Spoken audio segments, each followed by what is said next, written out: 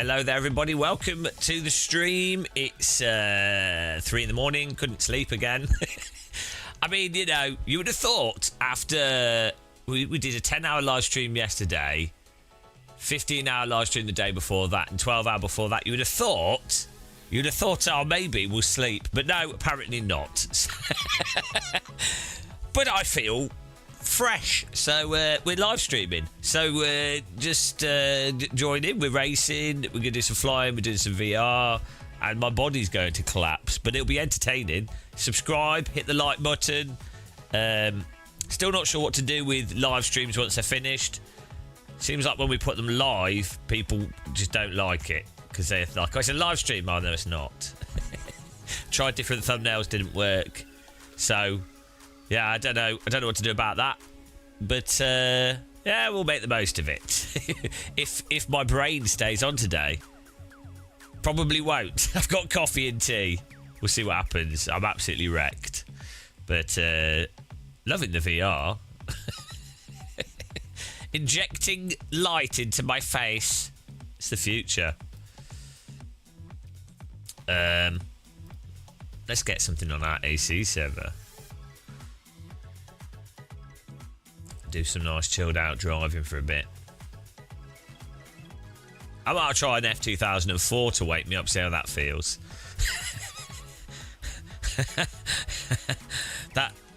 That'll help. I mean, I did get like 7 hours sleep last night, but my brain just feels like my eyes feel heavy. I feel like I'm done.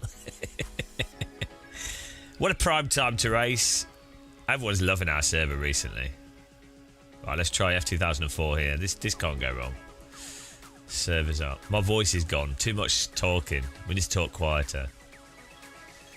No, we don't sleep, apparently. But that's alright. That's how it is sometimes. If you have insomnia for a long time, you just get used to it. You're just like, well, make the most of it. Could be worse. Could be stuck in a taxi with Anne Whittaker. You know, there's always worse things. Could have no beard. Imagine that. Bald head and no beard would look ridiculous.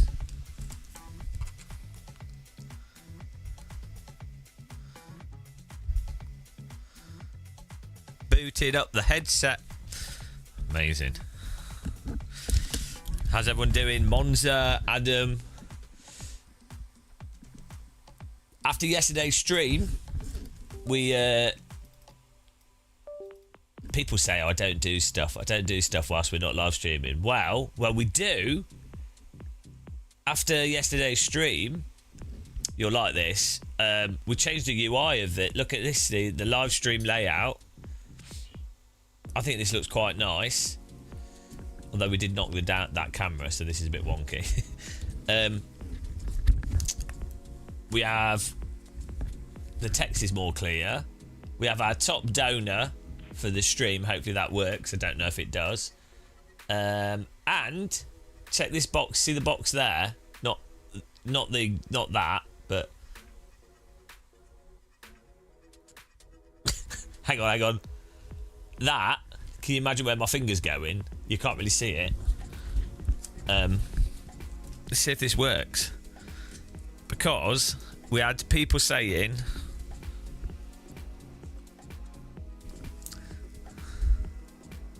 they were saying they couldn't see what position we were in when we were racing.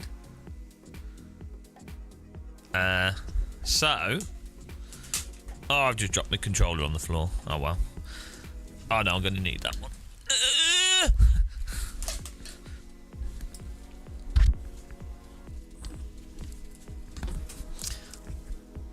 Yeah, they couldn't see.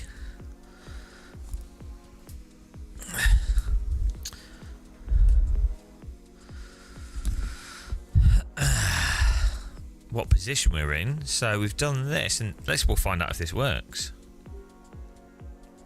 Not that one. You guys can't see what I'm doing here. Monitor 3. No, it's not monitor 3. Monitor 2. Yes. Put this up here.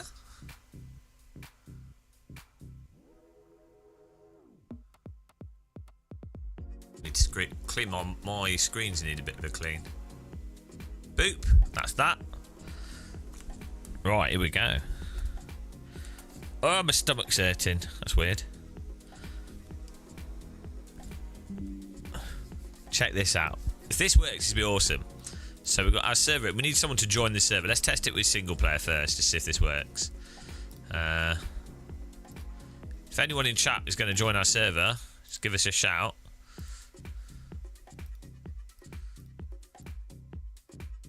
Let's just see if this works. 28. Right, here we go. Look at this. So hopefully, if this works, you guys should see in the top left corner. That's not good. Hello? Why is this doing this?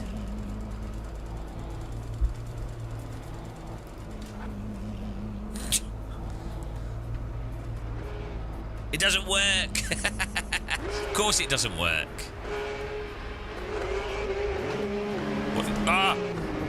Oh, I know the force feedback's on max strength here. Turn this down.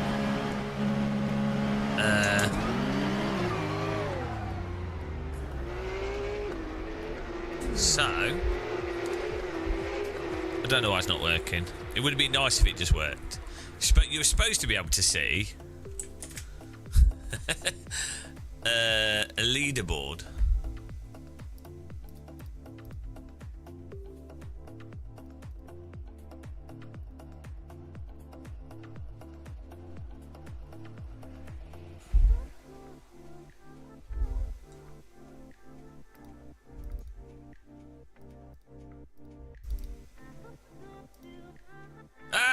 Just have to refresh it. It does work. Perfect. Hello, MMK. How's that? Is that clear enough for you guys? Oh, this is beautiful.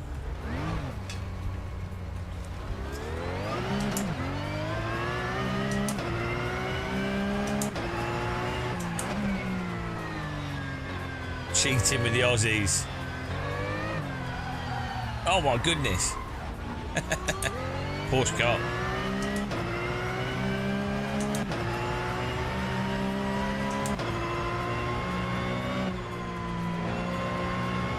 Oh, this is awesome, this car.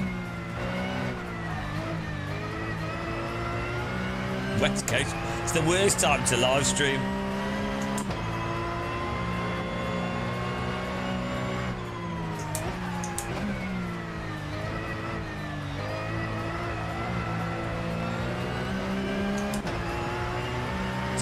Can you see the leaderboard clearly?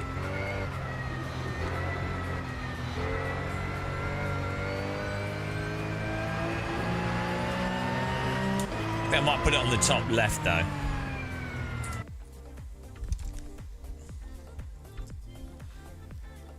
It sucks.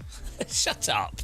I spent 2 hours working out how to send this over the network after our really long live stream. It sucks. Thing is, where do we put it? It's better on the right. If we're capturing the right eye, there's more space on the right, so. Well, you can have more info, but then it's too big, so you know, never happy. Look, is that what you want? Is that what you bloody want? Is that? The problem is that takes up half the screen.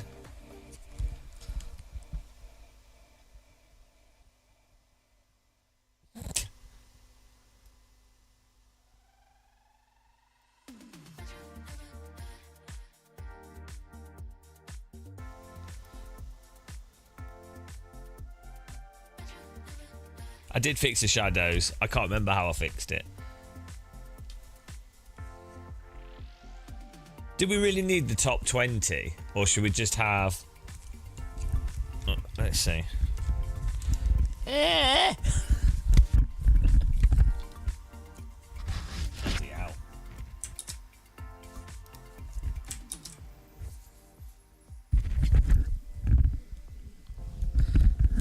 to my arse.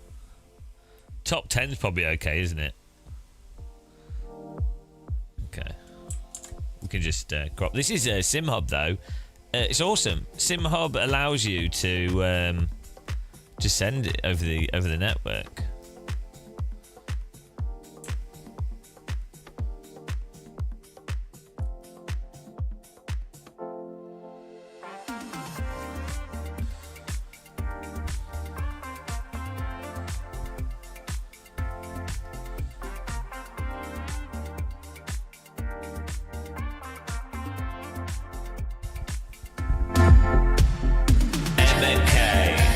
He's an annoying guy. MMK wants to see more stats.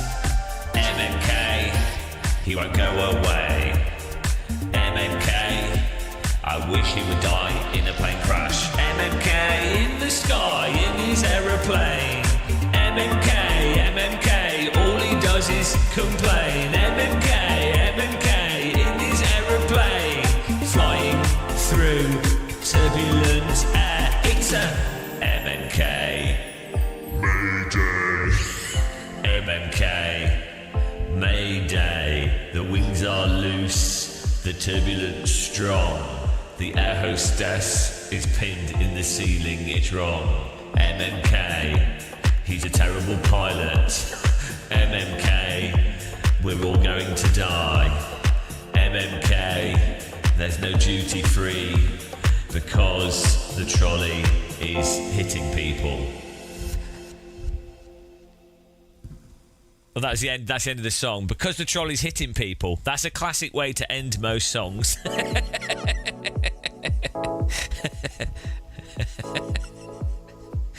Oh God! What am I doing with my life? What am I doing? Why am I alive? Why was I born? I didn't choose this existence. What went wrong? I'm stuck playing VR Sims to cover my eyes from the world's sins. I need a brick. Please, someone drop a brick on my head. It's 3:30 a.m. We're live streaming again. I've got a cup of coffee, it's not even tea, and even my teacup is branded Sim Racing, bloody pity me. Why am I alive? I didn't choose to be born. Who made this happen? I blame my parents, you idiots. I wish the world would end, preferably quickly, maybe a giant meteorite. When will the world end? Can we have a mega volcano erupt into my face?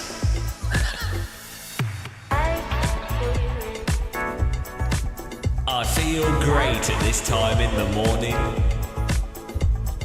I'm so awake and I slept really well. Wow, I'm really good.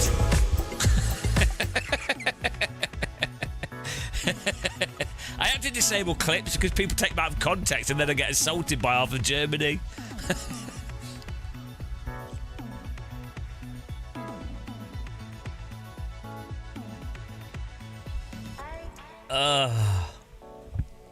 Oh, wow. Bloody hell, at least we got coffee.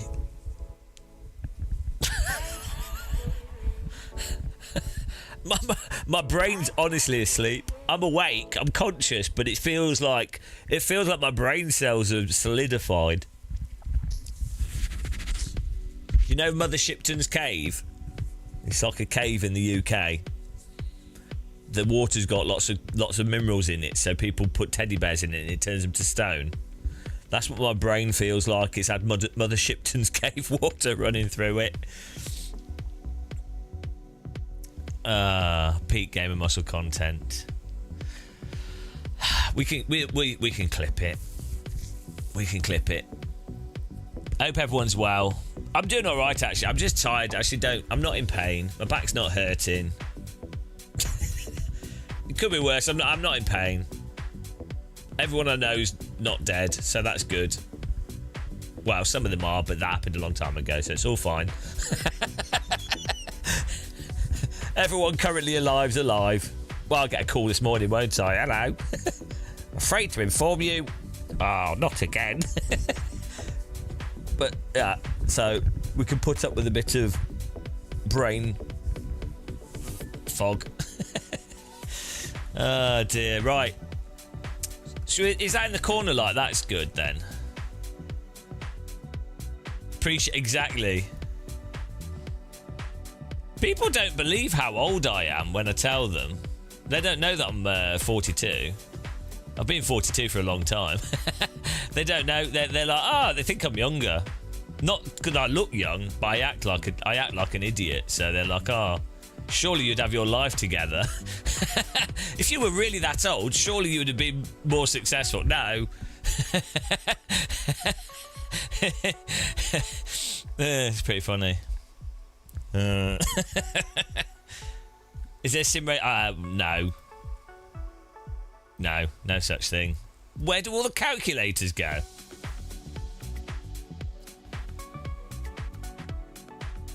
I definitely don't act old. I've got more and more childish in behaviour as I've gotten older as well. Which I think that's right. I think that's the right thing to do, to be honest. I think that's actually the correct... I think that's a better philosophy. But I think you realise how absurd everything is. When you're younger, you think you don't realise how absurd stuff is, and you're like, oh, it's all organised, it's all a plan, oh. And then as you like understand reality, you're like, oh, this is actually insane. Not just reality, not even like politics and stuff, just like, it's actually insane.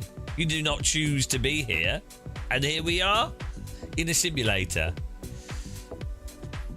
Constant pain. Oh no, Matt, what sort of pain is it? Is it the kind of pain that starts in the ears and sort of comes from the eyes every time you watch a Game of Muscle live stream? There's a cure for that. Is that good enough like that?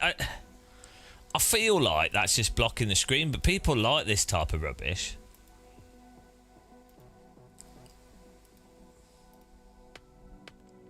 Yeah, I'm really lucky for pain stuff. Like I have chronic fatigue, but it doesn't hurt. It's just annoying. It's the one thing, is it doesn't hurt. It's just really annoying. I can't do what I want to do, but that's very lucky, to be honest, on the grand scheme of things.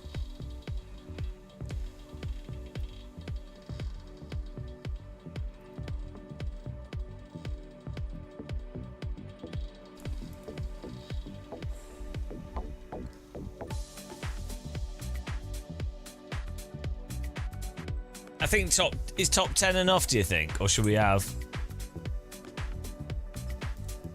I think it ends up taking up too much of the screen, then we have to make it smaller, and then it's too small to read.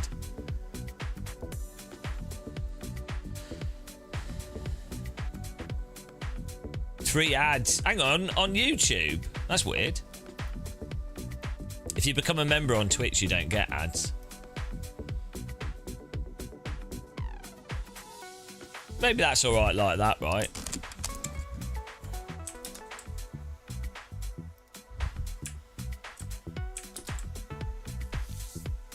Let's move it to the side a bit.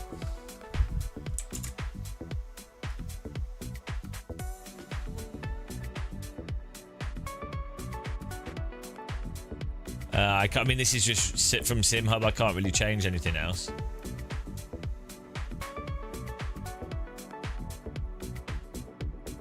Pretty awesome. So SimHub lets you SimHub has overlays, right? But if you right click on the overlay, you can get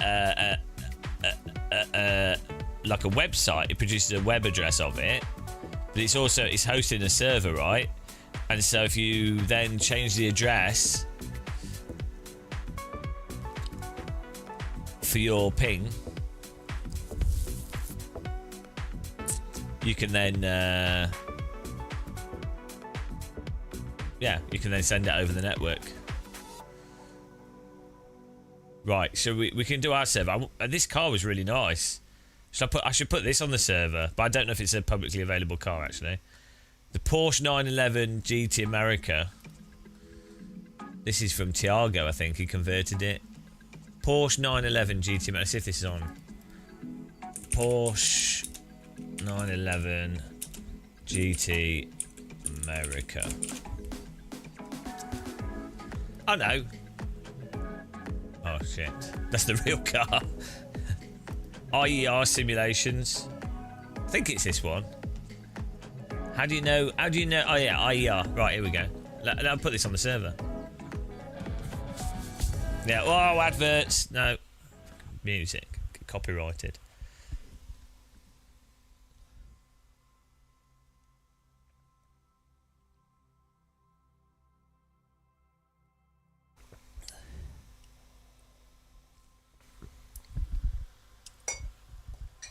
Oh, God. I'm hoping the coffee wakes us up a bit here.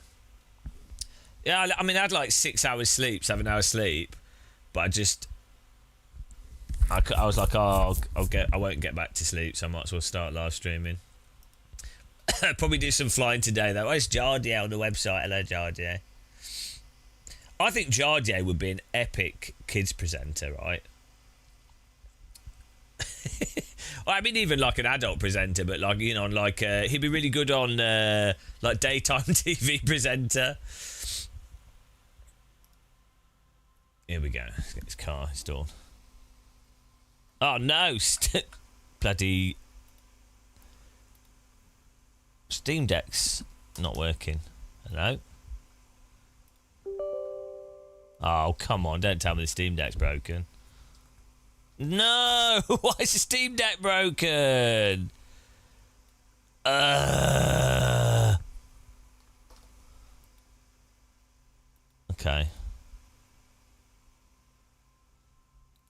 Try restarting it one more time.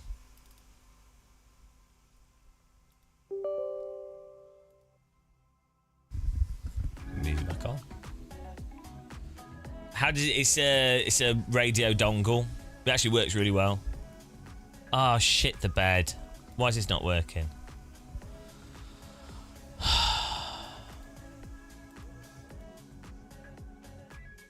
Steam Deck, why did you do this to me? Oh, there's an update. Let's update it and see what happens.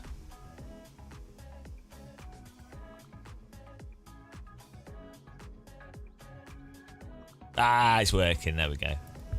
Right, we need to fix Steam Deck on this PC, actually.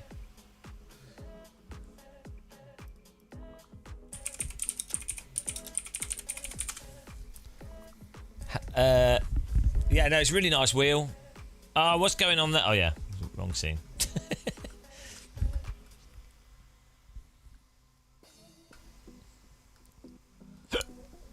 Let's just fix this. Steam Deck. What's it called? No, it's called Stream Deck, not Stream. Stream Deck. Have you seen the new Logitech mouse? Looks really interesting. I need to get one. Drivers. Download drivers.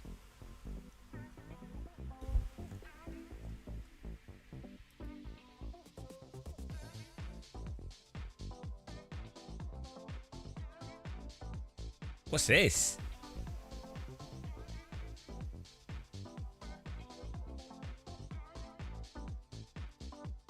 I get Stream Deck.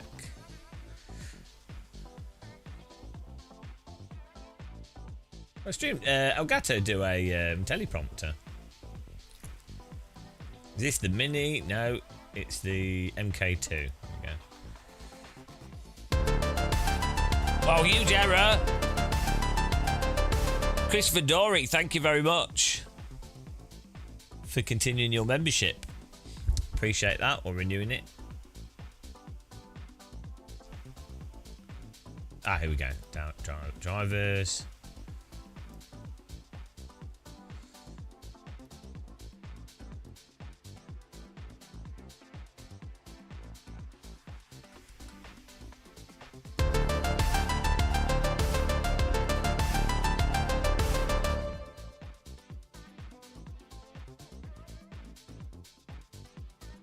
Hello, I'm Raf. I was locked in. Do I ever race with community members? Yeah, no, I think I answered. Our server's in... Yeah, it's our community server. You can just join in as long as there's space on it, which it normally is. Just join. Password is T in capital letters. Here we go. Getting Christopher Dory spammed here.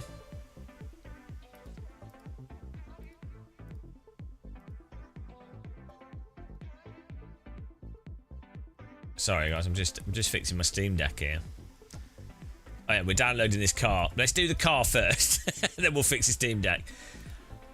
10 things at once. Right, we've got the car. We just need to put it on the server.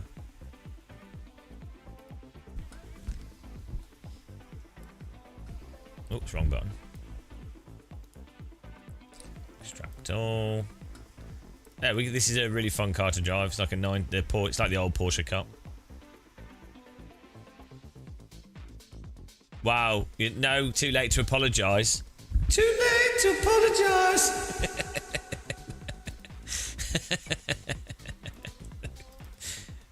I'll let you off. I'll let you off.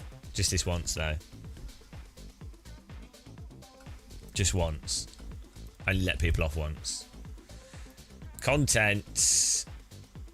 Cars and tracks. Upload cars. Here we go. Oh yeah, Porsche. Yes. Beautiful livery. Upload. Oh, I need a link to the car.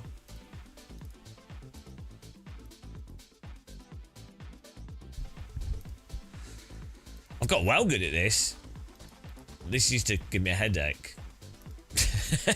We're like well fast at getting cars and servers up. What track should we do with this?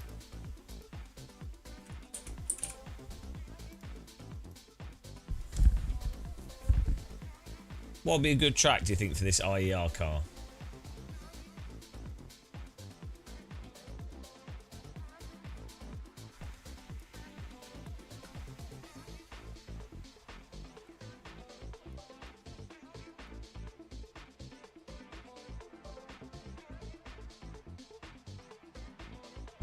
No sleep allowed.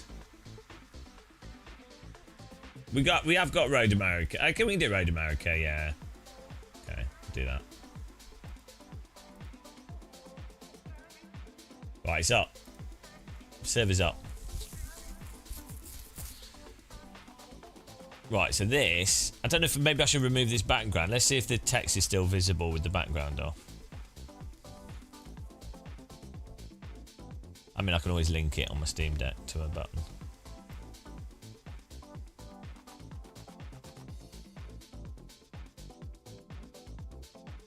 Yeah, well, AC is much better to race on than those sims. Like, the driving's a lot better. But for some reason, people don't think of AC as like a race, like for pure racing, even though it's got by far the best driving for actual racing. It's really weird. Sim races are a bit weird, to be honest. Right, let's see what happens here if I join the server.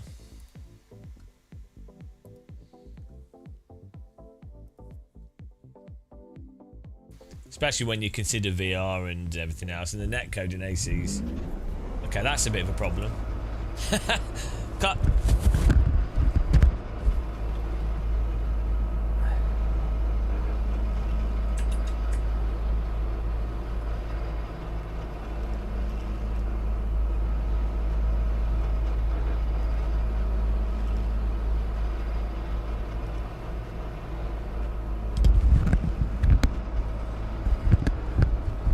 Don't know about you guys, but I like to be able to see where I'm going. No, we're gonna have to put the timing board at the top because it populates itself from the top down.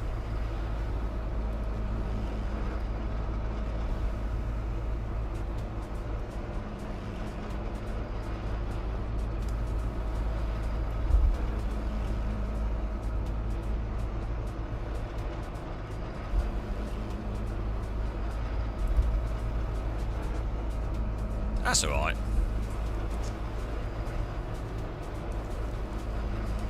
Look at this. I didn't do any gliding yesterday. I went to, well, my plan was to go to bed. Instead I ended up spending hours doing OBS settings.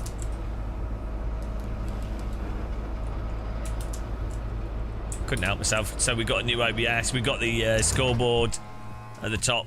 People asking they wanted a scoreboard, the race position, because they couldn't see it in the game.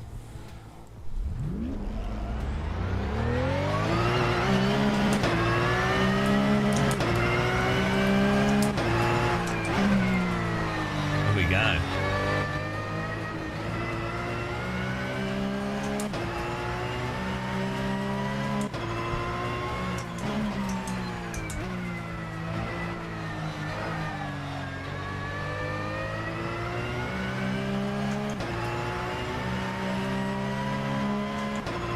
Oh yeah, I wanted to keep remembering there's stuff I want to do.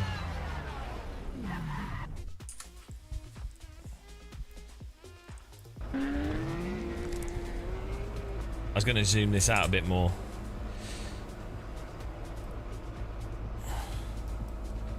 If I can. Let's see.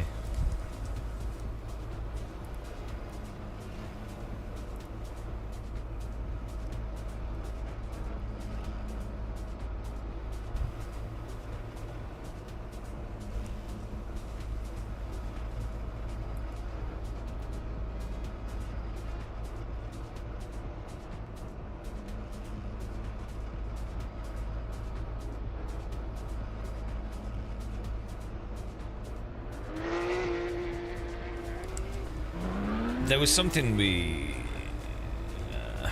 can do with this.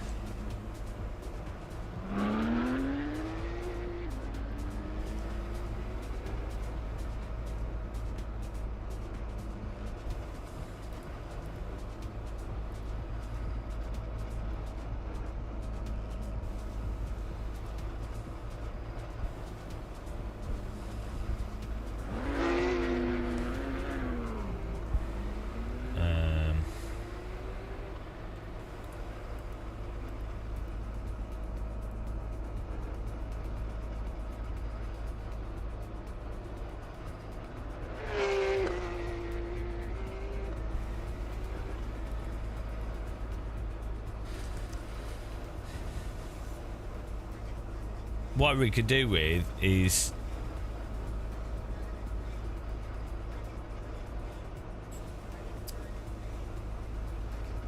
making this like bottom bit, the black bars could just be transparent, and then I could do the background with a blur. Problem is there's a lot of stuff that's the same color as that, so if I mask it,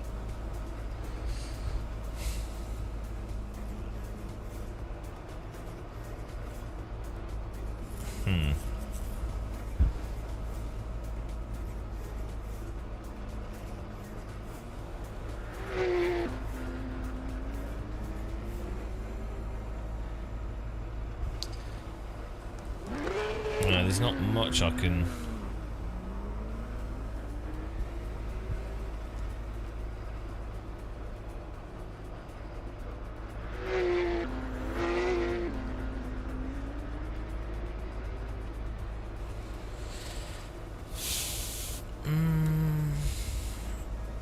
How can, I mean, it is one colour, but what you see the bit at the edge when I move my screen left and right. If I could set that to like a fluorescent green, I'd then be able to alpha it.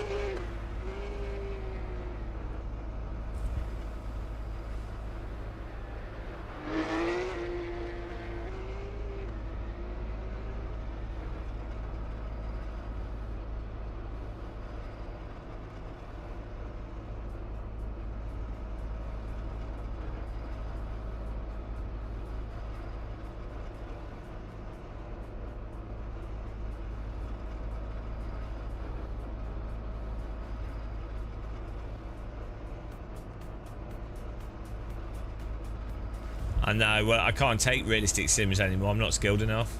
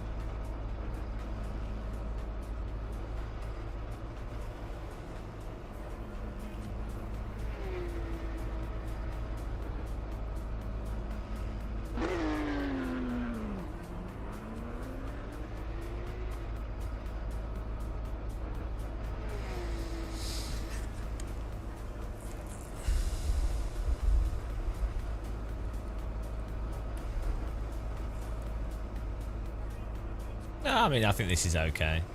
I think it's better zoomed out than zoomed in, like it.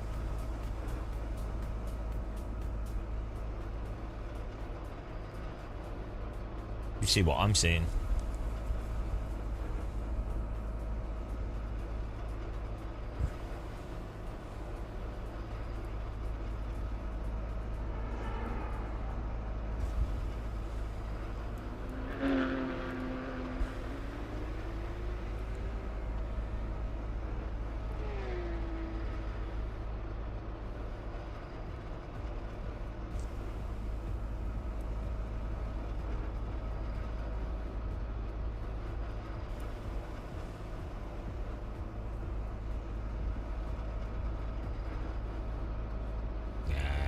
It's better zoomed out.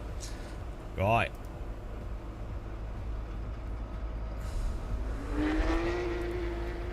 Yeah, we might need might need some setups for this. Bloody hell, people are in the server. Everyone's joined. We're going racing.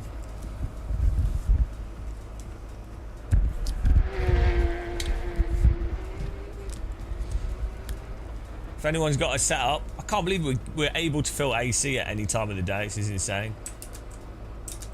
We must be like one of the biggest channels that does Assetto Corsa. To be honest, like, well, maybe Jake, GP Laps. I mean, it's just that he does really good vintage content.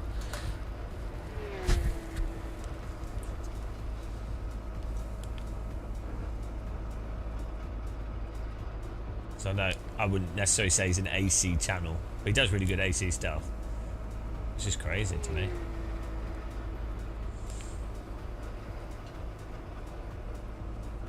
Right. Oh. I'm just moving the...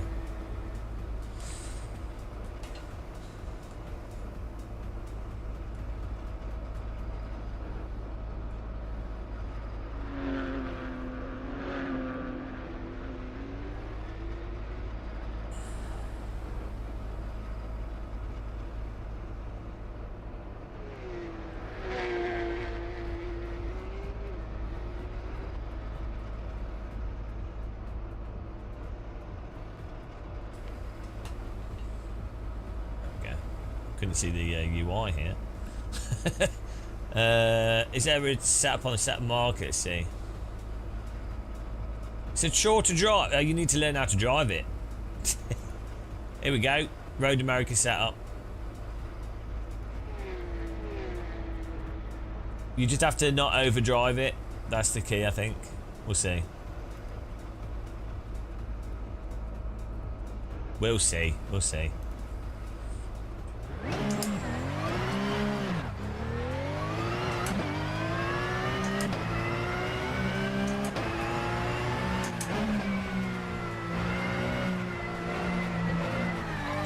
Okay, this setup's a little bit oversteery.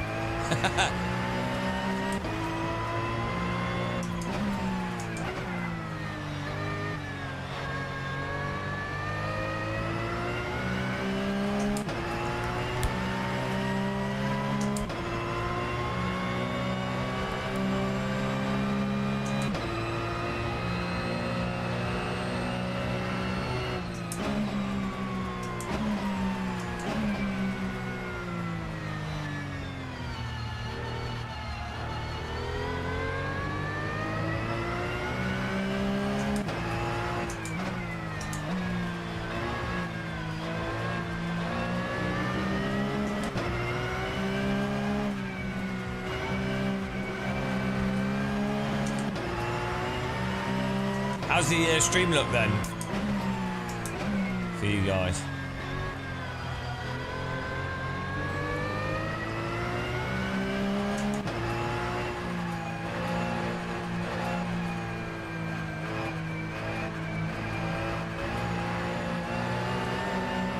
Oh my god. Stay off the curbs. It's out of Corsa. Hello VR Hot Laps. Alright, have a good night. Bloody hell, this car does not like the curbs. Gary Clark. Okay, don't touch the curbs or the car will explode.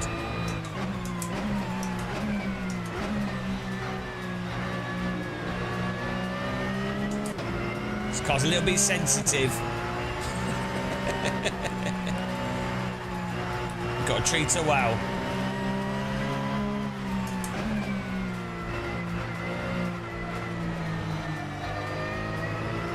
You've got to tickle this car around the track.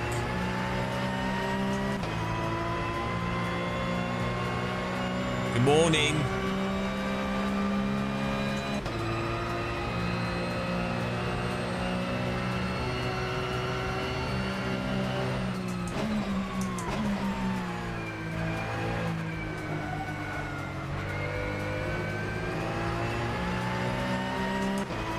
We've got the scoreboard at the top.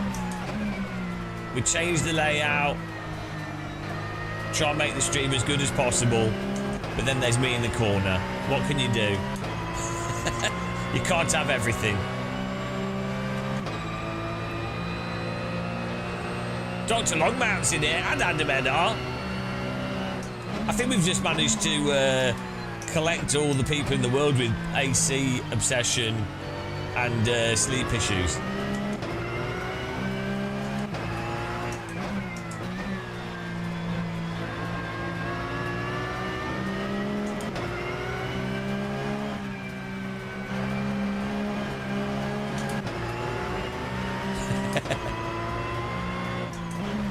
No, I'm giving everyone my insomnia.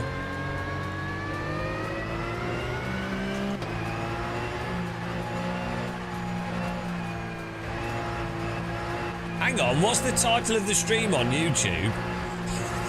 I don't think I changed the title. Whoops.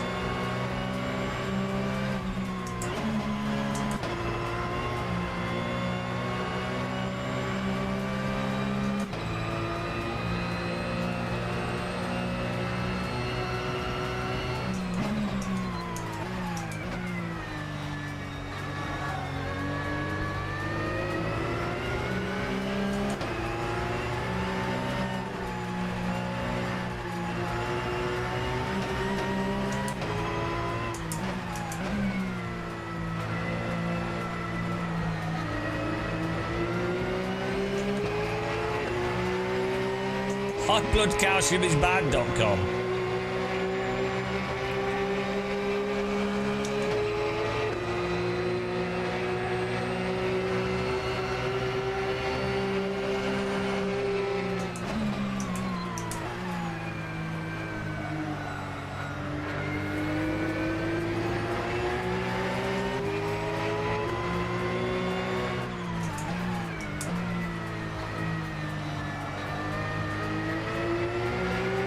This is amazing.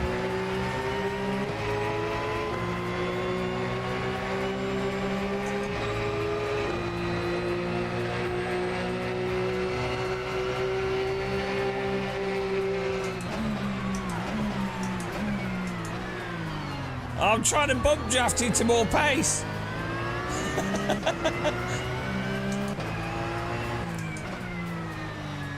He should be able to draft me now.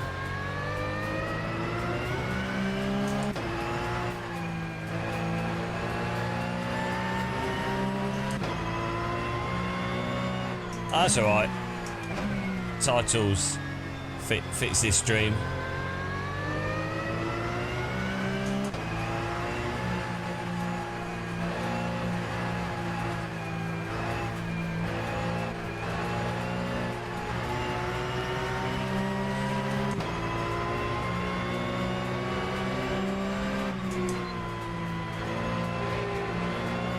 Bloody curbs in AC. So dumb.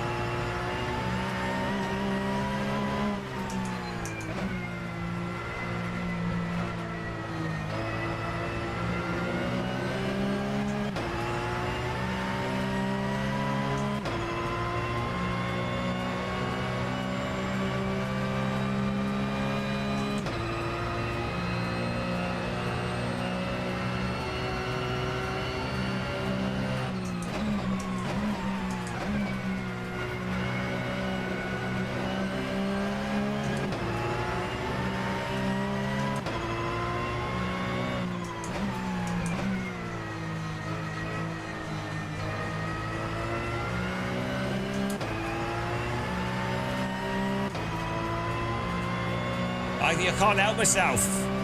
2:11 from Dr. Longmount. Bloody hell, how are they so quick?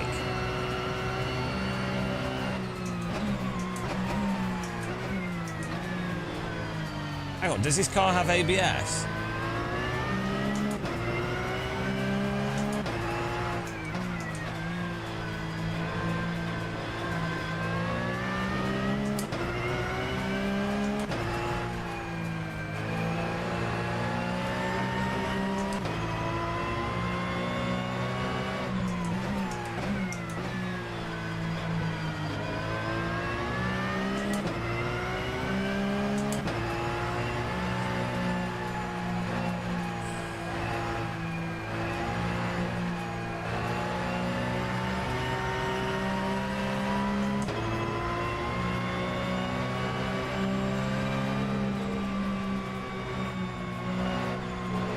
Oh, the edge there.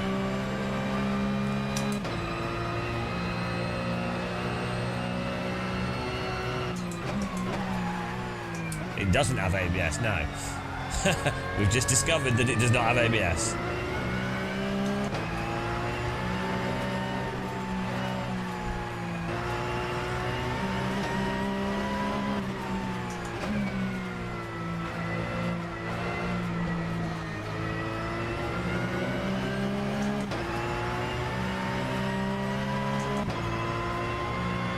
Good sound in this car, actually.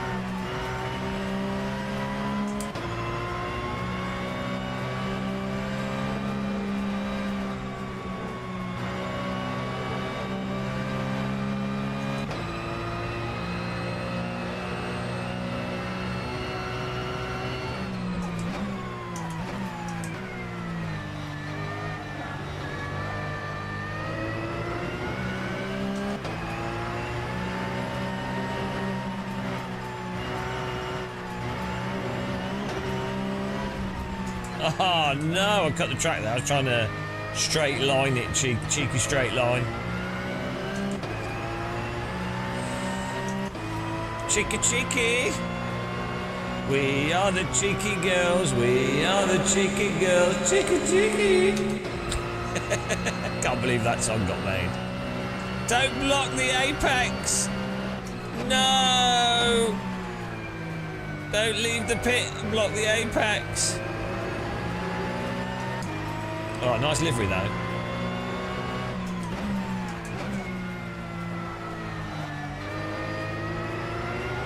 Yes, give me the draft.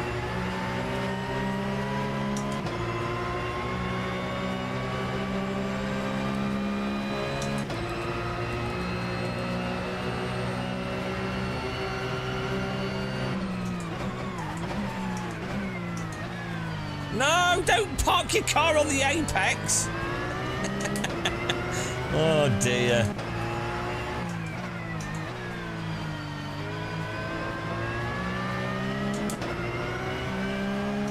It's all good. That's part of racing. I parked my car on the apex. Bit of Tesco's car park action there, guys.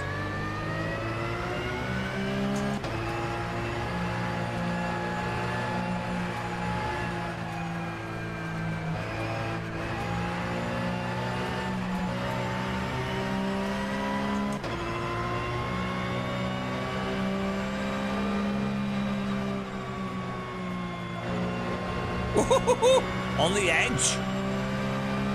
Edgeminster. Sounds like, is that a London Underground stop? The next station will be Edgeminster. Please align in the front two carriages. The rear two carriages. The doors on the rear two carriages won't open. Edgeminster has a shorter platform. Oh, my cocking bugger. These are actually candle, yeah. It is literally a candle. The lights go down as the candle wax melts. Dr. Longmount needs to share his setup.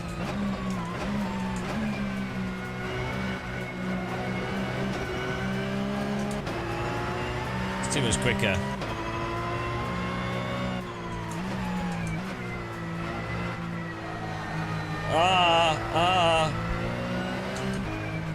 It's like a bloody esports setup on this. Share your setup, Dr. Longmount. Ah, well, don't tell me you're just better than me. I told you I'm not accepting that. I won't accept that. It's ridiculous. All these people that are just faster than me from talent. I've had enough of it. I've had enough of people beating me fair and square. Ridiculous. Absolutely ridiculous. Disgusting. Oh yeah, well that's all it takes to cheat your way to victory. Bloody typical cheater, typical guy.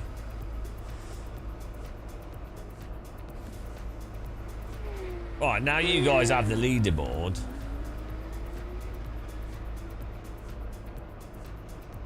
I'm going to move this out of the way a bit more.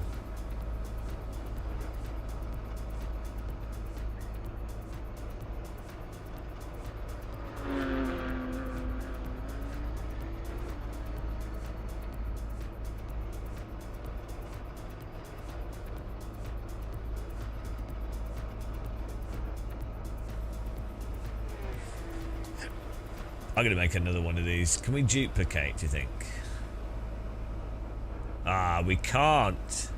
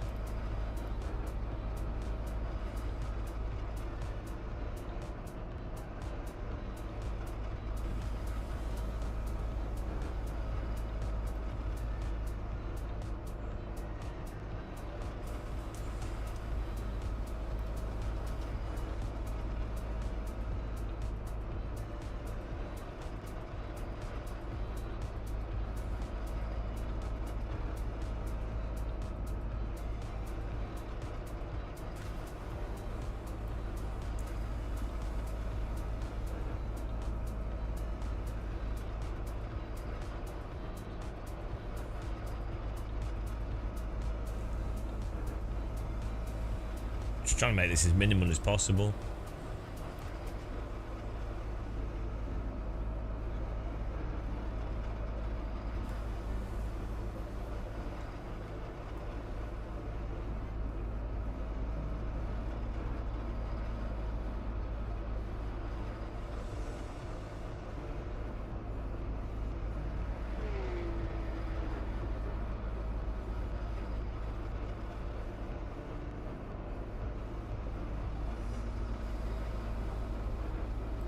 Could just put race essentials on. Let's do that.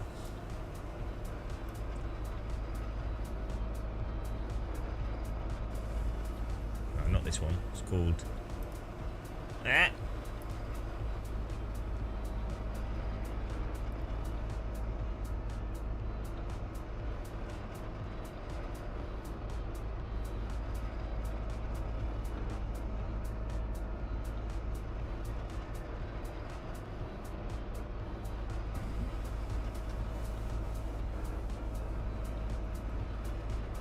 I don't have it.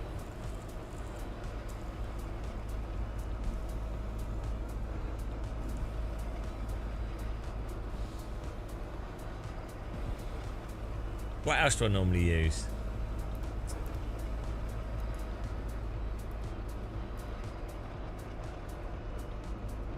Oh yeah, we need pure PP settings.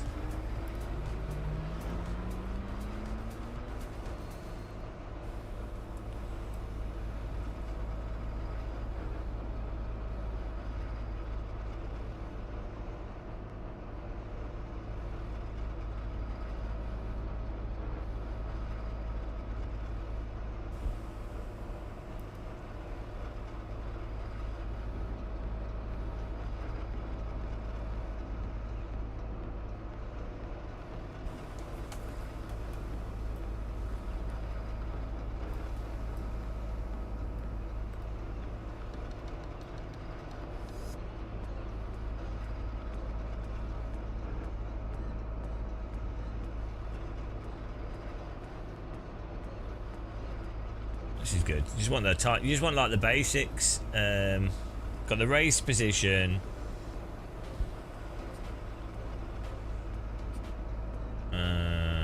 Performance delta. Oh, we're going racing, guys. You ready? I need to sort this out as well.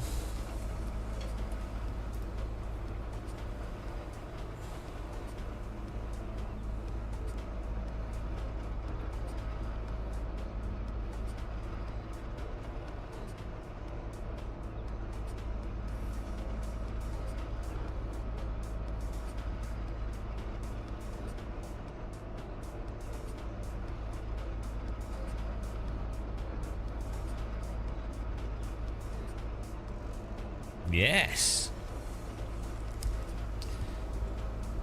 It's all a skill issue for me. Are you ready, guys? I need to set my stream deck thing, but we'll do that after this.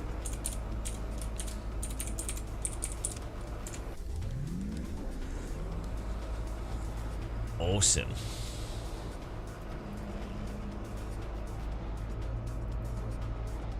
So this setup better make us win, right?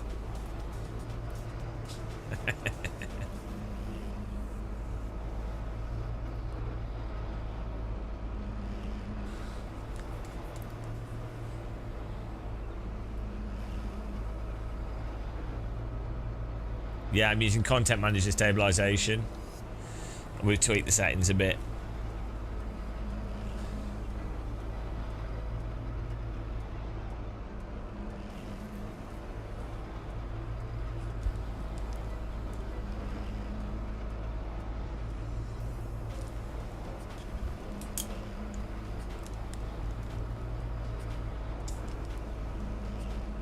No, it looks worse if I crop it. Like, yeah, sure, you can't see the edges, but then it just crops the view and it ends up being worse. So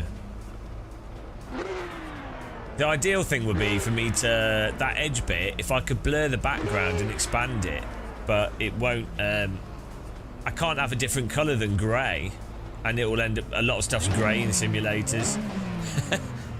So if I could make the edges a different colour in Content Manager, then I'd be able to composite it out and just have the background blurred and it would look a lot better.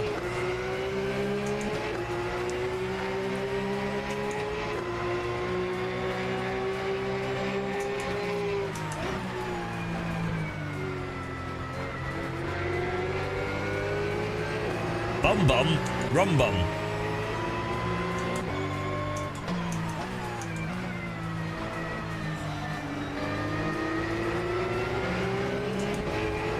Rum bum.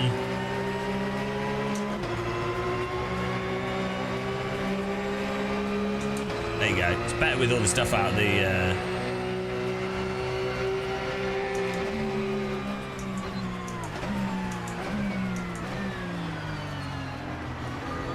Ah, penis, penis.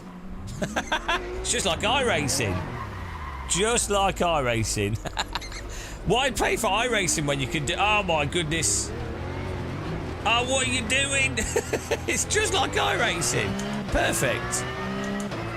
The only difference here is I'm paying for this server myself. I'm the one that hosted this.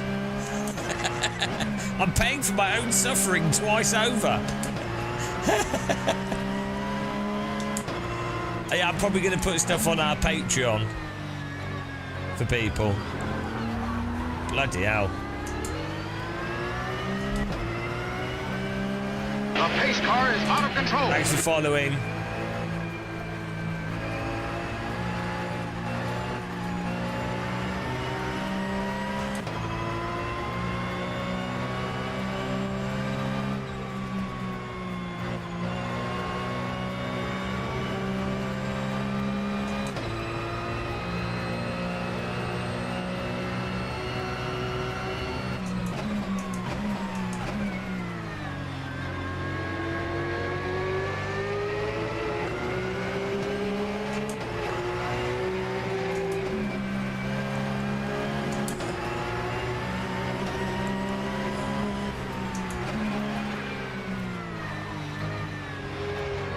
nice line.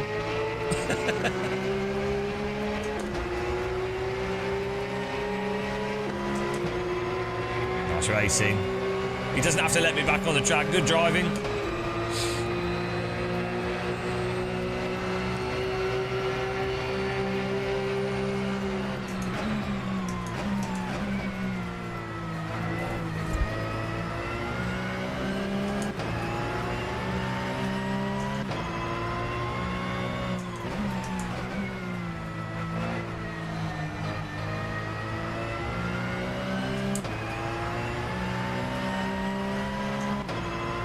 Hello, AMG Denson Lily. Yeah, I think having it stabilised just makes it easier to watch.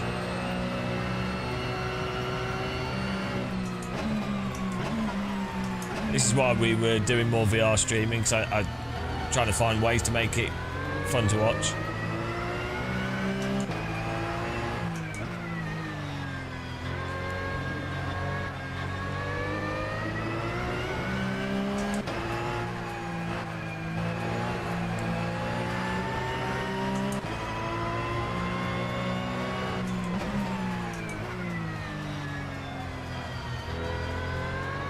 The pace car is out of control. Thanks for following. Welcome. Max Rifan. Welcome.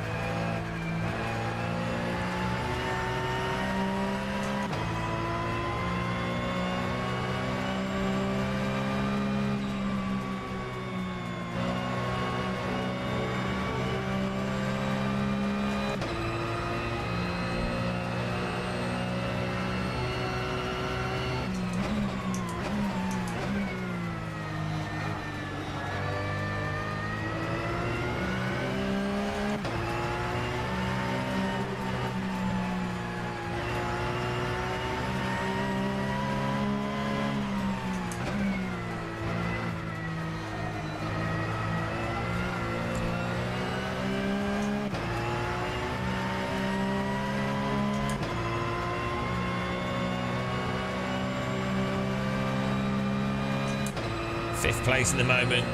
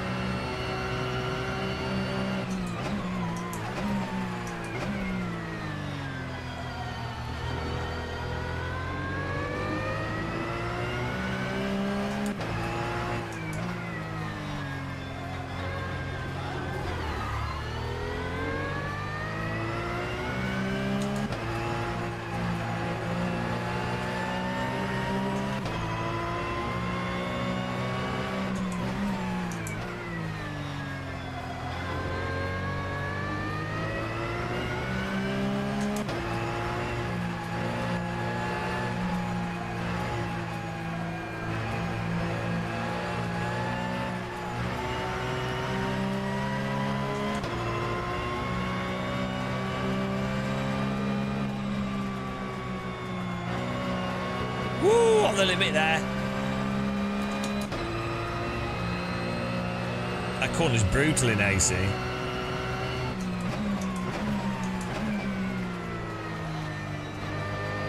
Oh no!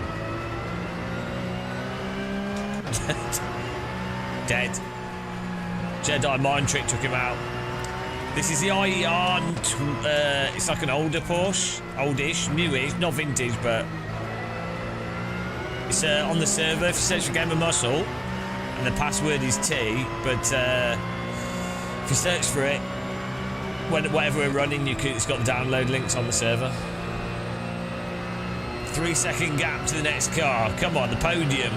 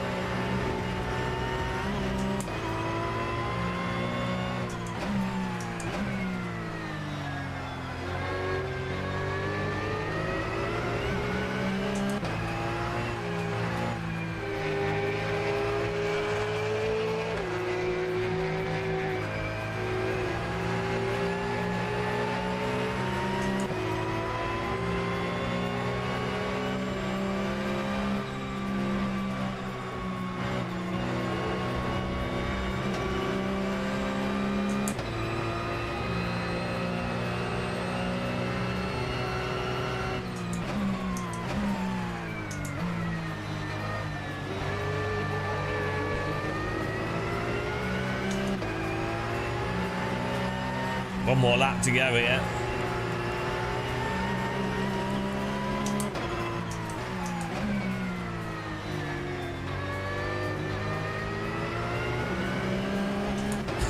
It's so loose over the curbing.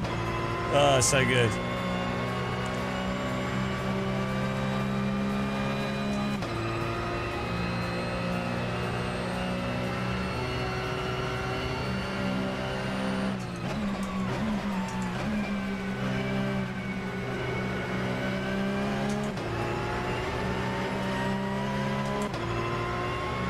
We're coming.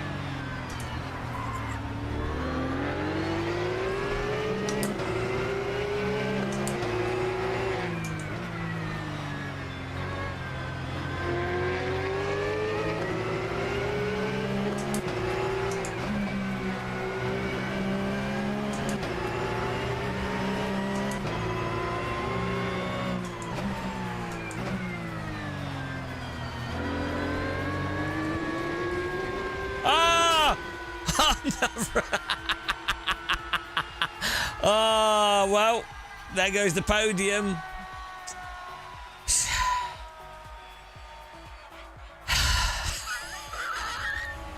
Ah, no, run out of bloody petrol. I've Thornburged my car. Well, that was a bit of an anticlimactic finish.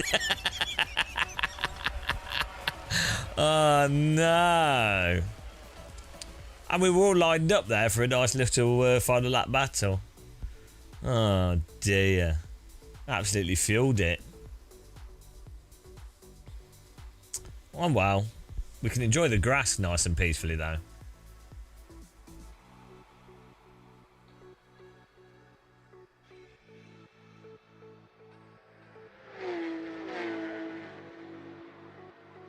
Disaster. Disaster, guys. Dr. Longmount. Well done for winning that. Jesus Christ. Absolutely scammed. Absolute scammage on that. Oh, I've just had an idea. I've had an idea. We're going to set another server up, guys. Well done. Marsoir 8th, 2nd, Genomix 3rd, Nuss 4th, Charlie 5th, RNPC 6th, and O Ripper 7th. Well done, guys. Yeah. I think I was scammed. Fuel scammed. We ran out of money. Oh, dear.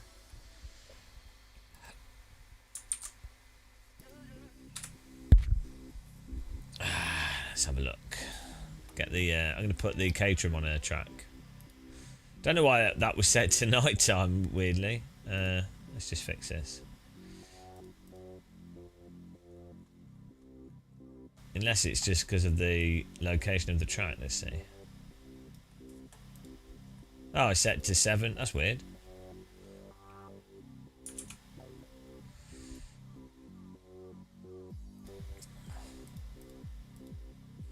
Right, let's do. We'll do a different car.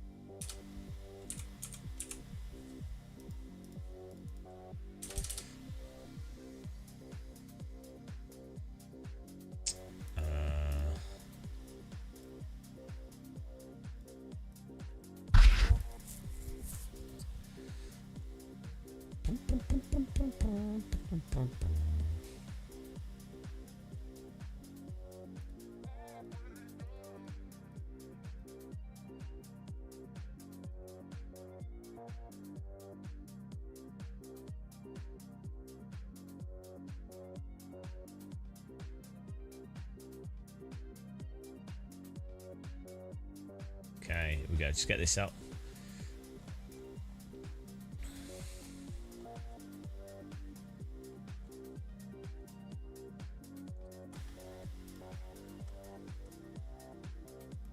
Okay, server's up, guys. I wonder why you got disconnected. That's weird.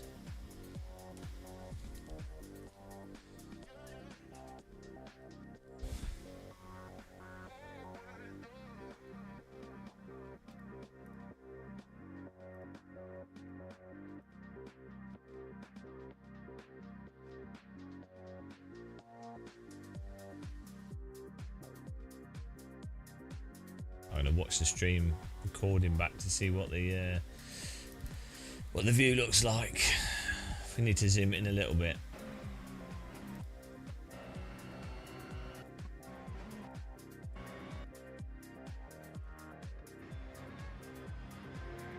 Oh, I think this looks good. I think it looks good zoomed out. You can clearly see what's going on. Yeah, the edges of the screen wobbles a bit, but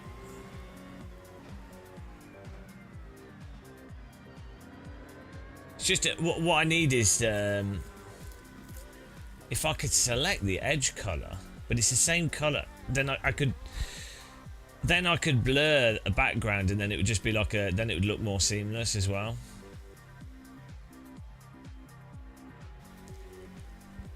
But it's a color that, yeah. Let's see if I can make it a different brightness or something. Nah, it'll still be the same actually. It will still be. Well, we'll test it. We'll see what it looks like. We'll do a little test. We'll see what it looks like. Let's get on the server here. Oh yeah. Oh, first of all, I need to change this as well.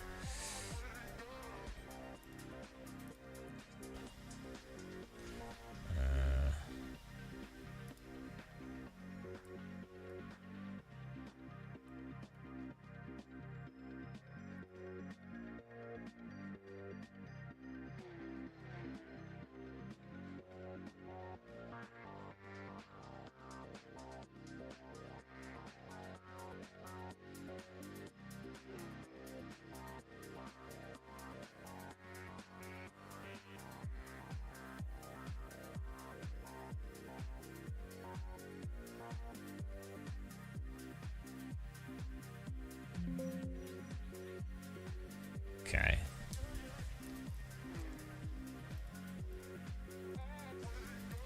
Let's try this. Get on the server, guys. The server should be up, should be working. Hope everyone's all right.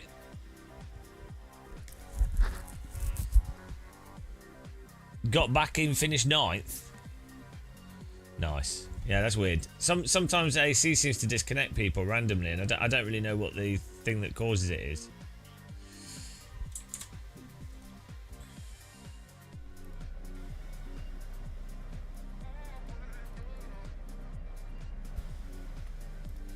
I also don't know. I know that's working. I think it is at least. Or is it?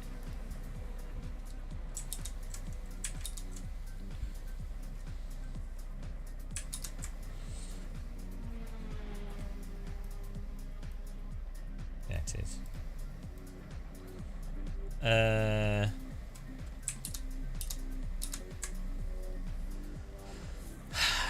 What was it? Oh yeah. Brightness of the output.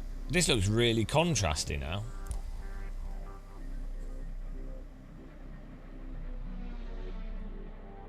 Why does that look so contrasty?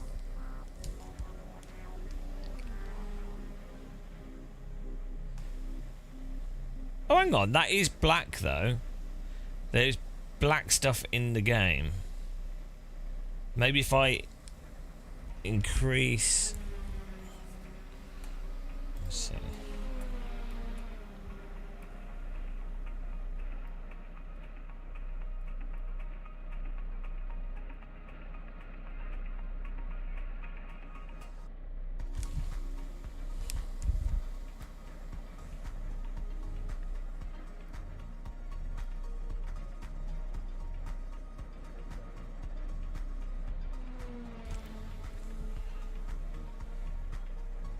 Oh, I might be able to make this work with neutral exposure.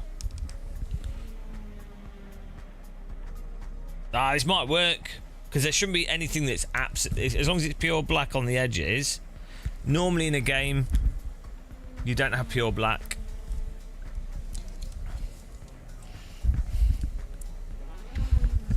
Let's see if I can do this. I might absolutely hammer the computer. So we get this image. Let's just reset this. It's awesome that we've got 12 people in the server at 4 AM midweek is mental. The fact that we can get people that are fast drivers as well in an AC server any time of the day, any day of the week, and it's a proper nice race is mental. Also with mod content.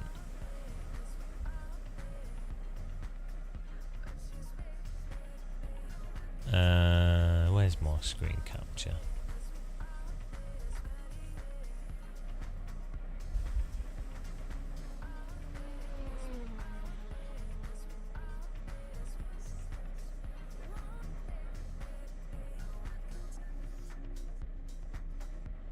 Here we go.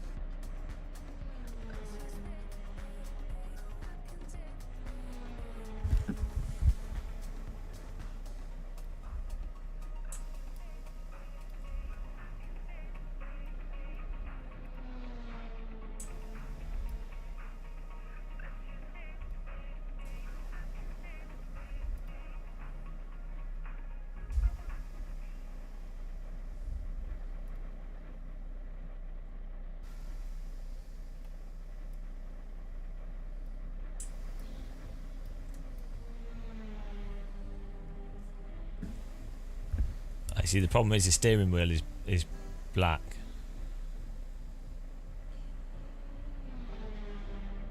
So it's the top thing.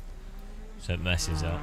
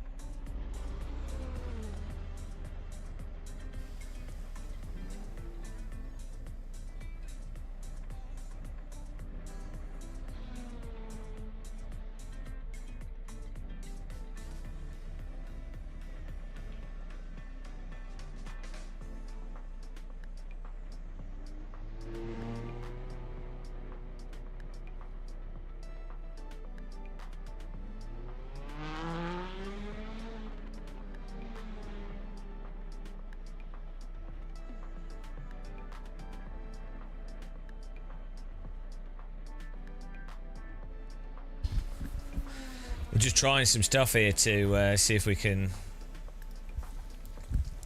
do this edge thing, make it look a bit coherent, more coherent.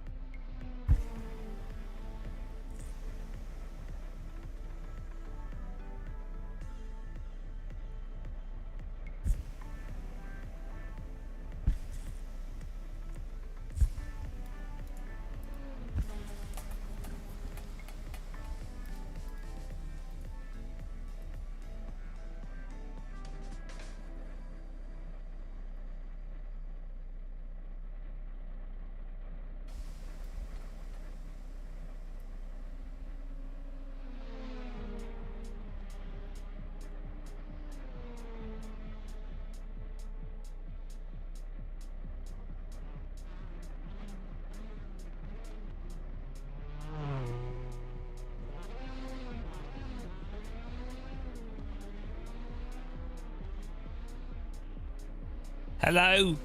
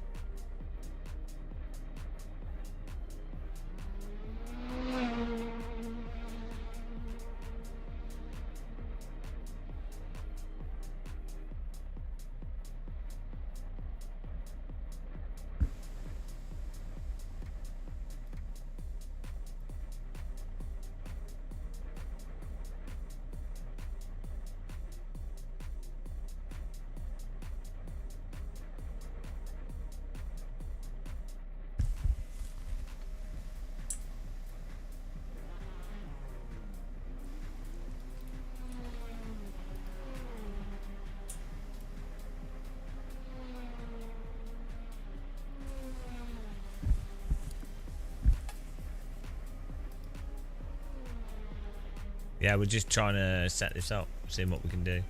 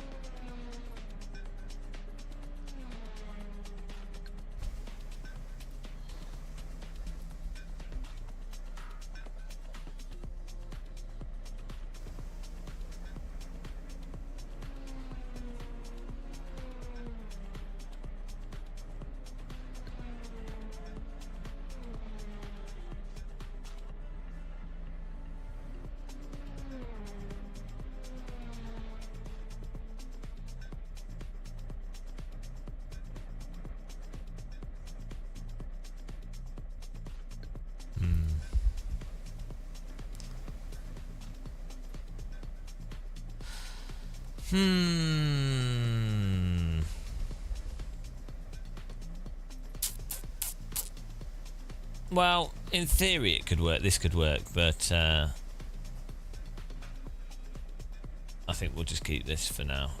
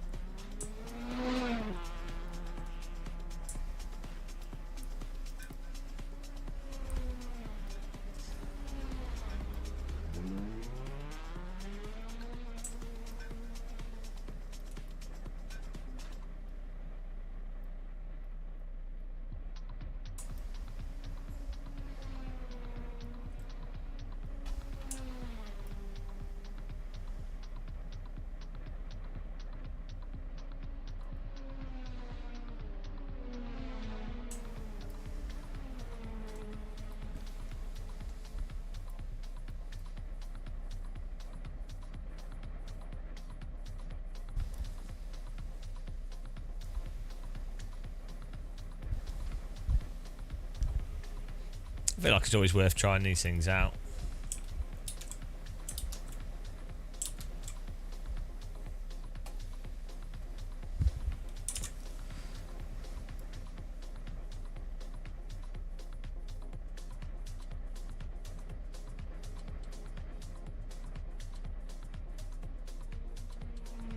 Yeah, but then his fully cropped image is really joddery, so...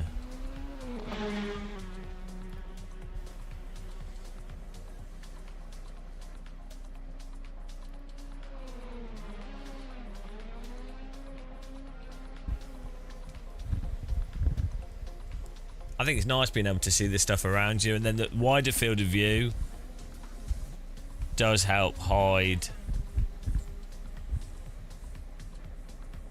like, because you'd have to crop it so much if you want to get rid of any of the edge stuff.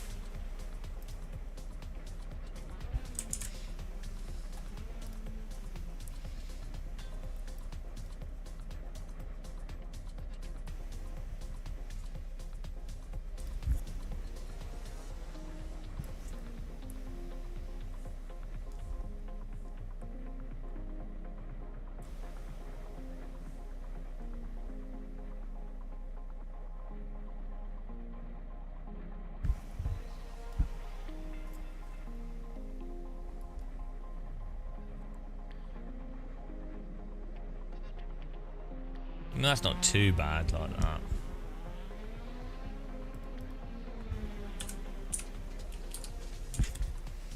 You'd have to crop it this much to get rid of it, but then you really do notice the head movement.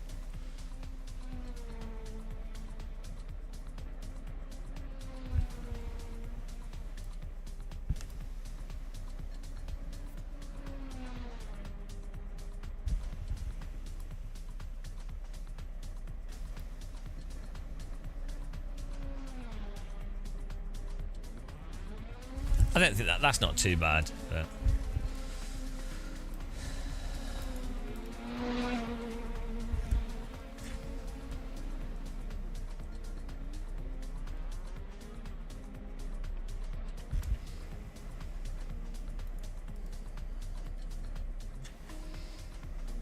I mean, I think that's totally watchable like that.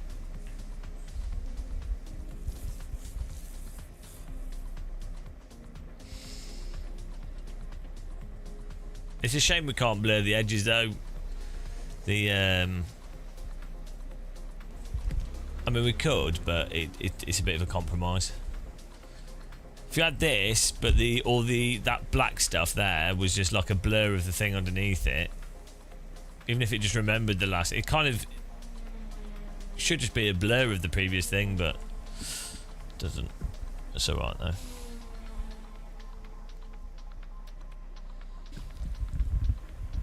Right, let's do some driving here, guys.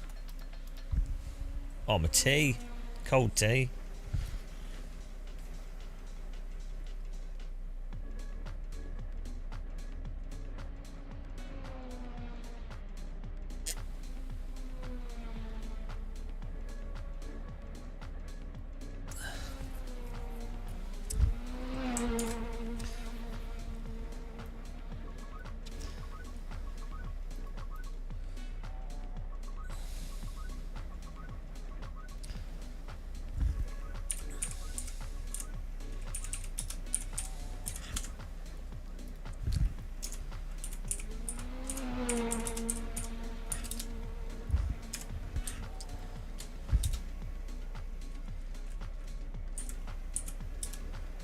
what should we put? What should we call it? Helmet cam. You can use that. You can actually just do AC output using that texture thing.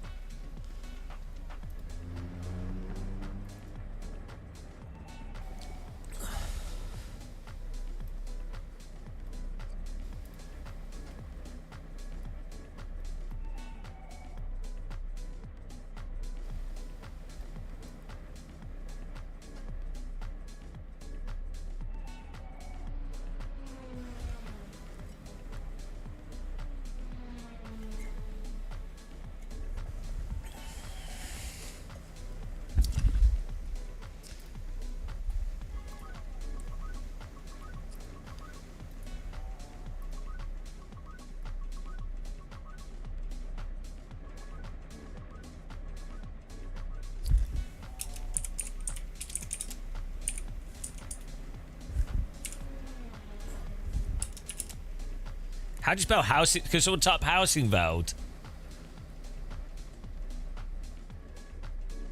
Could someone type housing veld in chat?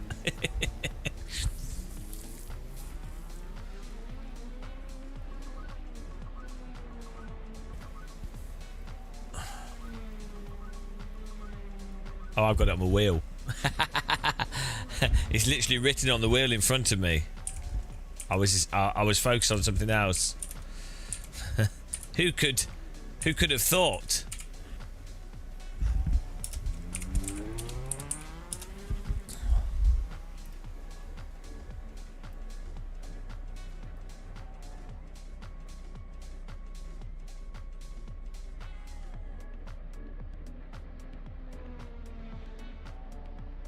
Yeah, we literally have it written 1, 2, 3 times within sight. Don't worry, I never claimed to be a genius.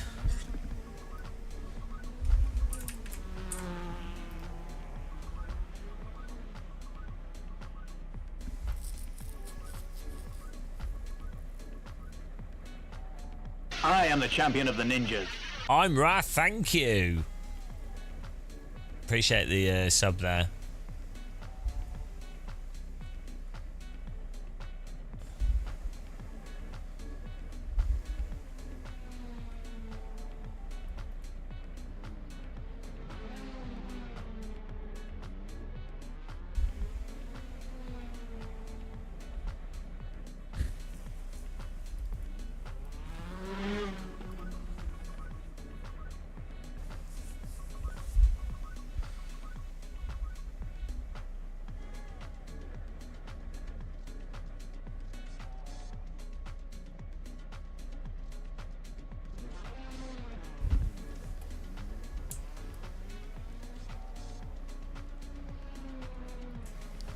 Nice.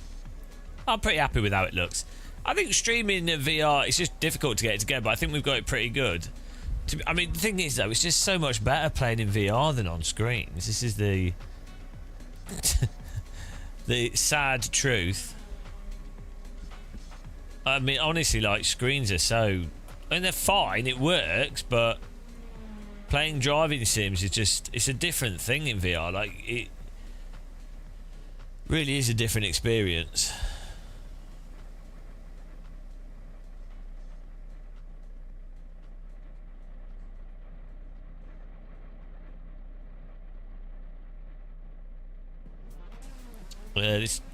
I mean, Pimax stuff's okay. I like the quest rigs, it just works well.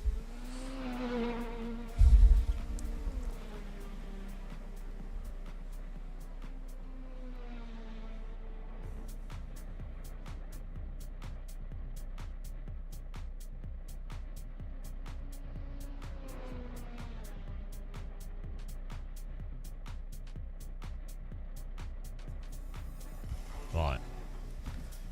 Back in here.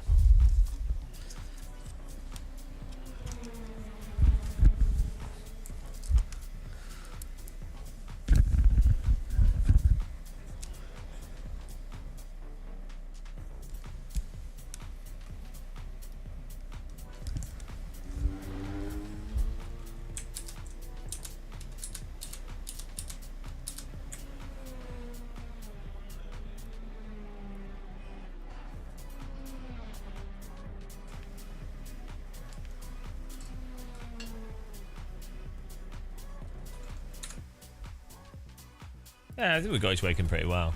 That mix is amazing though.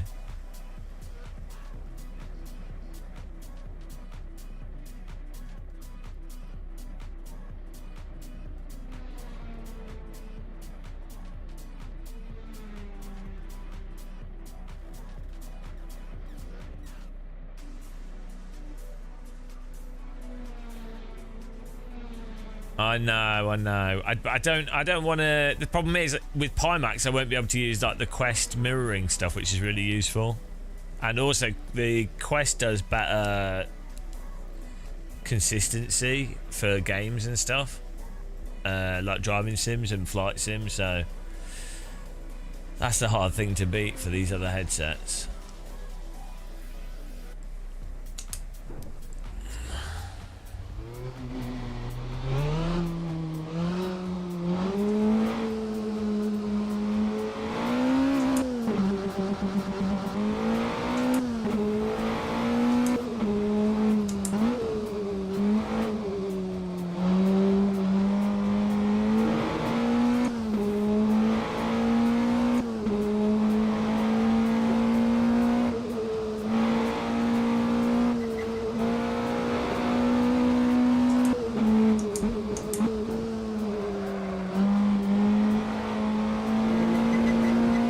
This car in VR with the nice force feedback is unbelievable.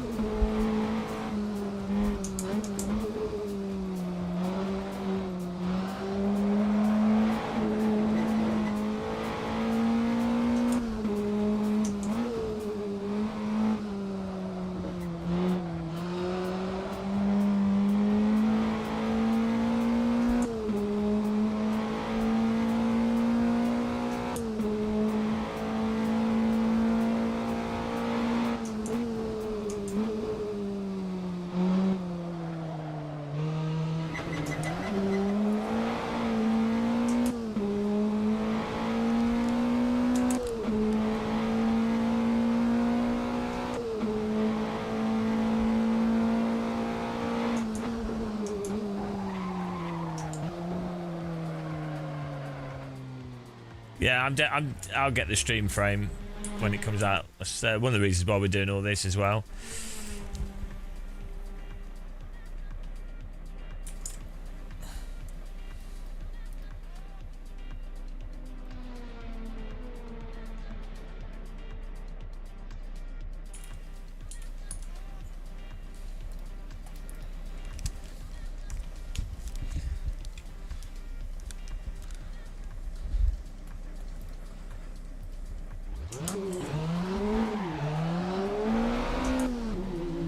And if you're using a Quest 3 with a link cable, I wonder what bit rates you manage to use in the app.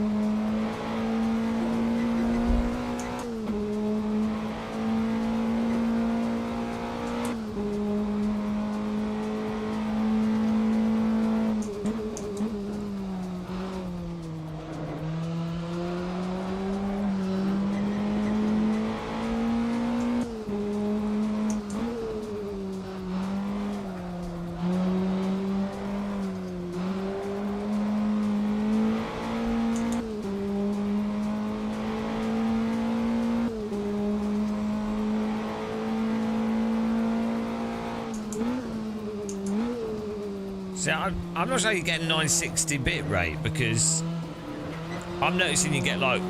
Are you running at 90 hertz as well? Because I'm noticing I seem to get some like stutter and stuff when I run at higher bit rates on the headset. Anything above like 500-600, which is really weird.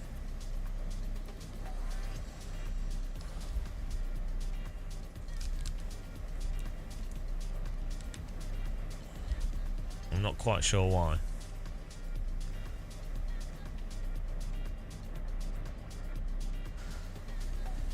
go. No, I'm using a good cable.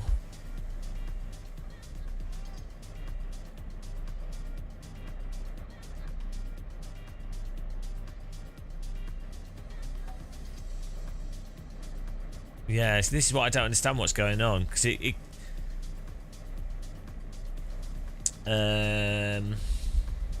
because the headset itself shouldn't be able to deal with 960, so maybe it wasn't even sending it out at that bit rate. This is the thing, because I don't think because the headset has to decode the signal. So the stutter, I think, is from the headset. I mean, I'm using the 5090 with whatever the fastest CPU and everything. So I think there's like some weird stuff going on with the Quest 3 headset and the settings. Also, what bitrate can you put through a USB cable as well? That's the other thing. I mean, who knows? Maybe it's like USB ports as well. Maybe I'll add in a USB, put a different USB card into the computer and see. Don't get a Quest 2. Don't bother with that. Get a Quest 3S or second-hand Quest 3. I mean, the Quest 2 works, but I wouldn't bother. Alright, here we go. That's what I'm saying. So I don't understand how people are supposedly getting 900. I don't think they actually are. I don't think the setting in the debug tool is actually doing the right thing.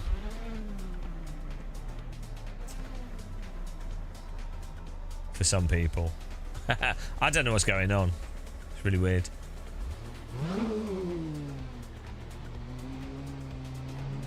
No, that's different. It's not to do with the cable. A bog standard USB 3 cable in USB 3 can send 800 megabits. It's not to do with that. It's to do with the chipset on the headset decoding that bit rate. Yeah, it's nothing to do with that.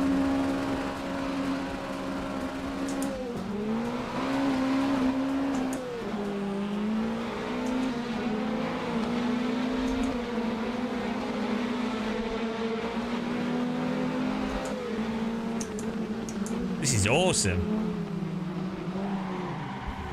It was awesome. To be fair, I did put myself in the sandwich.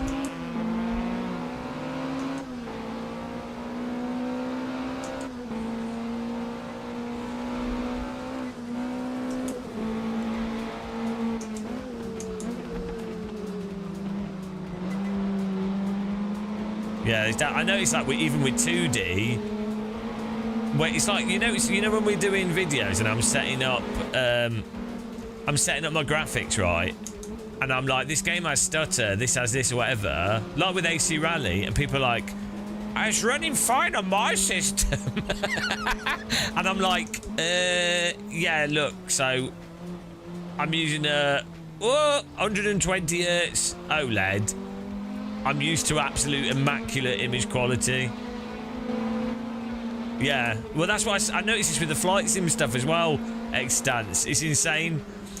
There was people going, oh, you only need 30 FPS in VR and then you reproject it. And I'm like, okay, if you do that on virtual desktop, it looks terrible. With the Quest Space Warp stuff, it's not too bad. The asynchronous space warp that Quest does, or Oculus does, the John Carmack Genius, it's okay. But on every other, like, open VR, it's terrible. And it's like...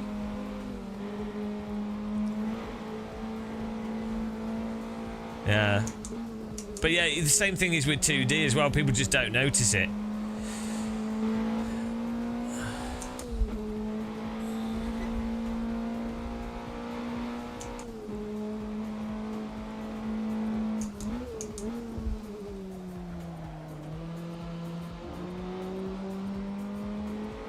I don't know why the what the Oculus reprojection does that makes it so good, like how it interpolates it to be so smooth.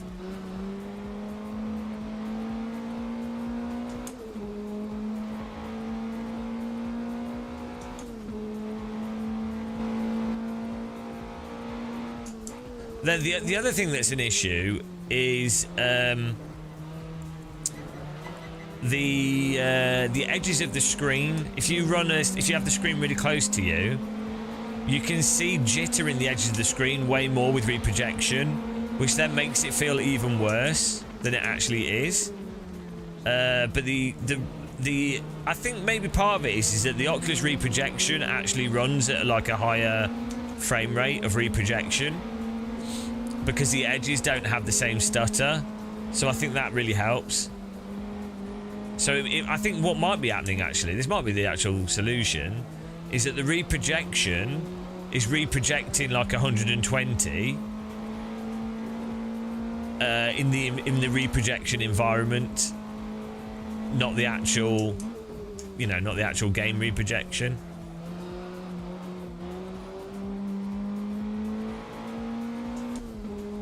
But yeah, the Oculus reprojection stuff, when you're playing driving sims and flight sims, unfortunately, that's kind of like the deal, the biggest thing for performance.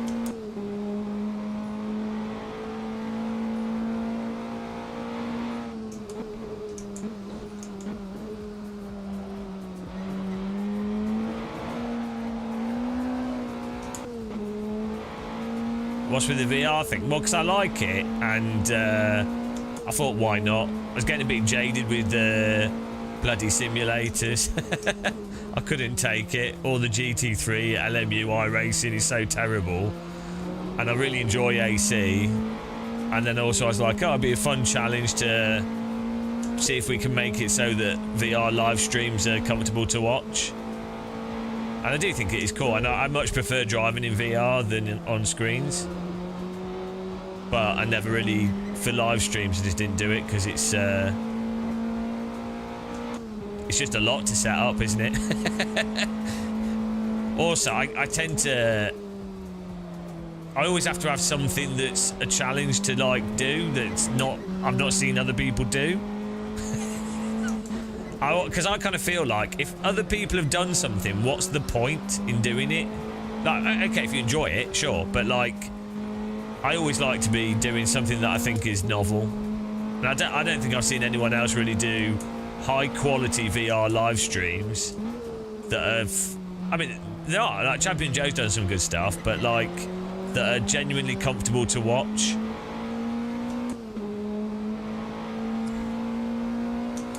I think that's what it is, Extaz. Yeah, they don't really care about the force feedback or the actual balancing of the cars and things. It's just the competition, which is fine. There's nothing wrong with that. But then I would say, I would say, if your goal is competition, why not bloody just play Counter-Strike or something with more competition? But I guess they like race cars.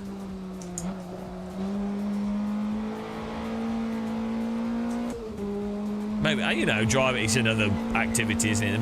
They might like it generally speaking, just not to that degree.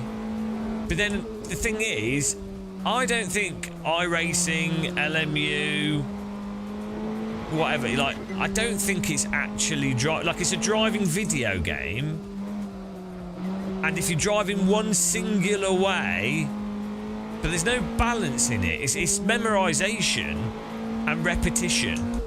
There's no balance component to them, and there's no sort of, yeah, I wish you can approach AC like that as well, but it's optional.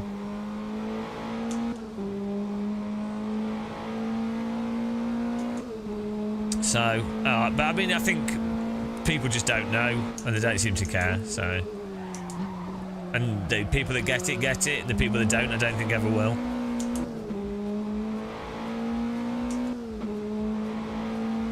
What, just like this with the black bar at the edge a little bit?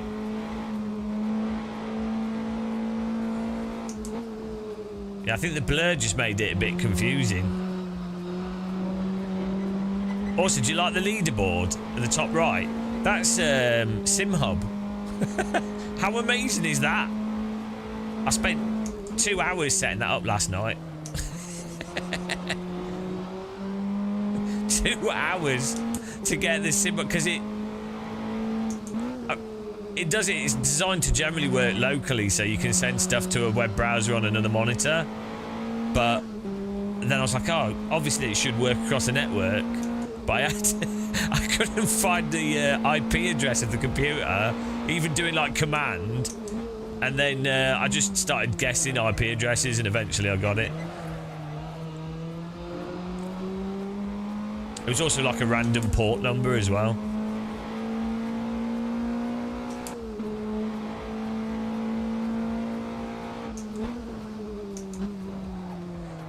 The only problem I've got right now is because we've done like 15 hours a day of sim racing the last 3 days. My I get tendonitis in my left arm, so I have to try to actually use my right arm more. I'm really left arm dominant. It's also because more tracks are like clockwise, but it's really weird because I'm right-handed, generally speaking, but I'm also somewhat ambidextrous, but then somewhat left-hand. It's really weird. Given that I'm right-handed, I always tend to like use my left hand more. It's bloody weird. Even like walking with walking sticks, or yeah, I don't know what it is. Maybe I was meant to be left-handed all this time and I just learned to be right-handed.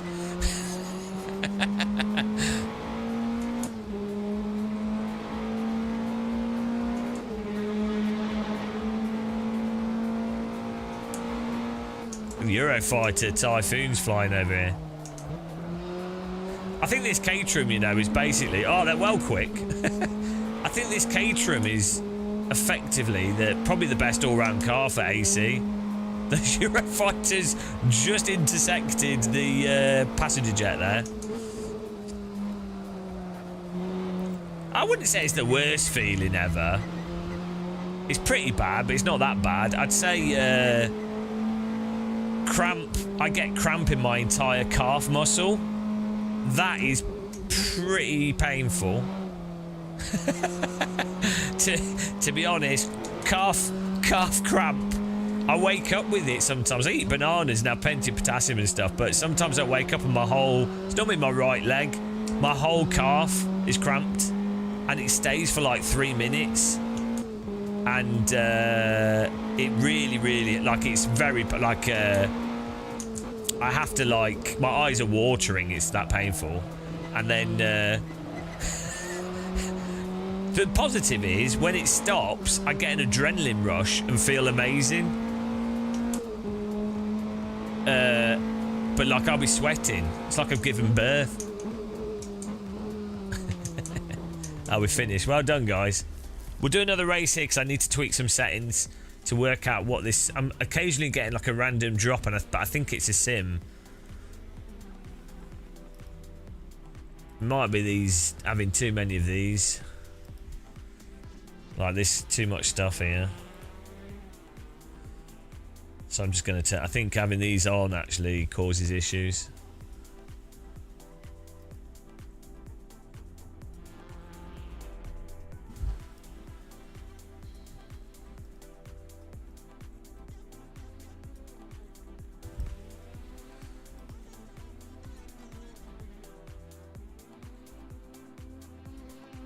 Oh, that's what I could do with the real-time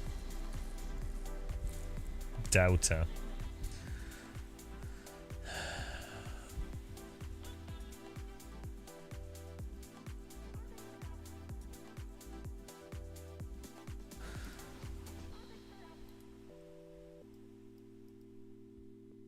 Yeah, so we've got these open on here as well. This one's for 2D.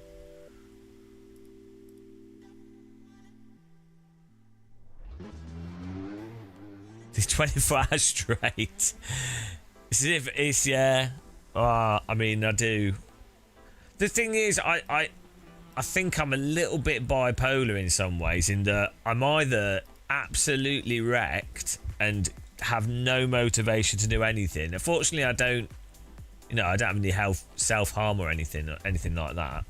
But I have, like, my brain's just off, and it's very hard to think to do anything. And that can go on for a while. But then when that's not happening, I can just do stuff for non-stop. It's really weird. I don't know what's wrong with me. Probably ADHD, bit of bipolar, I don't know. But for nothing negative, really. Well, negative for you guys, but not for me.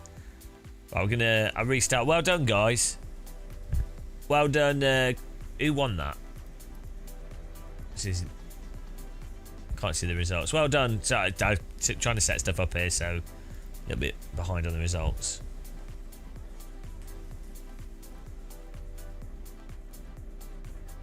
Thank you for saying asynchronous spacewalking feed. Yeah, so virtual desktop is fantastic for the plug and play and for games that are not massively demanding. It's incredible. Also, the video codec at 200 megabits is really good, and like how seamless it is, absolutely amazing. Also, its rooms, like the cinema viewer stuff is amazing. So virtual desktop is absolutely incredible. But if you're playing driving sims or flight sims, if you want your settings good, you'll start finding that the asynchronous space warp's not as good. You can't get a smoother image. Well, is it updated on Windows or on the headset? I've not. I mean, we've only tried it. When did they do the update? Because last time I tried it was like 3 days ago.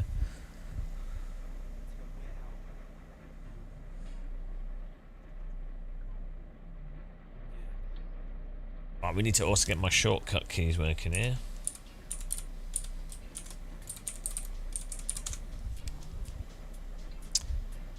Okay, do a quali again, guys.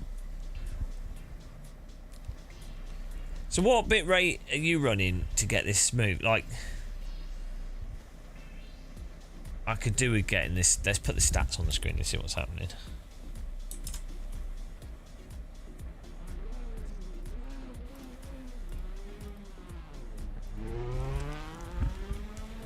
Right, so this has... So that right now this has 30% performance overhead, but occasionally we're getting like this random stutter drop. I think that's an AC issue rather than a VR issue.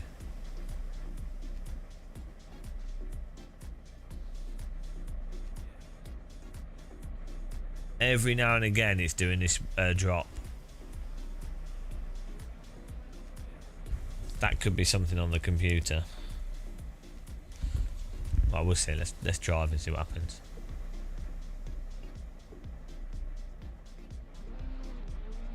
I'm not streaming off this computer.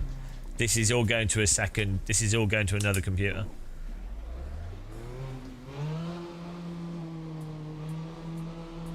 So if you've got a 30 to 40% overhead, it's weird to get occasional one-off drops.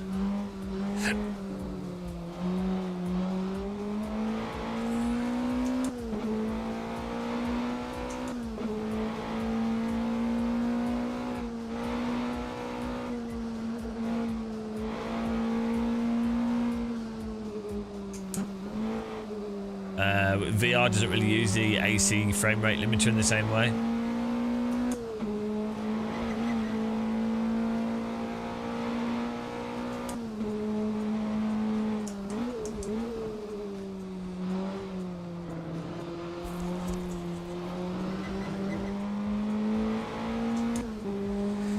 No, so the bitrate is not affected by the GPU, because any NVIDIA card over a 30 series NVIDIA GPU can do like 4K encoding for free, effectively.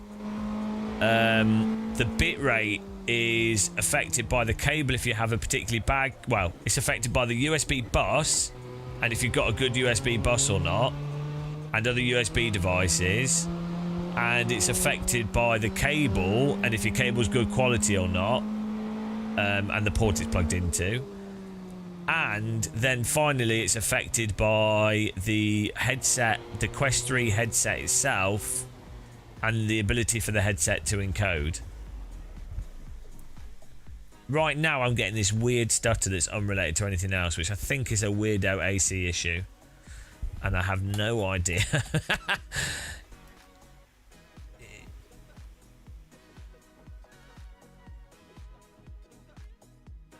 Even if I'm stationary, it's doing it occasionally, which is a super weird thing to turn all these apps off and see if that helps.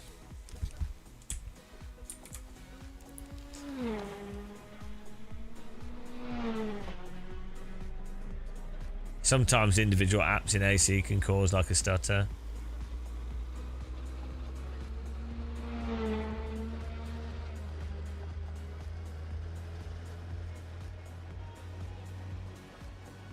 This is the thing with VR.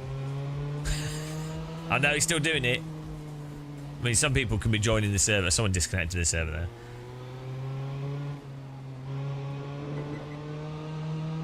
No, it's not to do with moving head left and right. Nice, enjoy the karting.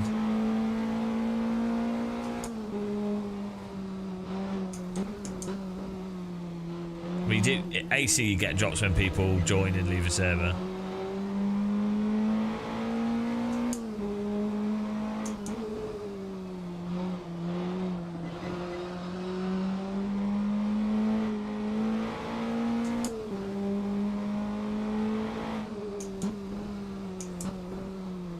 No, it's still doing it. This is very weird.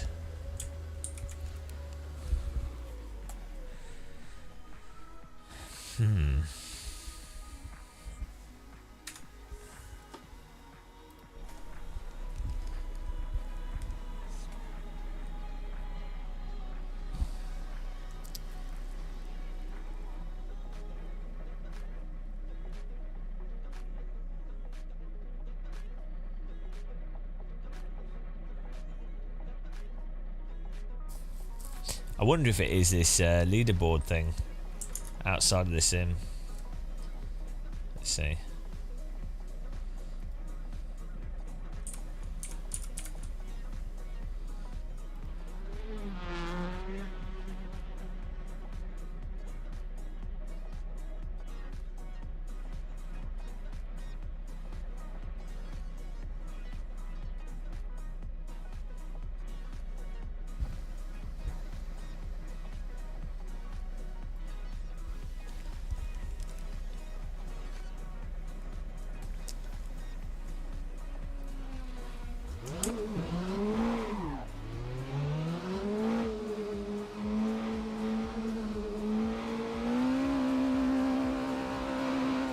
Yeah, no, it's because that's in game. I'm using the Oculus render stats. It could be something in AC, but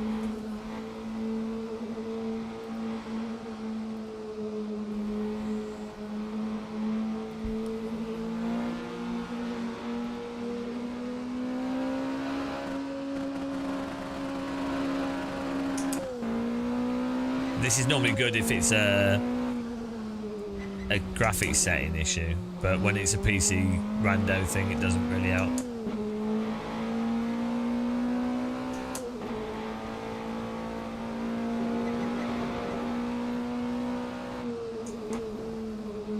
It's a new way to drive with a UI with this in your face.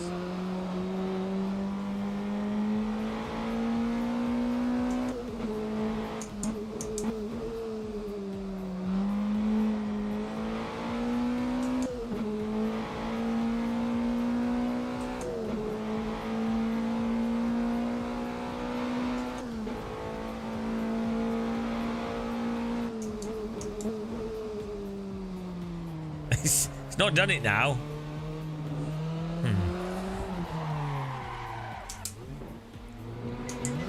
Maybe it was. I think it might have been the overlay.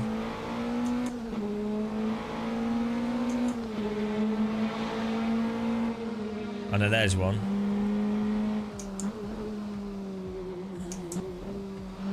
It's not.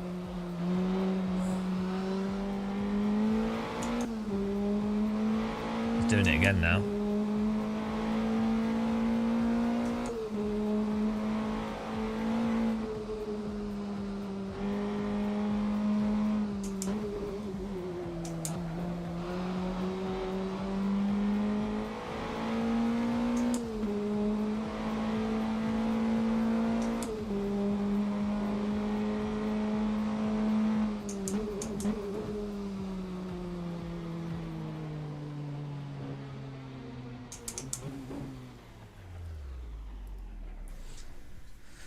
Very strange. Right, let's just try this. I think I've got single pass stereo on already at the moment.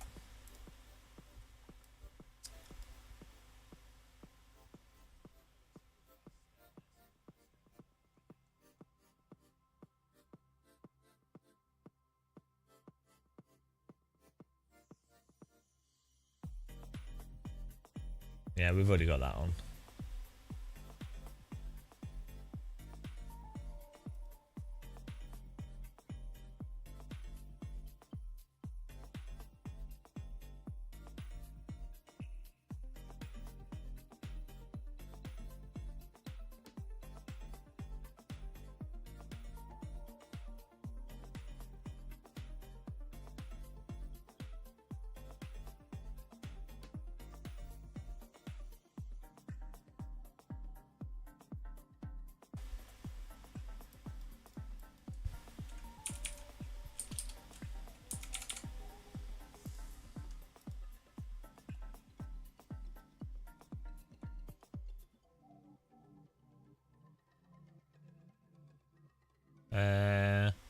I've not been having shadow issues with those settings.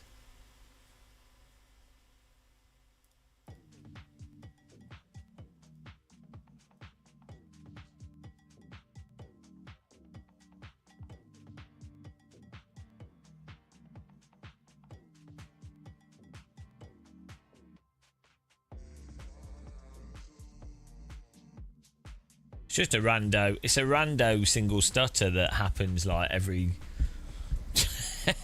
every now and again.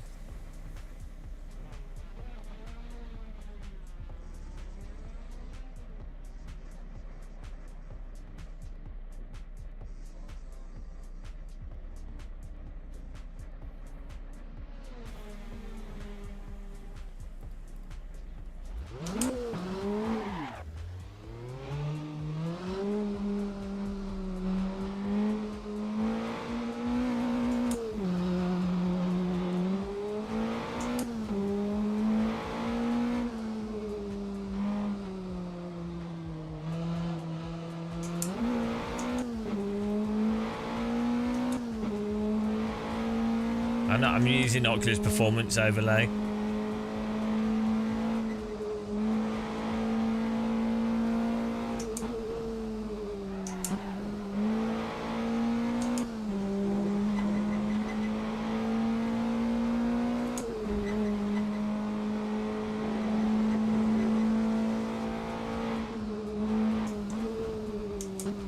It doesn't seem to matter what settings we use. It's very weird.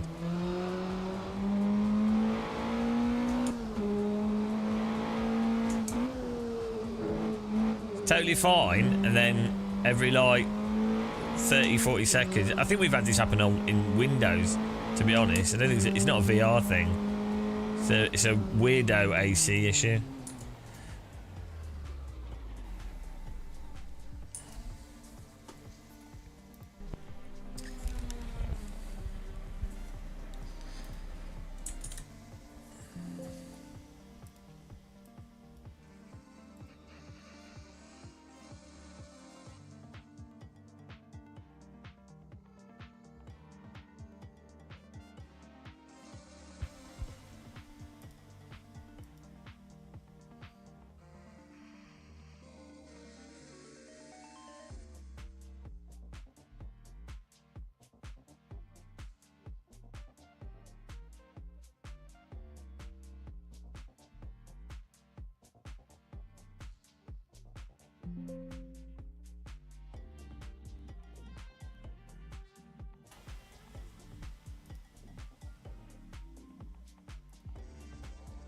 This is Donington.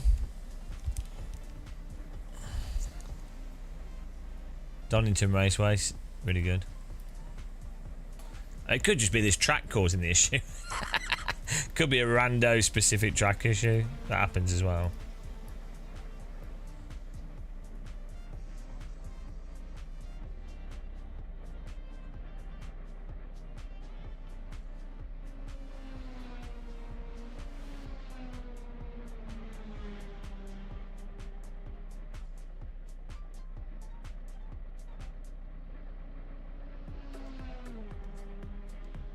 Yeah, this is super weird. Even when parked, it's doing it. It's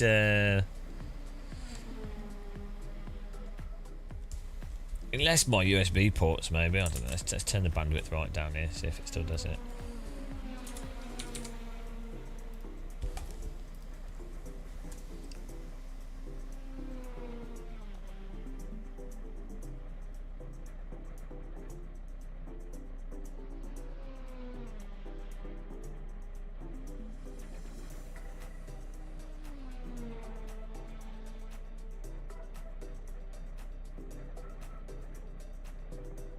I might plug in a PCI USB.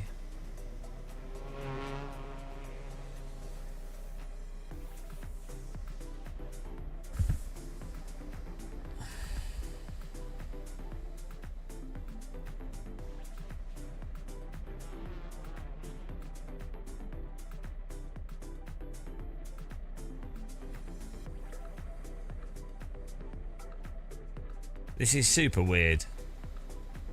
We have it 30% overhead, and then every now and again, seemingly erratically as well,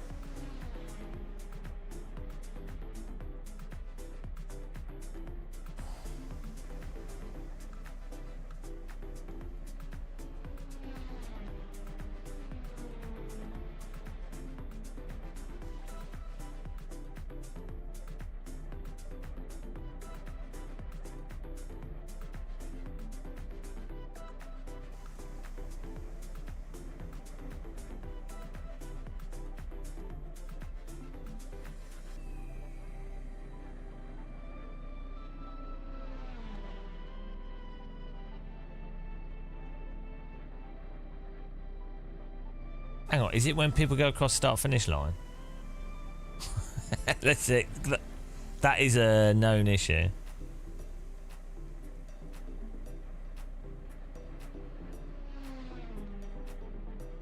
No. I've been trolled. Oh. No.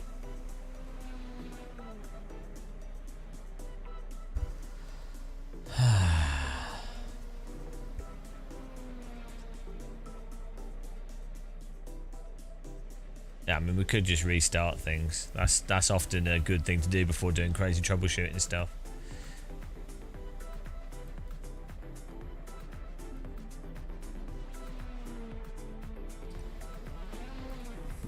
Oh, it's very weird. Well, we can give it a restart. It's a good idea.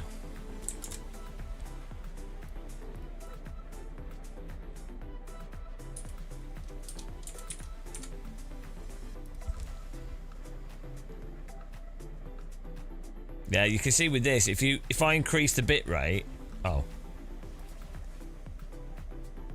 forget that.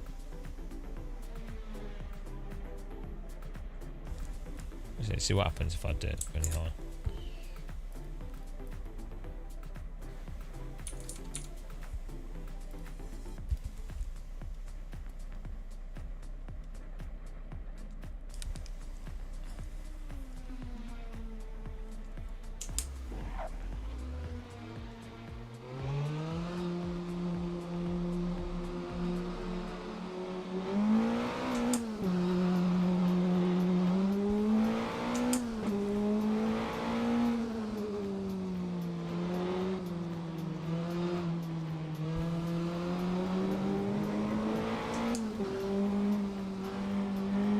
No, we turned all the stuff off.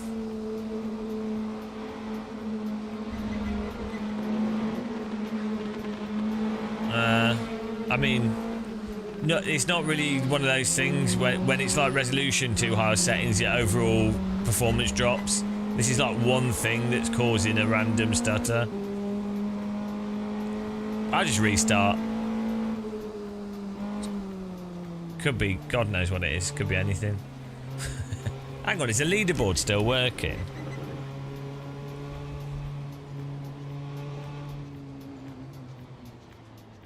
No, that's all turned off. So it's not that. It's very strange. Yeah, we'll have the review soon. Yeah, we're putting put a good amount of time onto it. But I'm just going to reboot. Most people wouldn't even notice this stutter we're having though, to be honest.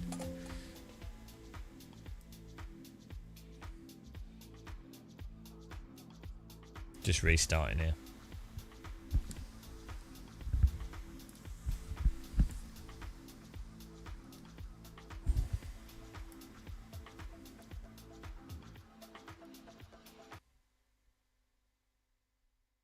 It's a remote server.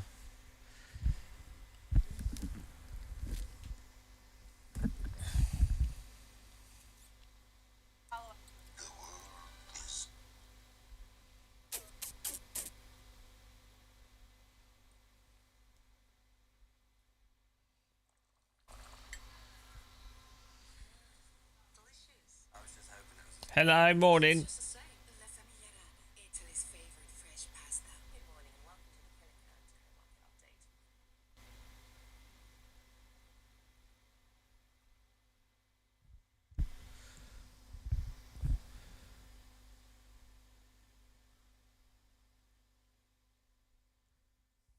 Yeah, but it's not it's not a gate. It's not one of those things causing the issue. I don't think.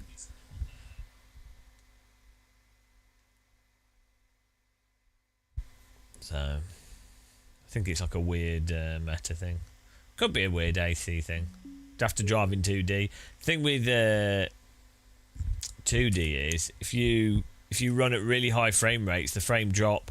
Well, yeah, one of the advantages of having higher frame rates is that when you get frame drops, the other frame rates are so quick you don't notice them as much.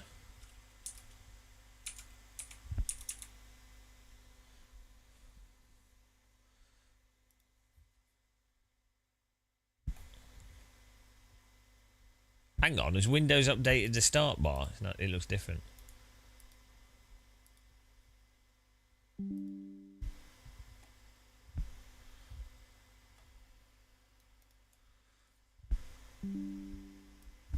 T in capital letters is the password. Right, let's see.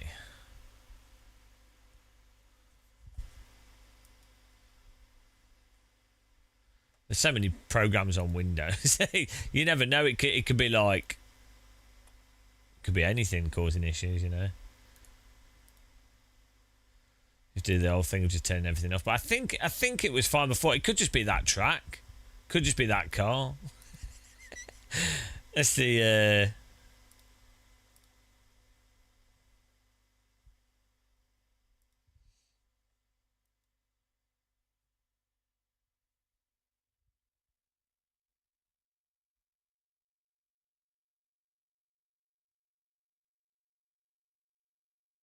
Could be a website. So much stuff that could be causing problems. Oh, wow.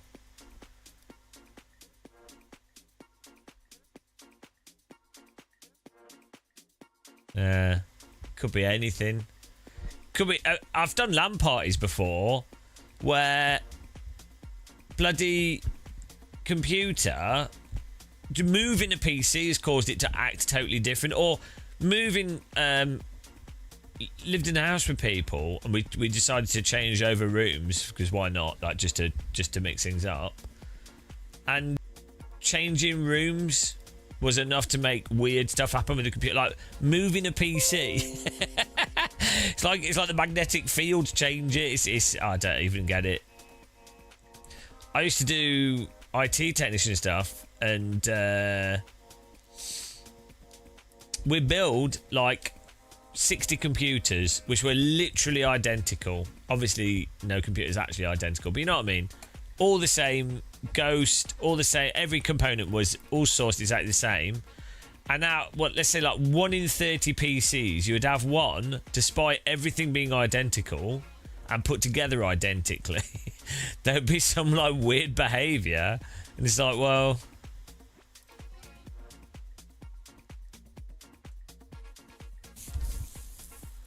Oh, I forgot to turn my VR headset on. That's a huge error.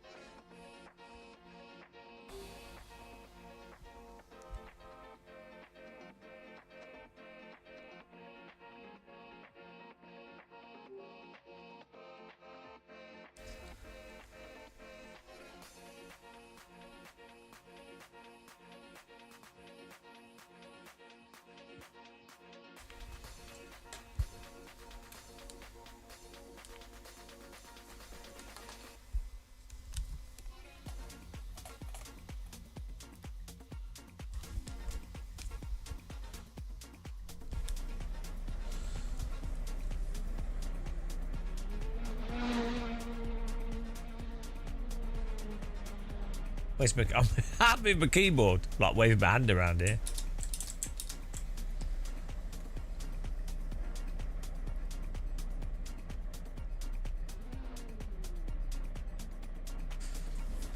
Alright, let's see if it still does this. Oh, set up.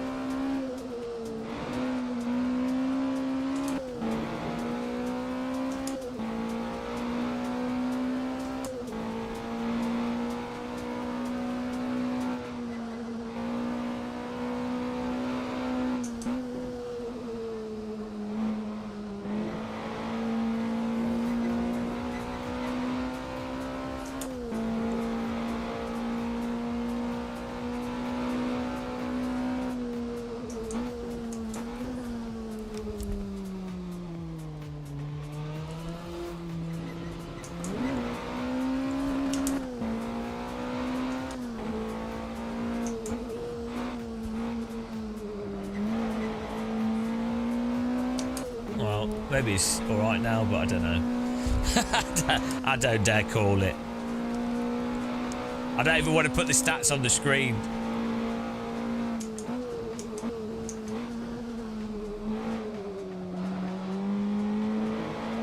Ooh! See, I do the correction with my left hand. There's no reason why I can't do it with my right.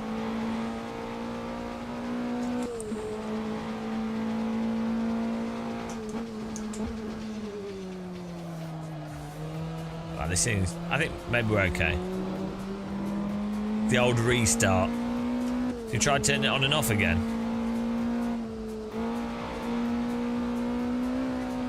This is a great track.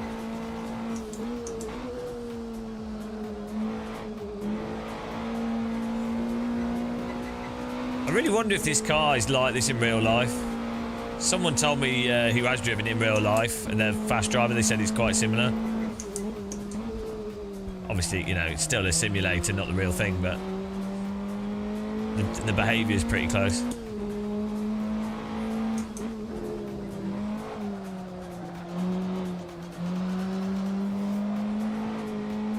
I think the real car's a little bit more snappy in rotation and holds drifts a bit better.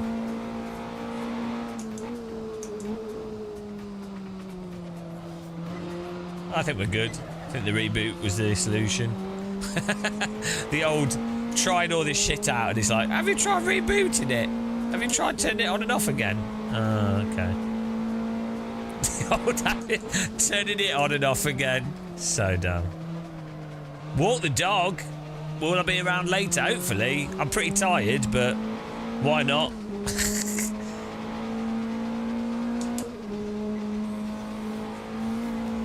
Proper enjoying AC in VR.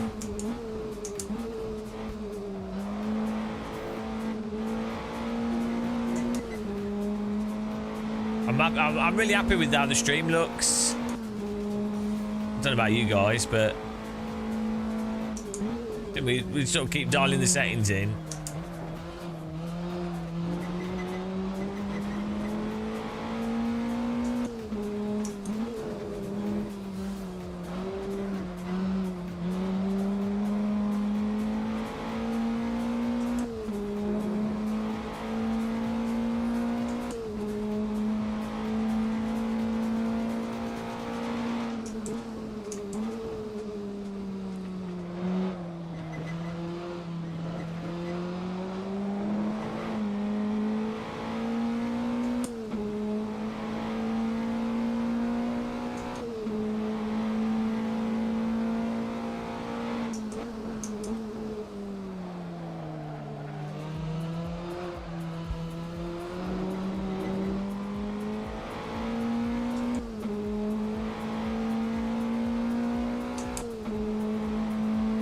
Watch out, guys. We've got 20 seconds here to do a fast lap.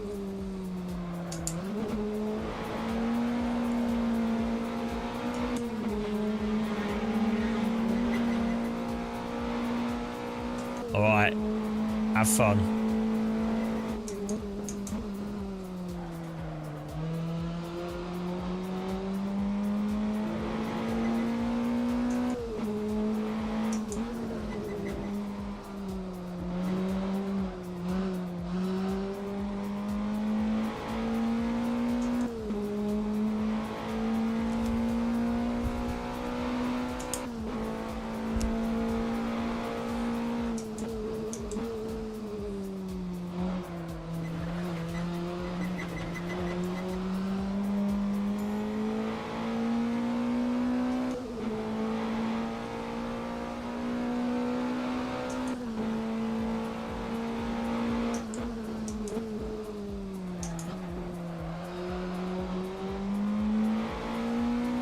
Why does it let me do another lap?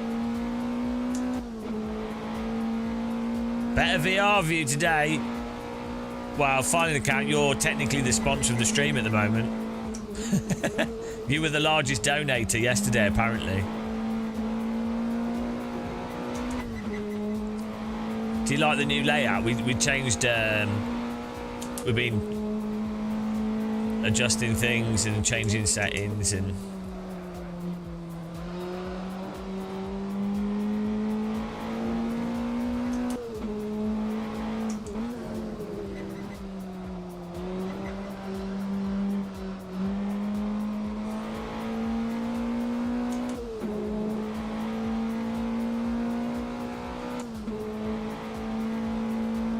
Much better. Well, that's good. Positive review. Quick, throw him in the gulag. He was positive. Illegal positivity detected. Detected. Oh, okay. We just don't get a checkered flag, even though the thing had finished. We'd, oh, that's fine. Detected. Detected. It's been detected. So, oh, I don't even know. I mean, he seems pretty happy with. I think we're running 750 bits through the cable now. The image looks nice and sharp.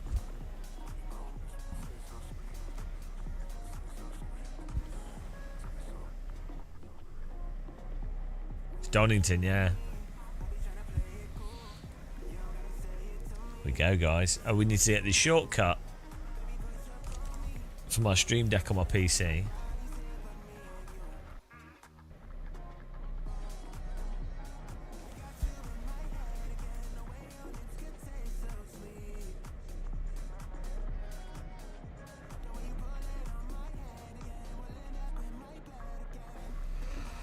Ooh.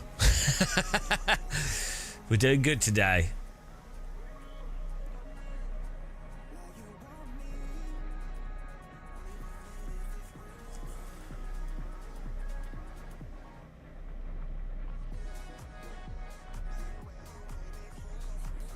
We're ready to go racing. We need to get the shortcuts going on. I think I need another cup of coffee.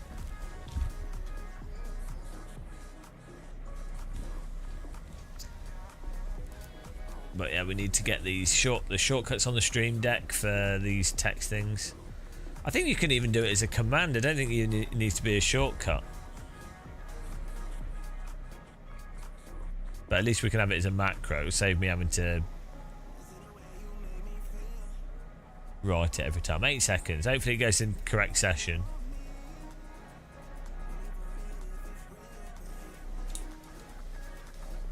There we go.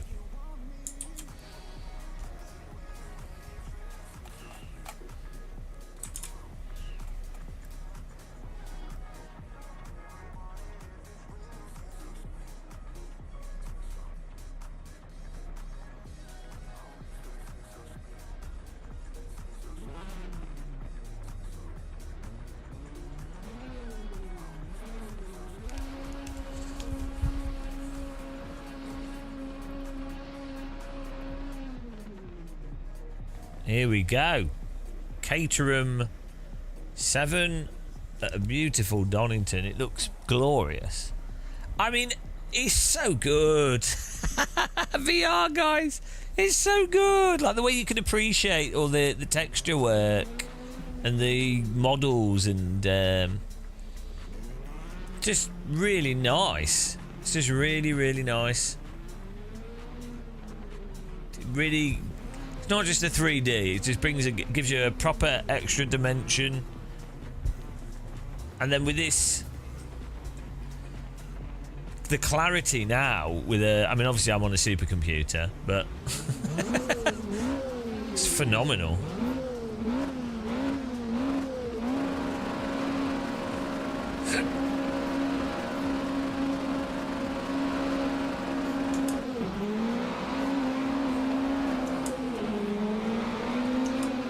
Oh, it's so good.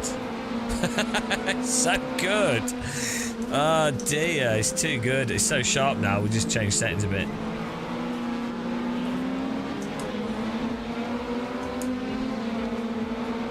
Getting addicted to resolution, guys.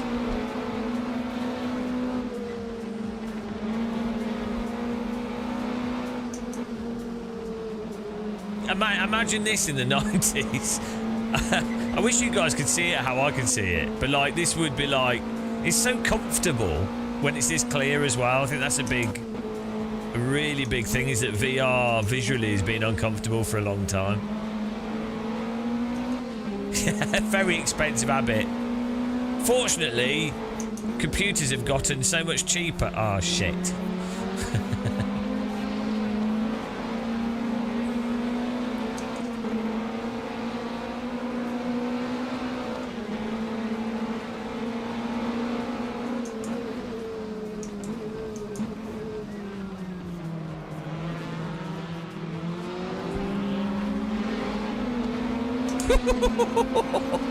Filth.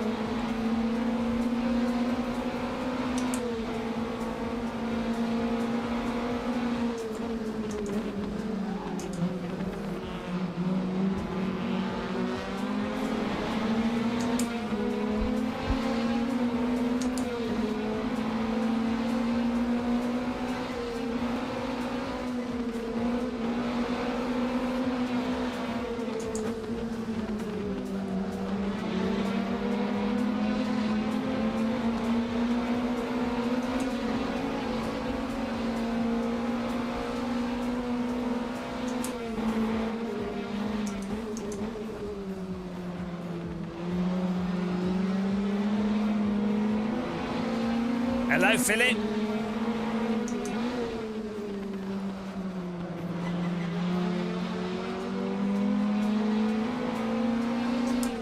Yeah, it's better to be zoomed out though with the mask, because otherwise it crops so much of the image.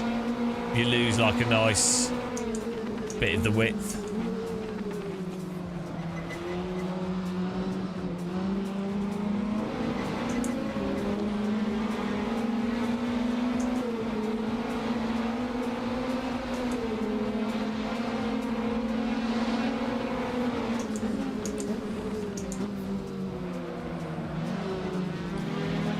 Bit of a bonk there. Blessed be the netcode. Fantastic racing this. Look at this.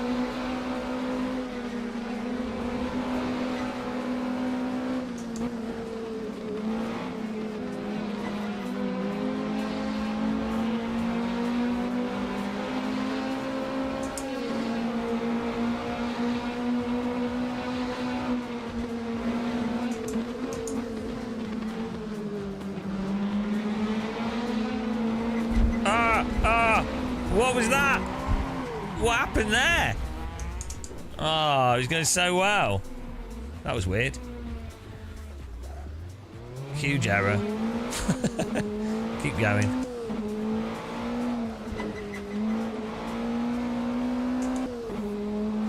Absolute bonker armour there.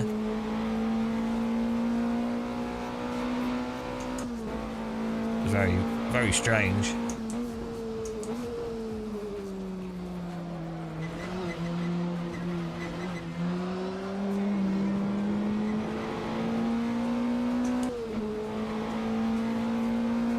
In the 90s, you could get a computer for like... It was always like £800 for a mid-end system. But that would have got you... So in the 90s, that would have been like... You know, Windows 95 with like a 200 megahertz system.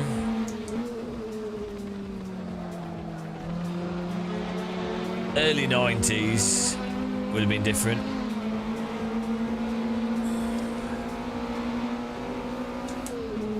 Like Windows 3.1.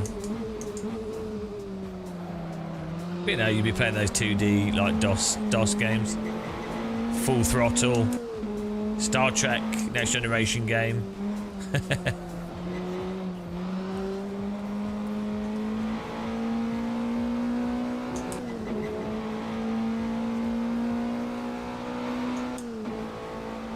MMX. Voodoo 2 was like 98, I think.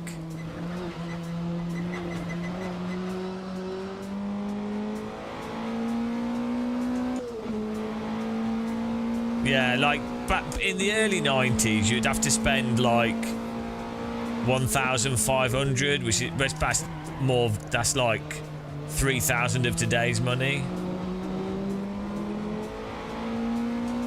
800 in like 2000 would be like £1,200 of today's money.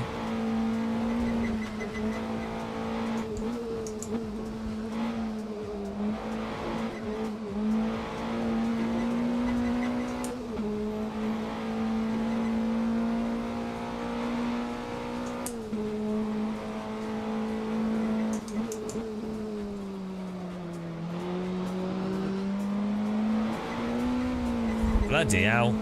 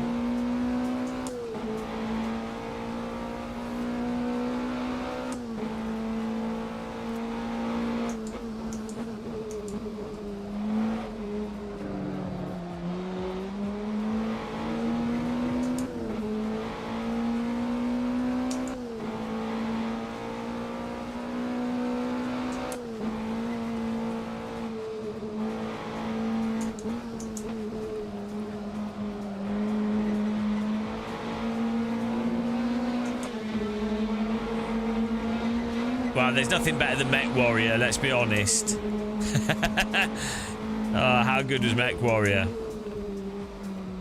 That was like Mech Warrior 2 But it was so hard. Like, when those games came out, I was like a young teenager, and those types of games, there's just so much. Like, now I'd be like, oh, it's all right, I understand it all. But like, when you're like 12 and it's all new, even Doom felt like really like complex and all this stuff to it and everything. Because when you're younger, you have no like, you're learning everything afresh. You've got no like framework for it.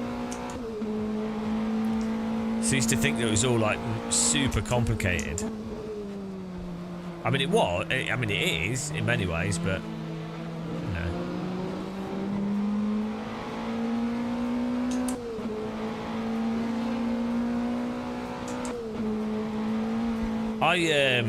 I found Doom when I was on a French exchange, and they had like the floppy disks of it, the shareware version.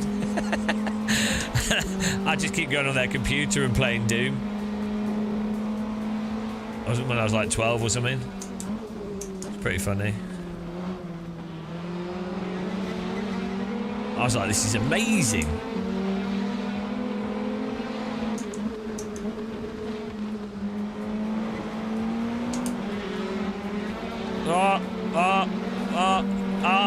Oh my god, guys.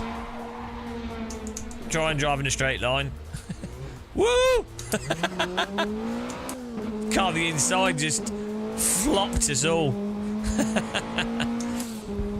Disaster.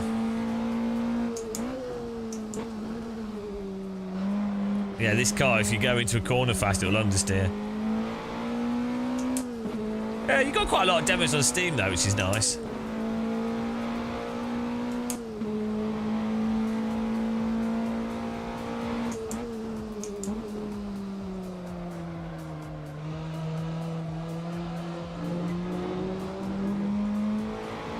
Red Baron is like a World War I combat flight simulator, like a biplane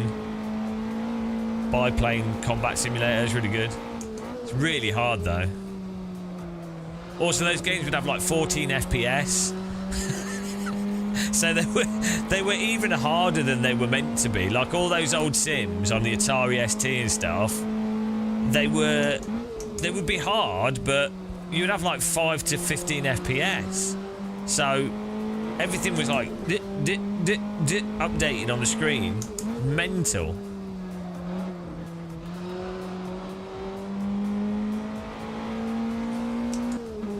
Yeah, gaming magazines were good. You just had I think that's the thing that a lot of people now probably wouldn't appreciate, is the sheer lack of like information availability pre 2005, I'd say. There was just a sheer lack of information. Oh, we're finished. Well done, guys. Oh, we got 7th, as foretold in the prophecy. Good driving there, guys. Sorry if I drove into anyone with a bit of a weird contacts going on. I think probably a bit of Australian netcode getting us.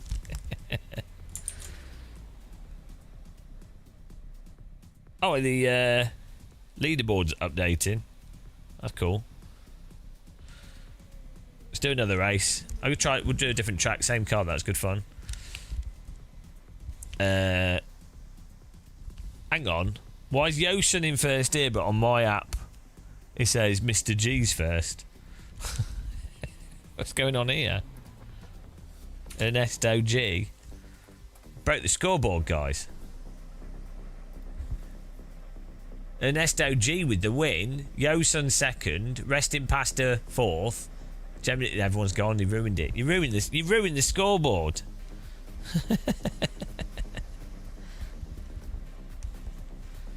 Wow. Did you win? Data's been deleted. Right, let me get this. I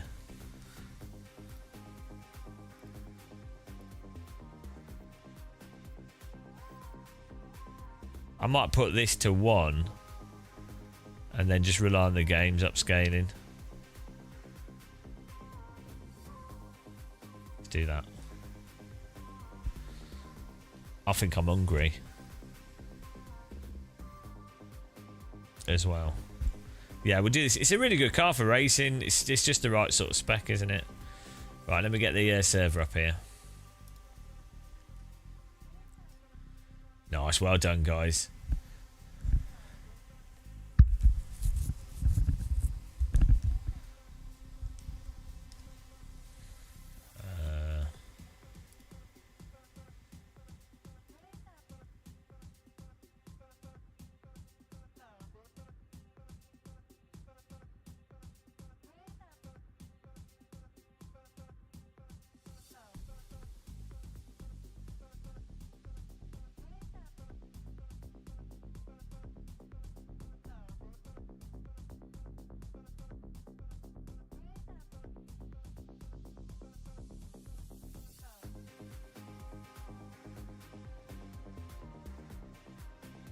I don't know what this is. It's a track. This is a track, at least. Just, why not? Let's try this. I don't know if this will work. We'll give it a go. Ridge. I never got on with Ridge Racer. That drifting mechanic did not make sense to me. I know it's like pure arcade, but super weird handling.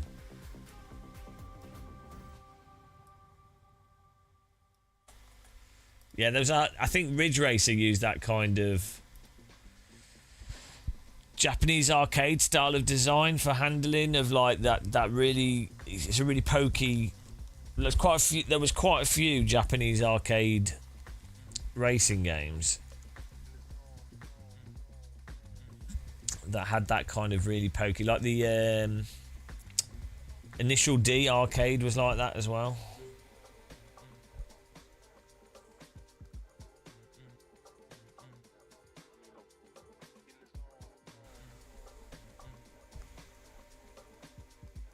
Okay.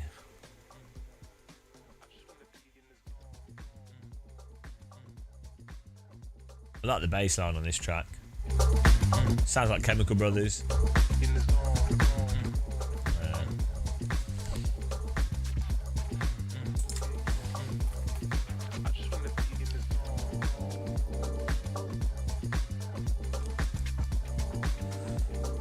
Oh yeah, Ridge Racer had really good cutscenes. That's what I didn't get with Ridge Racer. It was presented as if it was realistic, but then it wasn't. It's very strange as a game.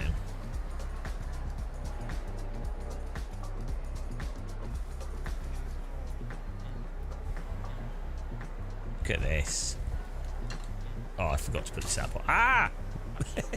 Oh, you can't see what I'm doing.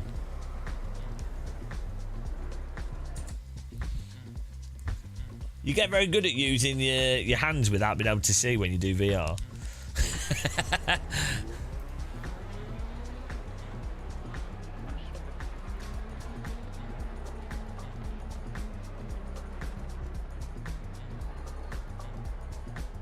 Yeah, but the drifting thing in Ridge Racer was really weird to me because you could do like reverse entry drifting, and as long as you were in the drift mode, it'd go through the corner. It's just weird.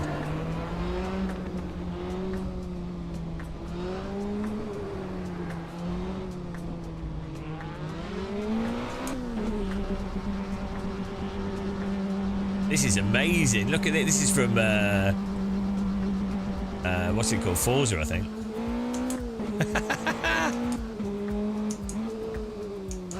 Ah, it's phenomenal.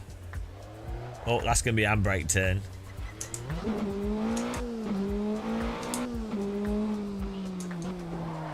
Ah!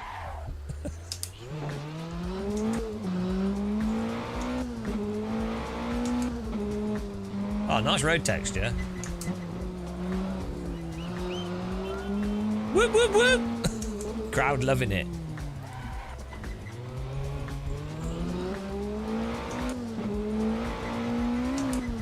This is crazy. Okay, this is going to be absolute carnage, guys. This is going to be a mental race. That's cool how you can hear the crowd whistling as you go past them. Whip, whip, whip! I don't know. They've got does a download link? I can't even think today. Does a download link work on the server? It should do.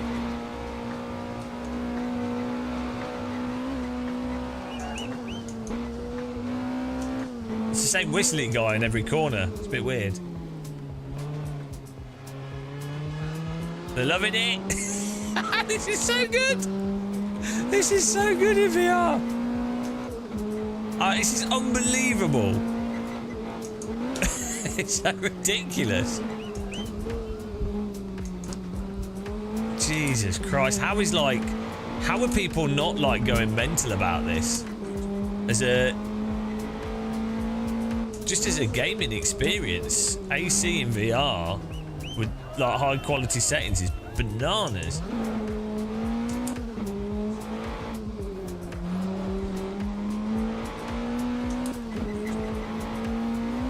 Oh, there we go. That's one lap.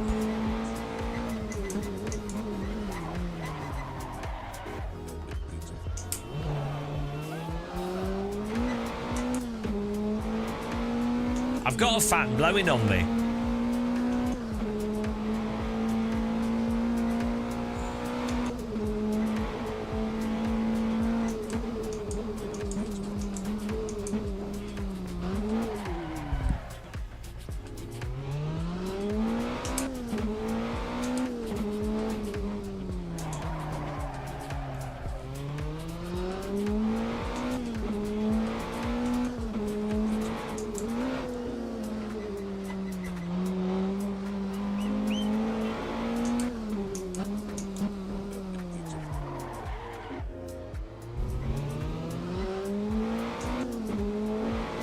This is a very safe racetrack, I have to say.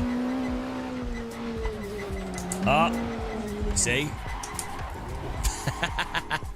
I'm going to turn the graphics up even higher. I'm addicted! I need more. We're going to turn AC res up. So we turn the headset down a bit.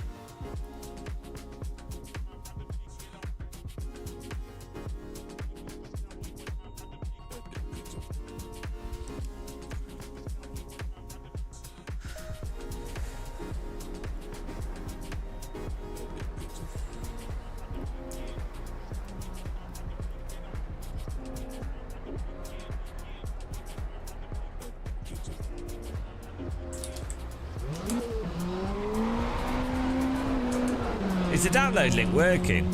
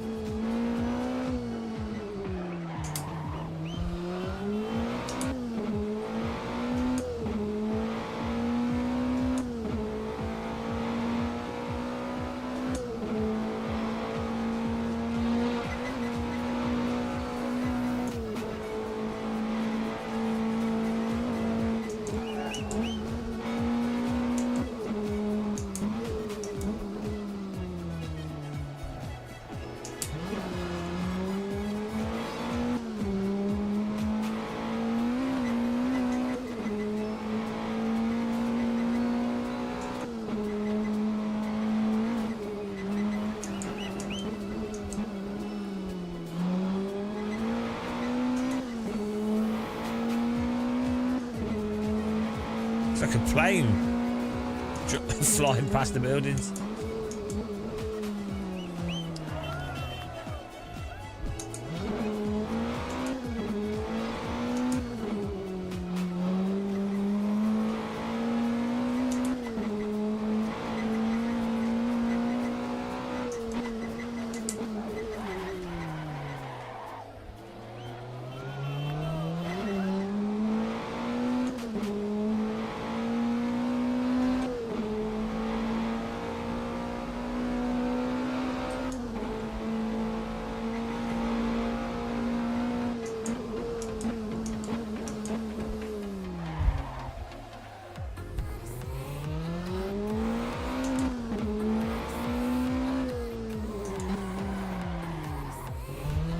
It's very hard to be quick on this track.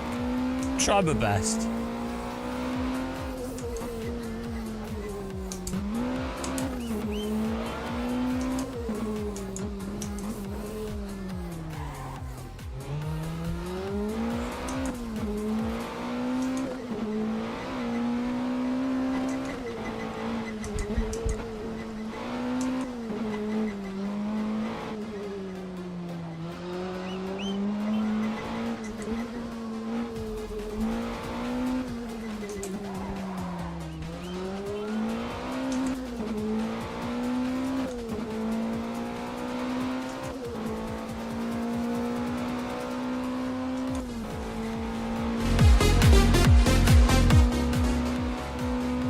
Plane's landing gear are down.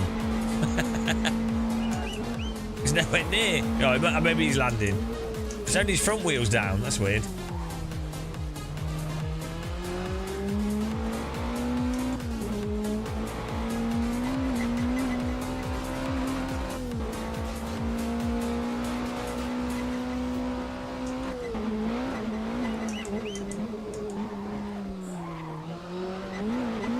Ooh, a bit bumpy. That plane's rear wheels are down, but not its front wheel.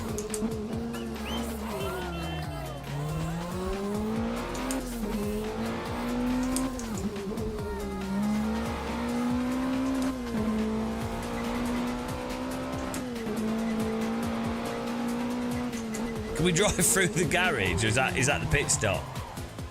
Oh, it's the pit stop. It's literally the garage.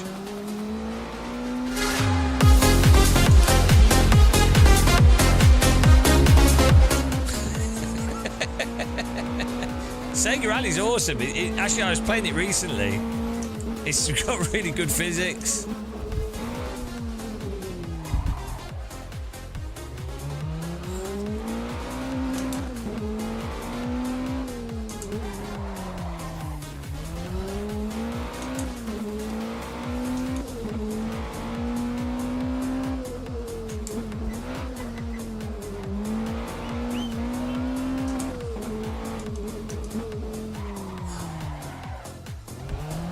Woo!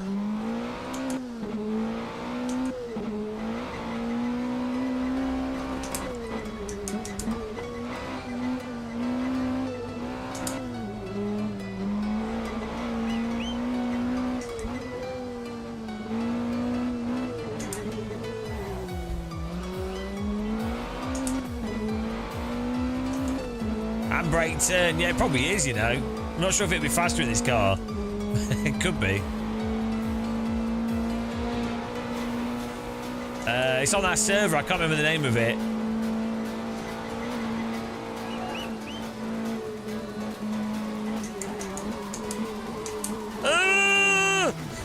Locked up.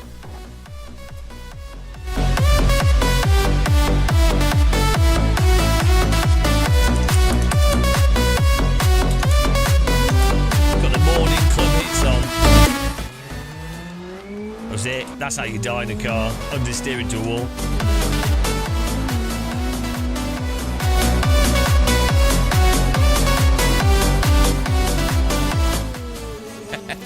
Stupid. Oh, I love cheesy dance music.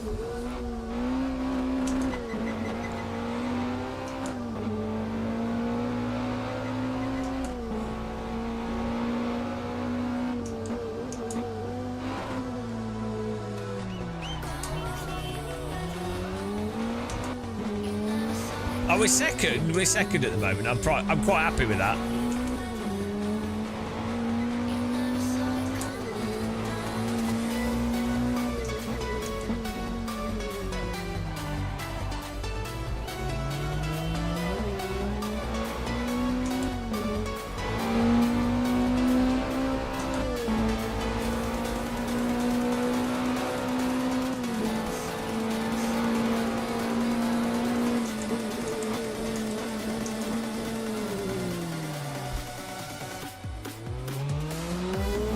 Yeah, this is AC1 on the Game of Muscle server.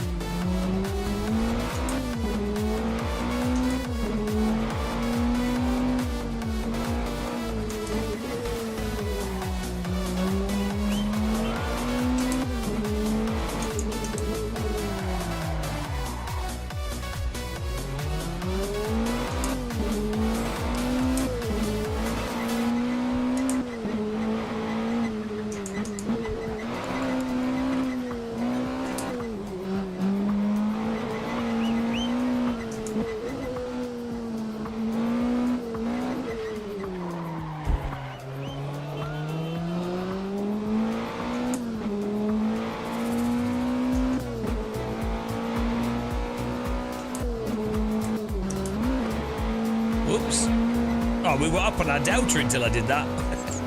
You idiots. I'm an idiot. Oh, this corner. Kill. Shit. Sorry, matey. Just broke your legs. He looks dead already, though, so no loss. Oh, they had to stop the traffic.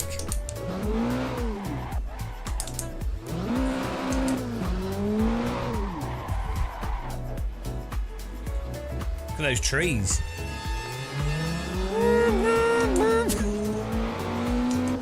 This is a very hard track. I might get a cup of tea, actually.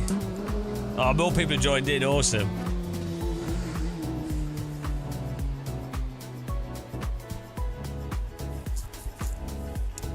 It's Brazil, right? I mean, it kind of looks Spanish. Subway. Ammunition.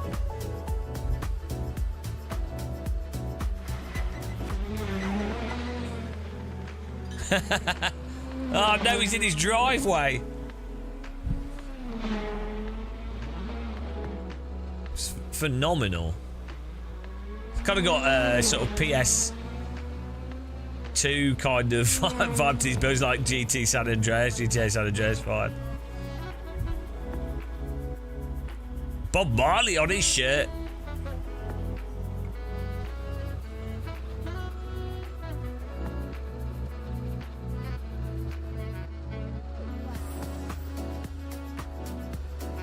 What they need with this are those sprites, animated sprite spectators, like the Mortal Kombat sprites. I don't know if you can do that in AC. Do you know how they were in the Road Rash games?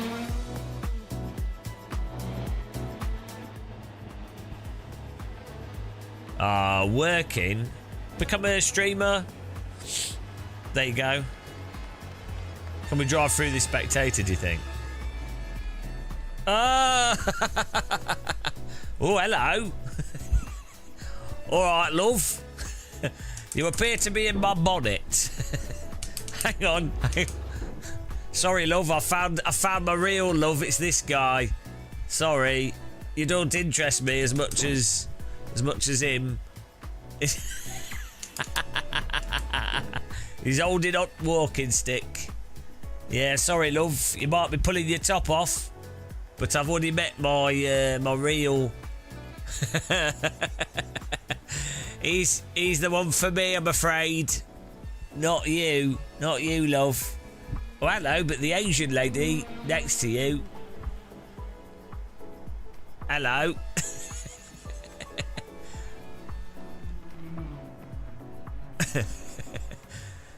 The problem with women like this, you know, is that they have two-dimensional personalities. Often. Do you know what I mean? That's the issue. She was very two-dimensional.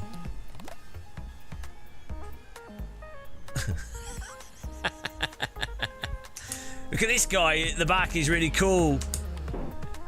Yo! What up, what up? He definitely does breakdancing. I think he might be about to go into a spin right now. Look, that's my... this guy's my type of guy over here. Look at this. He's got the same amount of charisma and style as me. He looks like Boris from GoldenEye.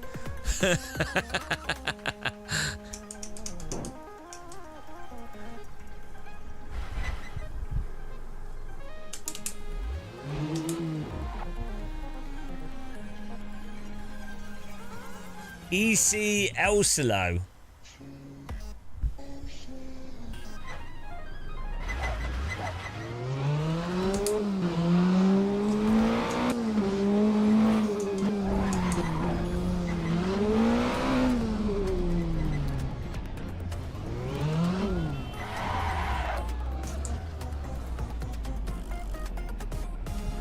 I might need to put some gloves on. Oh, we could put some... yeah, I might put gloves on. My hands are hurting. How long have we got? 10 minutes till the race. This is amazing.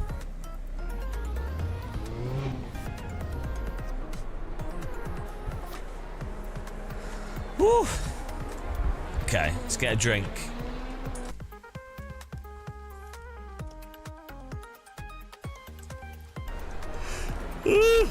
Good driving so far. We'll do this race. I'll get my cup of tea first, though.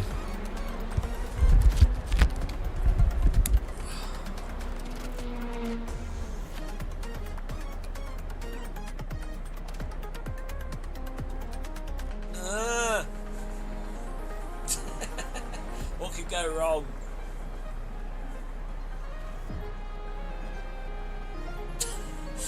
Doing VR after not sleeping. Right, just get a tea. I'll be back in a minute, guys.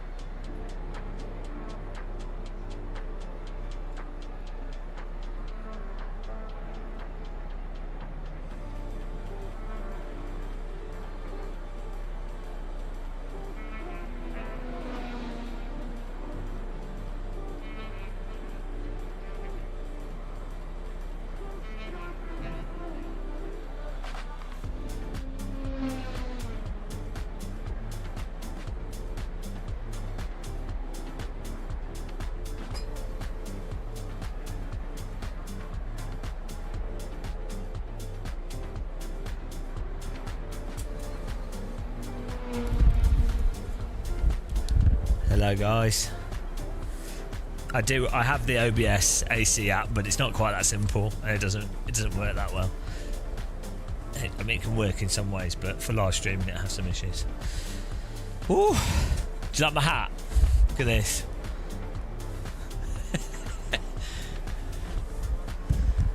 I think this is a good hat. I bought this because I thought it looked great. It's yellow as well.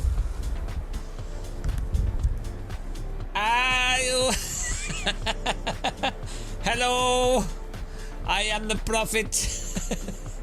I come with information from the universe. I will reveal the secrets of the universe. I have the secrets of the universe. I behold all the secrets of the universe. I will convey to you the knowledge of the force feedback given to me by the forefathers of interdimensional travel. I have traveled all times and all space, so I can tell you the good news.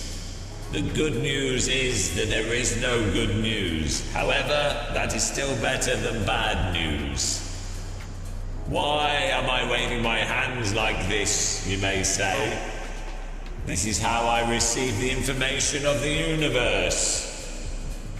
My hands are receptacles for all knowledge related to force feedback.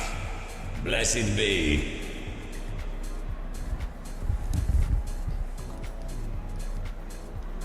There you go. Well, that's the hat of all knowledge.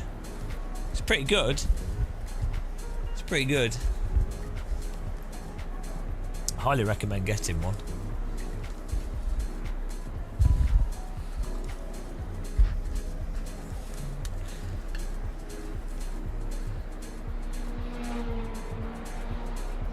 Whee! Oh, there we go. We're ready. I put some bread in the air fryer as well. I wasn't just getting the hat of all knowledge.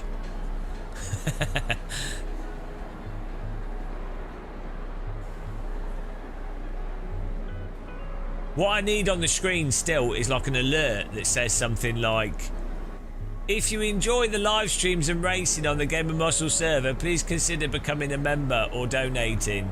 It is greatly appreciated. But at the same time, don't feel like you have to, and only do so if you have money to waste. But I need something that conveys that message, but shorter.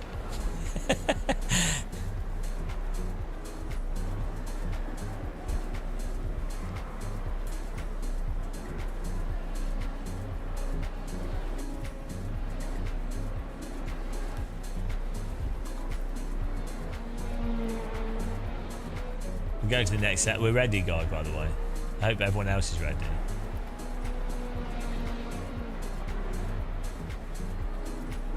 This is going to be absolute carnage. There is no way this is working. Absolutely no way this race is going to be going clean. It's a statistical impossibility. But we'll try.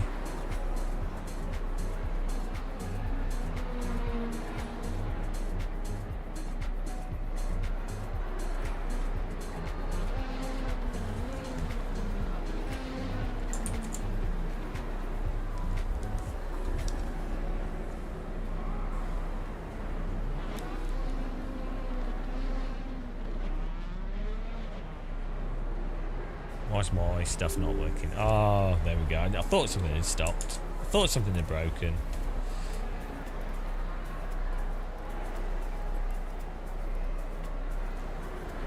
Fixed it. There we go. We're ready. I need to fix our Stream Deck thing. Here we go. This could only go well. What's that noise? Caterham 7 on a very sensible racetrack. How many people have we got in here? 12 cars to race against.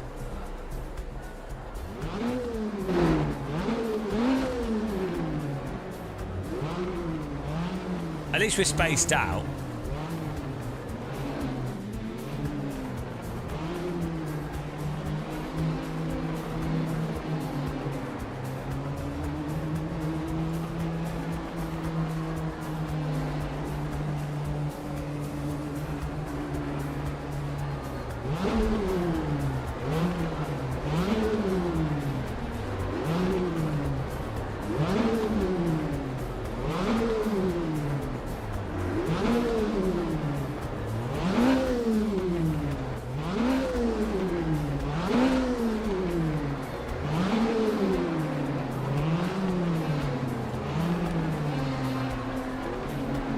Don't know what we're waiting for. Oh, here we go. Here we go. Fasten your seatbelts, guys. Caterham in Brazil. At least I think that's where we are. I'm sure this will go great.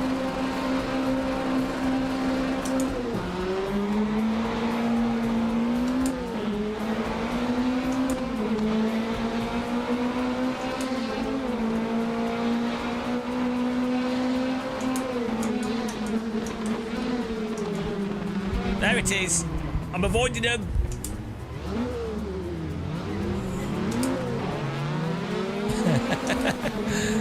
I can see the cars in my mirror getting bigger. This is insanity.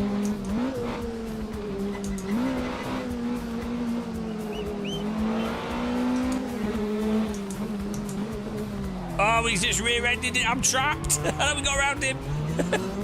Absolute takedown. Scenes here in Brazil.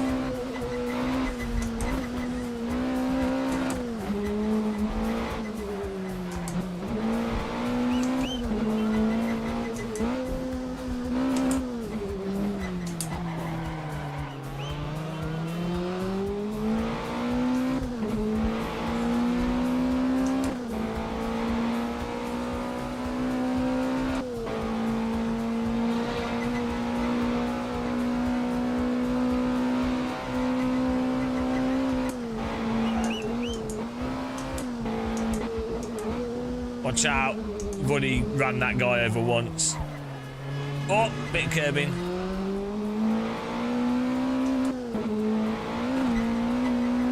I know, well, I'm using the accessibility-friendly version of the car. Don't judge me.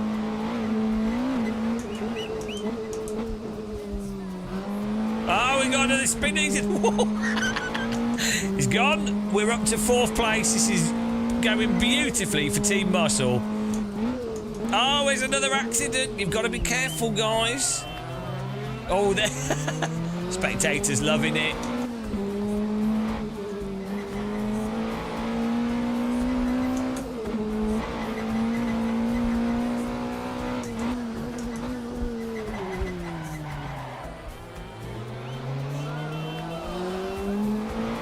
Still in 4th place.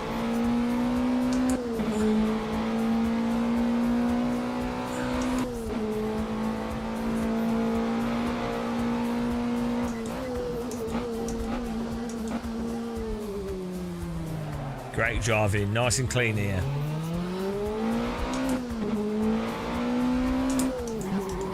Oh, I've missed a corner. Can't park there. Oh, he missed it as well. Car behind me's just driven straight, did exactly what I did. Disaster. This track takes no prisoners.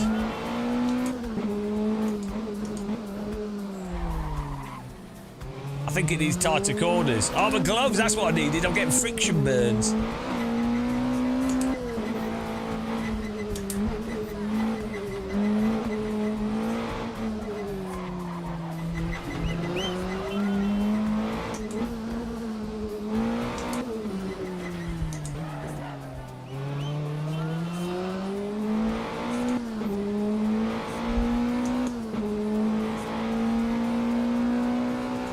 We fit nicely in the middle lane here. I mean, it's not really, it's more of like a a reserve for turning, but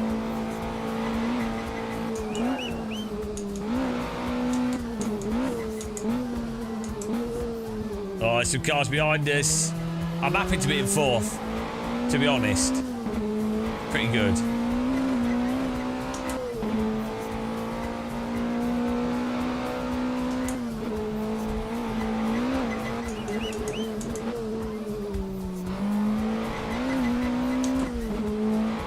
Still got a little gap behind us.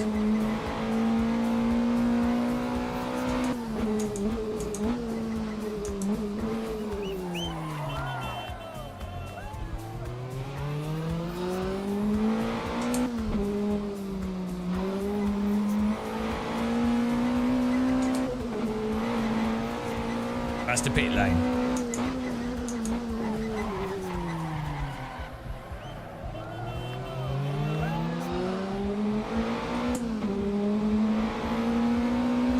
Oh, he's right on the tail. We're going to defend the inside line. Bicycle lane. Drive that bicycle lane. Oh, he's going around the outside.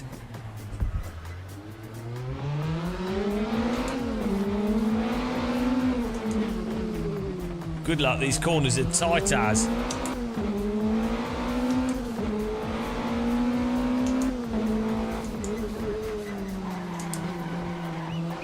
Oh, the understeer. Oh, he's trapped, he's trapped. I'm safe.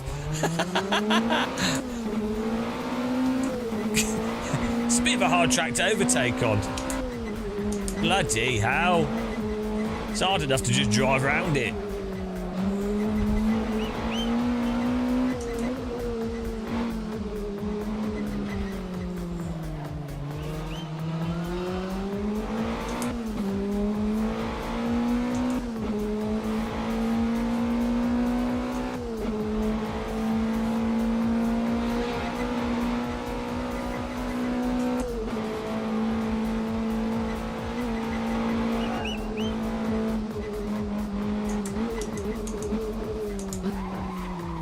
Oh!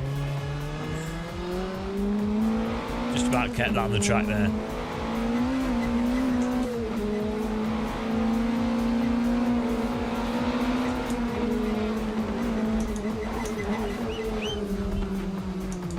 Oh, what an overtake round the outside. He almost lost it there. Junimerics, great move. Incredible scenes.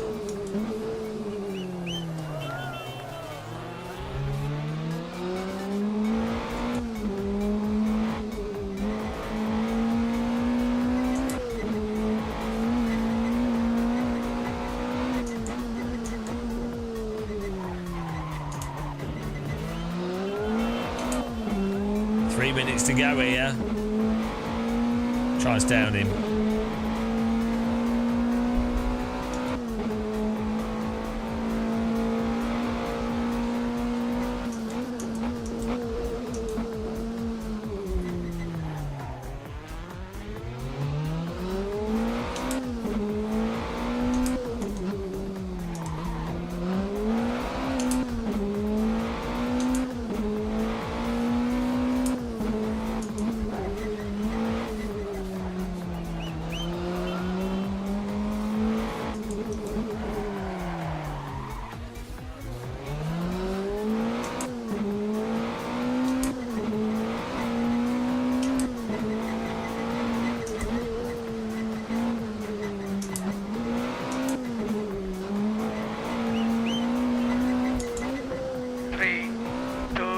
Hello. Go. Don Ramis, thank you very much. Really appreciate the support there. €5, Bobs.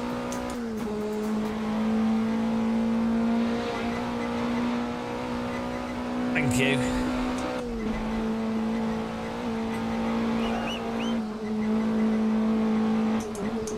Oh, he's in the wall! Oh no, I knocked him on!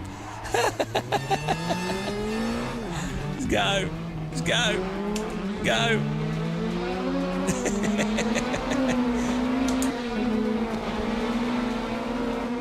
We've still got a race to go here. I think we actually helped him out. Oh no, but his wheel's gone. Is this for Pope? Ah! Oh no. Oh, recovered it. What happened there? His wheel snapped off. Oh, we've got another car next to us. Oh dear God, it's all happening, guys.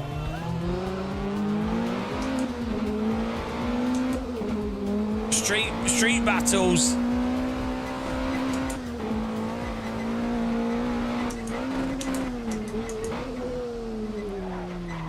Streets of Caterham. It's all good. I appreciate being distracted with money. It's a good distraction.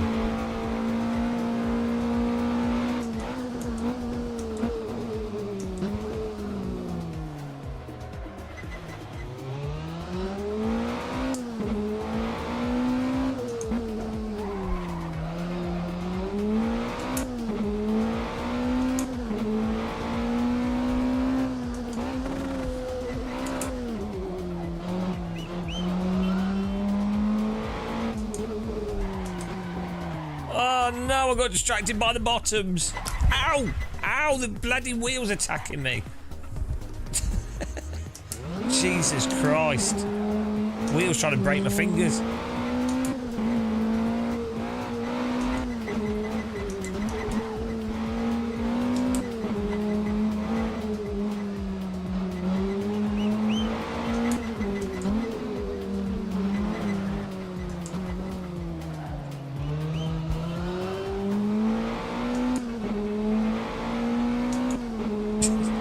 Tried to take my finger off.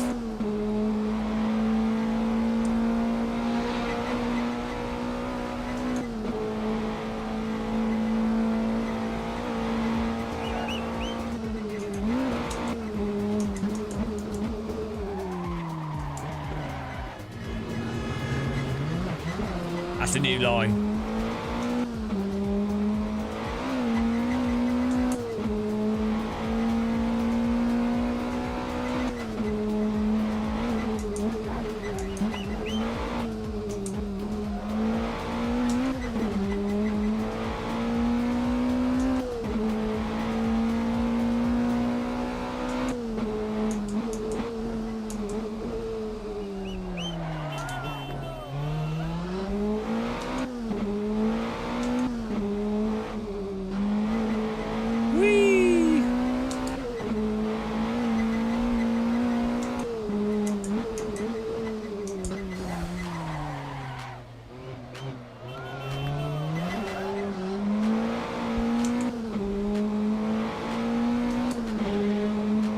That's it. We have to take a glorious 4th place here. Great racing, guys. Bloody hell.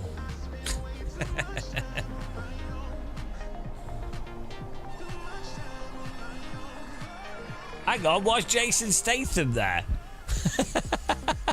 What's he doing there? Looking at me very angry. Also, isn't that Natalie Portman? Jason Statham and Natalie Portman are enjoying this race. They're just secretly in the crowd.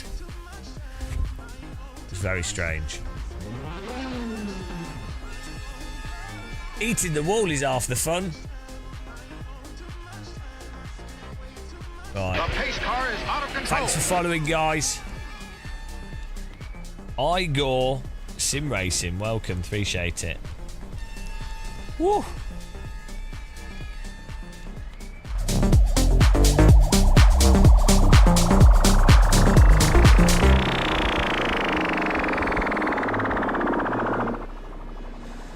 We're going to do a same car, but we'll change track. I need the Paris track, but I don't have the link to it. Good racing there. Swole Rouge, did he win that? Marco 2nd, Geminix 3rd. Well done, guys. I would have gotten away with it if it wasn't for those meddling balls. Yeah, thanks for the donation there as well from Don. You should have done €5 and 1 cent, and then you would have dethroned filing account, and I would know that my top donors thing's working. I mean, honestly, it really should have dethroned filing account. Although £5 is more than €5, so maybe it is still working. But I appreciate it. I want this to know if the top donor thing's working. Thank you very much for supporting this, though. Really do appreciate it. Yeah, if you got guys, if you enjoy this and you like what we do, you can consider becoming a member and what have you, but only if you got money to waste. Really appreciate it. This track's mental. We could do a nice. Bonacabra was really good fun. We'll do that again. Everyone really enjoyed that last time. Alright, get some sleep. Thanks for joining us. Bloody hell, I'm going to get some... we'll make quality a little bit shorter, but I'm going to have some food. I think I'm hungry. What time did I eat? Like 2, 7, maybe... I might have a small bit of chili, but we'll still do this, obviously. Yeah, here we go. We'll do this. What weather should we have? We could have overcast. Could have mist. Broken clouds. Let's have windy. It looks good.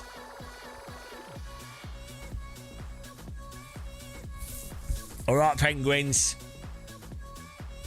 I've got some coffee. Can't go wrong with a bit of coffee. Right, we've got this. We'll make quality a bit shorter.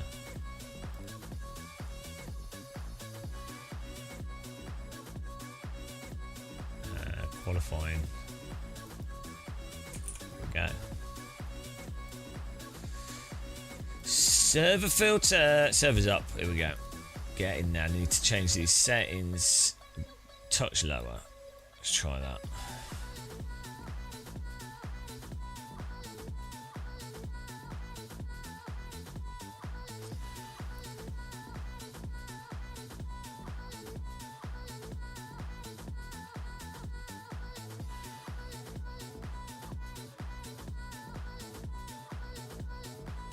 Oh yeah, I was going to try with my Moser wheel. I was going to try putting the what's it called, hands-off protection on.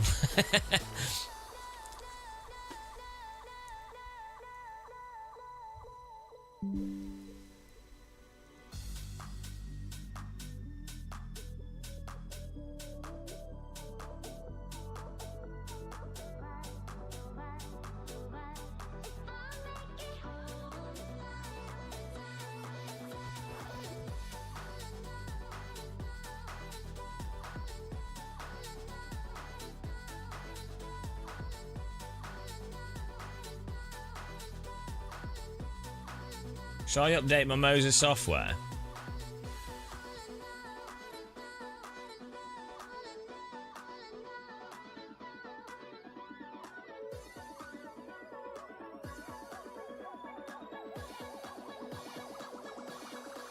We'll remind later. Do this hands-off protection thing. See if it works good.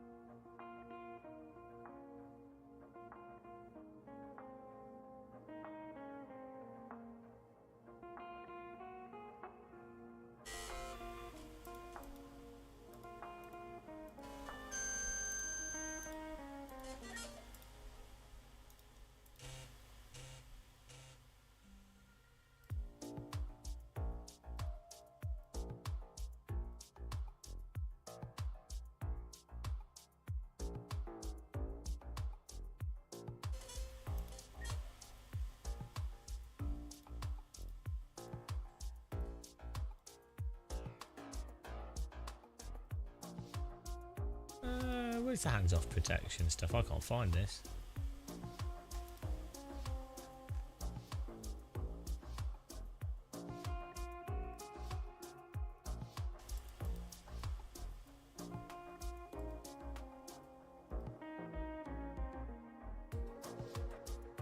Ah, here it is.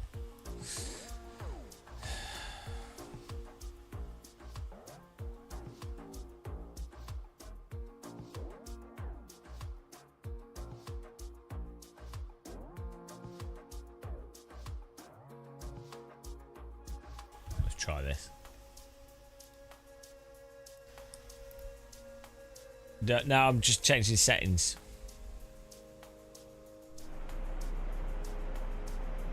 Right, if the colour's like this, like a bit messed up, just make sure you've got the PP in game. The pure PP thing, if it's pure, and then just click activate pure. I think that's what it is. That's the problem I've been having. So just select pure PP off here,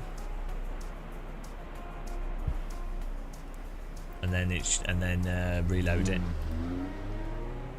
I so still that's how I am when I'm concentrating. I like confuses people. I don't know what I like. A lot of people mentioned it. I sort of. This has happened in multiple scenarios as well. When I'm thinking about something, I just stop moving entirely. I was doing an interview with Niels at Sim Racing Expo, and he was talking, and I was thinking really, really intently about what he was saying, and you can see me on the camera. I just like stop. It's really weird. I think what it is that most people, their brains don't focus attention to that degree to one thing. It is like being meditative as well. But yeah, it's really weird. A lot of people have mentioned it and they're like, that's not normal. Feels normal to me. I'm just in the zone, concentrating on something. Oh, those clouds would be perfect to glide under. Look at that. Yeah, it's just my cyborg battery depleting, that's all.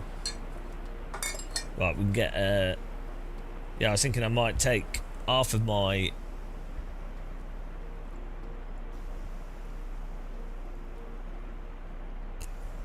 I might have half my chili now.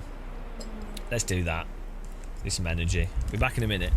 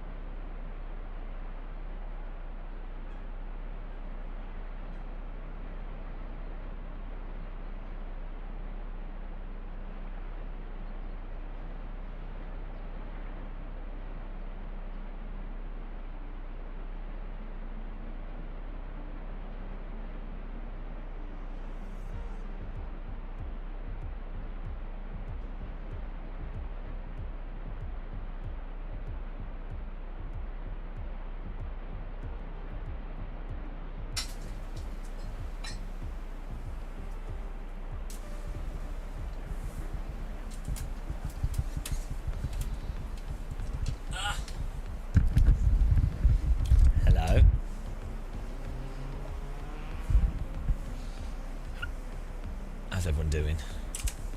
Got my chili.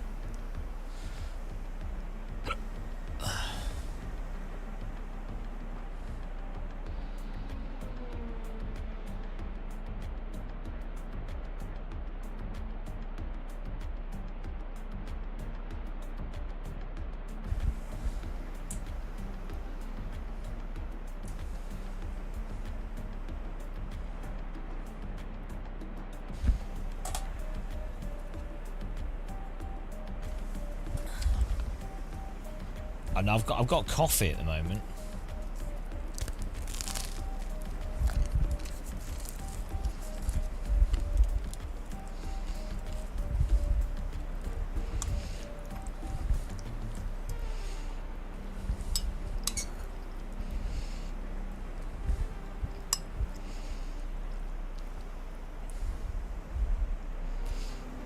No, I got up at like 1 a.m.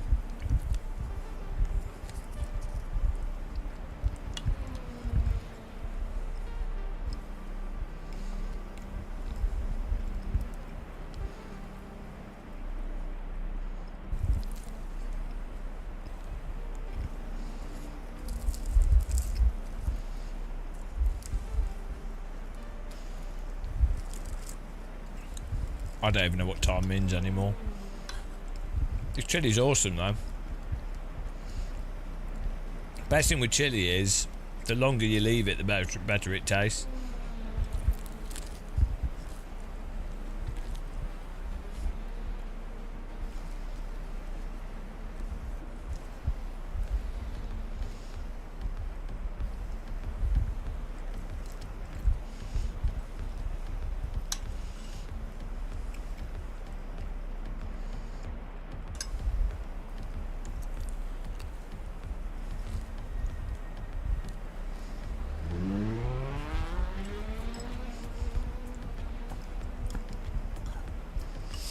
Put some yogurt in it as well. Made the chili a touch too spicy. It's nice, but it's a little bit too spicy.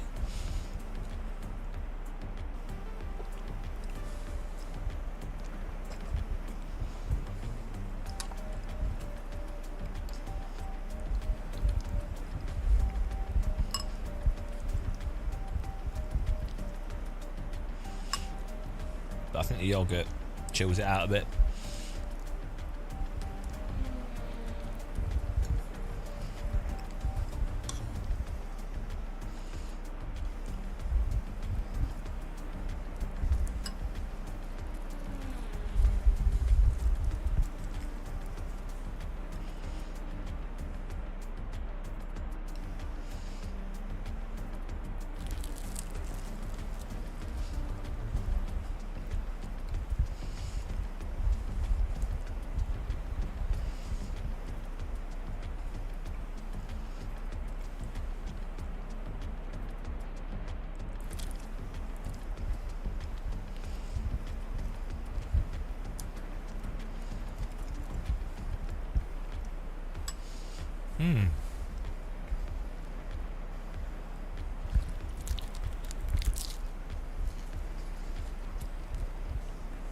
It's Bonacabra.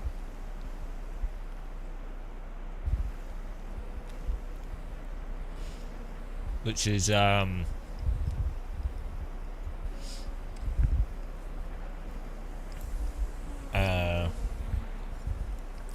Project Cars 1, I think.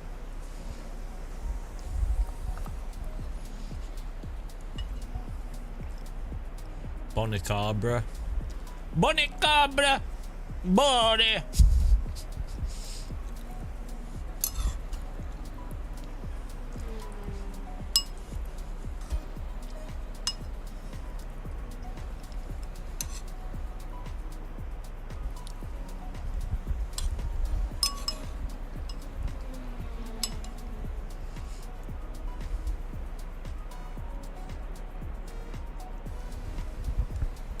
That's how it's pronounced. A lot of people get it wrong. Not everyone can pronounce things as well as I can.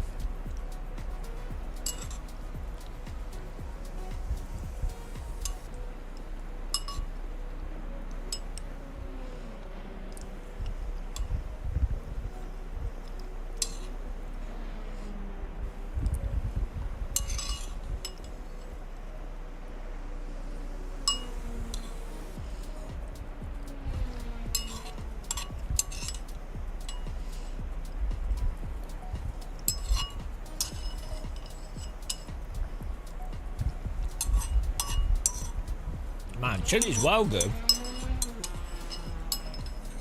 Why doesn't everyone just eat chili every day?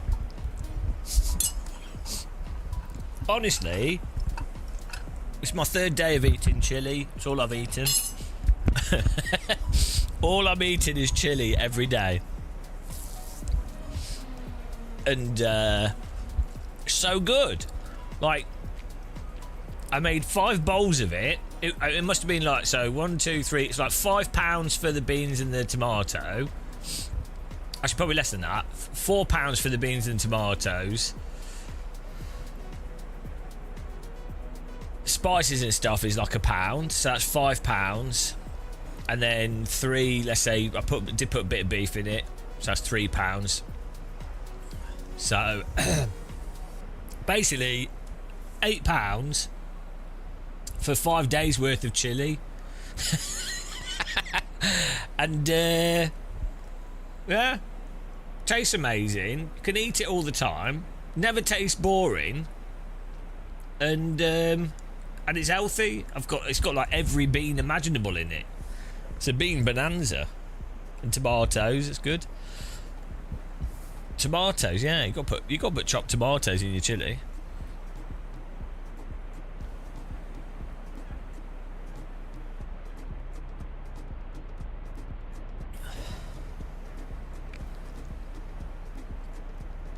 Three is all you can take.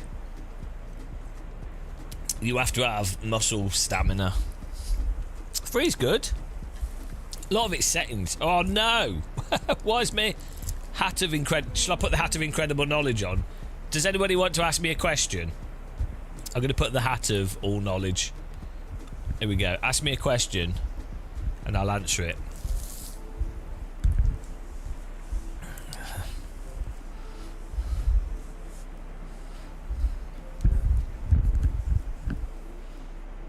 I am receiving information from the universe.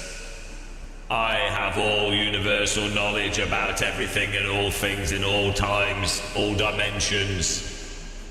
I am ready to answer any questions. The question Ian Wraith asks the hat of all knowledge: do you think Nissan will make another GTR? No. The hat of all knowledge has spoken. There you go. There you go. Glad I could answer that for you. It's good to have the hat of all knowledge. No, we can only answer one question at a time. Don't push your luck. Don't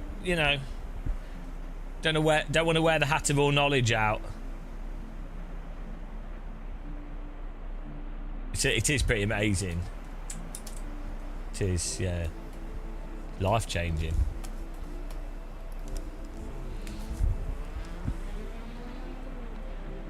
Yeah, well, don't question my pronunciation. How dare you?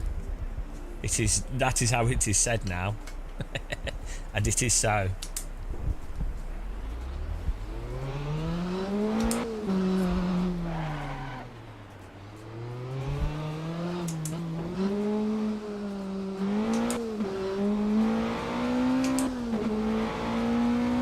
How do you reset the hands-off protection?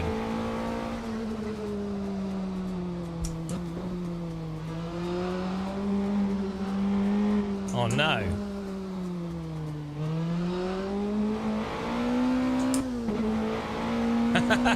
Once hands-off protection has been triggered, how do you reset it?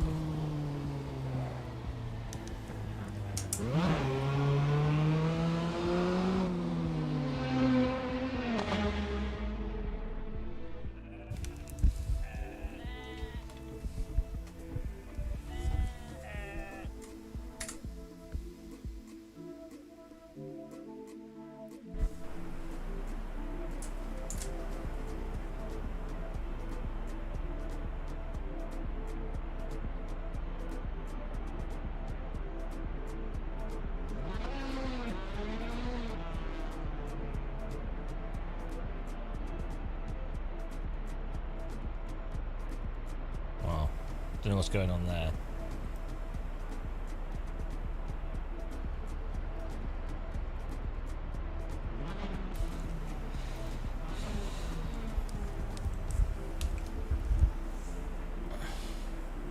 You better not repeat boosted media information.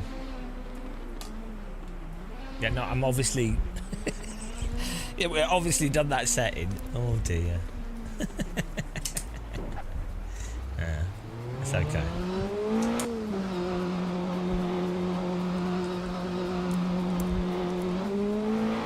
Woo!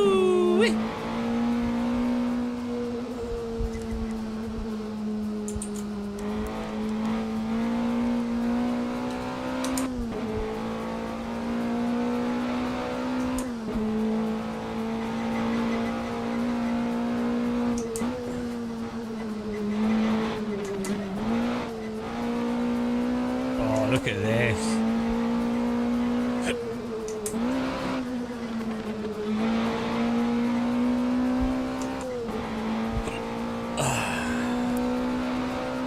Oh, there's a corner there. Oh, there's a wall there. Who put that there? Silly place to put a wall. I don't sleep. Yeah, I wish I did get sleep. I just don't. I'm used to it though. Oh, I need to put some gloves on. My hands are hurting.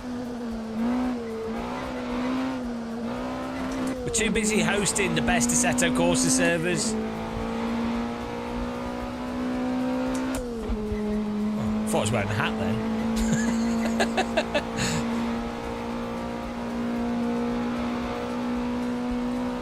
It's just the mirror view. Don't worry about it. It allows us to have a wider field of view, but you get there. It's just part of...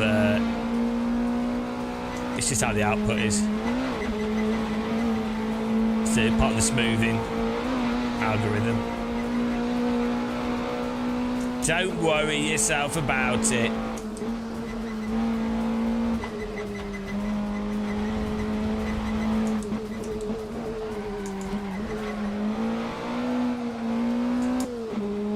It is.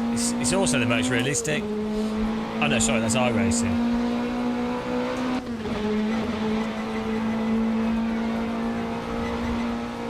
What's he parked there for? Can't park there.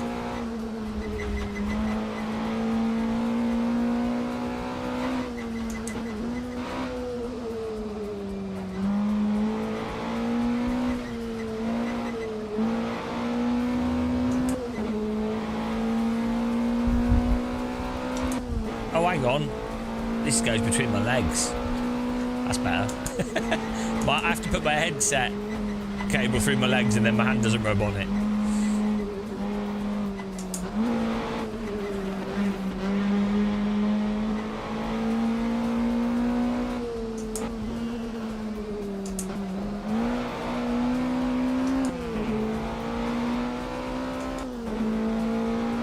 I'm old.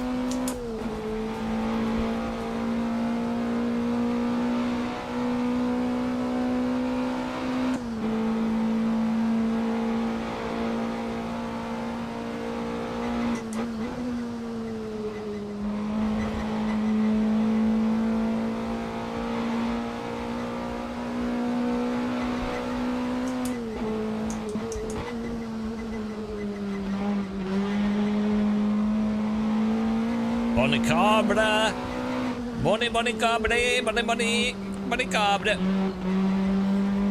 I should have had that chili earlier. Pump up the jam. Pump it up, pump it real truly.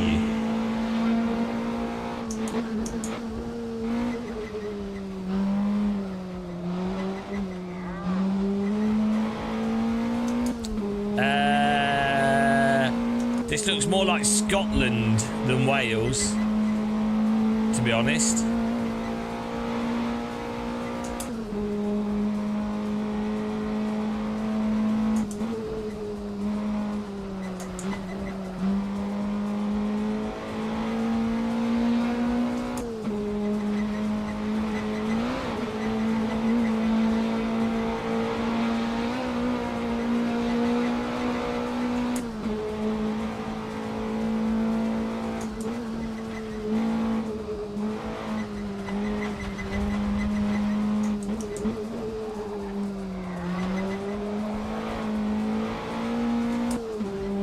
Yeah. Hello, Sam Popel. How's it going?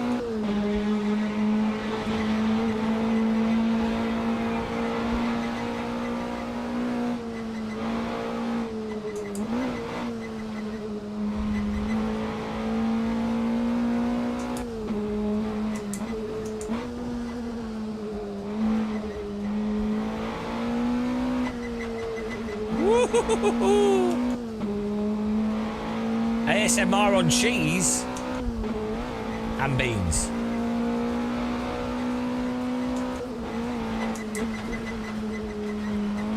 This car wants to be an aeroplane.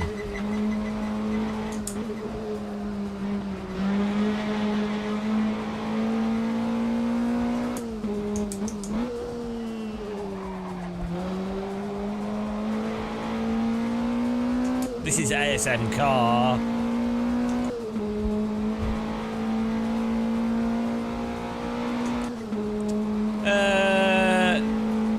I mean, I don't. Maybe some people might get value out of them.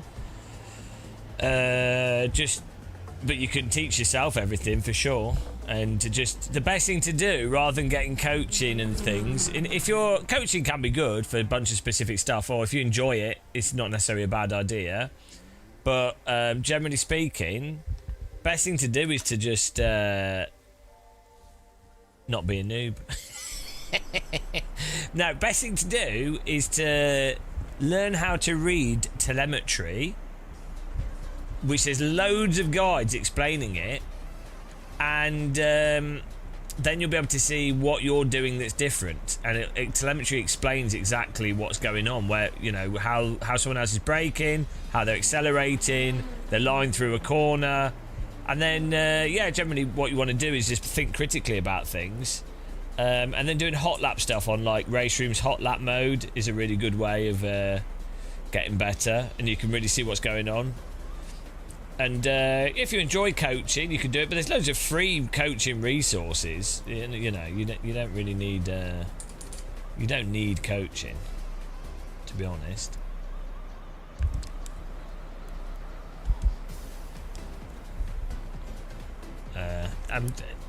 I say it might be fun. It's like, would you get coaching to play Super Mario?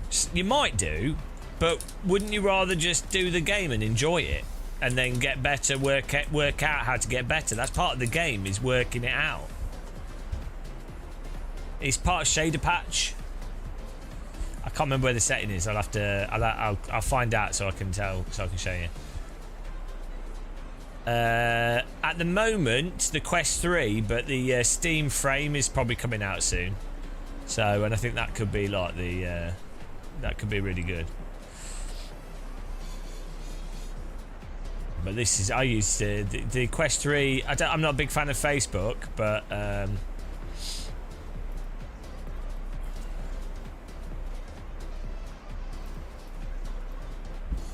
the Quest 3 is probably the best for gaming, especially given just how it ends up running and stuff, the end result, and then the lenses are good, and the price of it's very affordable for the quality.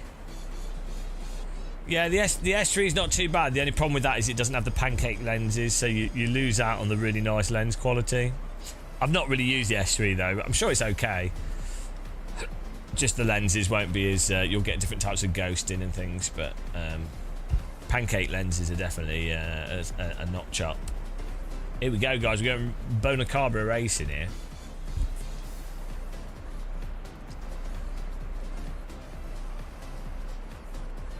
It's not. Yeah, it's more that if you use pancake lenses. The thing is that they have edge-to-edge clarity that Fresnel lenses don't offer. So if I look straight ahead here, I can look at the dash where the K-trim. Can you see my mouse cursor? Right, look. See the dot? If I can look there, I'd have to move my headset. I can move my eyes, and the K-trim thing. I can look all the way to the edge of the screen, and the whole image is sharp. Whereas Fresnel lenses, it tends to get blurry towards the edges, so that's for me, that's a really big thing, because I'm lazy. I don't like to move my head. I'm really lazy. and I tend to move my eyes a lot. I also have I have some problems with my ears, weirdly. So, oh dear. As a result, I tend not to move my head too much. But it's fine. Yeah, no, it's all right. I mean, I used Quest 2 for a long time. We used lots of headsets. We used the HTC Vive for a while. They're still very immersive.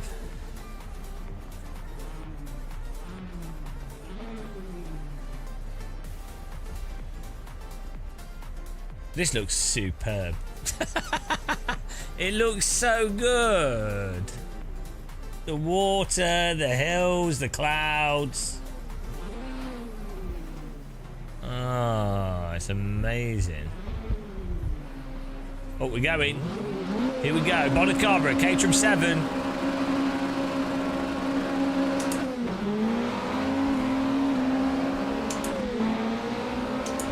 Interesting start strategy there.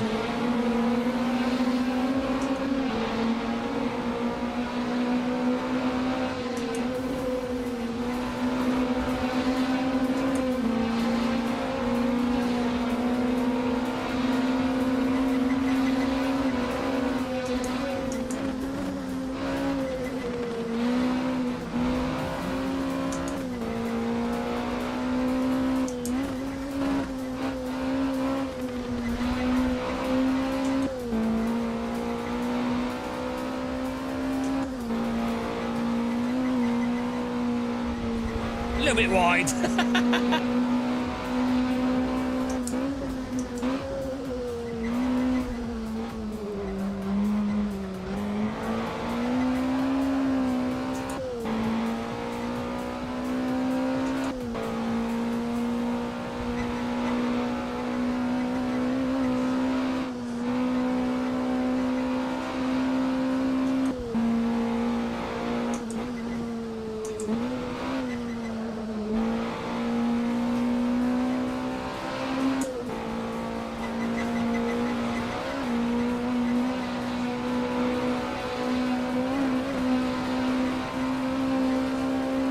This is superb.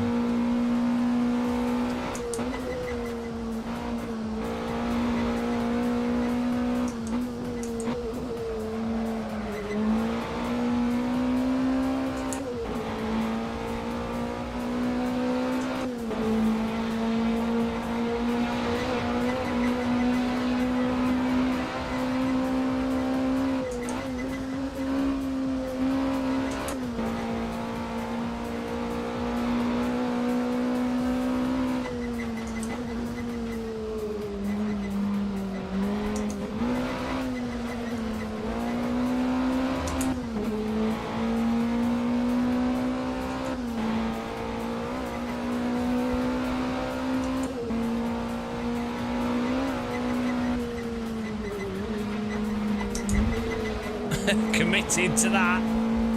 I'm using my flight sim skills here.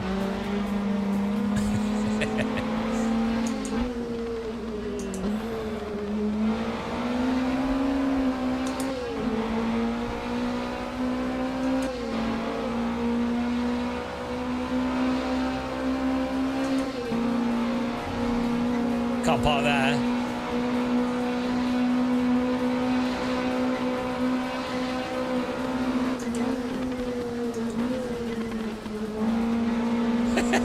How good is this?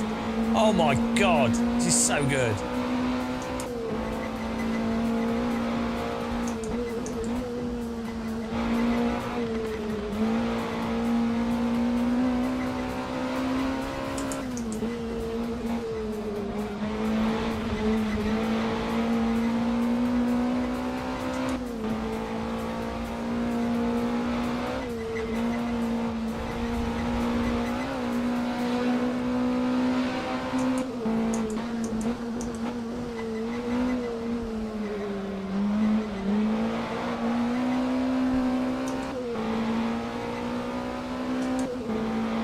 Hello, Serge. Hope you're well, man.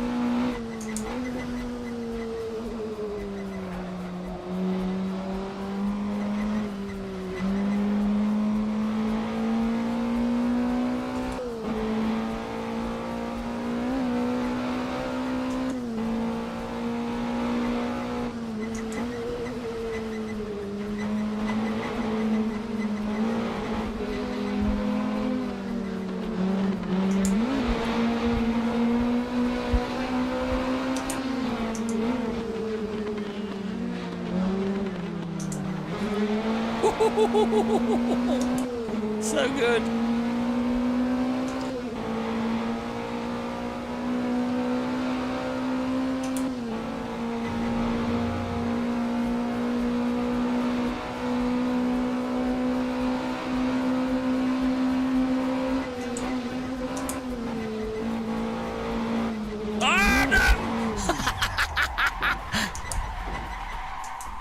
Oh shit. Oh shit. Oh shit.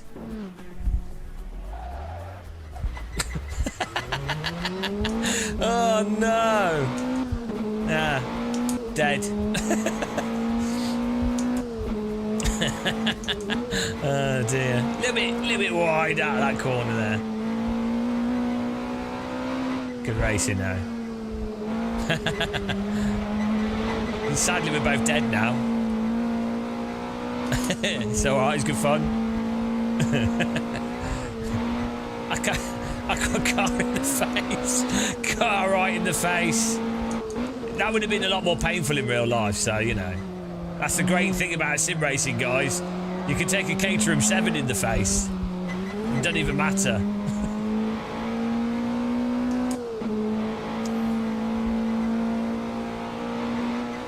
Like a boss.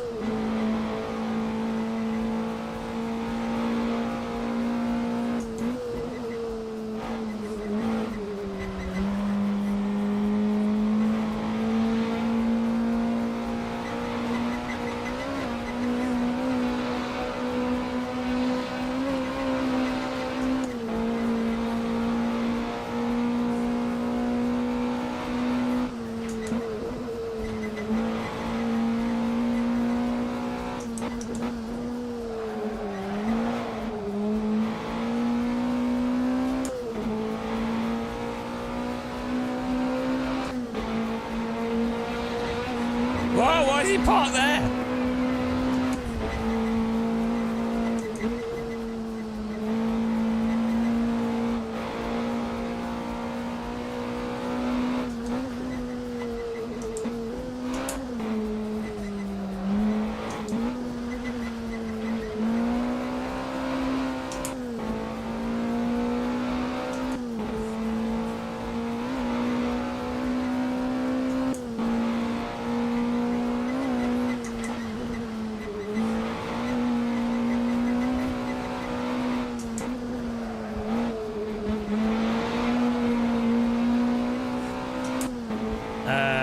I'm using 90, but the game you want like 25 to 30% overhead. So yeah, the game is basically the internal render would need to be like 130, 150, and then your headset runs at 90, and then that way you should never get any drops.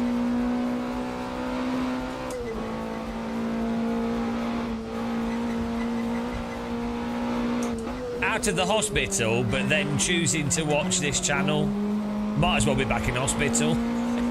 Off you go to the mental hospital, I'm afraid. Get back into that padded room. Alright, generics, good fun.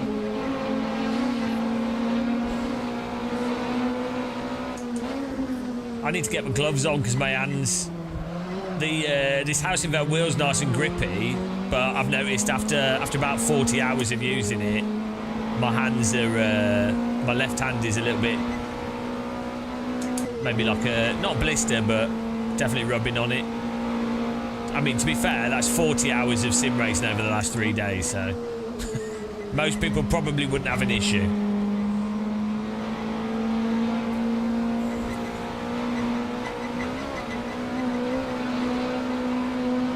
We did, yesterday we did a 10-hour live stream. Day before we did 14 hours. Day before that we did 15 hours. So, can't say we don't test stuff properly.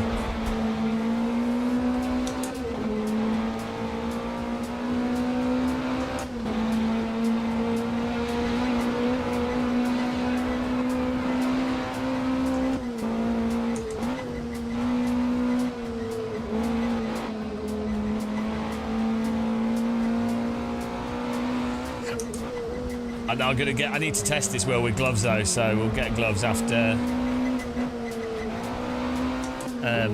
this race. Exactly. I've got some really nice belt gloves.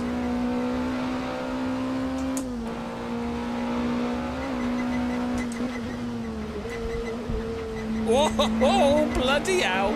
This is so good.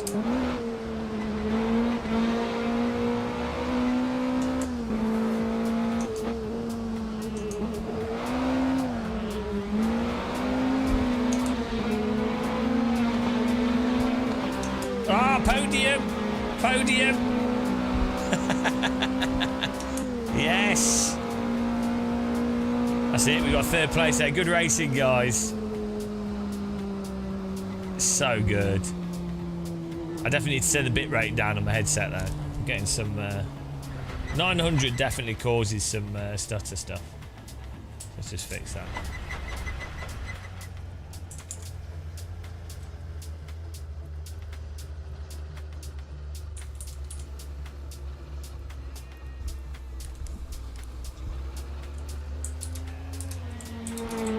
Thing is, you do notice 900 you don't get any artifacts, compression artifacts.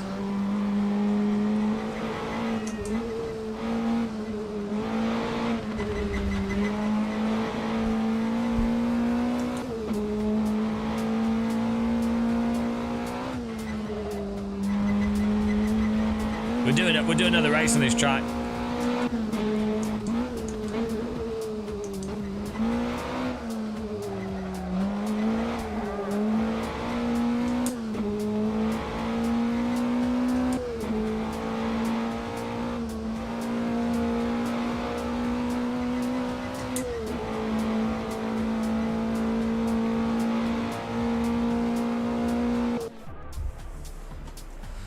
Woo! It's crazy.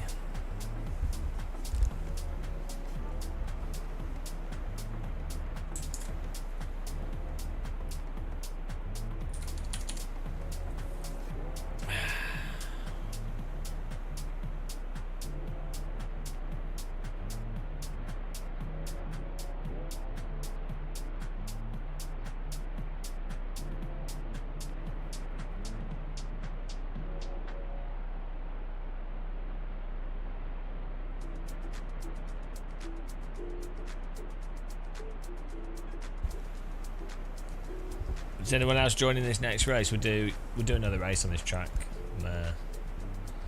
I'm just going to try turning the graphics up even higher, because why not?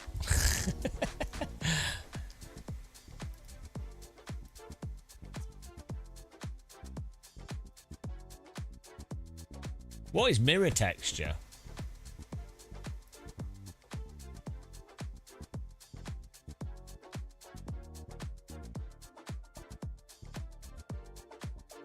No, we just zoomed the view out a bit more. We could zoom it in, but it's just the edge. It was blurred more last time. But I'd rather have a wider field of view in the slight edge. This is also because we've got motion smoothing on to smooth the image. So when we turn it all... We tried filtering it off, but it didn't really work. What I could really do with is... the mirror having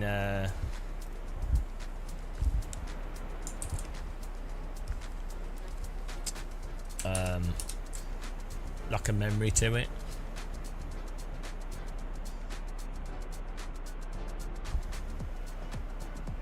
I mean, it looks so sharp when you put it on crazy resolution.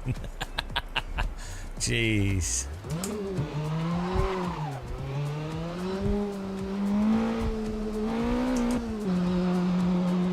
Bloody hell, it just looks so mentally sharp.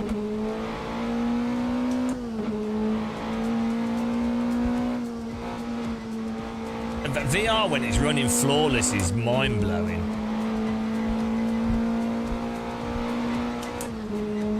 Whoa! Aha!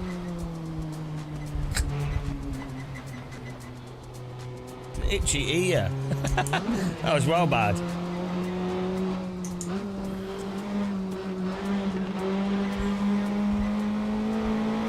Oh my god. Like, I wish hardly anyone will have experienced VR like this because they don't have a 5090 with the latest CPU. It's insane. And this is like perfectly smooth. Oh dear, it's so good. It looks like real life vision, basically.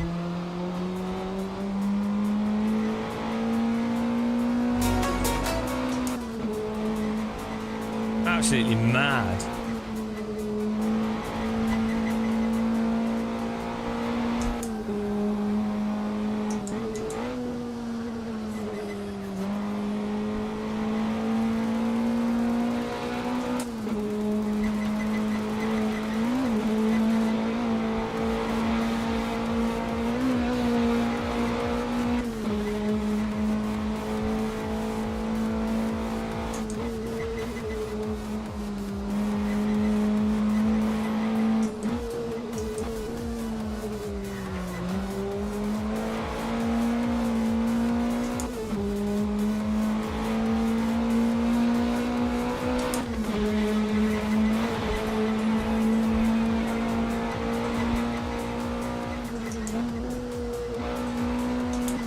Like, this car's really good because it's not too fast and it's got a bit of momentum to it and it's got high enough gearing that you can keep going, and then it handles really nice.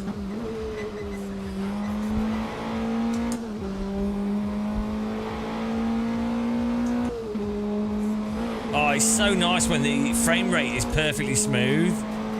It's so good. Like, it's so smooth. Crazy.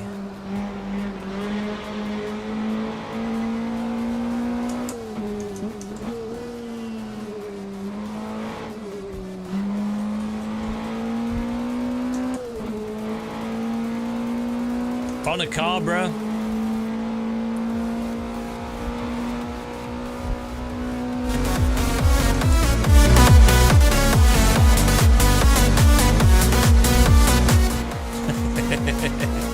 Dance muscle.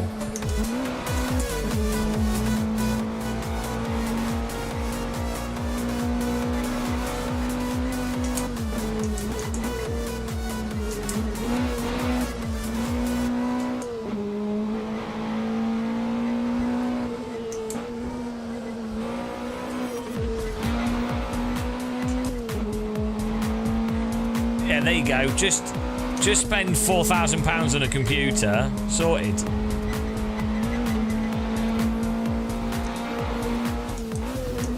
Why doesn't everyone do that? I'm going to turn the shadows up. You know, it's such an accessible option. Oh man, I've got like my feet up. I've like got blisters and aches all over, guys. I can't. I'm too old to do this amount of streaming.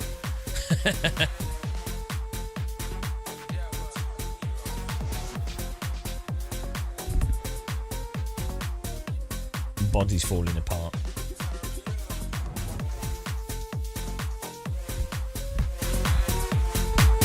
This is what the Egyptians used to listen to.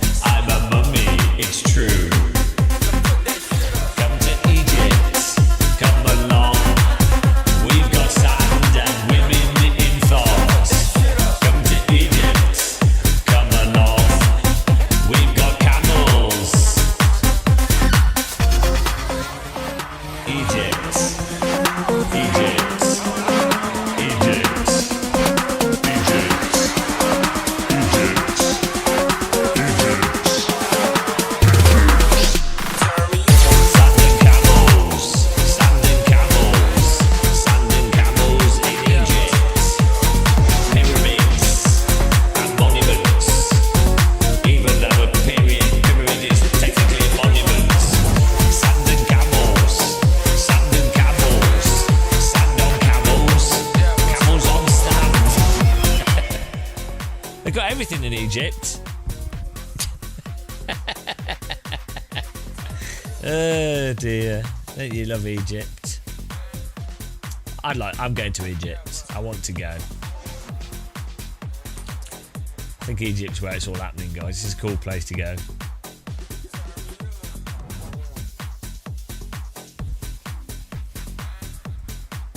Yeah, this is how they built the pyramids. This is what they were listening to. Put the stone on the stone. Put the other stone on the stone. That's what they did. They were stone masters. Masters of stones. You could have called them. They were stoners.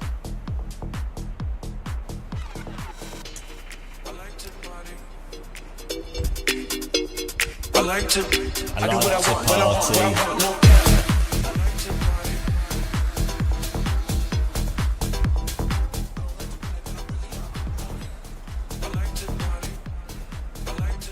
Maybe they did, yeah, you never know. Maybe they had synthesizers.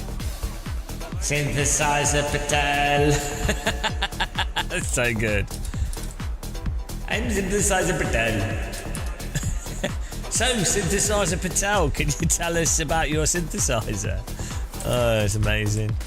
Synthesizer Patel. Synthesizer Patel. Hello, Ferrari. Subscribe to the channel. Thank you very much. Appreciate the sub. Thanks for supporting us. Death. Appreciate that. We need to get a new subscriber list on the screen, actually. Somewhere, somehow. Somewhere over the rainbow. The first best VR. It depends, it's not me. Anybody but me. Anybody in VR that's not me. People playing not driving sims. Hands in the air, hands in the air, but don't knock off your VR helmets. Hands in the air, but don't smash your controllers on the lights. Hands in the air, hands in the air.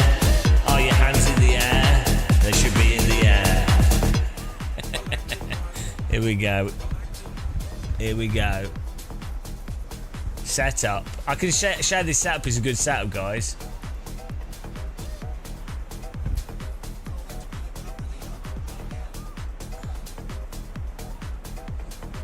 I was there before DDF Racer. I think I literally did the first VR sim racing video, actually, because I got, which is like obviously the most important thing. I was doing VR before everybody.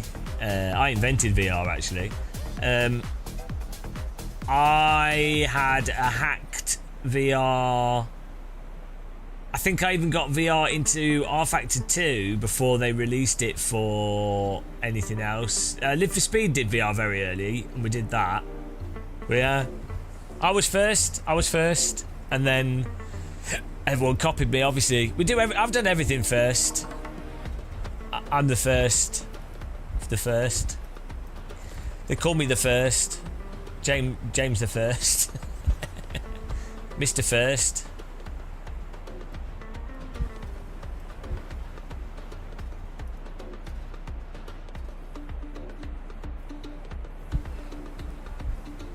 Look at this. Bloody hell, it's so crisp. Crisps. I did stop, yeah, because it was too good.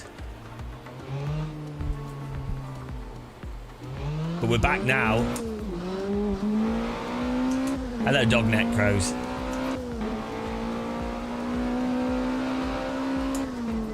Oh, my gloves. My gloves. Look at these trees. It's weird because it's like real life, but then everything looks gamey. Which is quite cool, actually, but weird. Yeah, we've been up early, but we've been having some awesome races. It's been really good.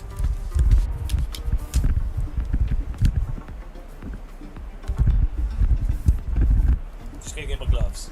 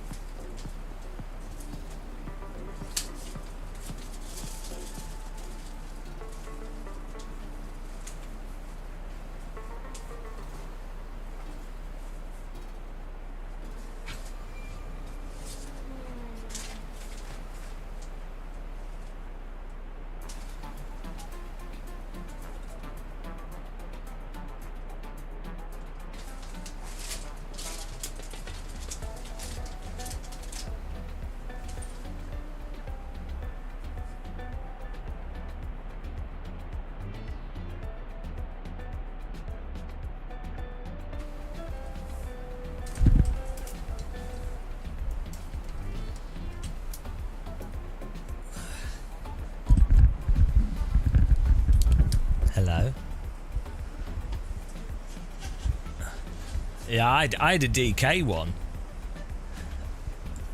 Look, let's have a look here.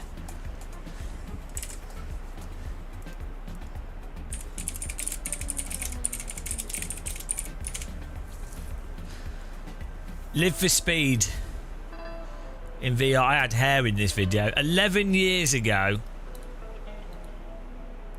11 years ago.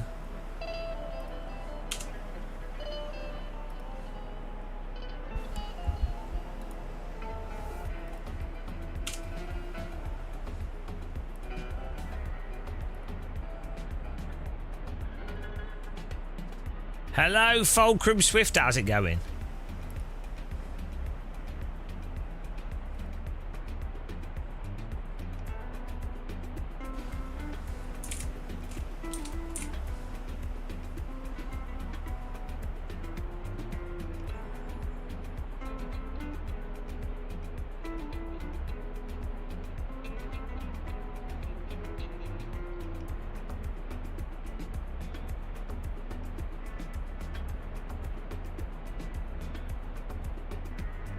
I know, look at that old video.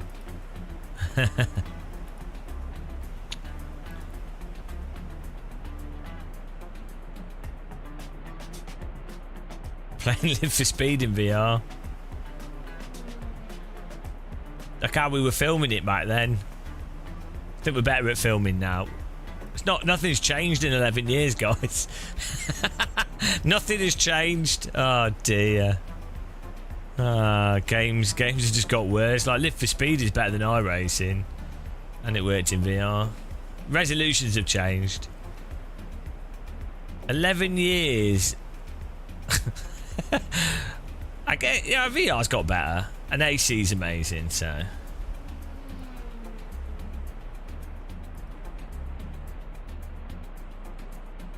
11 years. 11 years have passed and the world has changed. Everybody's wearing virtual reality headsets and nobody knows or remembers what reality is anymore. Machines are taking over and AI is destroying the planet. This is the year 2026. 2026. 2026. 2026.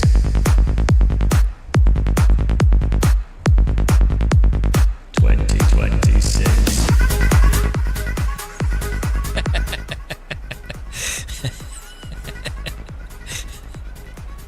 That's music, guys. It's the year 2026. Next year's song's going to be called 2027. I should do a song every year called that's named after the year.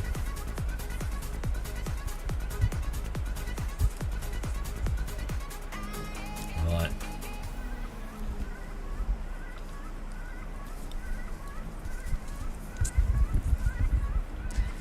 I never was good at putting gloves on. There we go.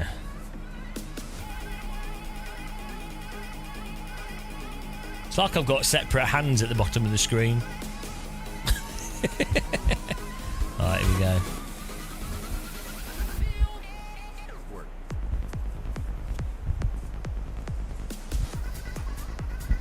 Interesting to see what it feels like. I don't normally use sim race with gloves on.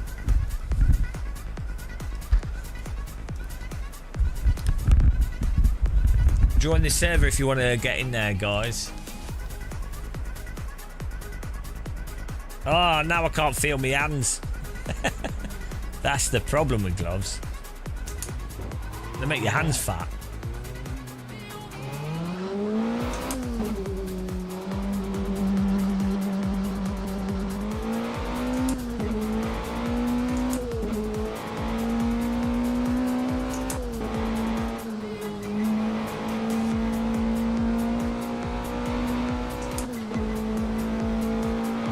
I've got it. They sent me a press key. I haven't maybe we can try it later.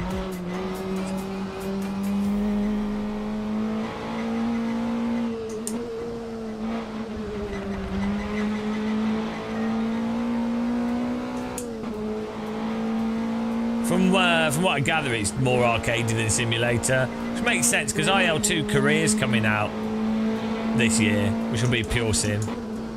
So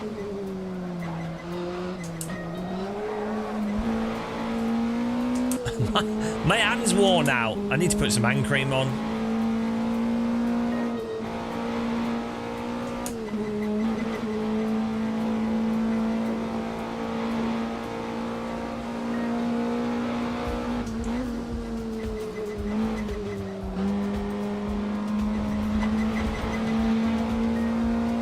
Oh, this is phenomenal.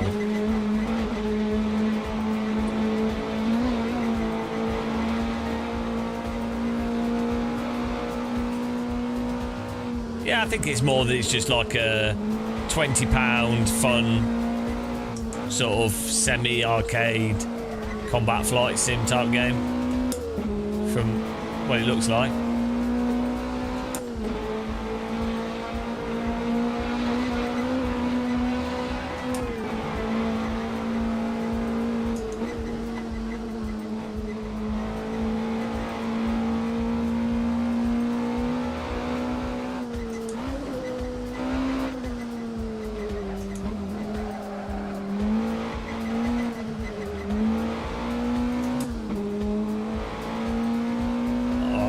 We're gonna get the lap in here.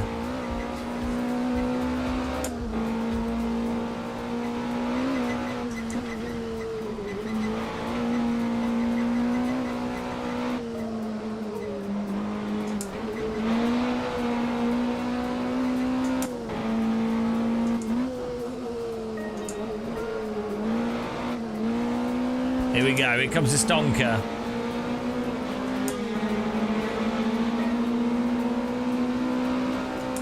This is I keep saying it, guys. It's just so good. It is just so good. There's a boat leaving the harbour. What's that? Look at that.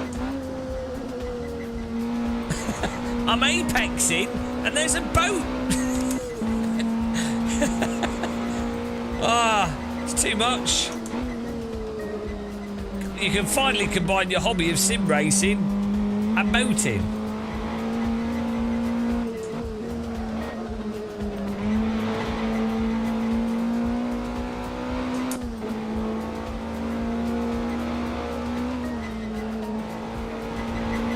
Well, it's all subjective.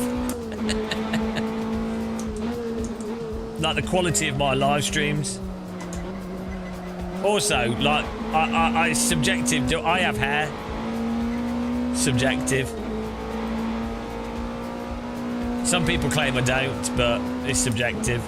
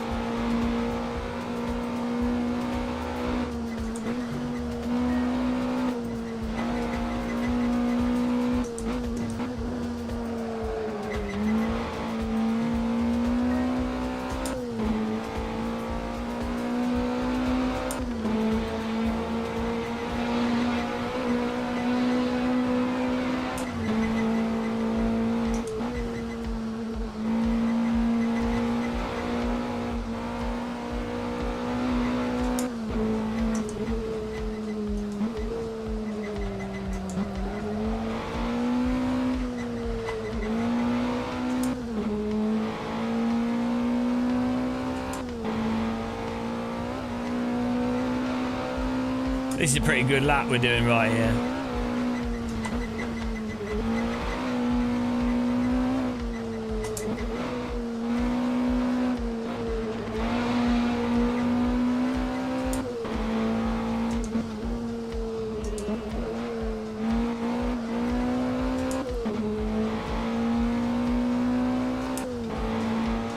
Dear! If you want to join the server, search for Gamer Muscle. Password is T.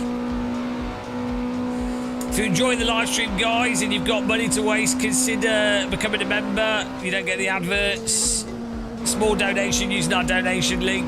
Really appreciate that. Anybody that's got money to waste. And what else is there? That's it. Or just clicking the like button, following. Really appreciate the support. I need to try and promote myself more. We don't have any sponsors for these live streams. Apart from you guys.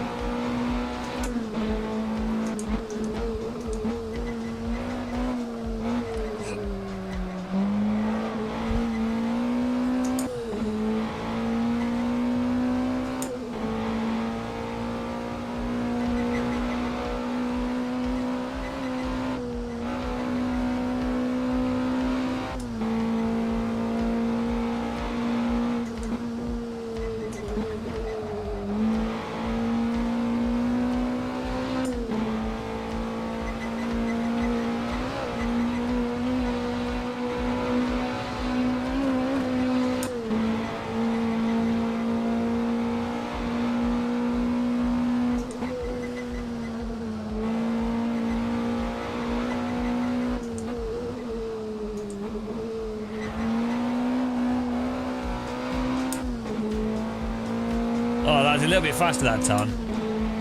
Get on with the day. All right, Tej, I'll let you off. I'll let you get on with your day. Thanks for popping in. Hope you get on with your days good.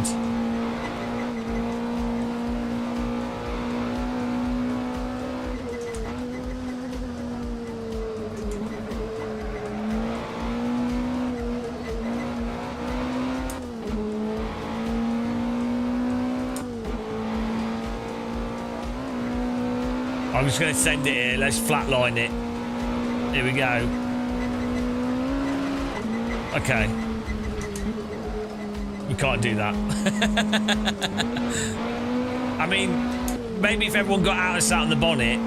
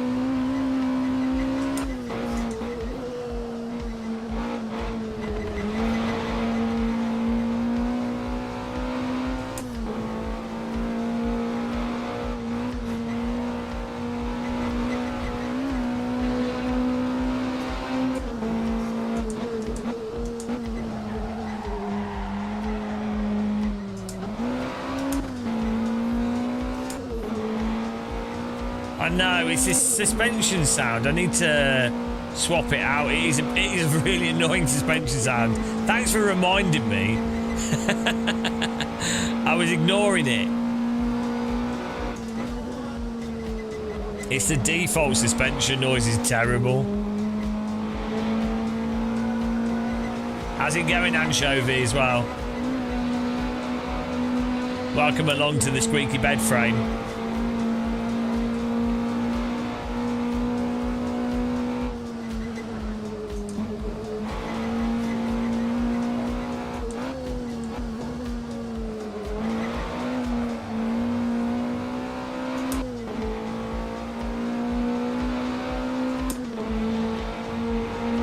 Needs a whole bloody can of WD-40. Need some lithium grease as well.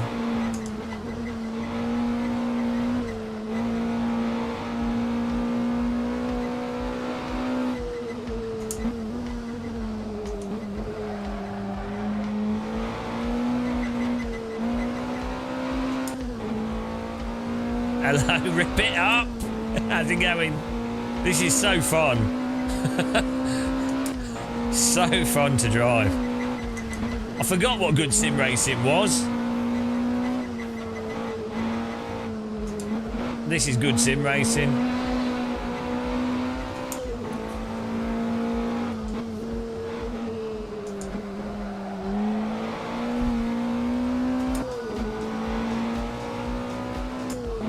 I mean, we got a 41.6 is my best time.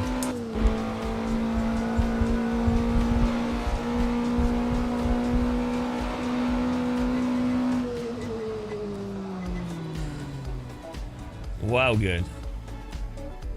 It's running super duper smooth, which is nice. Jumbo hot dog. Yes. Give me a hot dog. Whoa! Bloody hell. He went past us fast.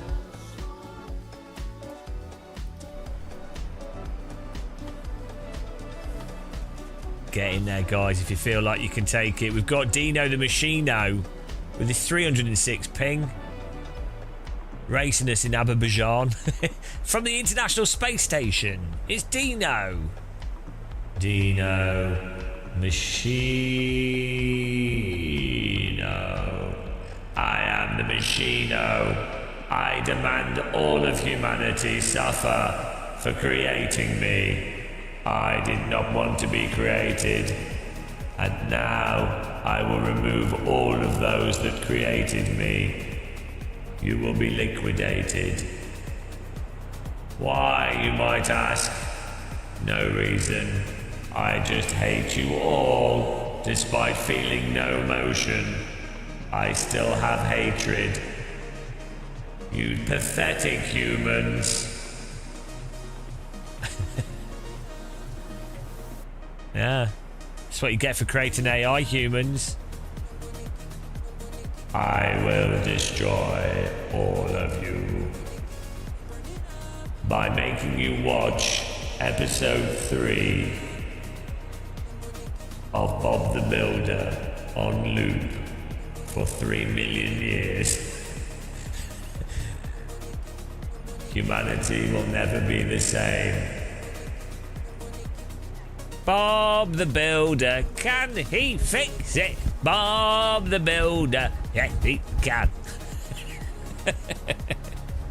Oh, that's a nice driveway.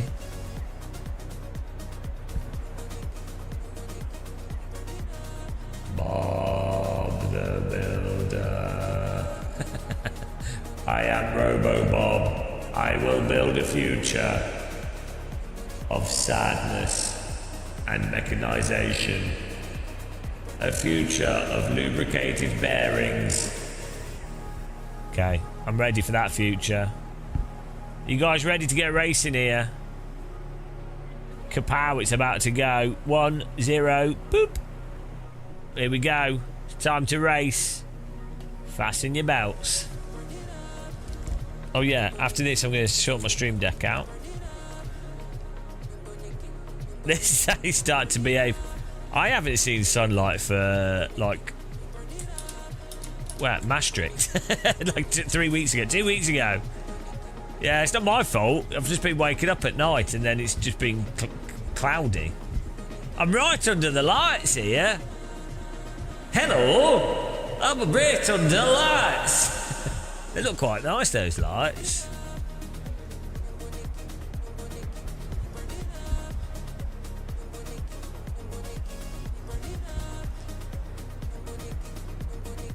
This headset has three cameras on it. One for each of your eyes. The left eye, the right eye. And the interdimensional third eye. Okay. Right. Calm down. I need a drink. Is that the road? It is, isn't it? That's the bridge you go along. Look at that. UK West is in. Here we go. Will he get to track? Probably start from the pit. Here we go. 1 light, 2 lights, 3 lights, and it's... Go!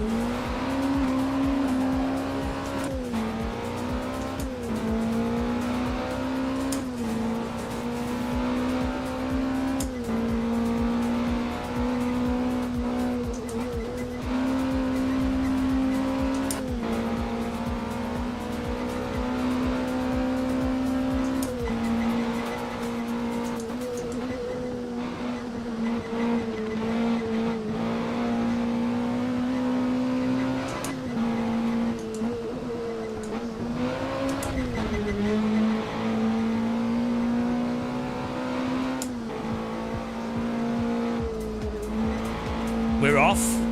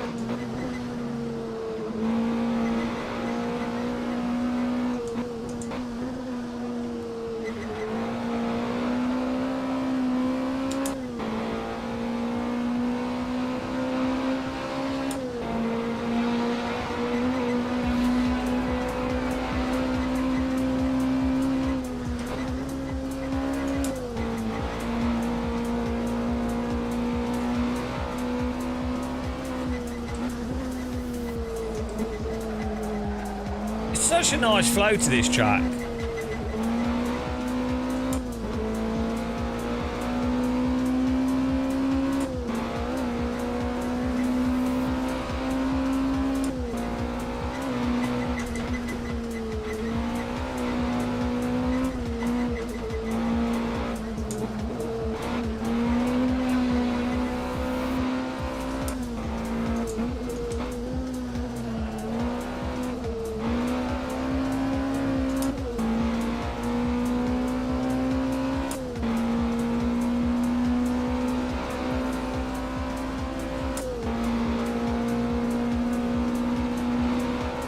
Oh, he's on my tail.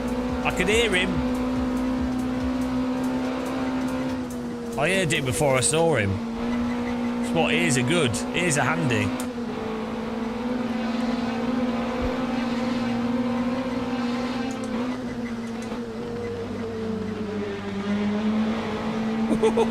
Look at this.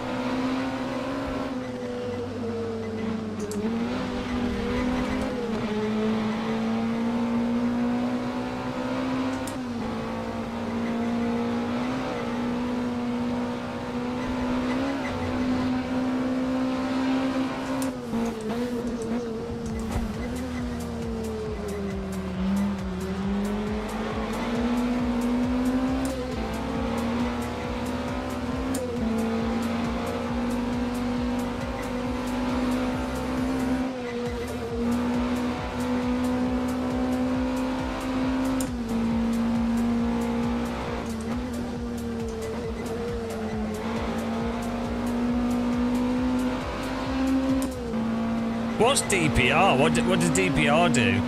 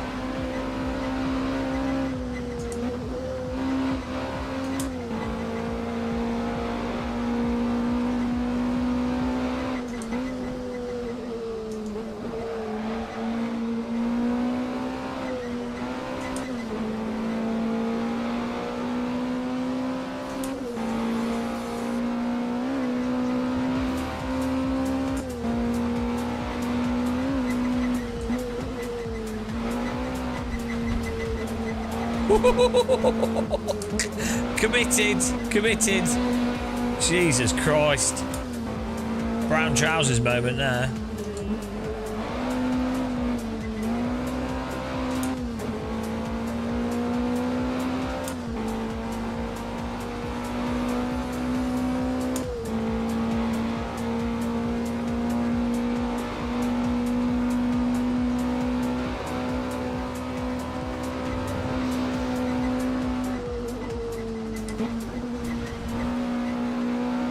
Bonacabra is the track.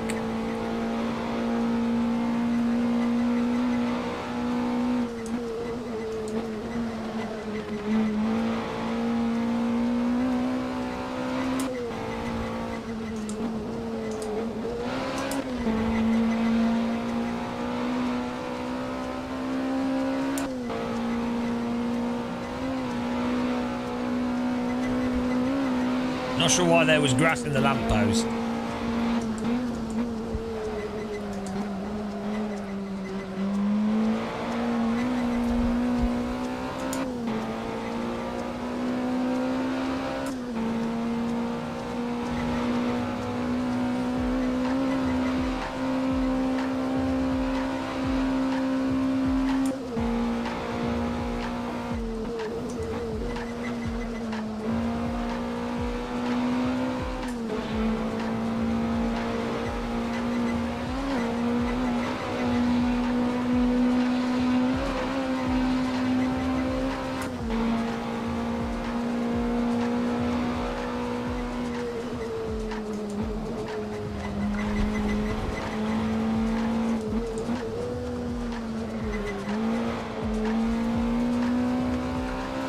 A little bit wide there.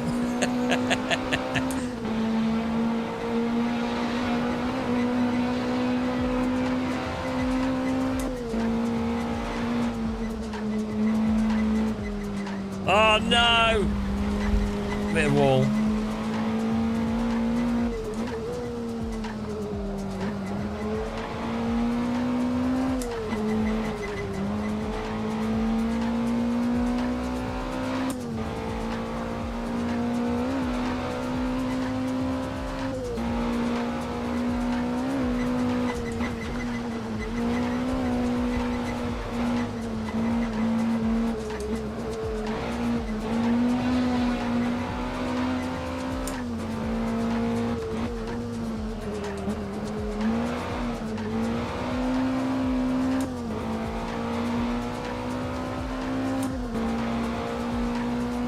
Final lap here.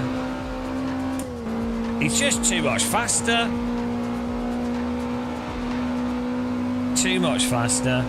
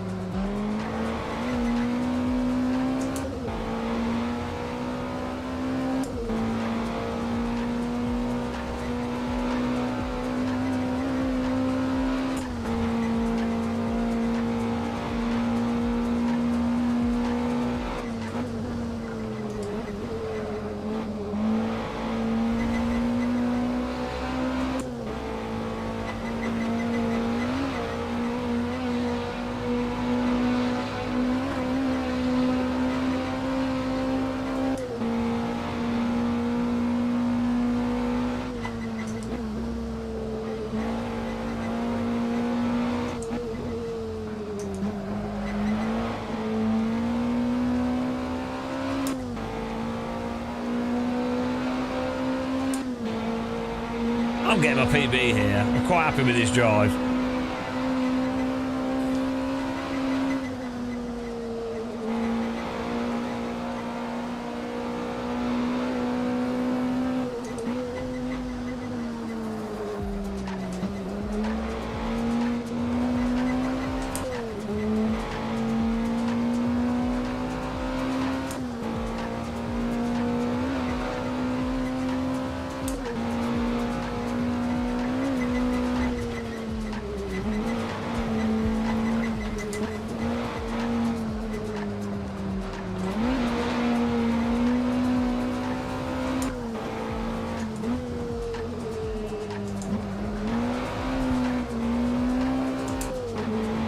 Oh, we got a good lap time here. 240. Well done to S Rouge or Rogue. Nice driving. He's just too fast. Too bloody fast. Ow! Bloody ow! This wheel can be brutal. twice he's bitten me. That's a nice wall.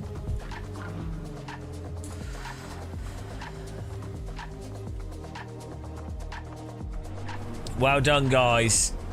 What was he doing? 2:39.893. Bloody hell. Swole Rouge. Swole me. Well done, Dunkin' Donuts in third there. No, hang on. Yeah, Dunkin' Donuts third. Jack Bold fourth. Dino the Machino in fifth. UK West. He's not finished. He's not finished. He had to go to the pits. That's well good. What was I going to do after this? I was going to do something. I can't remember what I was going to do, but I was going to do something. That was awesome. This is running really well.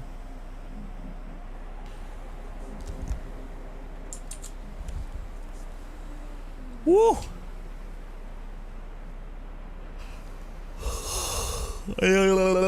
What's the time? Oh, 8:30. Top right. That's part of SimHub. It's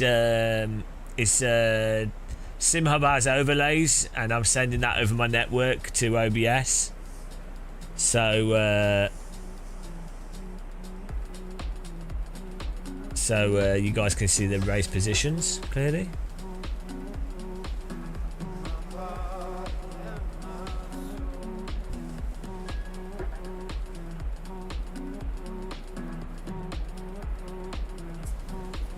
Right, let's get another server up here. That's great.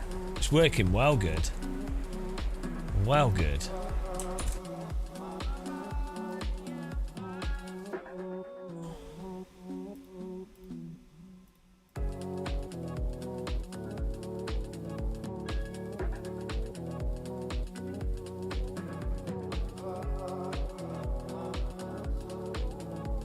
Yeah, let's get another track up. That car's just really good. Let's do a different car though this time. Yeah, it's like a Skippy, but a bit more exciting. Better top end speed. Yeah, it's from Project Cars.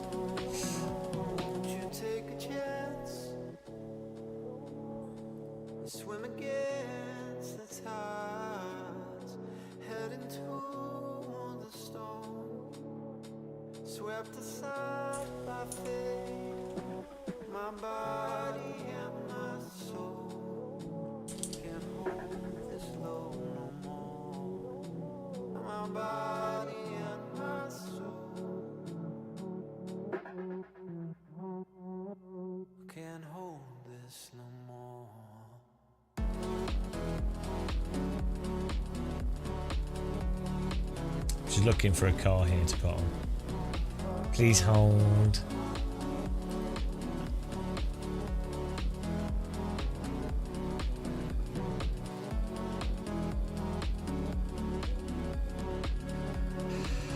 Please hold.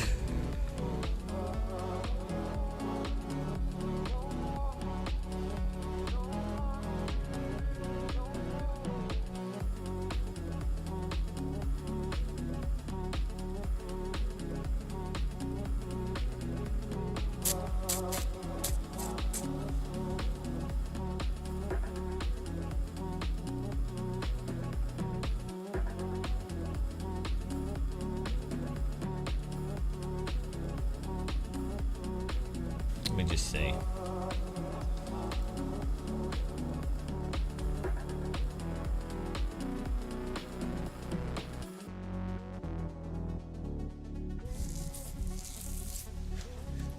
Yeah, it is weird what happened with all the Project Cars stuff and then PMR as well. Super weird. My body and my soul can't take this world no more. My body and my soul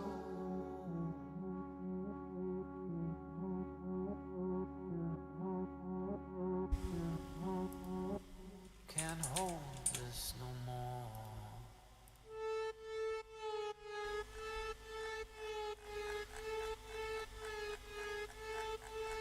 Here we go.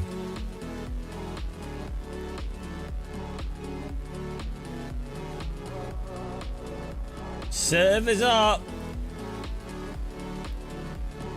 Servers up.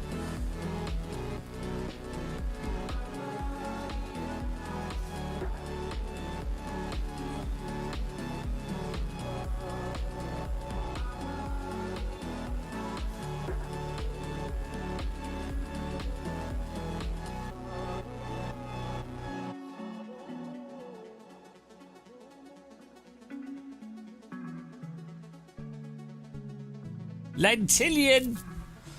Lentillion. Hello, Lentillion. Man of socks. It's Lentillion. Lentillion. Lentillion.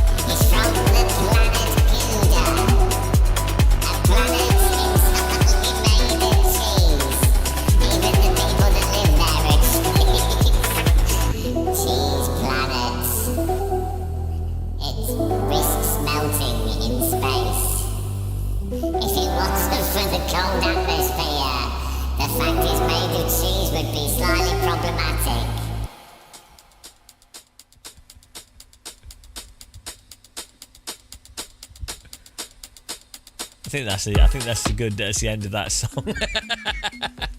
Yeah. True song, true story that.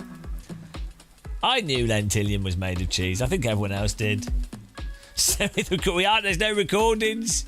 There's no recordings of this. This is one time only. 69 viewers on YouTube. Nice. Lentillion has 69 toes. Creepy. I know. How did I know? What I wanted is this week's top... Oh, I don't know. I don't know if this is working. The top donor thing, I think, is broken.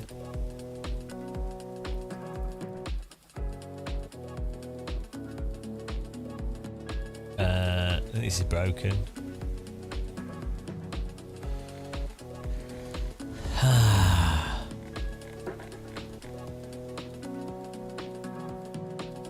Insider special.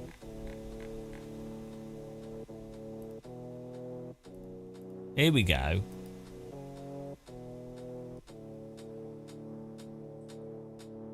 Hang on. How do you... We worked this out before and now I can't remember how to do it.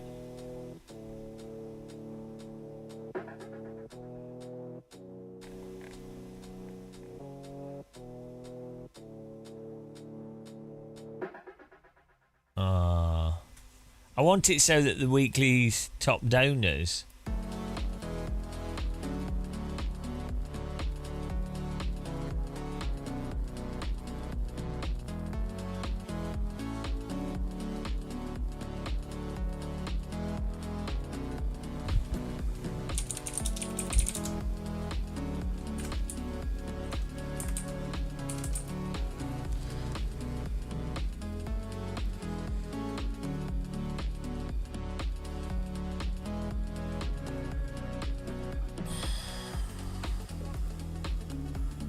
We worked this out before.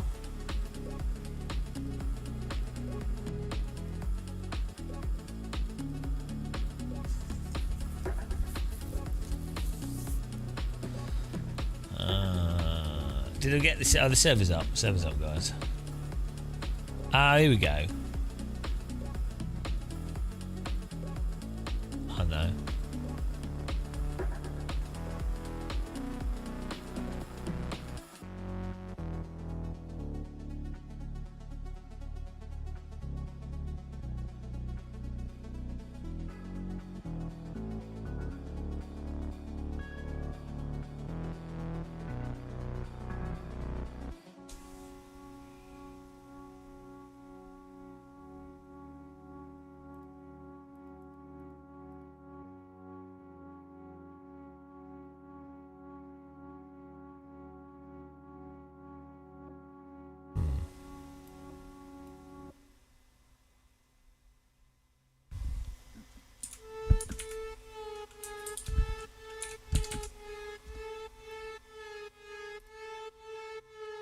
Oh, that doesn't work.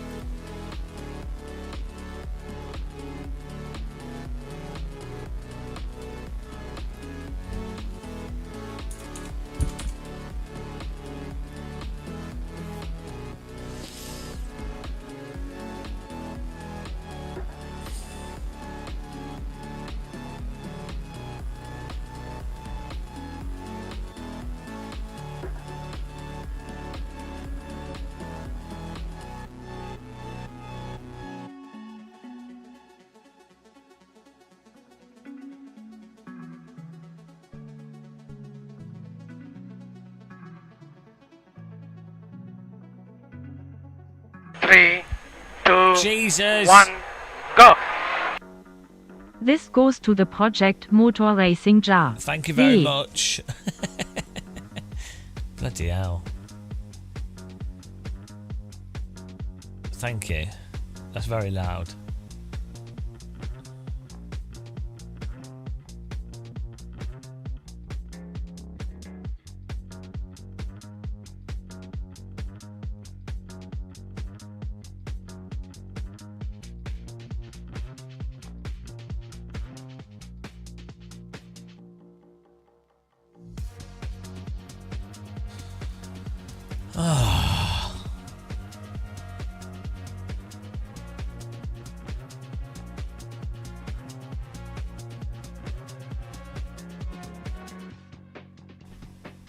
Yeah, I can't remember how we did this.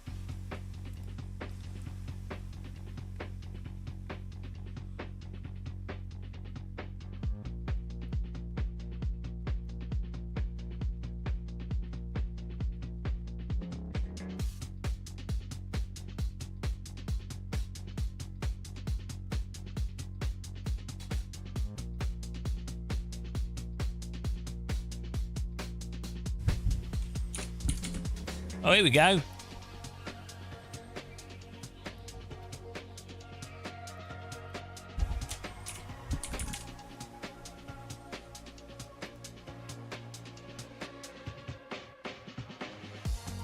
Hang on. You just did a donation. Why is it not showing on the top donators of this week?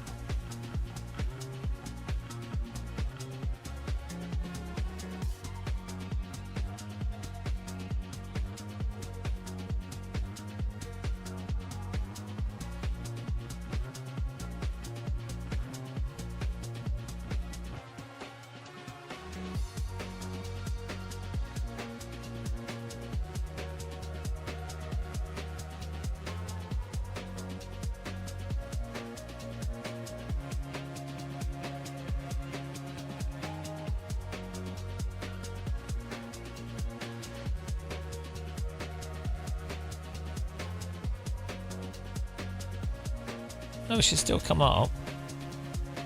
Oh, is it because it's YouTube, not the donation link? Is it a super chat?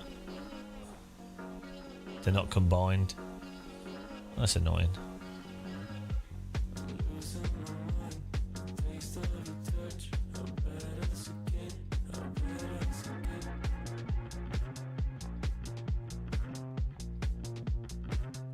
Oh. Let's see, hang on.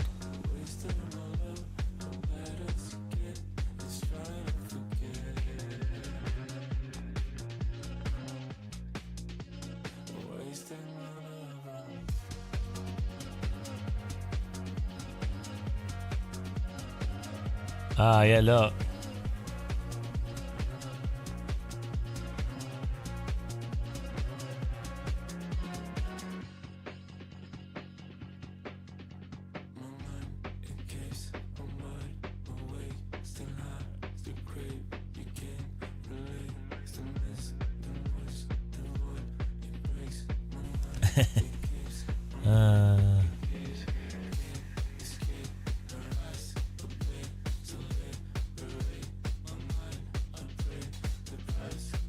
You win.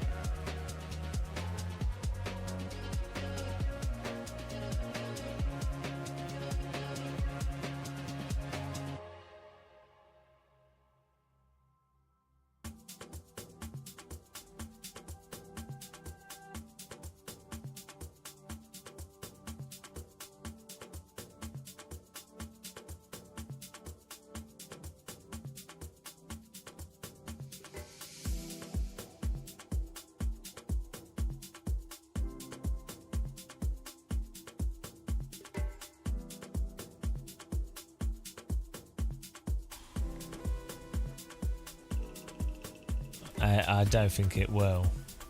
We can dream though. I have a suspicion that AI is going to make everything worse.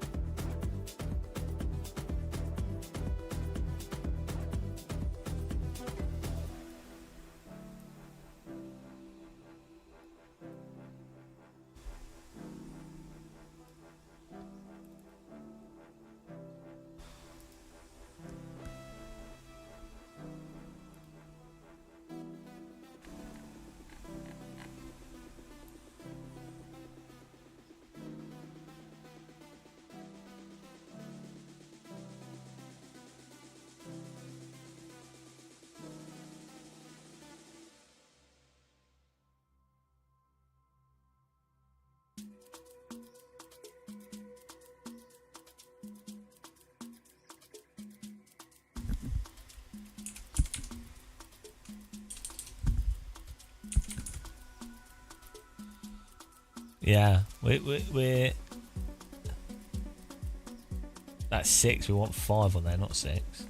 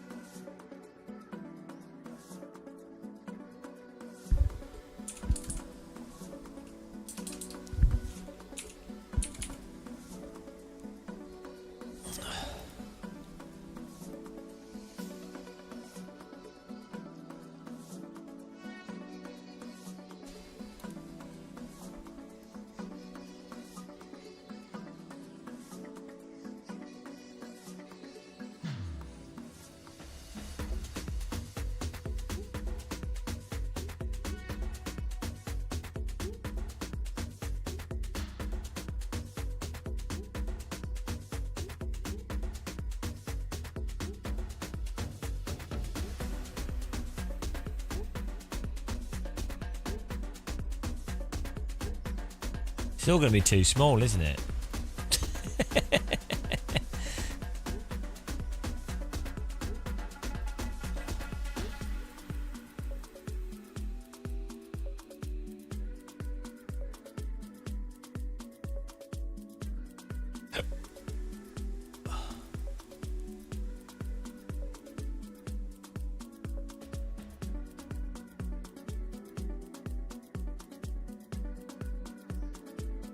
When we actually make this the right size, it's going to be tiny. Oh no.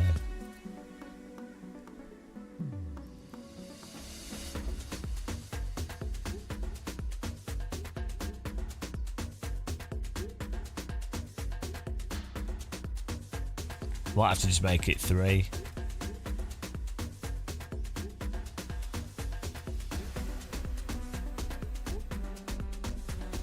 Yeah, I'm just, that's whilst I edit it.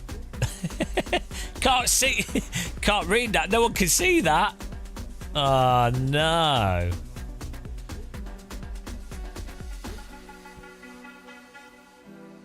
Should we do top 3?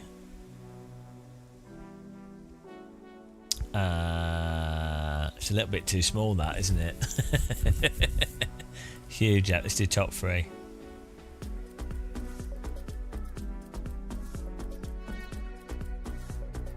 Or, I mean, I don't know, like,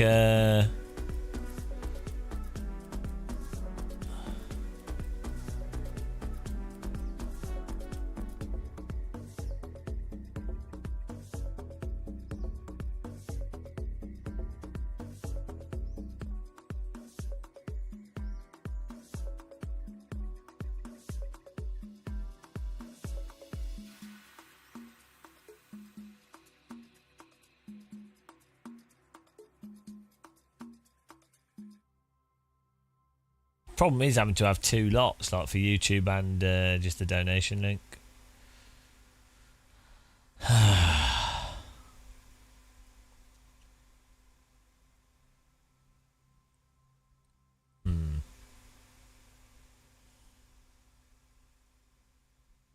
Not sure what to do.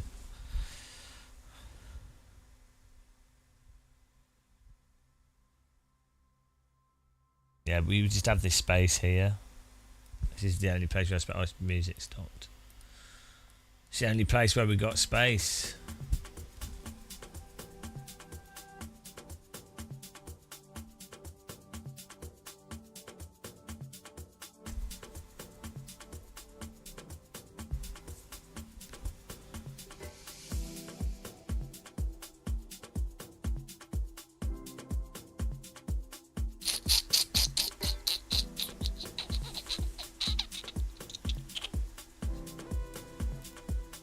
I think maybe only having the Twitch one is well, the donation link, because they're not, the super chats are not donations in the same way. Let's see.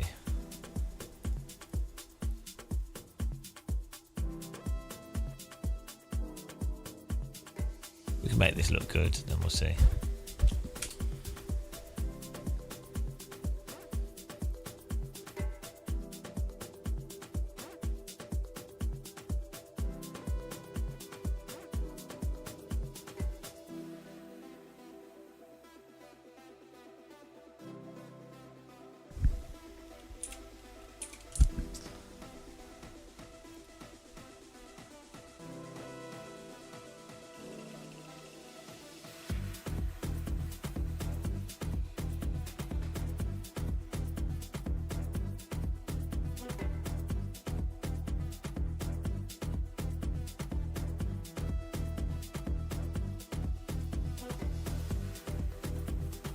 This is exciting viewing. This is basically peak live streaming. Technically a menu stream. Can't help ourselves.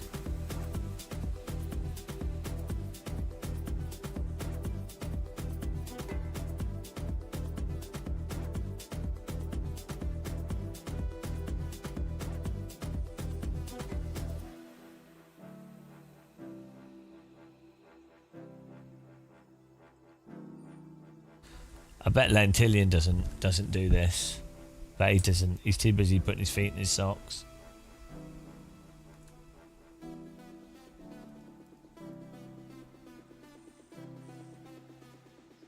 He wishes he could be as dull as I am.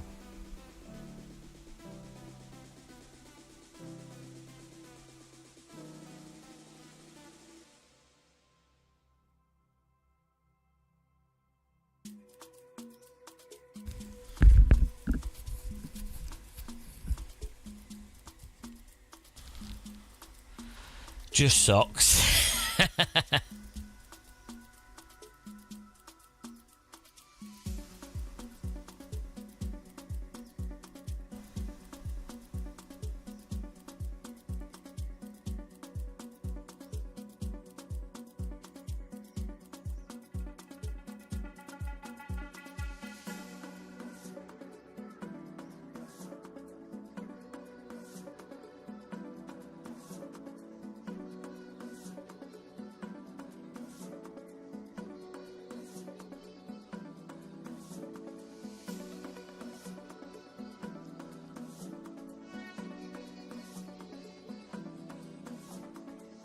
This is really important that I get this right. This has become my fixation now.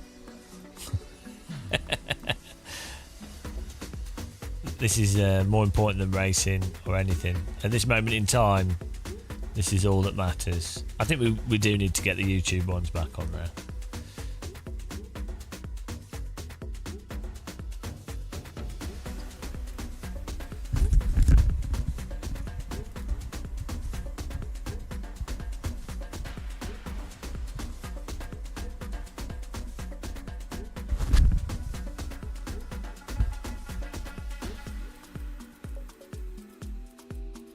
I need a cup of tea.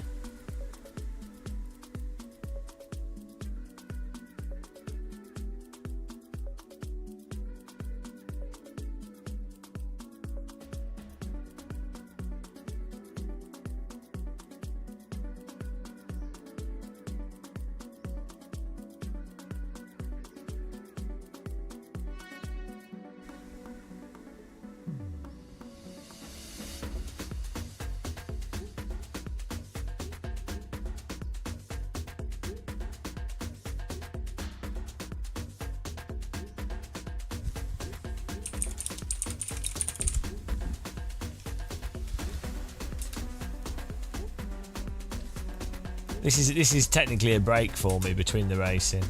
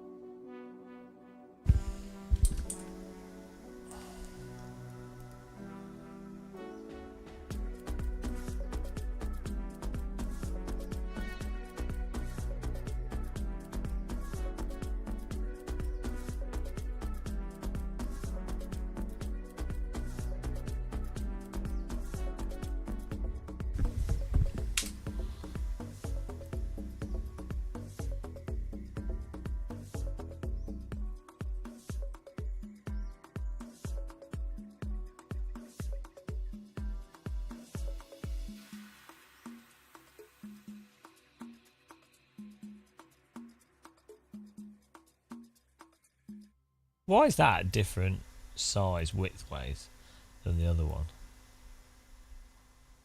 It really makes sense.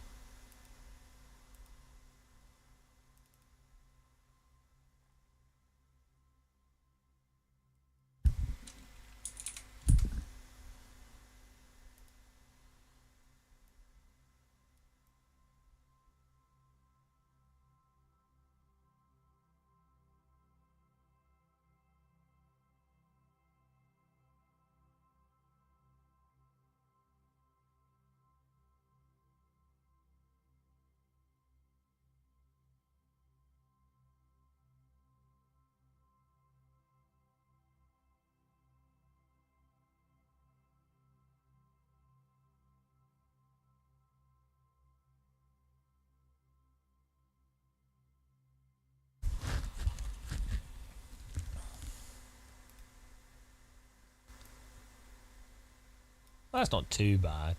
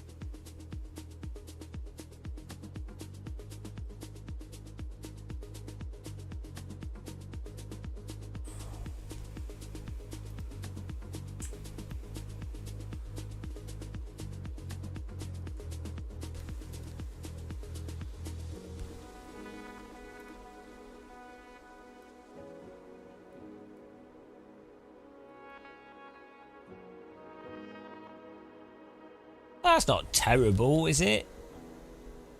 It's pretty bad, isn't it? Damn it, I'm trying.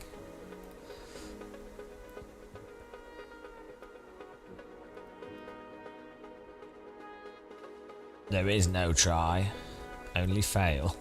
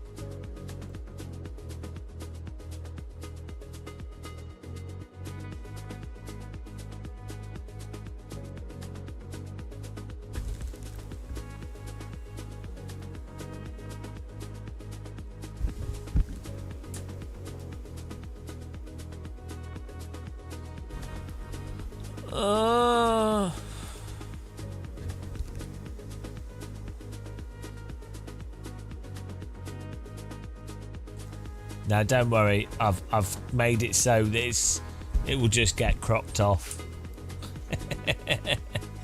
I won't have people with long names ruining my graphics. I won't give them that power. They have no power over me.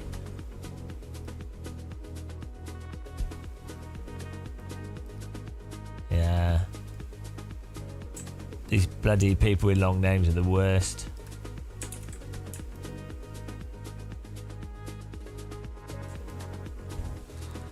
You have to watch out for long namers. They always try to ruin everything, don't they?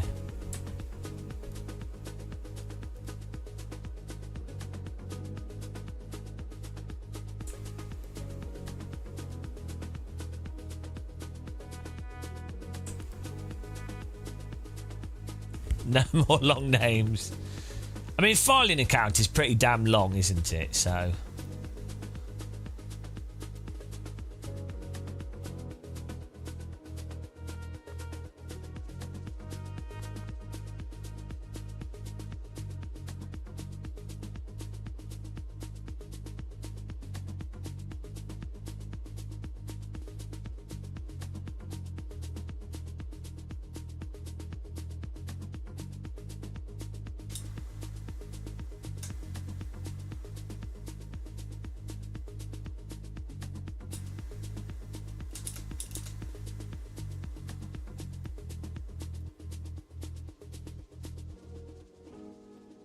This is art. I'm basically Picasso of OBS. That's what you're witnessing. It might not look like it, but that is what you're witnessing.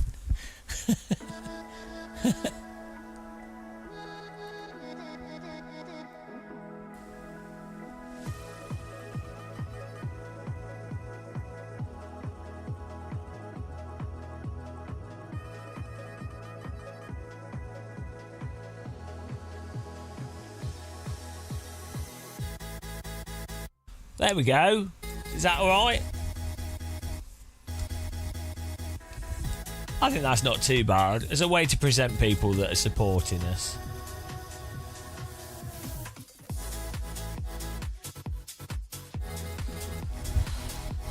see how it looks like on my other screen.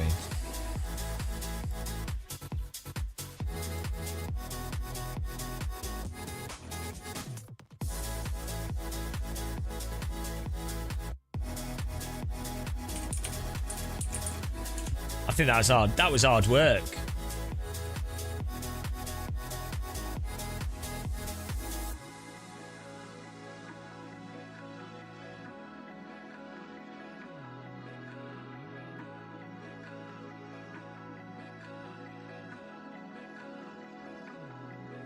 I'm in the coal mine. Oh, I think that looks okay. Could be worse. What's your view, guys?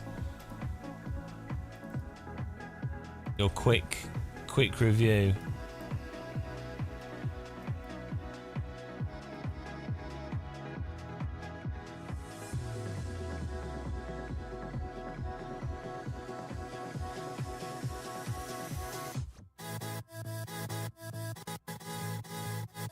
It's fine. Well, that's hardly a ringing endorsement. It's fine. That doesn't sound like excitement. That sounds like you've been held in a prison cell and you've not died of starvation, and someone goes, "Oh, how's your time in prison?" And you go, "Oh, it's fine." That's what that sounds like. Oh, there you go. See, that's more like it. I totally believe you. Sounded convincing. Very convincing.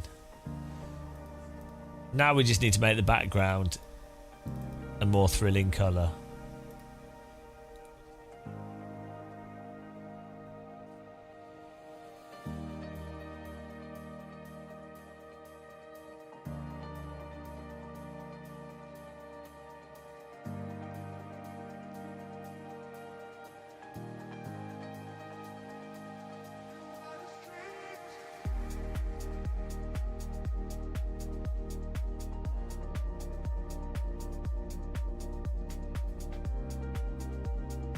That's nice. Is it too much?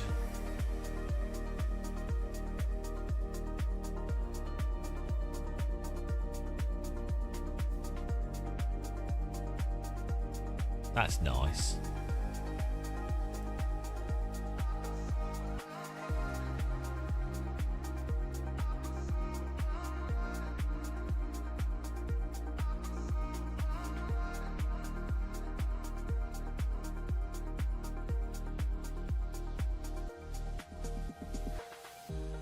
Right, let's get back to driving. Oh no, this needs moving a little bit.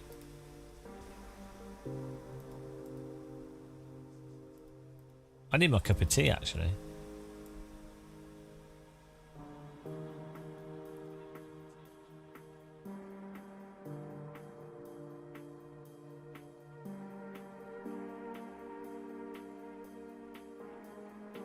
Beautiful. What about the background?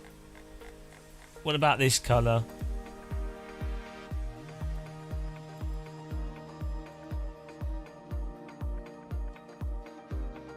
These are the important things.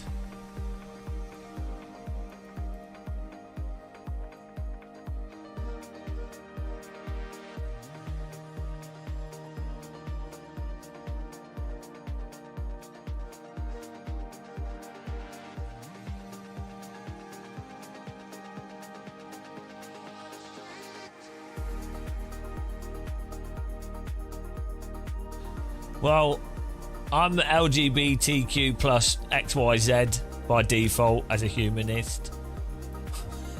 So, I think as long as... If no one's doing any harm to anyone, then... That's the thing.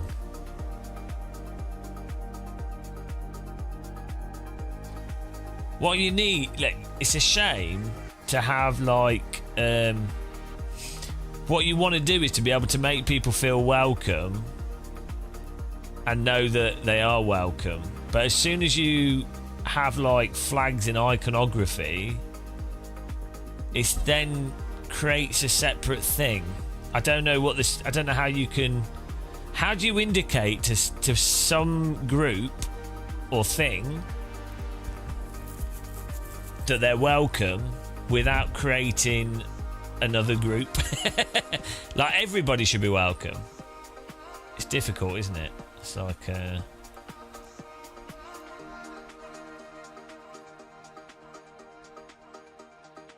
also, you do like different people, different whatever. There's like specific support and things that are relevant are going to be more relevant to different people for different reasons. So it's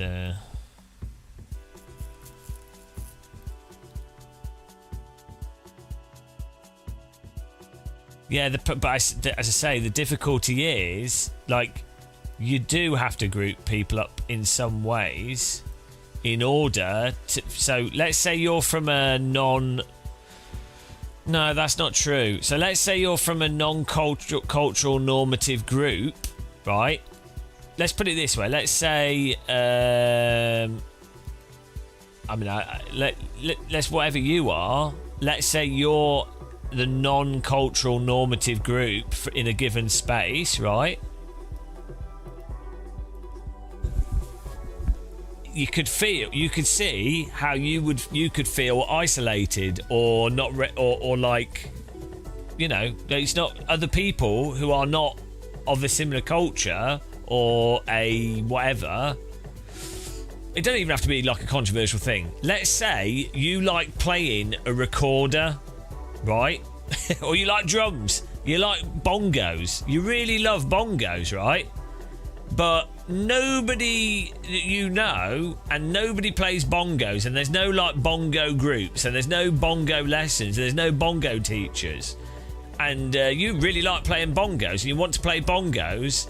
How can you find other people that happen to enjoy bongos that you can enjoy talking about bongos with, right?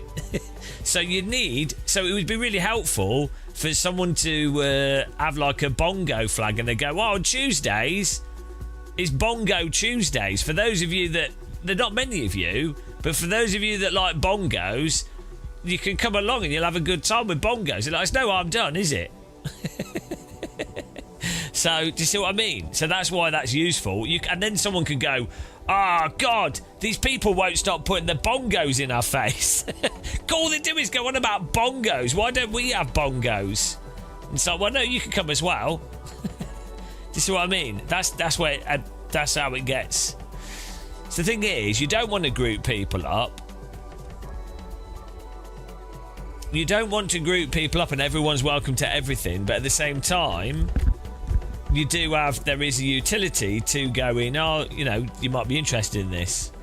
But it's does that bongo society get, you know, do people use bongo society to rage bait other people? Do you know what I mean? So, why would you be a nationalist? Doesn't really make any sense. Don't you mean like, what's it called? Not a nationalist, but like, well, I'm using bongos as an example. Just, it could be anything. It could be like pizza society. Like, you might really enjoy pizza or cooking a certain food. So, well, like me, for example, I really like drinking tea. In Germany, it's almost impossible to find people that drink tea with milk, right? So having like a tea drinker society would be really handy for me. If I lived in Germany, I'd be like, oh, guys, we can get tea. Where can we find tea here? You know. Do you see what I'm saying? So, that's the thing, isn't it? Well, that's a hobby. Everything's a hobby at the end of the day.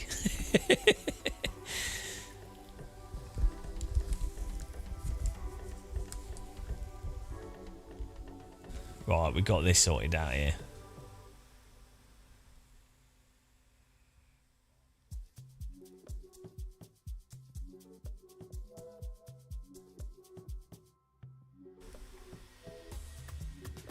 I think it can be easy if you're if you're part of a majority group, it can be easy to not realise what it's like for a minority group, or for you to not.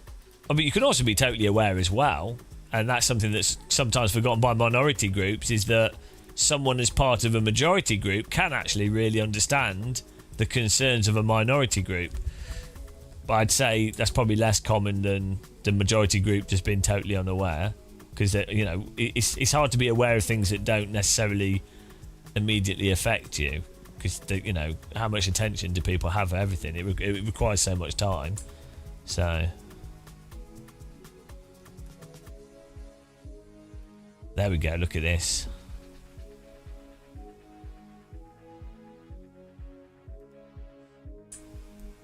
It's like VR. It's like VR supported video games, right?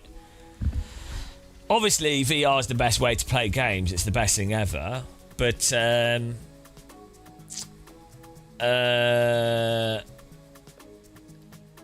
you want VR support. You need VR support, right? Even if it's a minority of people, the majority of people playing driving sims might not realise how good VR is, or that it's an awesome way to play the game, or they might just not care. But you still, that's his thing. You still really need to support a minority thing, or you know, you want as obviously there's limitations in terms of time constraints, but you want to be able to try and support things as much as possible where possible. That's the thing, isn't it? Right, we got that. That was a really good. We did a great job there with the. Yeah, you need to try VR. It's amazing. I mean, like on the subject of the LGBTQ whatever, it is just like we do have a long way to go. Like if there's a long way to go. Like I have a few friends that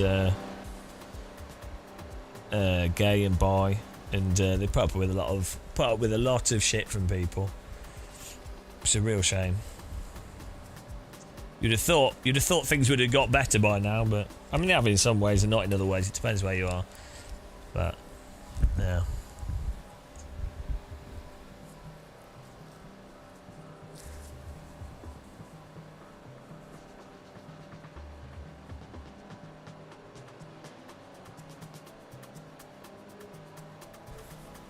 It definitely is with everything. A minority of people that try and ruin stuff for everyone. Don't matter what it is. Most people, when they're made aware of something, are actually pretty chill and you know, pretty accommodating. There's a really small number of people that are just idiots. But they're because they're not many people, but they can really make things bad for everyone. Look at those, look at the air ducts. This is so cool. Can have a...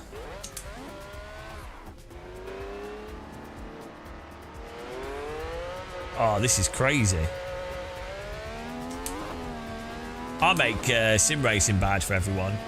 Oh, look at this. Bloody hell, she's fast. It's all in the upbringing. Yeah, well, I think also just I think a lot of people are a bit stressed for no reason on certain things. I was really fortunate that, well, my parents are both teachers, so I'm pretty obviously left-leaning or sort of open-minded upbringing, and then I had good like friends. So you get to experience the issues and stuff. I think if you don't experience other people's hardships, or you don't see it, you could be unaware of it, right? So that's the thing. It's just perspective that you get from being around lots of people is very helpful. But I think you have to live stuff. A lot of people can't just be told something. You're a right. Well.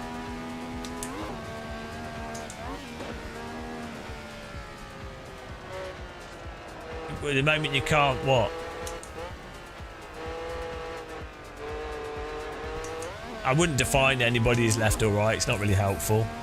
You have to just look at every single issue and break it down, and then you work out if it's what's reasonable and what isn't. So, ooh, look at this, beautiful.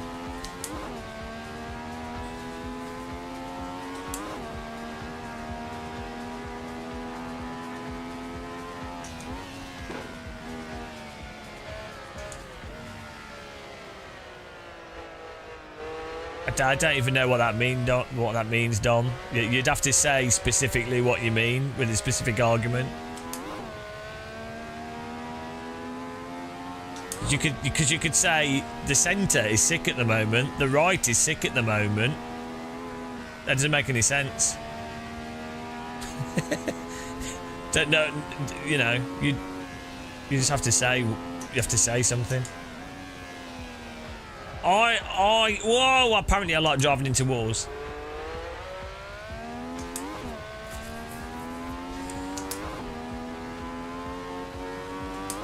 What you find is the extremes of views in any people. Like if you were to take the most extreme views of someone that's supposedly left wing or right wing, you'll find that they both come together.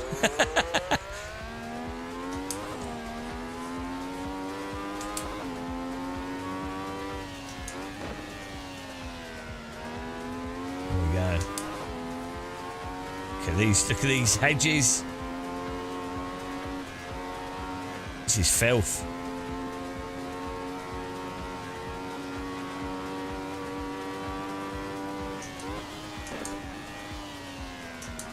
Hello, Stat by Dan. You've walked into man driving into walls. We need a setup for this car.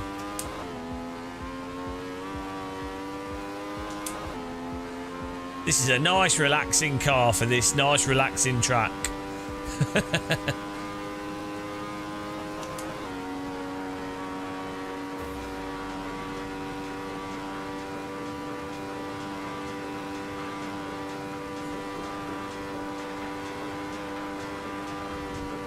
Hello, Counter Debate. Hey, incel glasses are the future. One Twitch exactly, Lentillion. Most politics is solved through Twitch chat. Yeah, I drive right down the middle.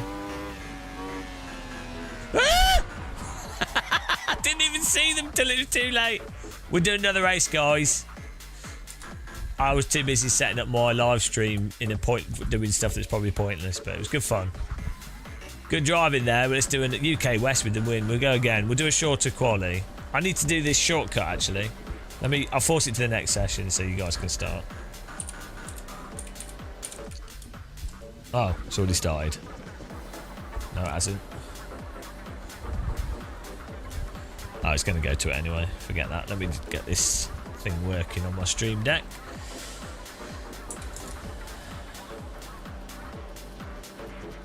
Yeah, like, you know, it's just some people find it hard to be nice to other people. I find it hard to be nice to other people. I think you know, like I racers, they're very hard. I find it hard to accommodate I racers.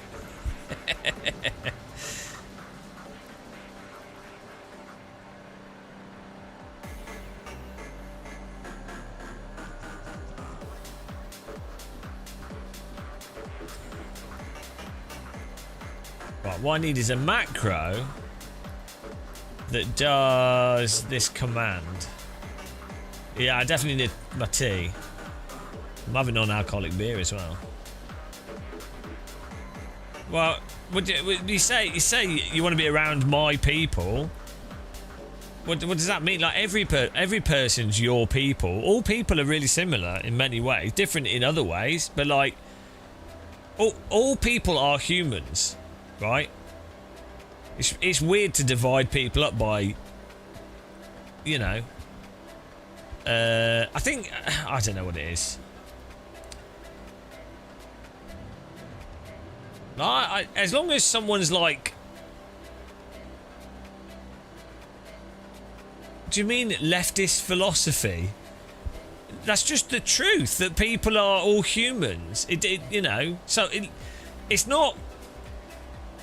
If you divide stuff by like my people or them, those people, it's like you're arbitrarily separating people up. You don't need to do that. You go, anybody that's not a dick. What do you mean by you're not the same? It depends. You're using open words. Like, why would you dislike someone that's not... If someone's not a bad person, i.e. they don't hate you and they're open to like yeah, so if someone's not like closed-minded and they're like reasonable and they believe in humanity, what's the difference? So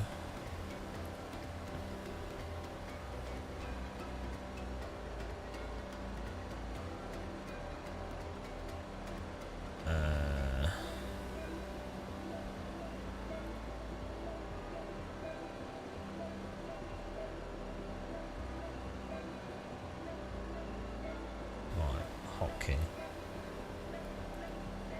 No, it's not hotkey.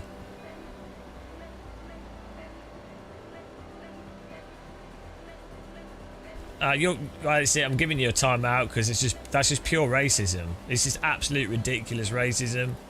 You can have a timeout.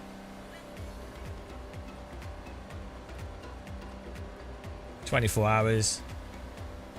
There you go. For like saying they, it's just like you're not even saying anything. It's just racism. So dumb. Such like weird open-ended language as well. It's just it's terrible. Why can't I get this macro thing to work?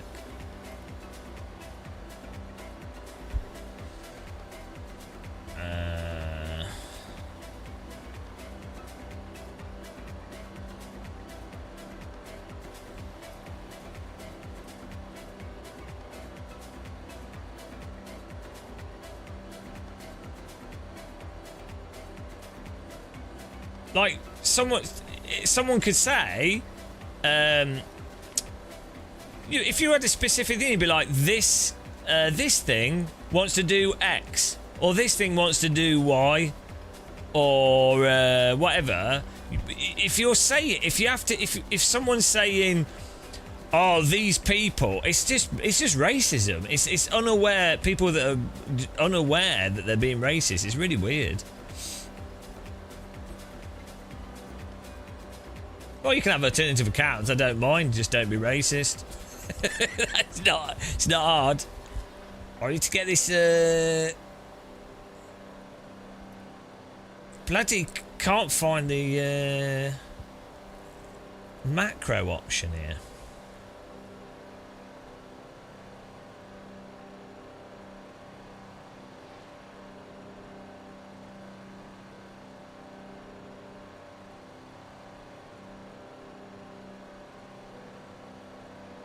No, what they typed is specifically a racist thing.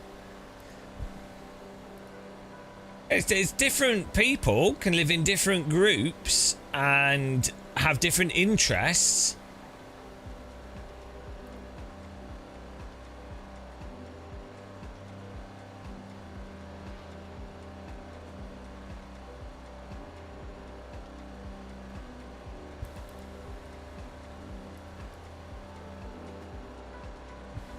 You can have different philosophies, different general beliefs. You can have some beliefs that are less compatible than other beliefs.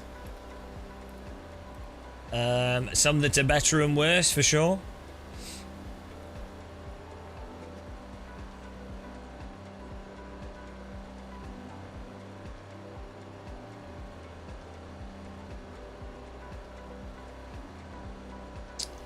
I cannot find this macro shortcut. I want to be able to type these commands in.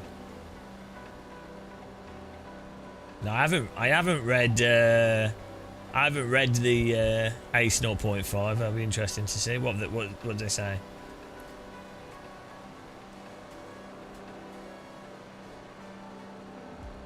Filing account.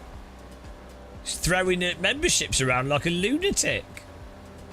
Thank you very much. This is not helping me find the macro. Maybe it is hotkey. Ah.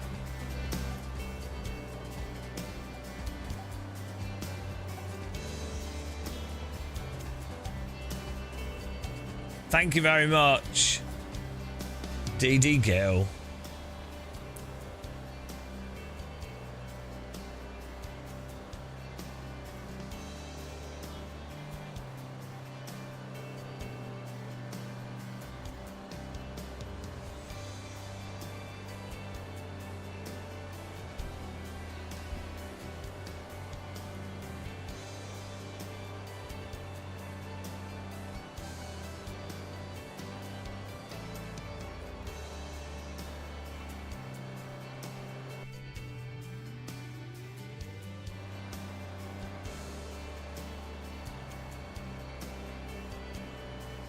They've changed these macros.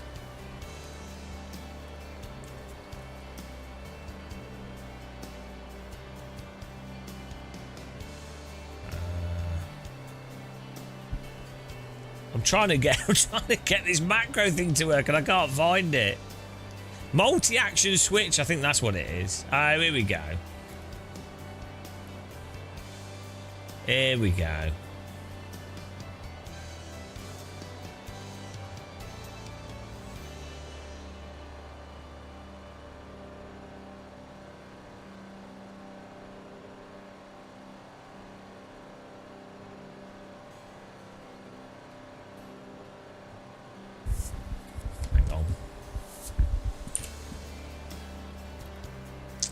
Oh no.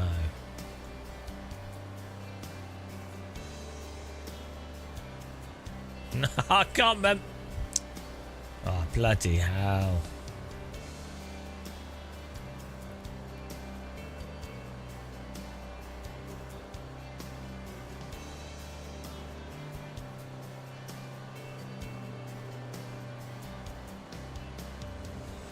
Oh, here we go.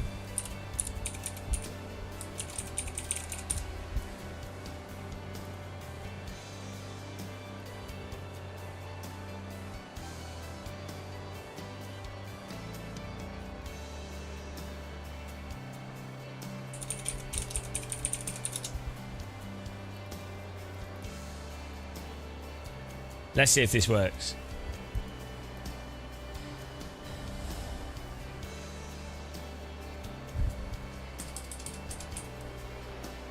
Yes!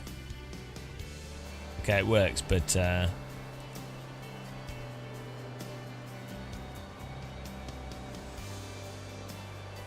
only worked once for some reason. Oh dear.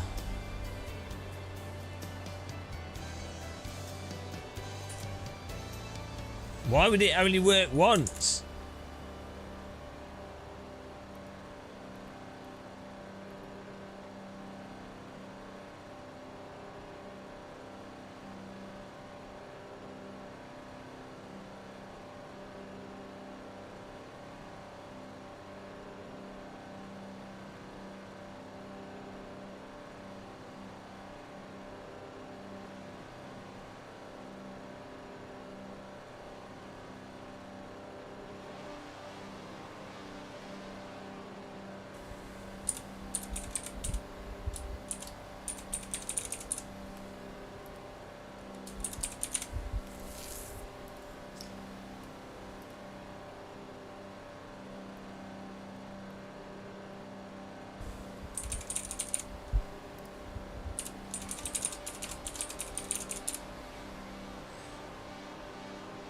Guys, we can't do this race. I'm still doing these.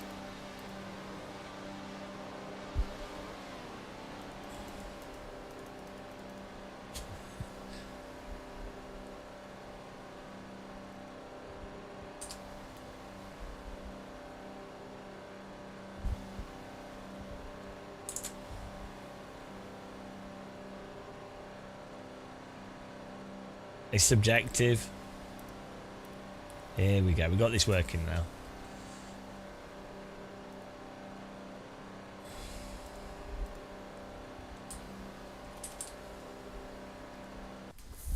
Sorry, guys.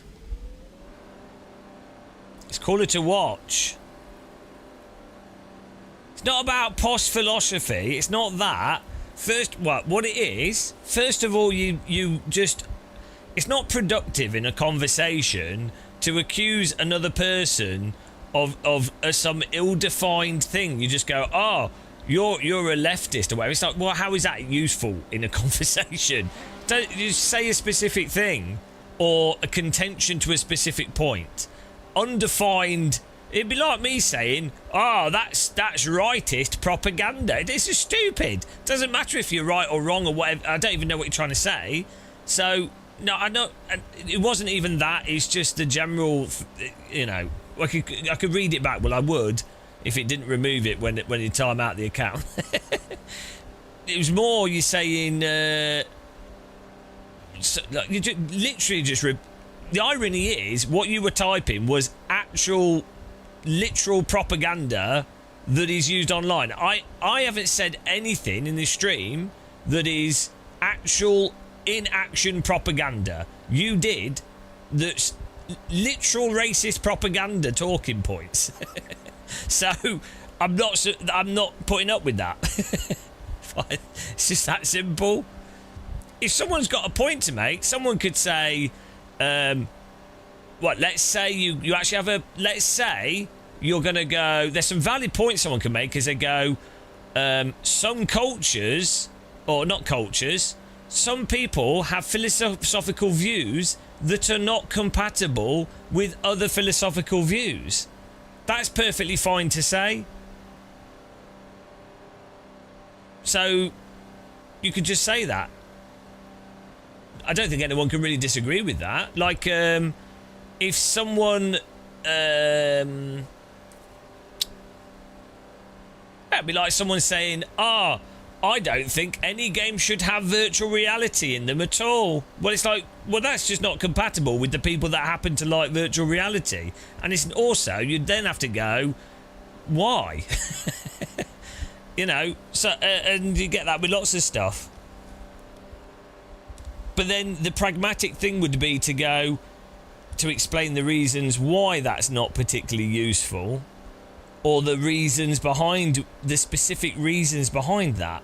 Not just spouting a generalised left or right or whatever, you know, ill-defined terms. Okay, what does that even mean? What does that mean? Again, you're just saying stuff that doesn't mean anything. Right, you would have to define what France is to have that conversation. You would have to define what UK is to have that conversation.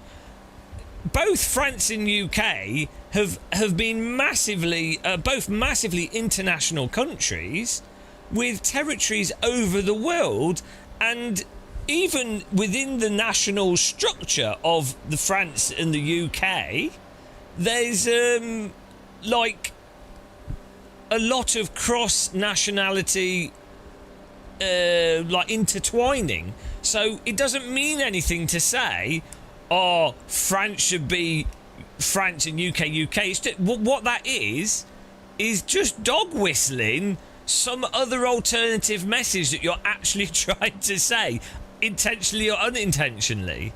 It's ridiculous. So you just say something directly, rather than if you're having to dog whistle intentionally or unintentionally, it's probably because you're being racist.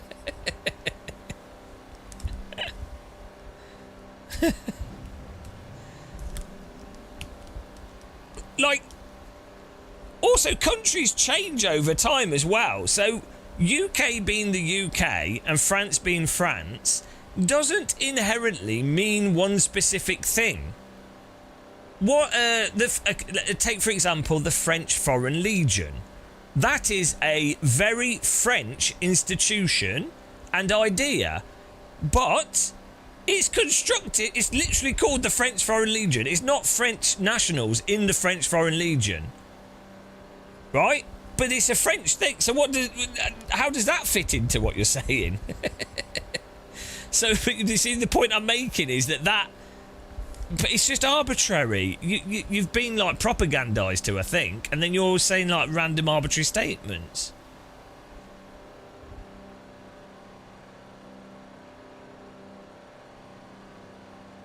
Yeah, Steve Williamson, exactly. Like, I've lived in other countries and I've been around lots of different people, even people that I fundamentally disagree with on a lot of issues, and even people that I find deeply offensive and stuff.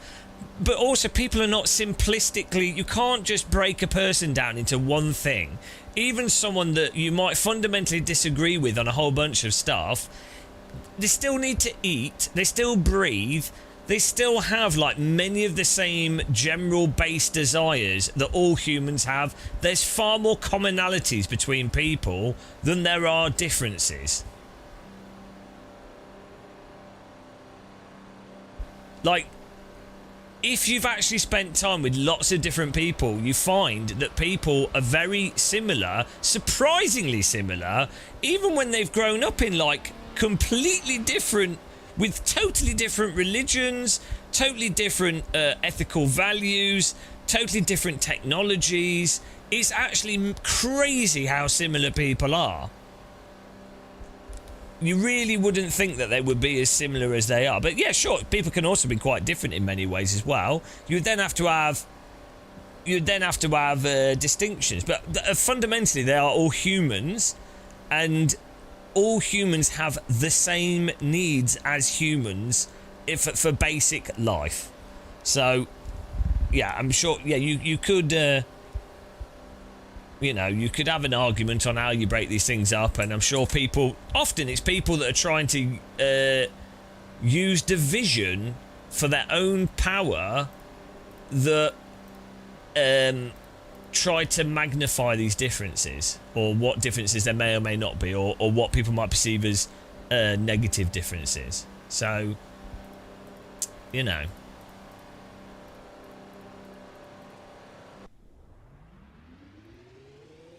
baguettes, yeah.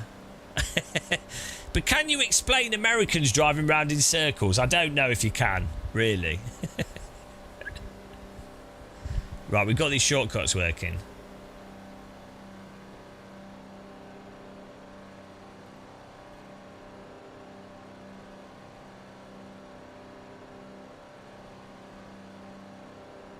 I don't want to have a talk about it.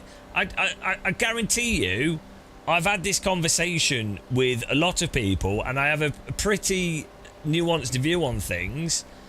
So the absurdity is when people describe me as like some leftist or something. It's like, well, actually, no, you don't even know what my views are. Fundamentally, I'm a humanist. I do see there are values in arbitrary nations to some extent, but the more you spend time in countries, the more you realise for your average pleb on the street, the legal structures that are a country are so arbitrary, functionally arbitrary. Yeah, relatively speaking to Americans, you would just probably describe me as left-wing, but that doesn't really mean anything because it's such an oversimplification, it just doesn't make any sense. It's kind of weird that being a humanist would be described as left as well. That doesn't make any sense, really. Like, you would have thought that all people would really want to be humanists.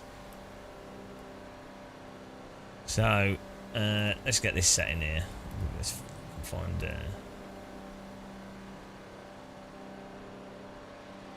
Yeah, we're getting back to driving badly. We're trying to get macros working.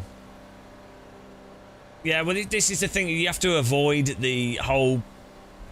Anyone that starts throwing out left and right, it's just not useful for conversation. It's not useful for any point on something. You know.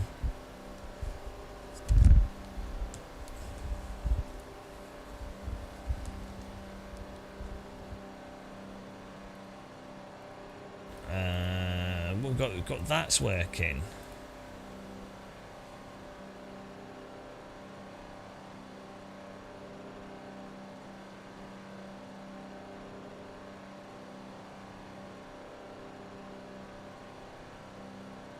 Your whole tone is insane. Right, you can have a timeout on this account.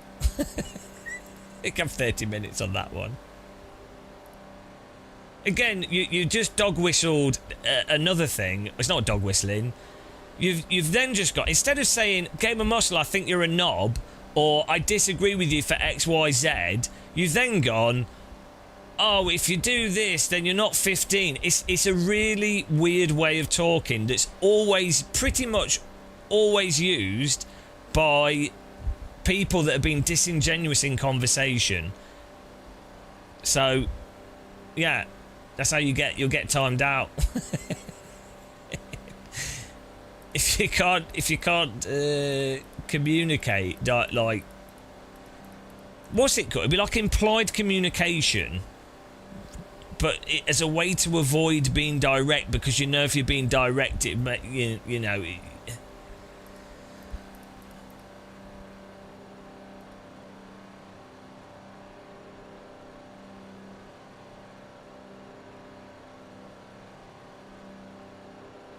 It is. I think it is like dog whistling, isn't it? It's like. It's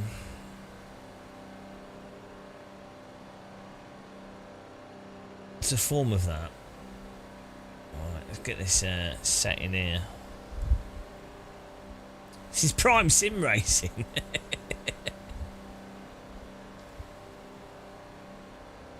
Right, I think we've got these macros working.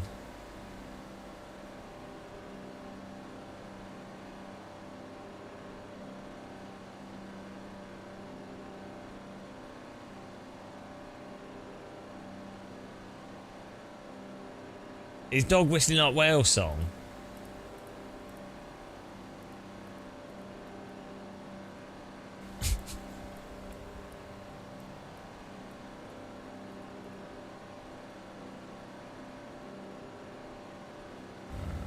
Right, I think this works.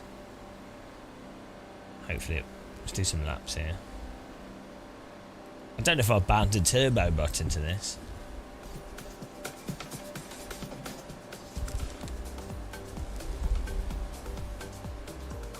Here we go.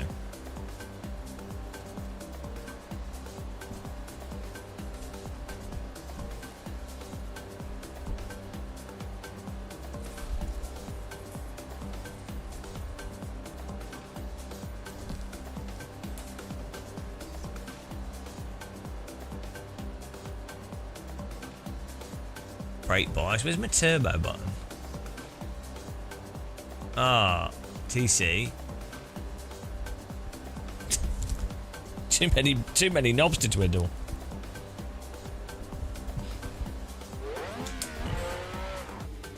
I think it's the number keys, isn't it, on the keyboard? Oh, this car doesn't have a controllable. Does this car have a controllable turbo?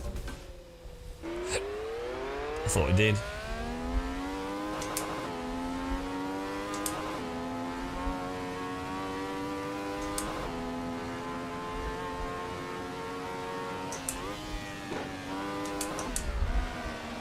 Woo!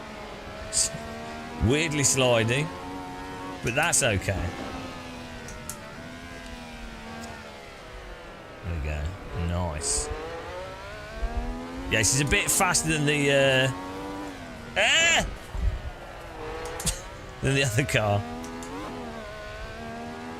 Yeah, I think this wheel on this car is like 200 and 250, is it? It's tiny.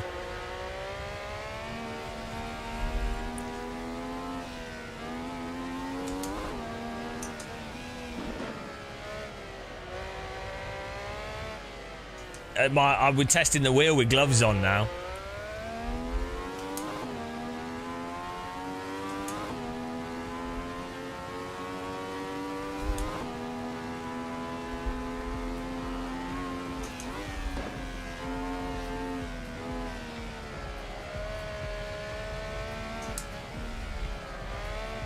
Whoa! Yes.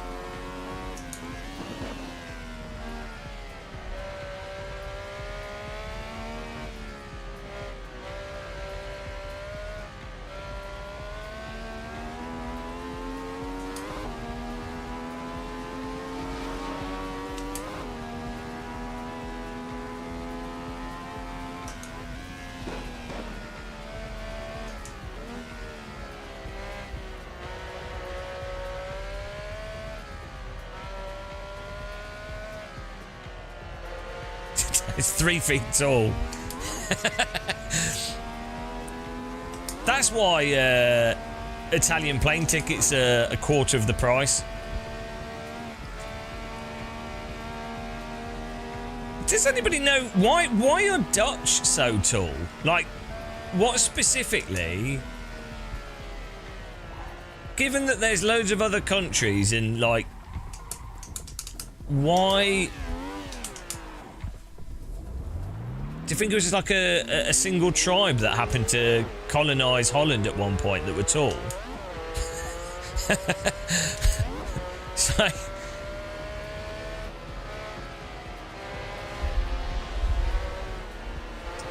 whoa! I'm sorry. I did not slow down enough there.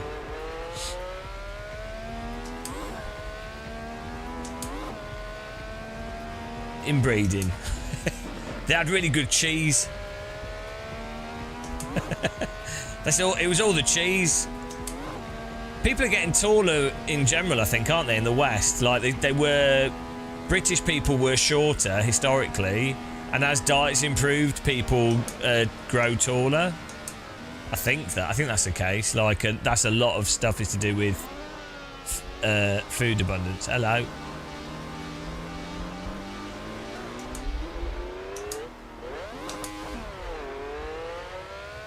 Also smoking and stuff.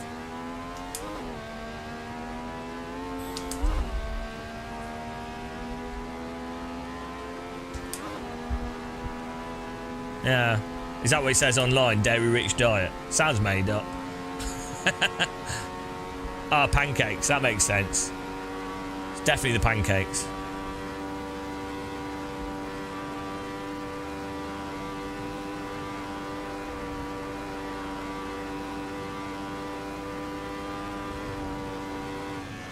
You can't keep making accounts.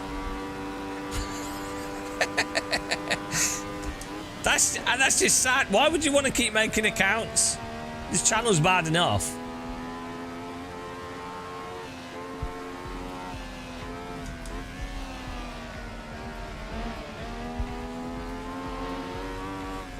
Imagine having that many accounts. Why do you need so many accounts? Because I literally myself, I have 2.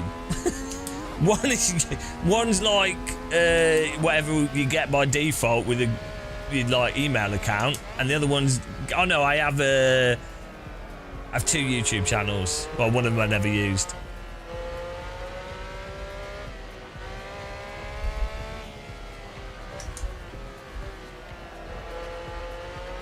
Yeah. Like I've used Gamer Muscle on Reddit as well for like 15 years. I even use this is my job, and I've never had to like use different accounts because I'm the same on everything. Like with people in real life, how I am on the internet, you know. I don't have to have like different accounts for different things. Same boring person everywhere.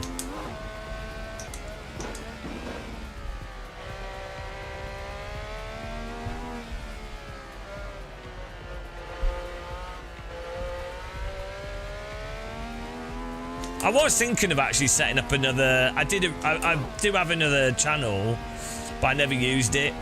But I was thinking of doing like a VR dedicated channel, but I ended up just doing the content on here. Understeer. Need a setup for this car.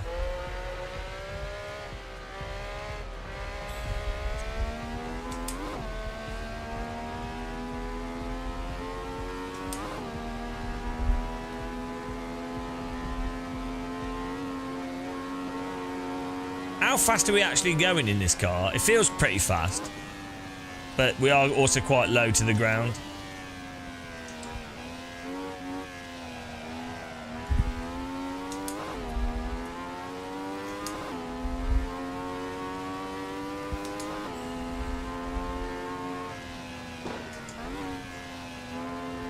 So this car's quite slidey stuff. I guess it's got quite small wheels.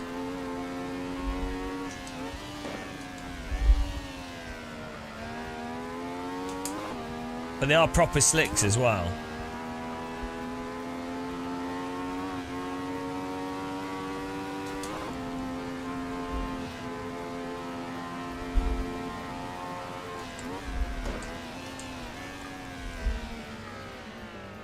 Oh, does not have good brakes.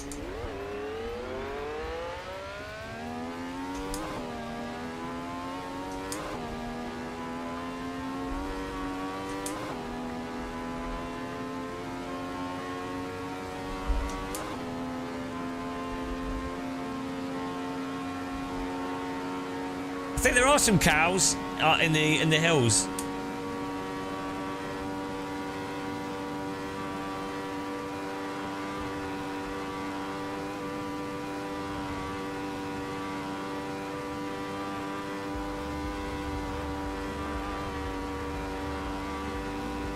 This is beautiful.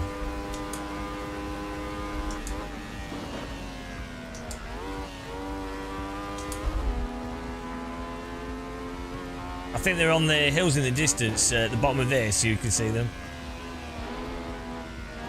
I do like sheep myself. I definitely have a pet. Not really. I think a goat. I'd have a pet goat. There's sheep are awesome. Sheep are a bit too timid. Goats are a bit like dogs.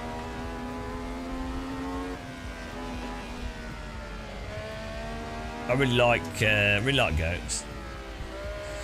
I like pigs as well, actually.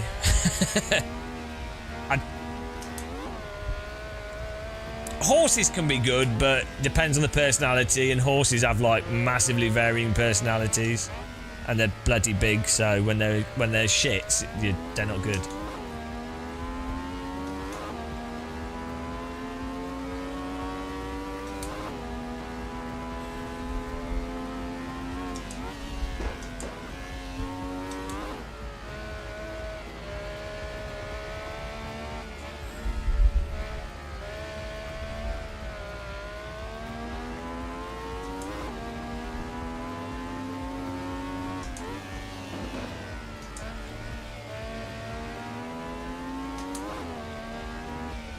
I read that as a diarrhea and Marmite. I was like, well, fair enough. I just had a diarrhea and Marmite. I was like, well, glad you managed to eat something afterwards.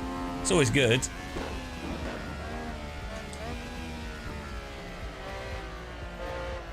See?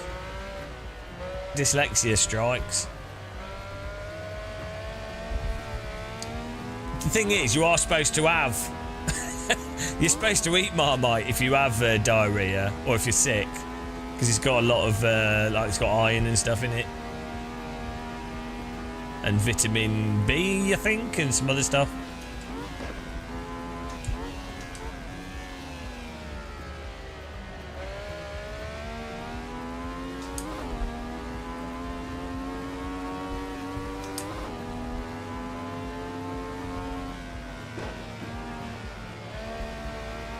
Whoa!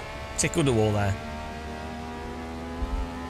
Dairy Lee cheese is a bit weird, to be honest. I like it, but it's a weird tasting cheese. It's also like those Baby Bell. That cheese is weird as well. It's nice, but it's kind of like... both of those types of cheese taste a bit plastic. Now the plastic cheeses.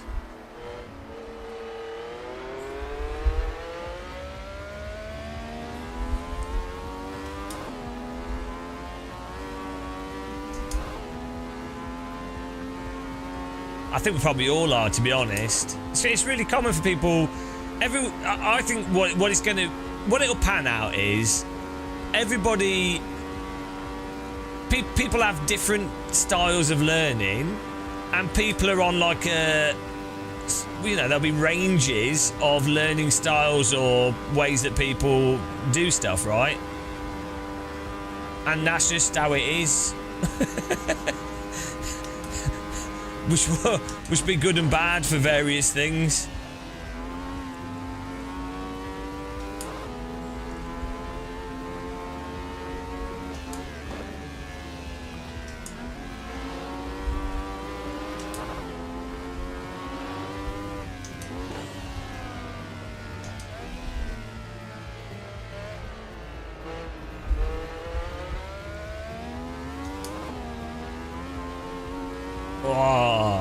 This is well good.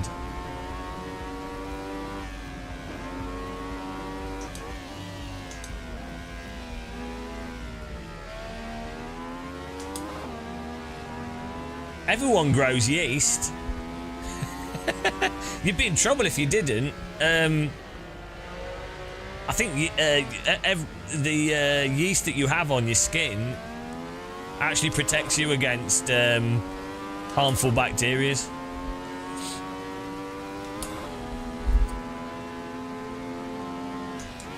There's so many yeasts out there. It's crazy. It's actually mental. I had 7 hours sleep last night. We're just going to bed early and waking up early at the moment. I mean, I'm pretty tired. Could have done with more sleep, but I don't know. I'm really enjoying these VR live streams. Good fun. We don't still cultivate it. Maybe we should do. Don't you want some Gamer Muscle armpit cheese? Mmm. Sim Racer armpit cheese by Gamer Muscle Industries. Feisty.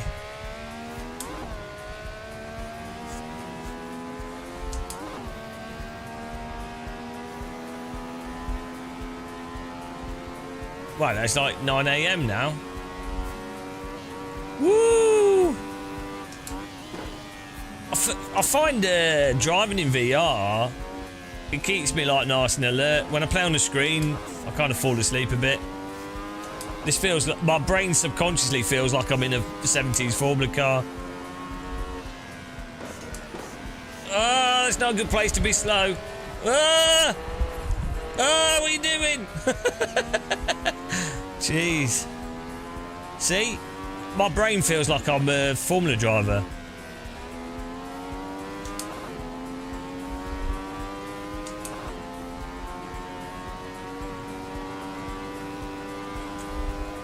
I think tracks with hedges and stuff always drive better.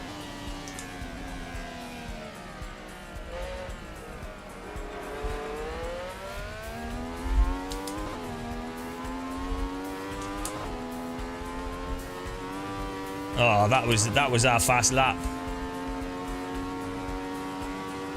Can't go back to screens, PS4 dead man. Yeah. It's different. It's just a different thing. It's just a different activity, really. You know?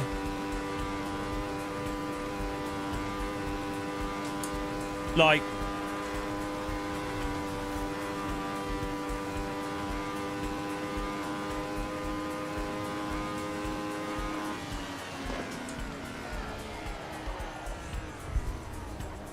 Yeah, screens are just a different...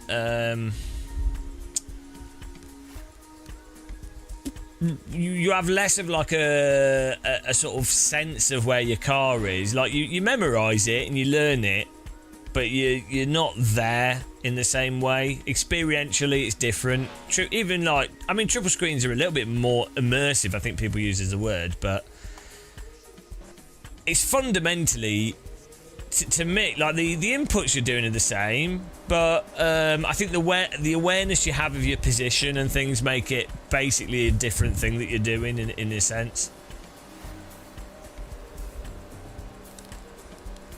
Yeah, no, I totally get why people would use screens. My thing would be, I get if you can't use VR because you get motion sick, why you'd then use triple screen, but then I get more motion sick off triple screen than I do VR. Hello, Silver Cyclist. My thing would be, if you're going for immersion, nothing beats VR. Like, you really do feel like you're sat in the car. And triple screen, you don't feel like, even the best triple screen setups, it doesn't make you feel like you're sat in the car. They can be good. They're not. Initially, they're really nice, but after like 3 months of using a screen, triple screen setups, I sort of already start to feel like I might as well just be using one screen. So for me, I kind of feel like if you're playing a sim as a game, you might as well just use one screen, like an ultra wide, pump the graphics up, it looks great, it functions, you can play it perfectly fine. You really don't need to be able to see left and right. That's not needed at all, because you can push a button, or you can have a car radar, or you can use your ears, and you know where people are. So you might as well just use a single screen. Like, that's my view is. I mean, I can see how people have fun with triple screen. Why not? If you've got the space. But that's what I'm saying, Turge. Like, you just get used to triple screen to the point where you might as well... You lose that immersive quality in many ways. Like, when you first use a triple screen, it kind of has that wow factor that VR has, where it's like, oh wow, I can see all this stuff, but it doesn't. Triple screen still doesn't get you it's the 3D depth perception, the head tracking component. You know, is still triple screen is still basically single screen but with a wider view. I mean, it wraps around you, so there is utility to it, but is still effectively a more advanced single screen, whereas VR is a whole different thing.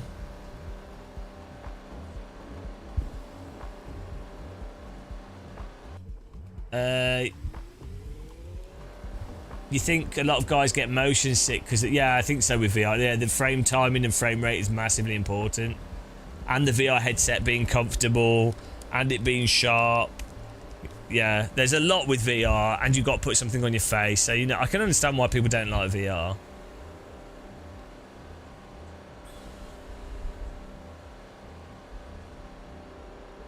Yeah, I've been doing since DK1, and I even used VR in the 90s, and I was almost going to do like my degree on like VR stuff.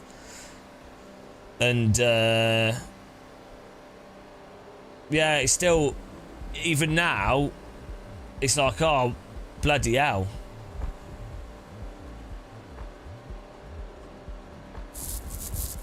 But yeah, and I do feel like with VR, the problem that people have with VR is the fact that it's covering your face, and then, you know, I think the Quest 3 is not too bad actually in this regard, but there's a whole process with VR, isn't there, that I think a lot of people just don't want to do. They just want to sit. They want to sit in their sim rig and just play a driving game, and so for them, that's where I kind of feel like single screen is where it's at. That's what, if I was like, I want a sim rig, but I don't want to fiddle with anything. I really don't want to fiddle. I just want to do the occasional sim race. So like, I just want to jump onto, you know, jump onto a game, Gran Turismo, Forza, do a bit of iRacing, whatever. In that scenario, I think I'd go for a single screen again, because triple screen still has triple screen has a bunch of fiddly rubbish that you have to do. Sure, once you've set it up, if you only play one sim, but I would say if you're more of a casual, you probably don't only play one sim. Weirdly, if you're casual, you probably actually play multiple. You probably play multiple games. Did anyone have a setup, guys? Oh wow.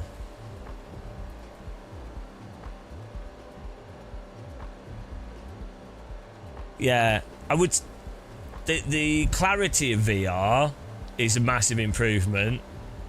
The seamlessness of getting VR running has improved a lot.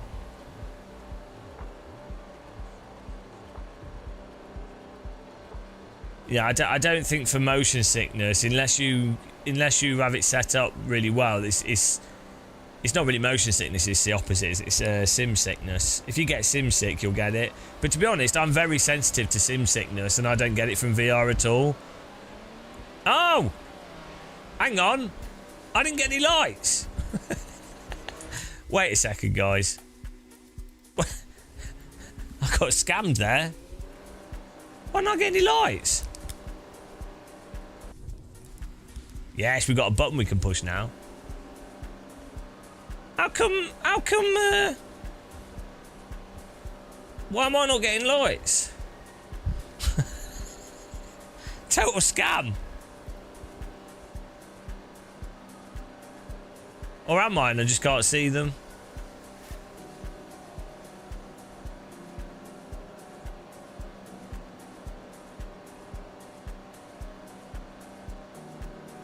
Is there an app for race start lights? That could be a good thing to have.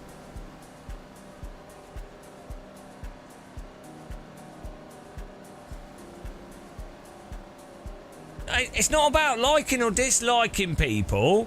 It's about individual arguments. If someone makes a argument that's racist or dog whistling racism, I will call you out on it and you will get timed out.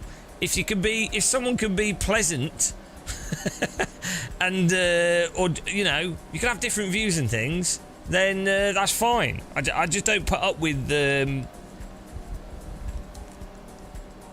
know, anti-humanism.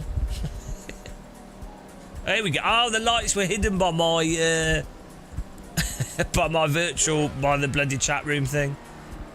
There we go. That explains why I couldn't see them. Here we go.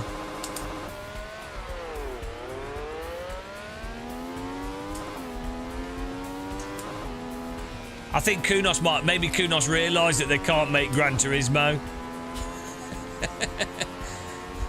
Maybe Kunos are realising that what they need to really make is another Assetto Corsa. And that's all they need to do. And actually making another Gran Turismo just doesn't make any sense. Woo! Marco's had an obsession with Gran Turismo since he was 3. That's what...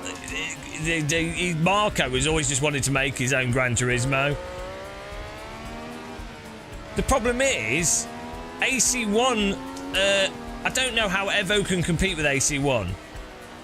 I just don't know how. Like, unless they can make the physics actually better from a driver's perspective... which they haven't been able to do that in any of their games following from AC1. How do you compete with a completely open mod thing with everything that's available, with a game that looks great and runs amazing in VR? You know, and how do you, like, so all that, I think what they can do is online competition system and the cruising thing, but then why would you do that when you can play AC and do cruising on more content? You know? I think they'll release it on console and make money out of it. I just don't... I'm not seeing it as a successor to this, and given the cost of, like, bloody computer components,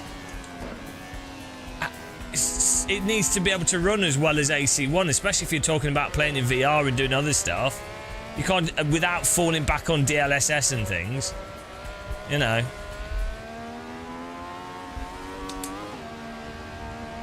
Well, you say they'll get it done. They never managed to make ACC cars drive like cars. Evo has the same underlying issues as ACC in the handling. The tyre models just doesn't... it's not how cars handle. So... and the force feedback's terrible because of the tyre model.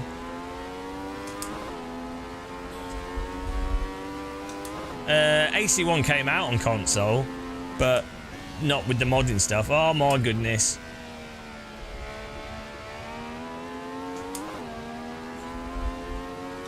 So yeah, I mean, Evo could be a... I think it can sell well. It's just if you know about AC1 and you've got AC set up. But then again, you could go, well, why not have both at the same time? You know? And nobody's killing AC, really. Like, I think AC will gradually get less and less popular in the mainstream, but at the same time, it'll be like Richard Burns Rally, where it'll kind of just linger along.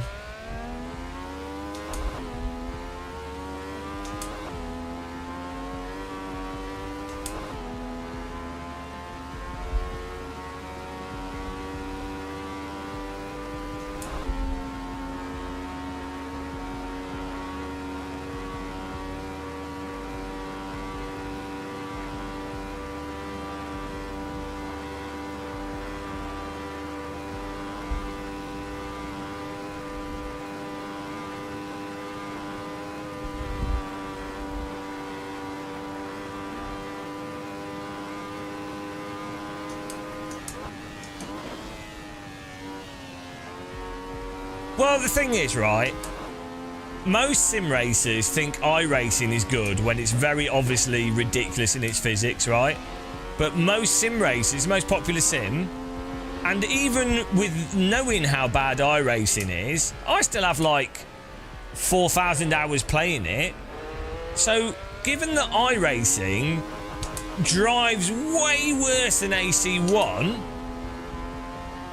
why does, and given how good AC1 is, and you literally have Max Verstappen saying that AC1's good, and, you know, lots of places using AC1 with its, you know, as flawed as you might think it is, a lot of people use it. I know quite a few people that are fast real-wheel drivers, and they're all like, yeah, no, it's their favourite sim of choice, right? So it's good enough. So, you know, it's like, given that, what's the point of ACC and Evo's complex tyre models? Like, it doesn't make sense. Like, what's the point? Like,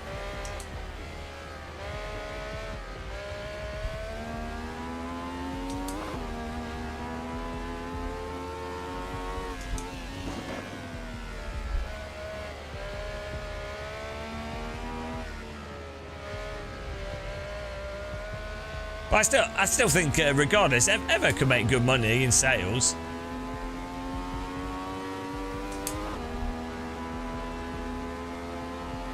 Especially on console, especially with the cruising stuff.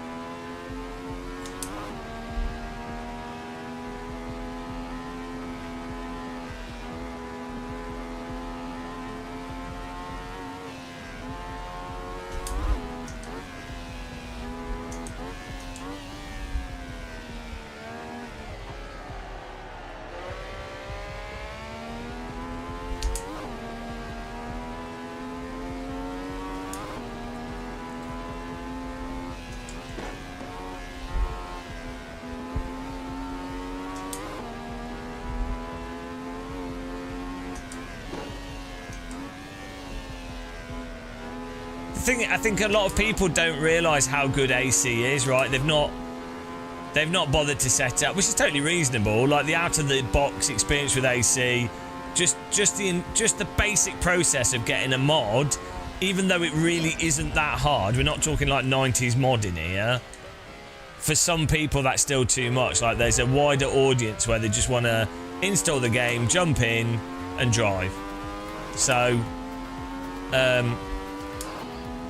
as a result of that, there's a lot of people that just don't, you know, they wouldn't know to get this track. They wouldn't know to just get pure and shader patch, even though it's made very clear, and even though it really isn't that hard. They just don't know, right? Because it's not got marketing behind it. So they don't realise, like, this is absolutely phenomenal. What we're doing right now is so insane. But people just don't realise it. And then there's a guy we raided the other day on Twitch, and he's like, he likes BeamNG's physics, but more than AC. And he's like, oh, AC feels wooden to drive. It's like, well, what does that mean? But I can totally see how, if you're not really, you know, if you don't know how to set a sim up, or you don't know how cars generally drive, then I can totally see how you could get that view.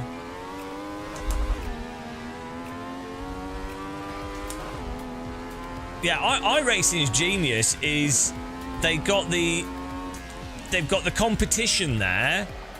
So basically, if you want to drive Formula cars, if you're not doing a league and you want to drive Formula cars or oval, iRacing is the only platform that you will find people that are sort of that within 2 seconds of pace at any time of the day.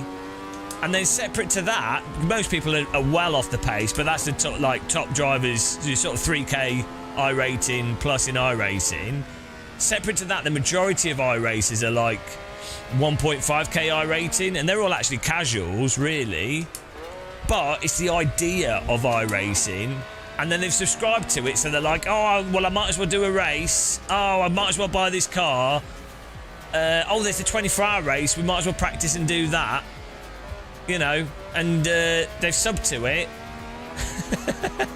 And and then they get locked into it as well. And, you know, the big events that iRacing do are really good. Like, they are really good events. Oh, thanks for following.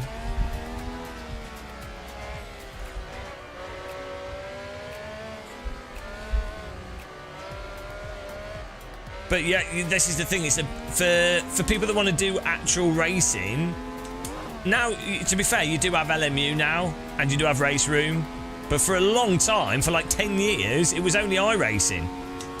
Then you had like Low Fuel Motorsport got popular with ACC.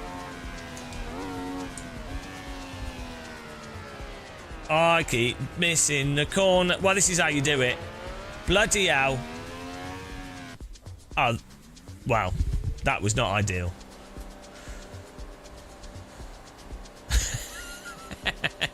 Whoops.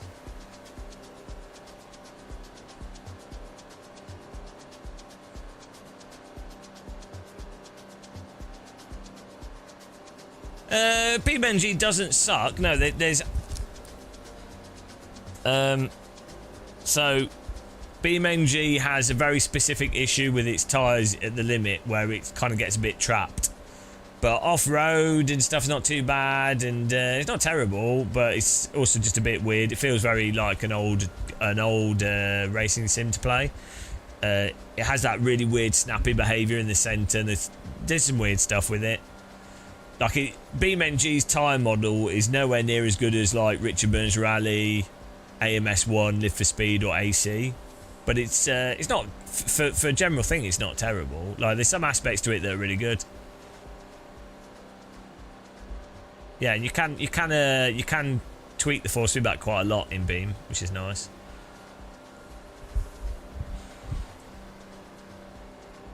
Well, we failed this.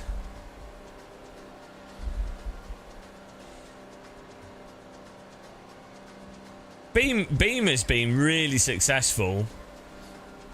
But again, so it's mostly because people like to crash cars. It's got some fun gameplay modes in it and stuff.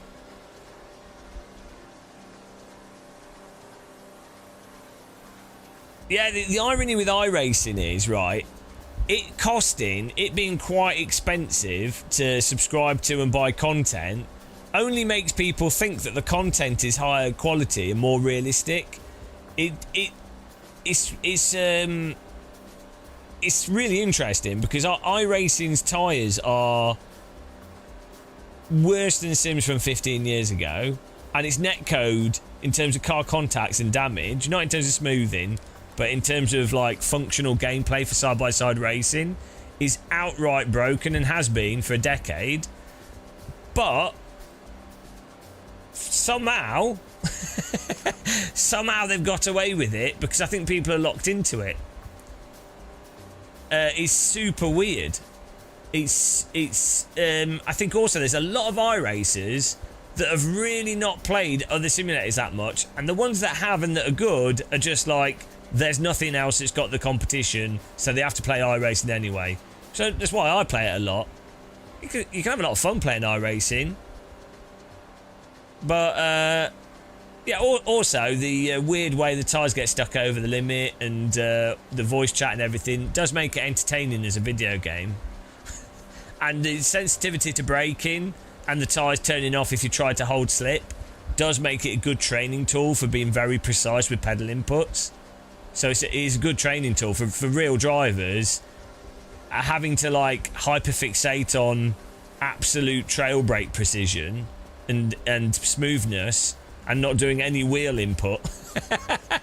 it is a good training tool. But a real car is simcade compared to iRacing.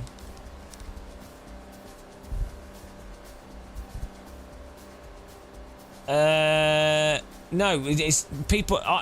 Max Verstappen and other real drivers that play iRacing are mostly playing it because it's for the online competition, and there's nothing else with that competition. Also, if you do esports and you've got an esports team, esports drivers will play anything, right? That's got the money and the audience. It's like companies, absolutely, sim companies absolutely know that iRacing has completely shit tyre model. They absolutely know it. I can tell because I've spoken to a lot of them. I'm not going to tell you which ones, but I've spoken to quite a few sim companies. They absolutely know that like anybody in the industry knows that iRacing's physics are shit. But it's got most people playing it. So they're not going to... A company that makes a wheel and has spent millions of pounds on product development is not going to publicly say, hi guys, we've made this equipment, but yeah, iRacing shit, and that's what you're going to be using this equipment to play this shit simulator, the tyre model shit. You can have fun with it, but you've got this really amazing equipment, but we know you're going to play this absolutely terrible game with it, which is kind of undermines the point of the equipment. They're not going to say that publicly, because why would you? It's like if you're a YouTuber or streamer, you have to be an idiot to be directly honest about, like, let's say you're playing Gran Turismo and be like, if you were playing Gran Turismo and you constantly made direct comparisons to the positives of iRacing over Gran Turismo or the positives over AC to Gran Turismo, all you would do, by being honest, is piss off the larger fan base, which is not going to get you as much subscribers, donations, revenue. It's going to make you less popular. If you always compare stuff critically, you're going to piss off the most number of people. So people don't. It's better to be quiet.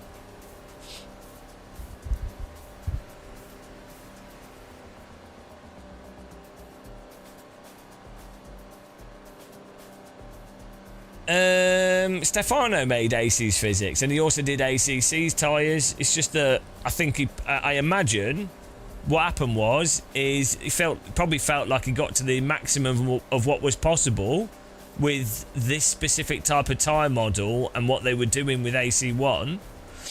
And as a physics programmer, you would want to try and do different things rather than constantly trying to. You might have got to the limit. Like AC1 is probably the limit of what they could do with the technology that they've developed, or that paradigm.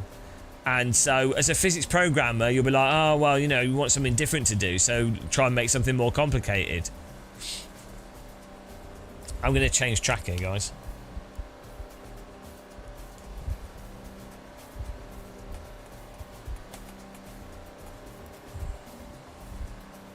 Good racing there, apart from my wall ride of death.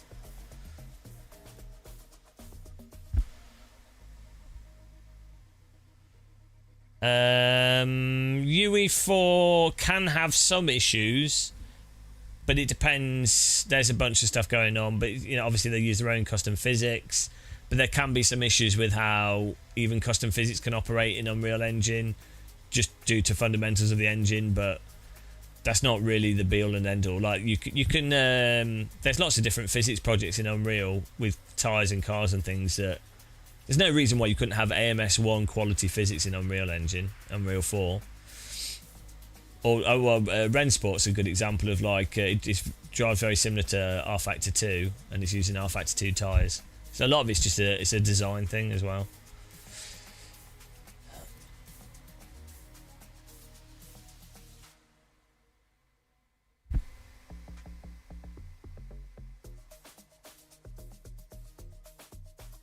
AC Rally seems to have similar physics issues that ACC has. Off-road hides it, but yeah, it's got the force feedback's not very good at the moment. Maybe they'll fix it, I don't know. But also the handling of the cars is just, it's like turn-based driving. All-wheel drive cars help hide stuff, and less peaky tyres help hide it. But yeah, it just it's not bad. It's not a bad game. I think you can have a lot of fun with AC Rally. I've enjoyed it, but it's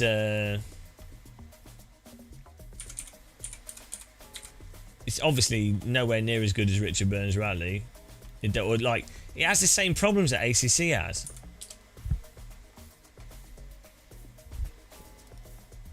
But it's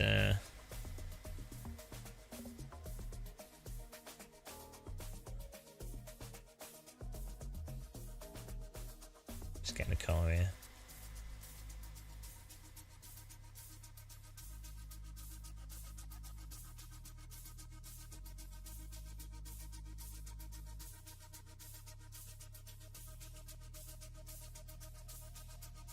Are you ready, guys? Right, servers up. Get in there.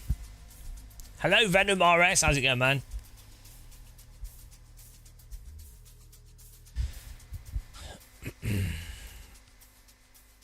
Right. Nice. Nice.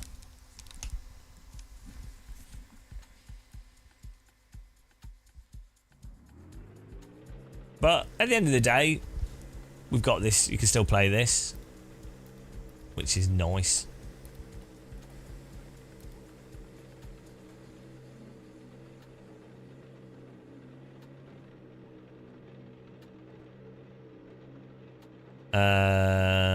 Anybody else that's streaming in VR, counter debate? Look at this. This car's got a well square dash. Oh, amazing.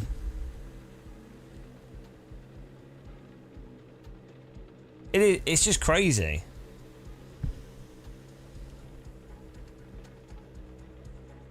I like how the dash is just like a square bolted on. The Mose is awesome, yeah. Feels really nice. But to be honest, all the current DD wheels are really quite nice. Simagic, Moser, Acertec, Simucube. It's the force feedback from the sims themselves and the physics from the sims that really makes the difference. There are slight differences between the wheelbases, but it's utterly negligible on the grand scheme of things.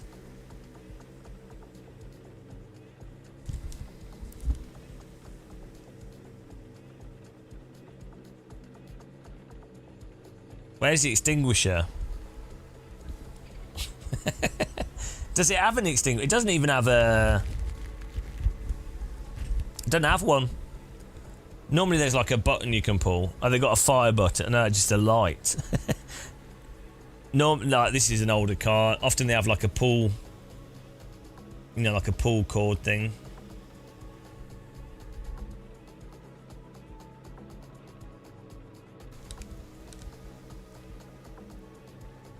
That's it. We got the holes for the passenger seat if you need to put it in there.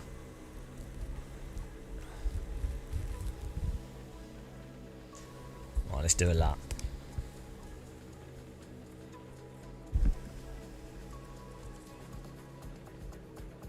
Yeah, the R21 and the R21 Ultra are both really good.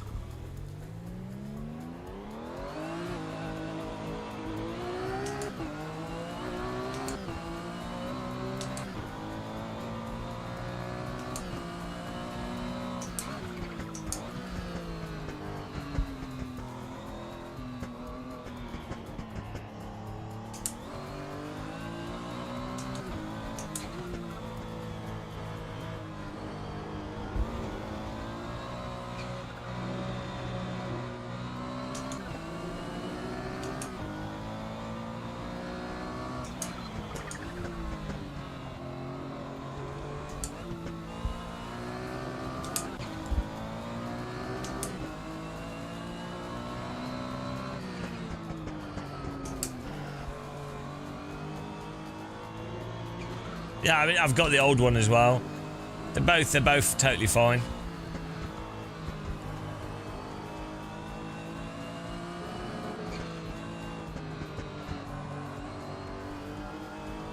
As I say, the issue at the moment with Sims is the underlying, basically mostly the tyre model, I think, but the underlying physics in the current simulators, and then the general feature set.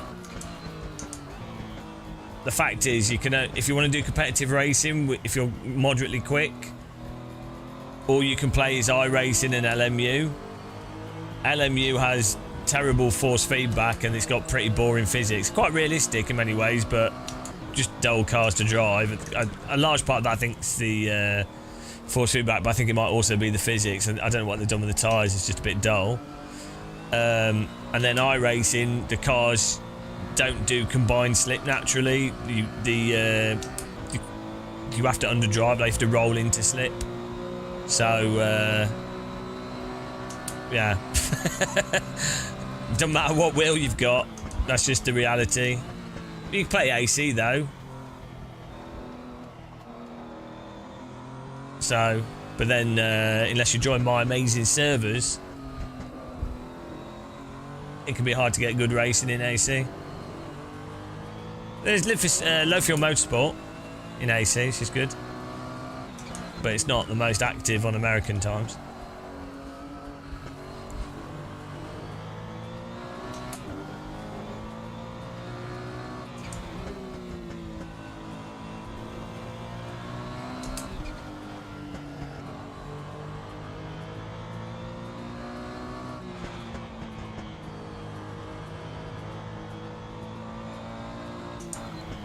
Well, an R9's fine. You don't really need to upgrade. Totally fine. You can feel that what the cars are doing with that, with the like, if you've got more than 5 Newton meters, that's enough to feel what a car's doing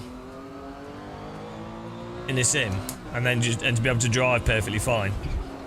Whoops.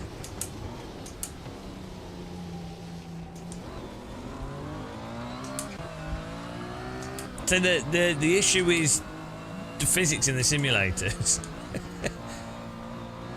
No DD wheel is going to magically fix Sims physics. Yeah, R3's fine. It's all fine.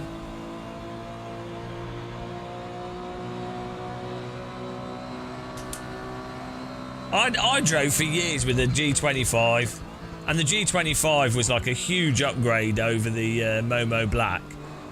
Like, I'd say even a G25, you can actually drive with it. If a sim's good, a G25 will work perfectly fine. Momo Black has input issues. So, you know, anything after a G25 is a nice bonus.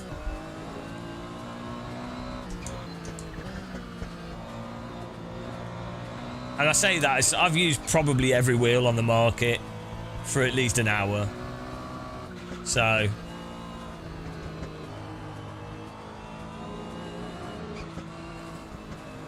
if a sim has like controllable physics, the less that you'll be like, oh, I need a super powerful DD wheel to feel what's going on. It's like,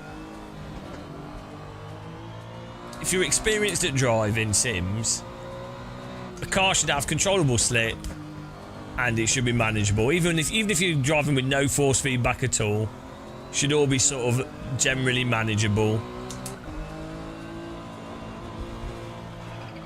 Purely from driving from visuals.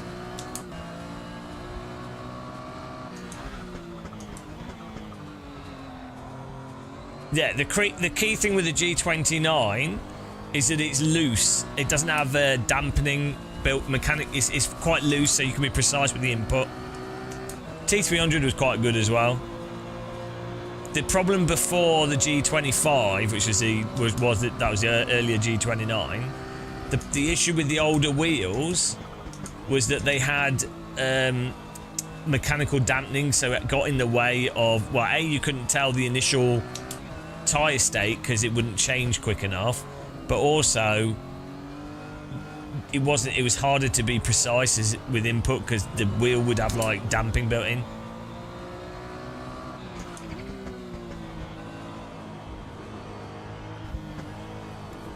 Ah, bloody hell, sorry. If you want to get the server, guys, we're hosting here. Password is password is T.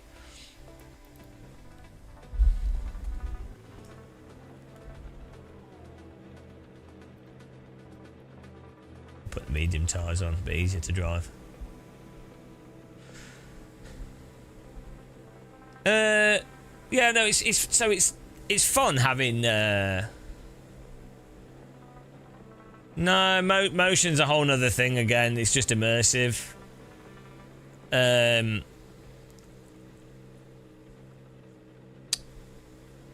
Yeah, it's fun having nice equipment. Like this Hausenfeld wheel is really nice. The R21's really nice. Seat belt tensioner I've got's nice. VR headset's really nice. It's nice, but it's not.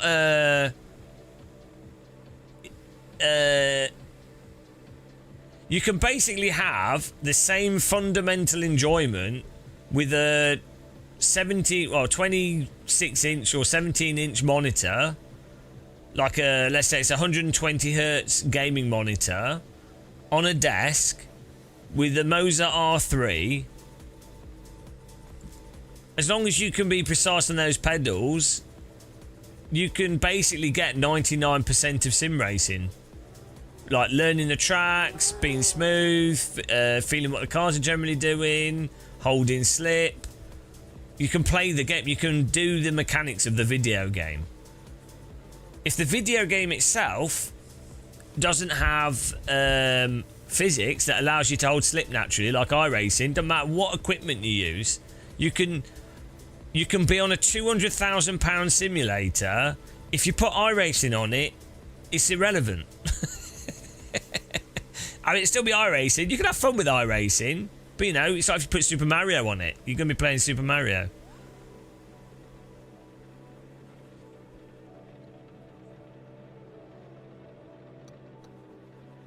I like how this has indicators.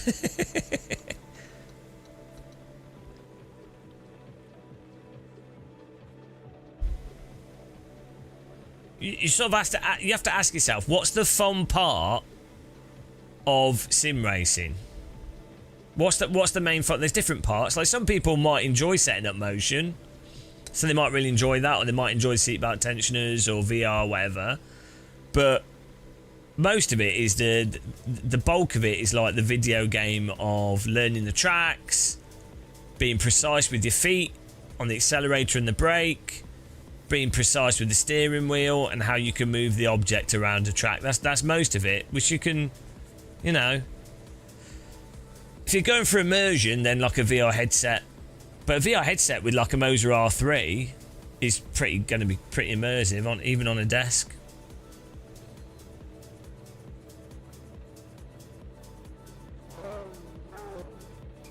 I do think if you get a 4-point actuator and a VR headset and then like a 12 Newton meter wheelbase, that would that's pretty much, that gets you to the level that gets you to an insane level of immersion. The thing with immersion that's weird is that you kind of, same with real life, doing something in real life, you get used to things. People get used to stuff very quickly. Well, some people don't, but most people do. So like it's like the first time you jump off stairs on a mountain bike is like insane, but once you've done it 30, 40, 50 times, you're like, oh, okay. Do you know what I mean? And it's the same with anything. It's like if you go skiing, first time you go skiing, you're like on a little basic piece, you'll be like, oh my god, it's so quick, what's going on? Do it for a few hours and you're like, oh, okay. I mean, you know, and then you keep amping it up until you break your knees. Before you know it, you're base jumping into a hillside and then you're dead. That's it. Life over. That's how life works.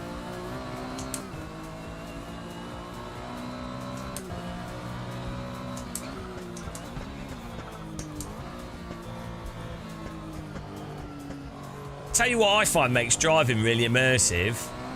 Live streaming, talking and reading a chat whilst driving a car. This is how I imagine race cars work. You sat with a chat room above you. It's like Jardier's done that. Should watch his crossbow race where he's live streaming at the same time. It's well good, and he got hardly any views. No one was interested in it, and it's insane. It's like he's literally live streaming in a race, in a real world race. That's insane. It's really insane, and just nobody.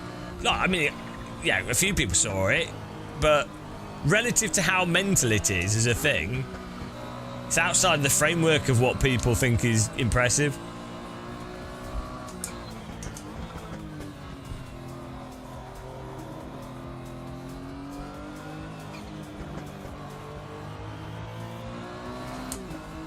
Streets of Jardy, yay!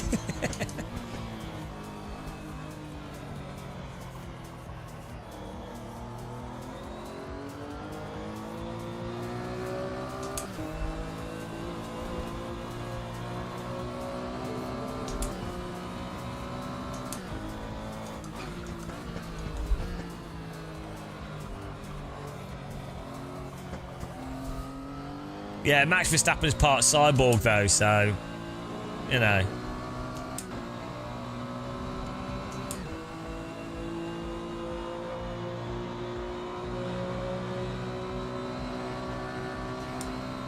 I need a cup of tea here.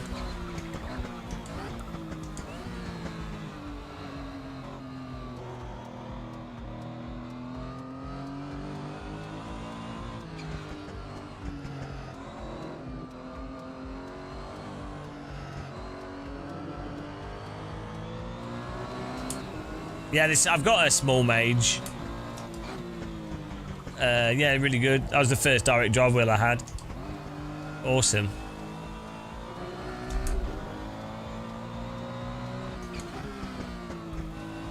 Well, fundamentally, it's a very precise servo motor. It's total overkill for sim racing though. A small mage is like a... I think they were like £350 for the motor. £300-400, which if you're doing a commercial, like a, you know, like a consumer product, you basically have to sell it for twice the price of what the parts cost. Sometimes more, ideally more, but you know. So if you've got a small mage, it's like, well, you already, you know, you're gonna have to sell that thing for 1,000 or something.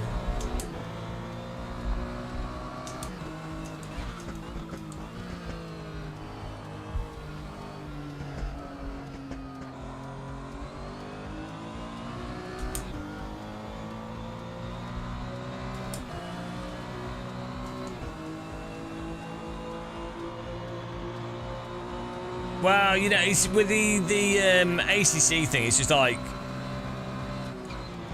I get it. Like, you know, if you want to just do, if you like races, it's not really about the raw physics and handling of the game. It's like the endurance format, which is it's a good format, and you know, it's just my issue is it being all we seem to have too much of it in Sims. But it's not that it's bad, it's just it's too much of it.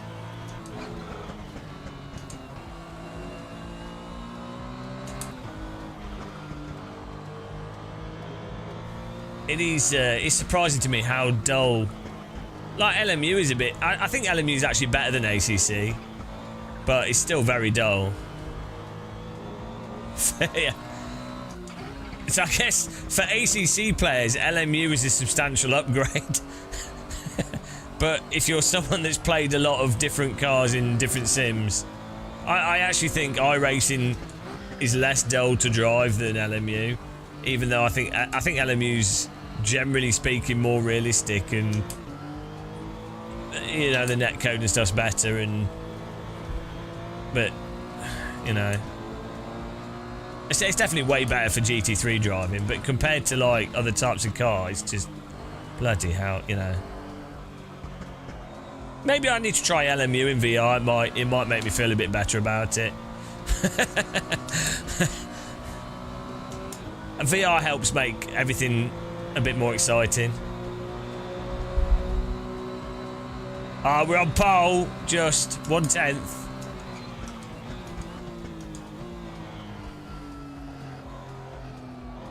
Yeah, but I don't enjoy MS2 physics. It's too cheesy to drive.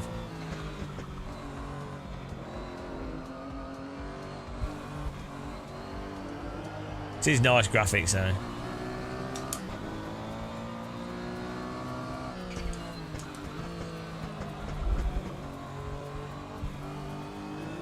This car actually feels slower in VR, which is weird.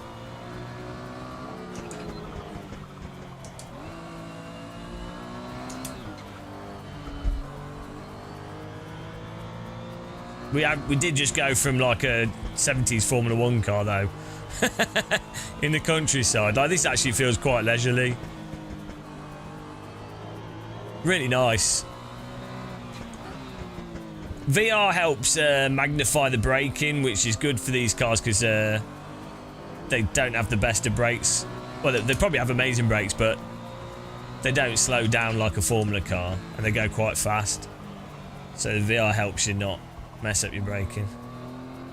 Very nice to drive this, actually. Got a really nice, pleasant flow to it.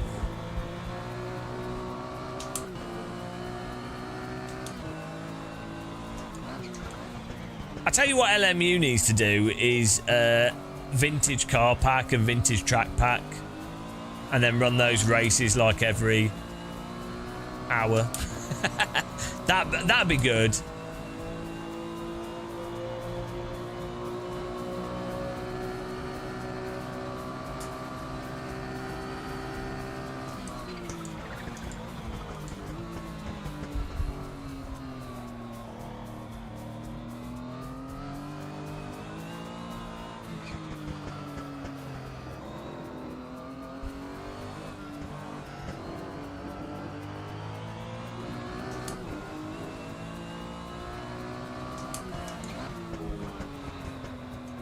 Well, it'd be too fun, wouldn't it? So they can't do that.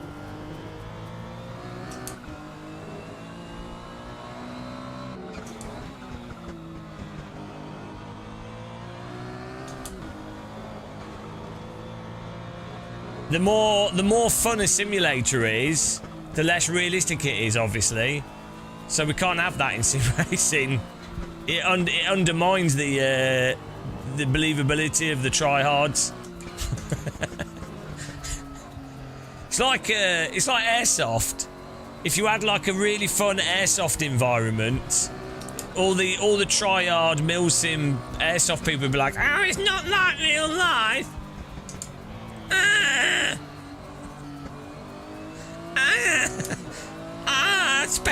I spent £3,000 on my airsoft gun. And you're not playing like real war. Ignoring the fact that they're firing pellets and nobody's dying, so it can never be like real war. You're not taking it seriously enough. I want to do this like the SAS.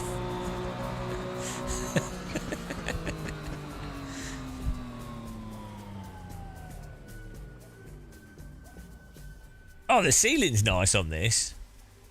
Carbon fibre ceiling. It's the future. Houses should have carbon fibre ceilings. I'm going to stick with the medium tyres because the softs are brutal on this car. They just, if you push them too hard, you spin. Well, you get snap oversteer you have to then deal with. We're going race now. I could just push the button now. Check this out. Oh, there's 1 minute there. I'll let it finish. People might be doing laps. Hello, Roshi de Grask. Yeah. Hello. No, these are Sabelt gloves, which Sabelt gave me, which is really nice of them. I had a chance to visit the Sabelt factory 2 years ago when they launched their sim rigs, and they gave us gloves. And check my video out. Type Gamer Muscle Sabelt and watch our video. Sexy hands, yeah. Pretty. I mean, my hands are all right actually. Better than my face. Bold like my face.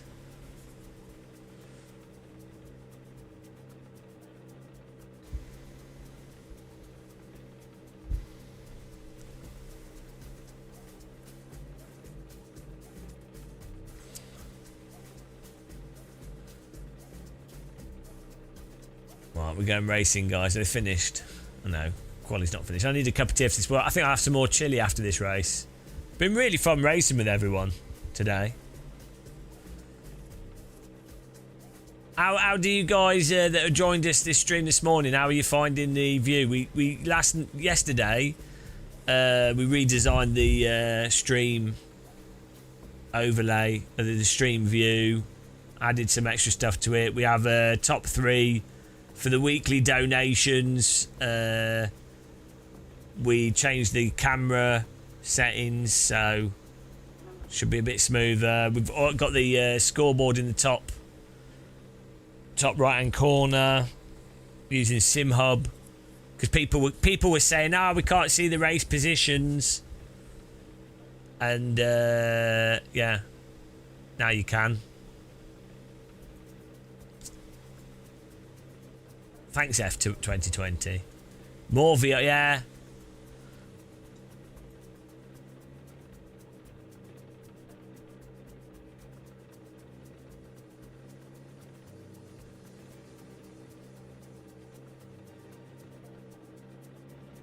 Tell you what I'd really like is one of those. There's those little computers you get. They're like purely for streaming. It's like a tablet with a screen, and then it has like 3 HDMI ports in for cameras and USB ports, and then and it's basically got. It's not OBS on it, but it's like a similar software to OBS, and then you just stream from that. A lot of like IRL streamers use it. Oh, I'm going to skip the sessions. A lot of IRL streamers use them. Oh, look at that. I could just push a button. That saves me typing everything out. That'd be awesome to have for other rigs. It's quite an effort setting up a streaming computer and then, like dual streaming setup and all this stuff. It's when we've got this working, like I just press go live. That's why I'm really reluctant to change my streaming PC around, because it's kind of working for the most part really well. And it's if you do live streaming, it's nice to just be able to push a button. Yeah. I mean, you can't really avoid it though if you want to do really high-end gaming and you don't want the streaming thing to affect your computer. It's good with the audio I'm using. The Roland Bridgecast X is really good. Powered by it's USB into both computers, and it's powered by the USB, so and it's all digital, so it doesn't get any ground loop. And you've got multiple channels for audio and mic and everything. It's pretty amazing.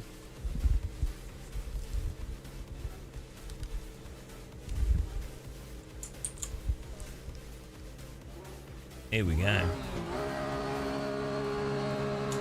I know they should do. The PlayStation PSVR 2 has the flip up.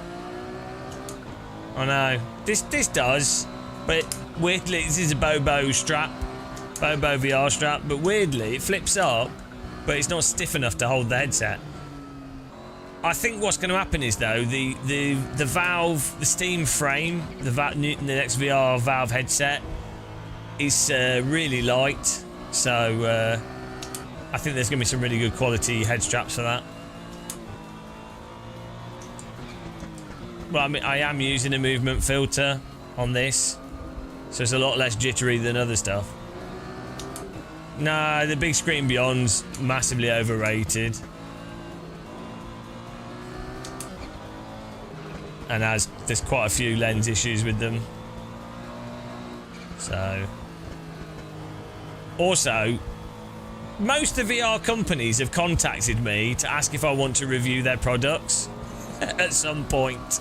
For some reason, Big Screen Beyond haven't. Now the thing is, I have a reputation for saying how things are.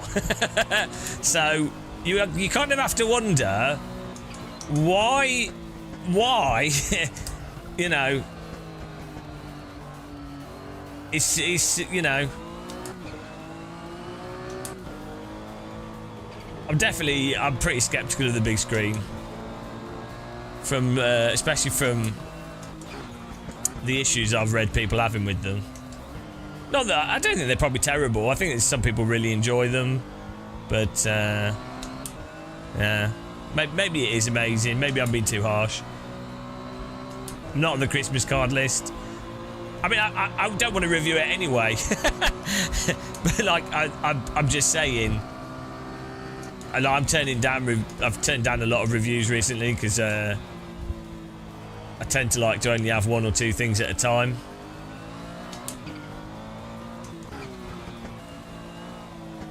But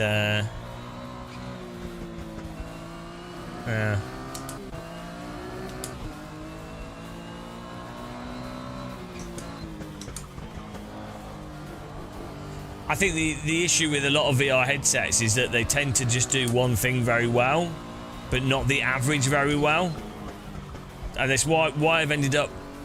I'm not a big fan of Facebook, but why I've ended up using the Quest 3 more, why I like the Quest 3, is it does, on average, it does the average to a higher level. Like, clear image... Asynchronous space warp works really well. The Oculus software, like the actual space warp distortion stuff, works really well.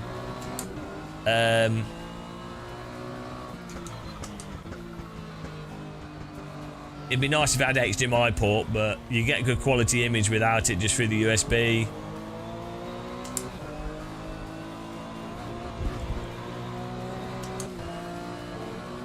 And it's a very affordable headset as well, relatively speaking.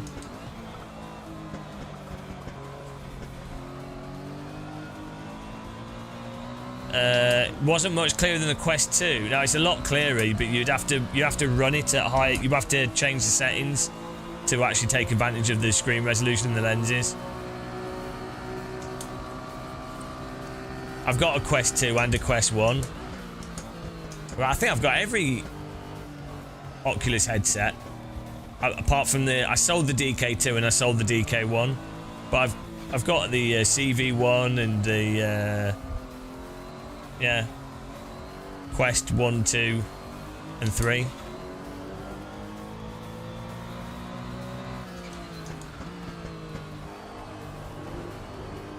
Yeah, you really have to pump up the resolution on the Quest 2, but it's more the lenses, to be honest.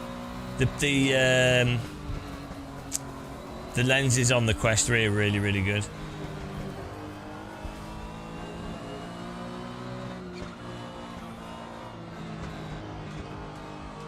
Exactly, see. Pump up the jam. Like the clarity I have very good eyesight. And the clarity that we've got in the game now from this is like very similar to reality in many ways. It's still, you know, it's got a screen door, but it looks great.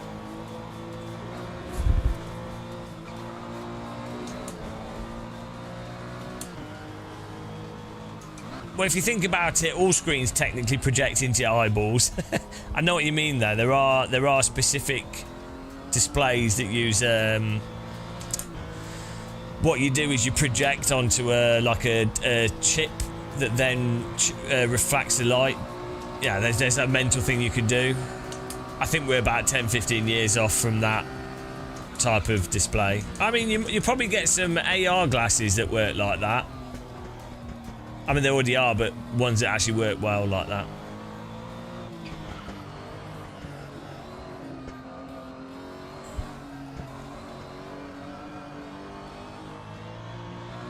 I've not tried the Apple one, but I don't know what Apple were thinking. You can see that I did a video on it when they first announced it, and I'm just like, what on earth? Who is this for? Like, Apple users won't like it. VR users won't really like it. The price is like, okay, fine. I mean, you know, whatever. It's like a high-end product, okay. But then it's like, but it's not fundamentally comfortable to use. So if you're buying it, if you were going to buy an Apple Vision Pro as a sort of, you know, a high-end person, the type of person that buys like a really expensive Apple PC or something, it not being comfortable for long periods of time, or for, like, you know, that's gonna, like, ruin, like, they would be happy to spend £10,000 on it if it was actually comfortable, you know? That would be it. But, like, it just didn't make any sense as a device. I just don't get it. Whoops.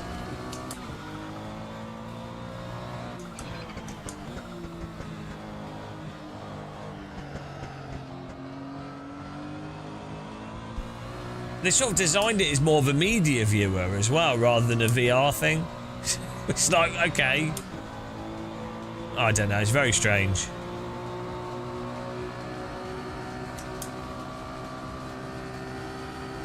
Also, what I really struggle to understand is why these companies, why they would think that VR would ever be like a super mainstream thing. Like, obviously AR, and I can see how VR is part of the development process to get to AR. So I can see if you're a really big company like Microsoft or something, why you would want to develop that technology as part of being ahead of the curve when it comes to doing AR. But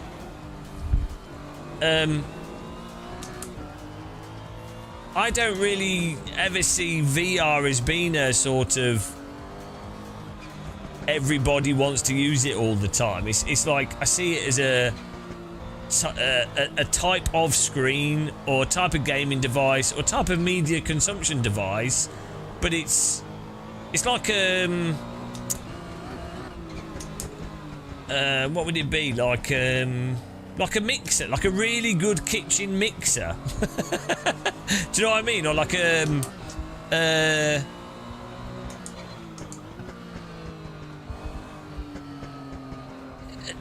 specific tool that's really good, but it's not something that everybody would want to use. It's not, you know.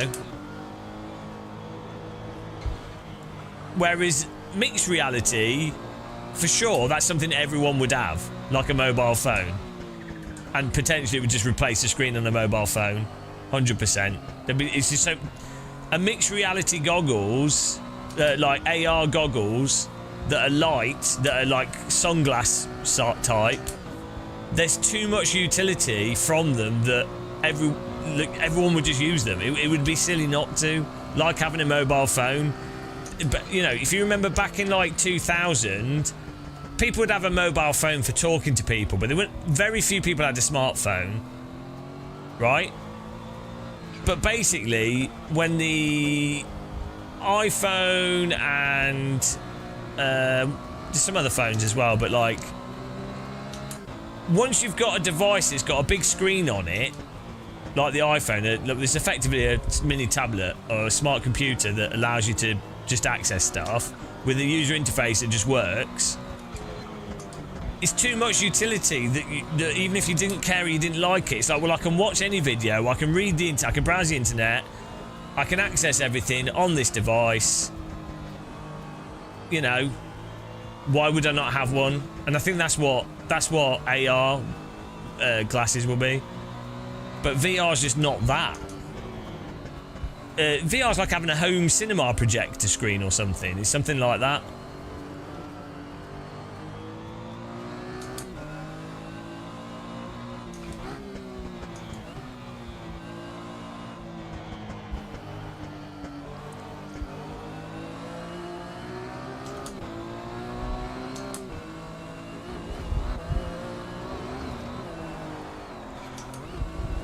This is a new way of driving.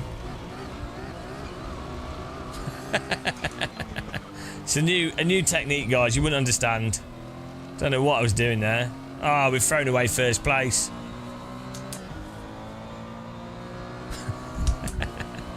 You gotta be careful. If you chuck this car in, it gets very loose really quickly. You kind of have to work with it. Oh, got UK Wested. It's because I need a cup of tea. Ah! Yeah. If you chuck this car in, it says no. It does not like that.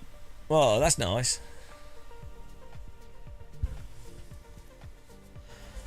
Woo!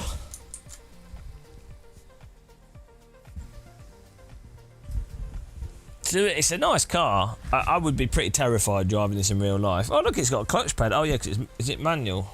Sequential. It's got a huge clutch pedal. Unless my feet are in the wrong place. I think my feet might be in the wrong place.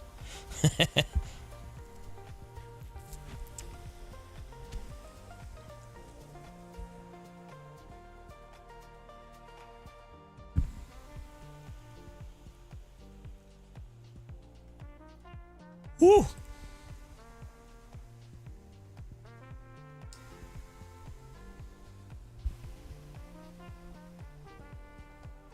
It has a very small windscreen wiper. It's like that, you know, that Le Mans car that has the tiny windscreen, like the 1960s Le Mans car has a really small windscreen wiper just for regulation. But it's like this big. It's so dumb. Yeah, the soft tyres were tricky on this car. Right, let's get another server up here. Good driving, guys. I need a cup of tea. Welcome along, everybody. If you're enjoying the stream, give us a like. Click the follow button on Twitch if you like VR stuff and sim racing and flight sims and things. Yeah. If you've got money to waste, you can get a channel membership. You don't get adverts on Twitch, and appreciate the support. We've actually had a few members today, and a few donors. Yeah, appreciate it. Let me get this set up here. Yeah, I might have some more chili. Chili time.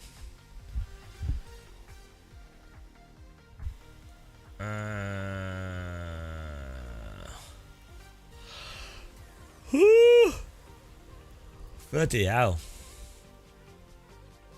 Oh, this will be fun. The Corvette C7R. It's a really fun car in this game.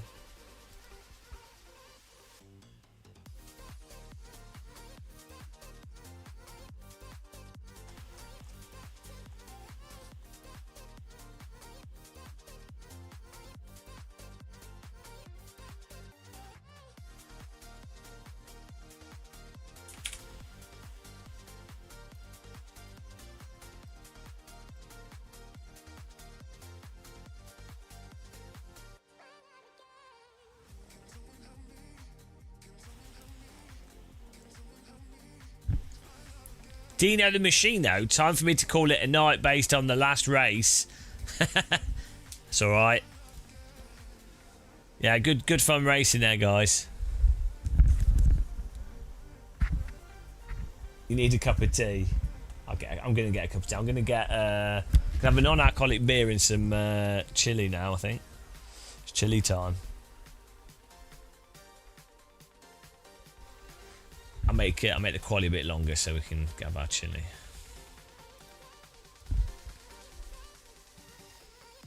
What's an RTX Pro 6000? I don't know what the specs are on that. Let's see. RTX Pro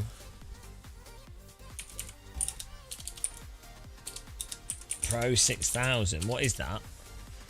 Is that the? 2, Hello. 1, go. Joyvy Tube. Thanks for the £6. Really appreciate that. JV Tube. Why is that not updating? Was that a super chat or was that a donation? That was a super chat. Why is that not updating?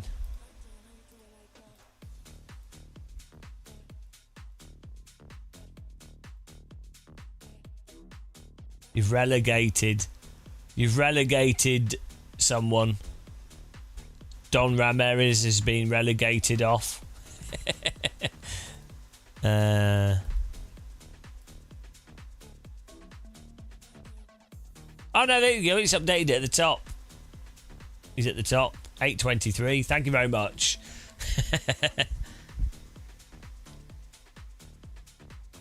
Did work.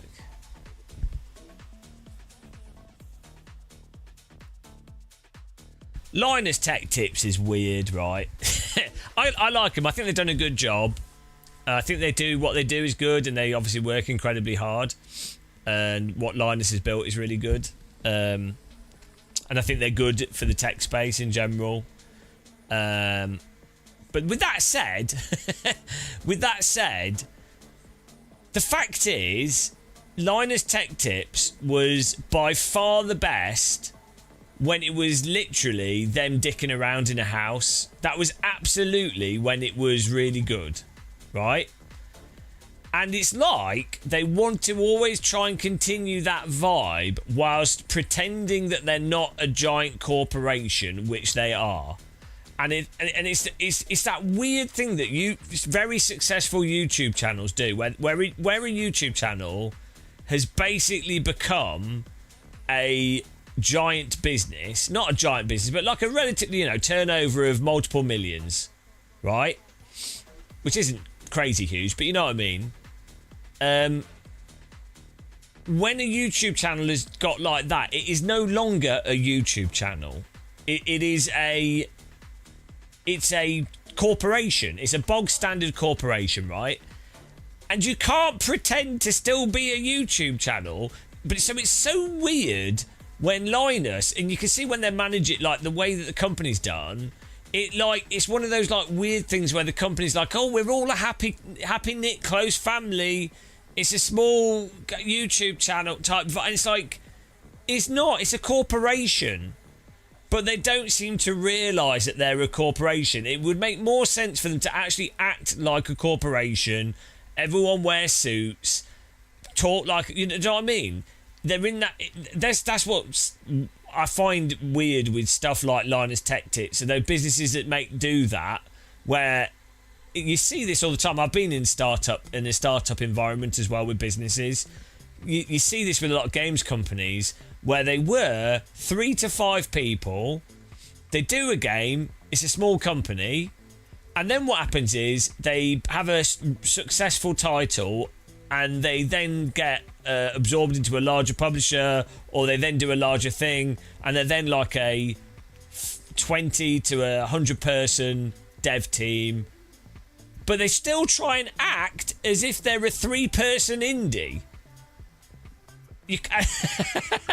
And it's like, no, it doesn't work anymore. I'm sorry, you're a corporation. At that point, once you've got like 2 or 3 directors that are making over 500,000 a year or 300,000 a year or millions, it's no longer the same thing as you working together to try and make enough money to eat. And you can't pretend. You can't pretend.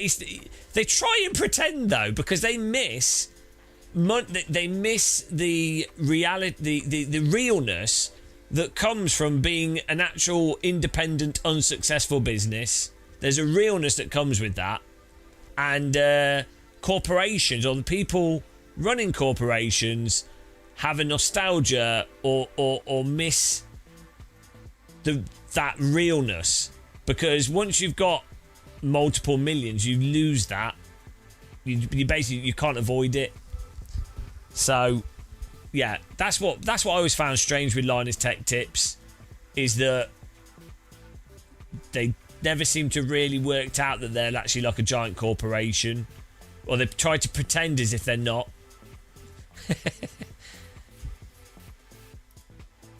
Hang on, why's my server not changed, dude? There we go. Yeah, we're getting a cup of tea. You like corporations where we don't use. I'm not saying you have to wear suits, but you know what I mean. It's actually more honest sometimes when a business where people are wearing suits.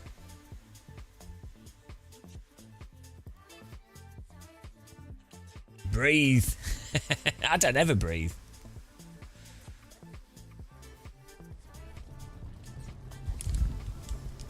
It's really funny when with individual YouTubers as well, though. You see this, where you have like YouTubers that are turning over like 2-3 million a year, right? Or even like 300,000-400,000 a year, but they act as if they're still small YouTubers, and it's like, and it seems like the audience believes it. It's like, you know, egg cress sandwich. What on earth? Get in the server, guys. Get in the server. Well, let me check battery life on the headset. We've got it plugged in. It should be charging, but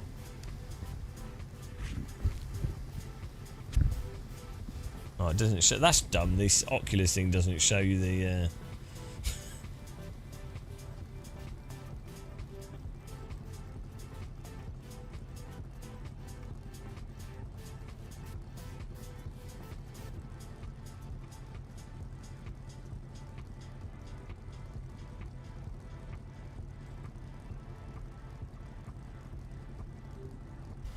Oh well.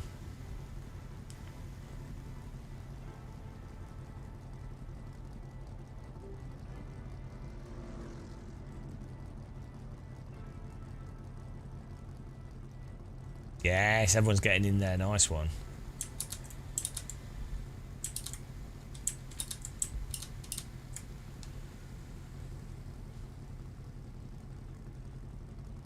Put some you can put some tomatoes in. I mean, I'm sure cress is fine. It's just a bit of a weird sandwich. No. Would anybody like to ask the Hat of Infinite Wisdom a question? Are you ready?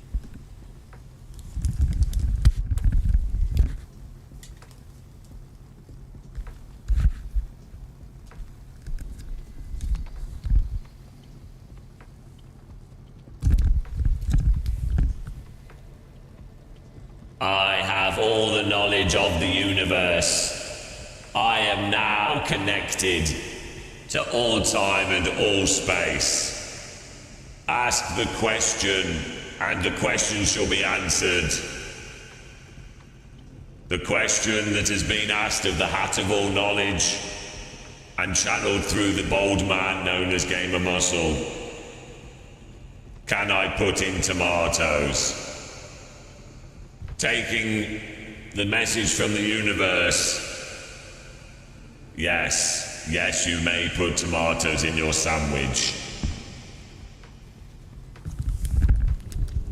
Well, I have to say, that was a very good use of the Hat of Infinite Wisdom and Knowledge.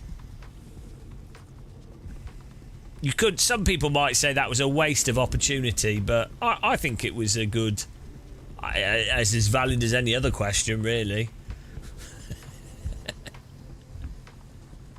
I'm getting some chili. I'll be back in a second. What is this stream I just joined? I don't know.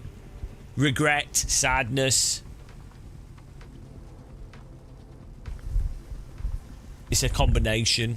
This is the second best VR live stream ever on the internet. I'm the number 2 world's greatest VR live streamer. We don't know who number 1 is, but I'm not gonna claim I'm number 1, but I'll definitely claim we're number 2. The second greatest.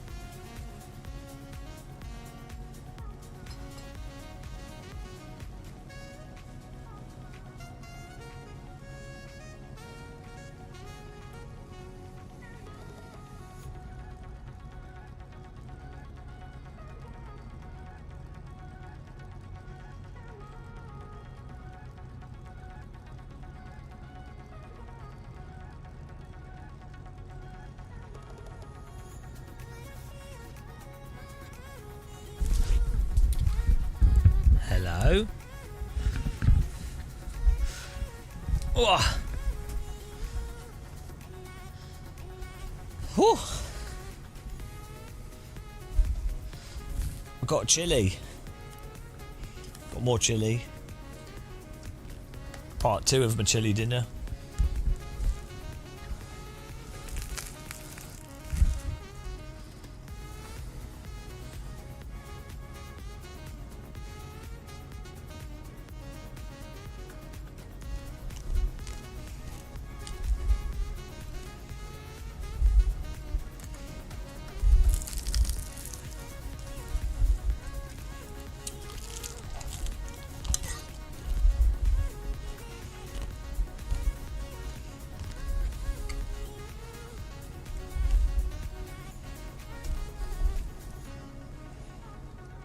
Don't have any burgers.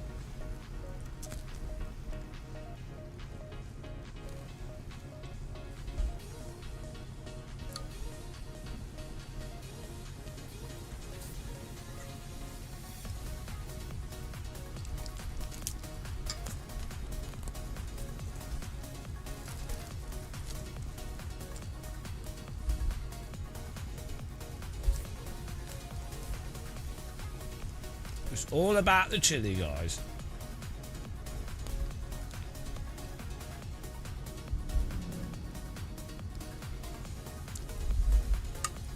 Make bad videos for a long time.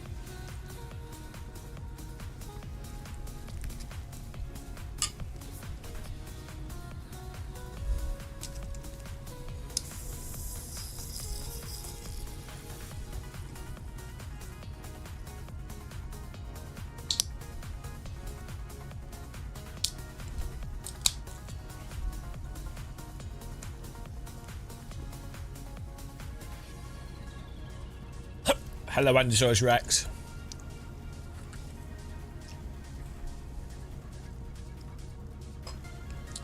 Woo.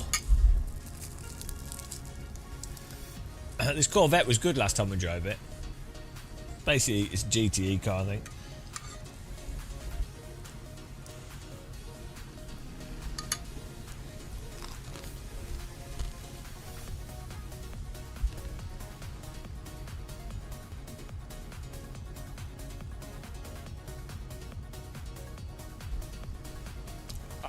I don't really sleep that much.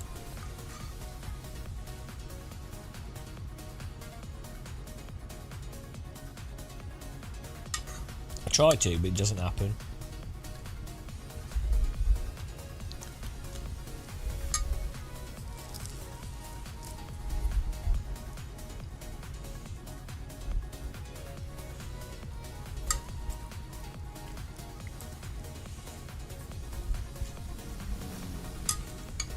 What can we make next for food? We've got chili. We've got vegetable soup. What healthy thing can you make?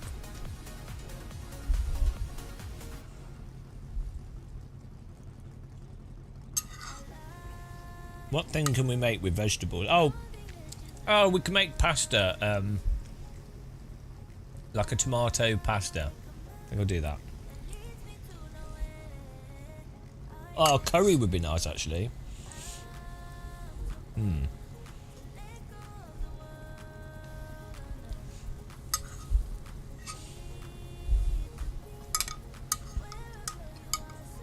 not that healthy, though.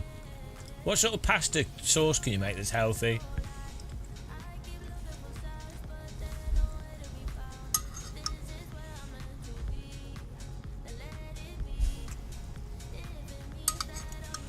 No, we need something with lots of different vegetables in it.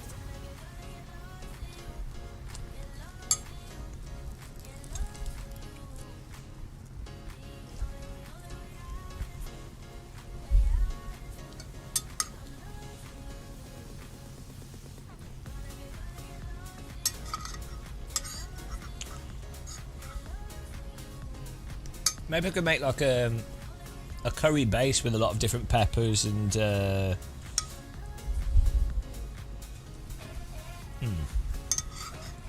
tomato curry base with peppers.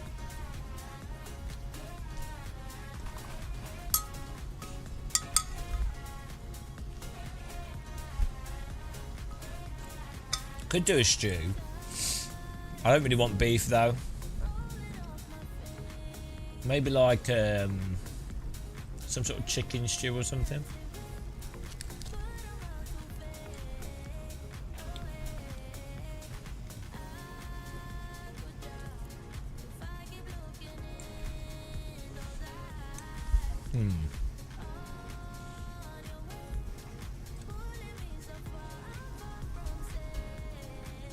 Well, it's not exactly healthy, is it? I mean, it's not terrible.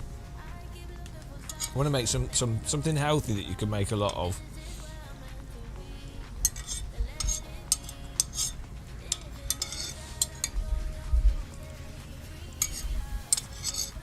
Something like chili. Morning. Hello, Daveco. Something like chili where you can put loads of like vegetables in it.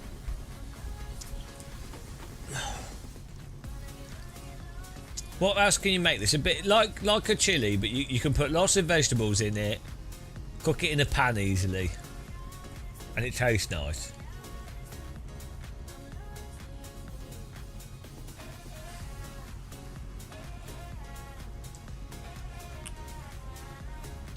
Yeah, we could make a stew, to be honest. Carrots and cabbage are good, and other vegetables. Yeah, a stew's not a bad idea, to be honest.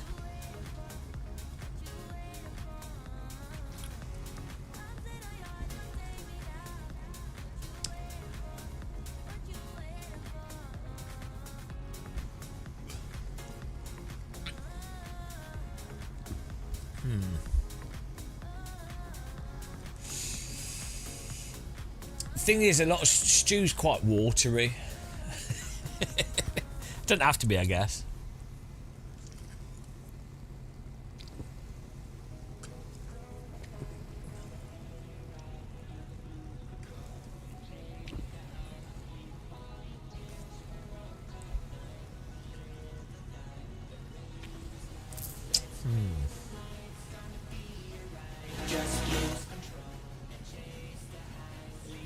Yeah, you can use. Yeah. I put potatoes in my last vegetable soup for that. I think maybe like could make like a lentil curry. I don't really like lentils that much. They're good for you. Could make like a curry sauce with chicken. That could work, and I can always blend the curry sauce stuff up so it's more like a thick paste.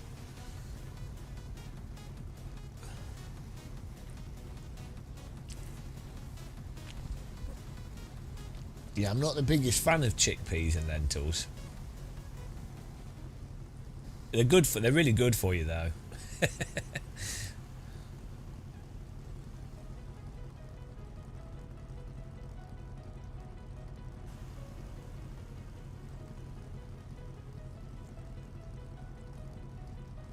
Yeah, I'm thinking low effort. The great thing with chili is you open 4 tins, put them in a pan, and you're done. Vegetable soup, cut up a bunch of vegetables, stick them in a slow cooker, put a stock cube in, you're done. Lettuce and pita bread sounds good to me.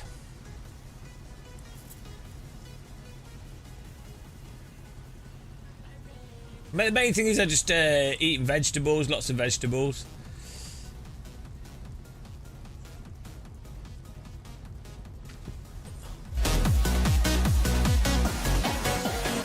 Terrible dance music.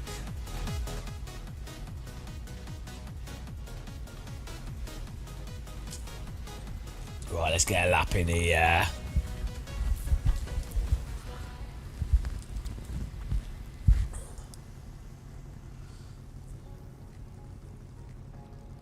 Where's the meat? Well, I eat meat occasionally. I just not much.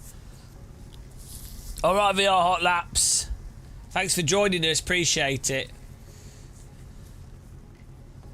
Have a good night or day. It's nice and sunny today.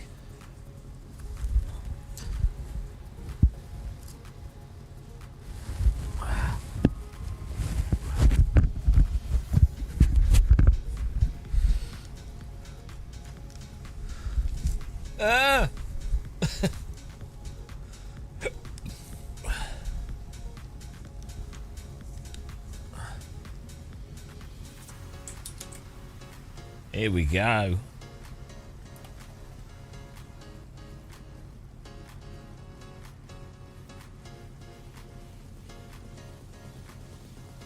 Has anyone got a setup? Can you share a setup for the car if you've got one, guys?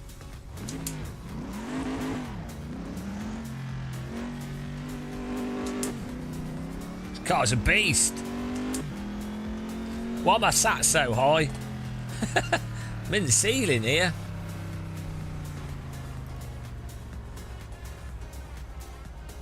Ah.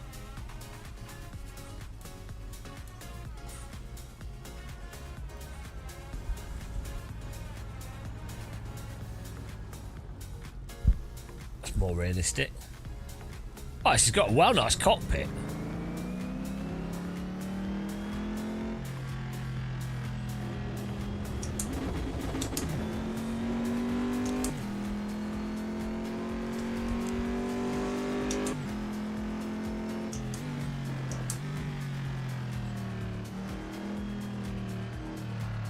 Oh, this car's a beast. My leg's sticking up. What is the seating position in this car? Wait, look at where the legs have to go. It's terrible. It's like a Formula 1 seat, but you're actually quite high up. It's weird.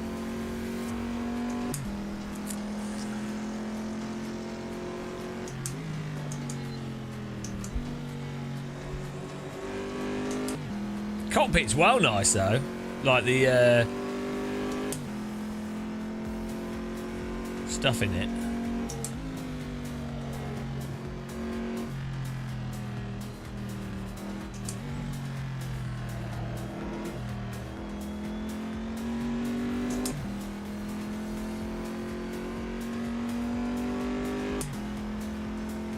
All right, we've got a fire button.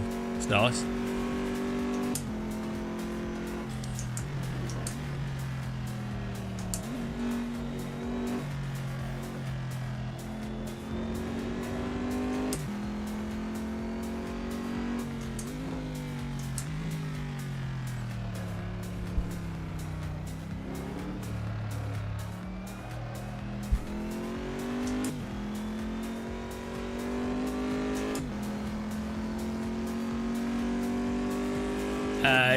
It's just the way we've got image smoothing on to smooth the view out, so it's just the edge of the screen.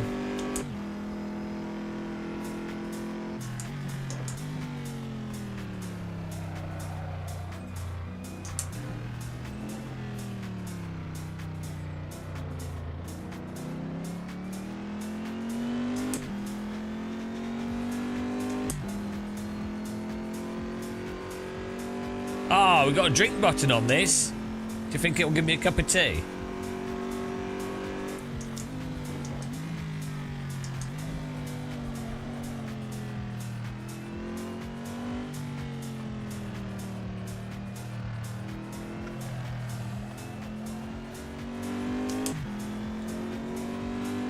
Oh no! It's American, it's probably Coca-Cola. Don't want it anyway.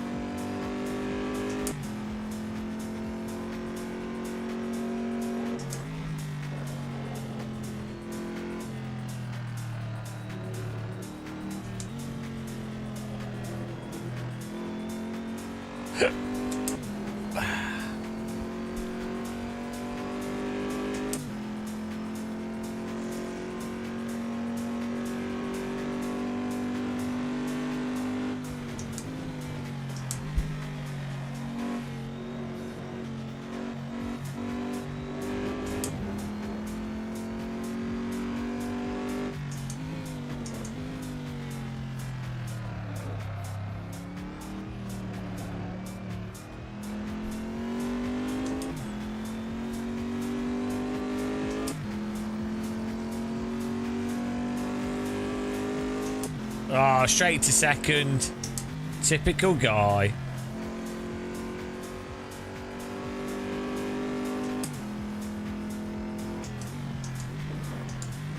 This is a well nice car to drive in VR.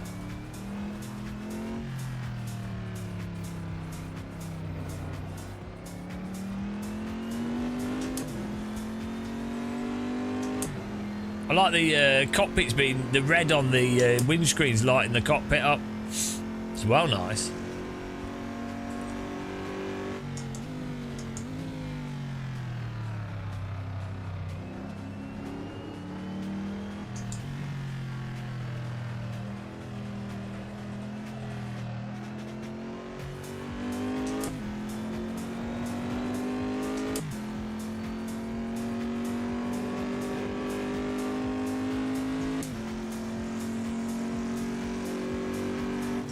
I haven't, no. I'm not a big fan of Facebook. You'd be surprised. Yeah. But, yeah. Oh, I can't go into details, but...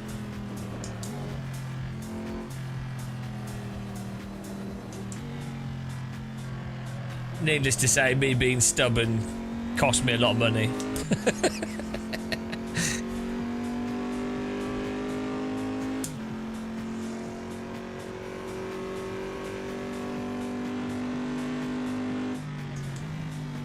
I'm definitely, I'm hoping that the Steam frame is good. Generally speaking, I quite like Valve as a company. Not that they're perfect, but...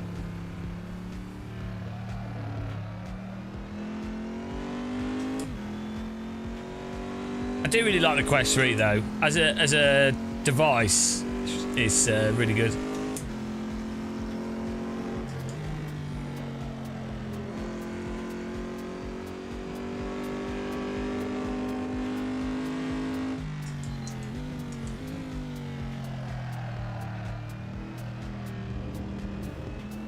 Aerodynamics of, well, it's not even disputable though, is it? I mean, the fact is bold people are pretty aerodynamic. I mean, it's just, I mean, it's obvious. It's just self-evident. Isn't it weird that not everyone's bold? Bold people can't hide behind their hair. You can see their heads.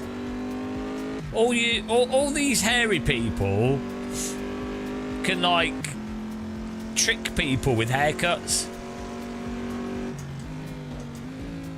So basically, bold is the most honest hairstyle. Why'd they make it black if it wasn't a screen? Probably just so they could use a single piece of contiguous plastic. It's got LED lights behind it at the top and at the bottom.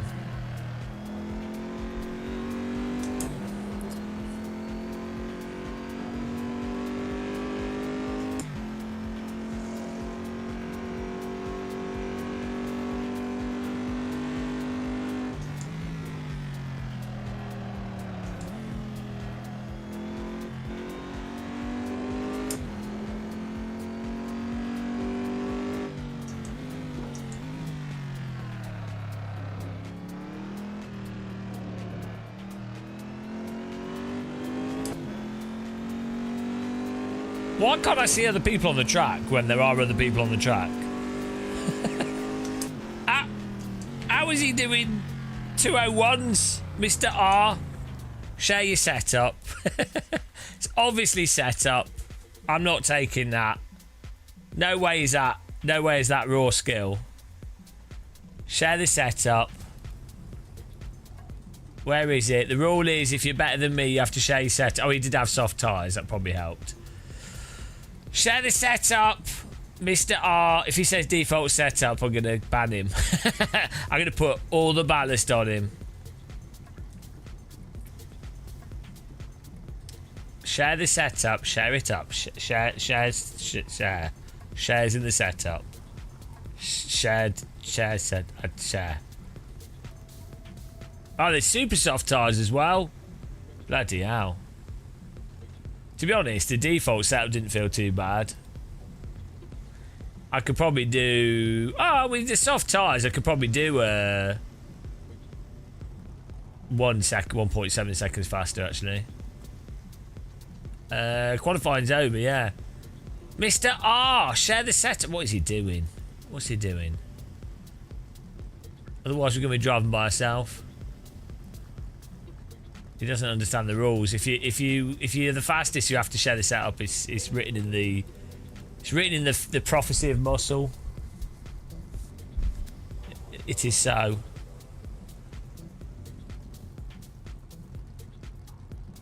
He's probably not even listening to the stream. He's probably enjoying himself.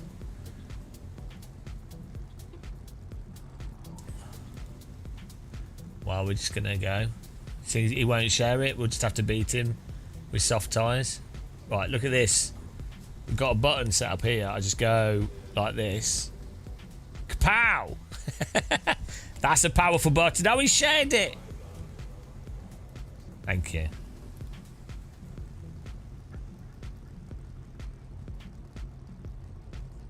He's probably just made a broken setup now. Right, here we go. I'm ready. Oh yeah, TC. We should have turned it. I didn't realise we could change it. Yeah, this should be good. Nice looking car as well, actually. Does it have headlights or are they fake?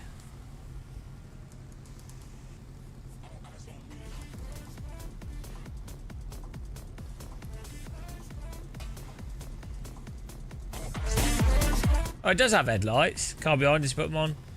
The rear lights look like they're just painted on.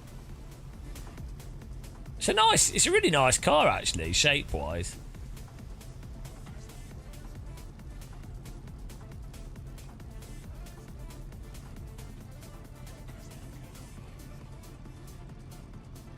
Look at this little catchment netting thing. It's nice. It's not really, you know what I mean, cockpit.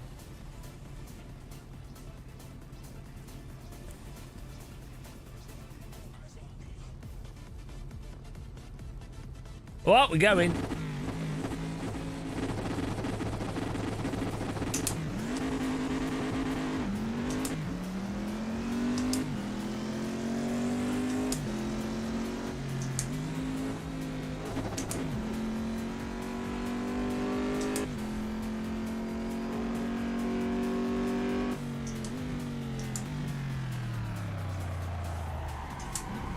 Oh, no, he's driven into me.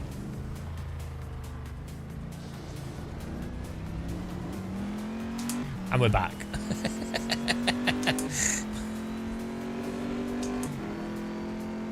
That's the racing line, guys. I've taken that line a few times in iRacing. Bloody hell, these softs. When they give out, they give out.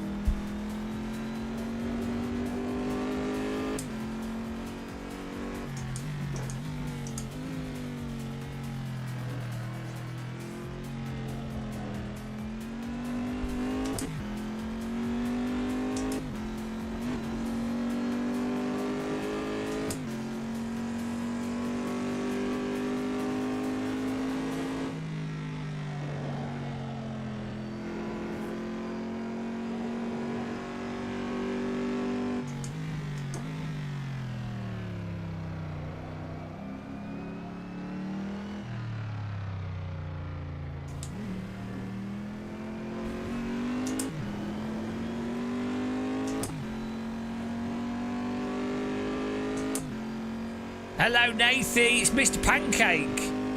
Nathan. How's it going, man? How are the pancakes?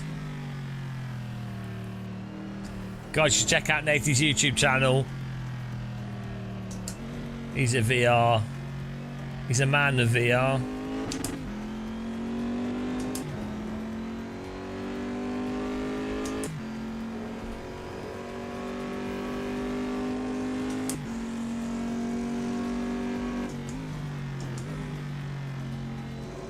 He's the pancake man.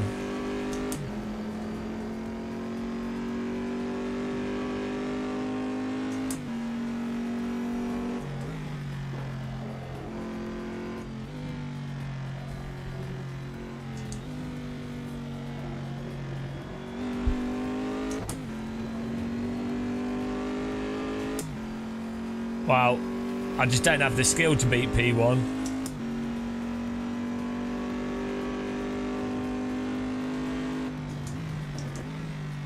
Nathan's actually 6 years old. That's what happens when you eat waffles every day and smoke pancakes.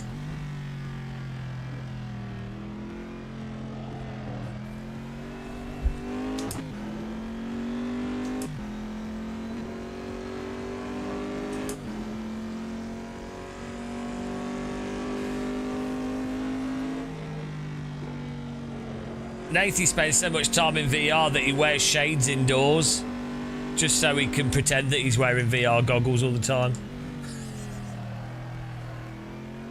True story.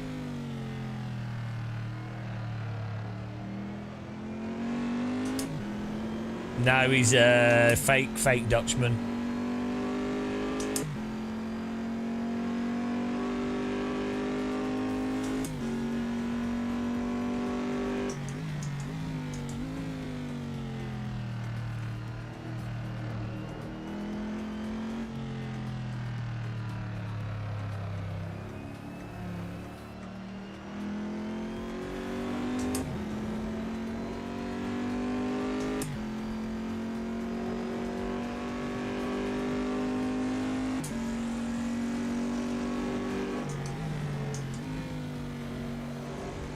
He pretended to be Dutch just to get the pancakes.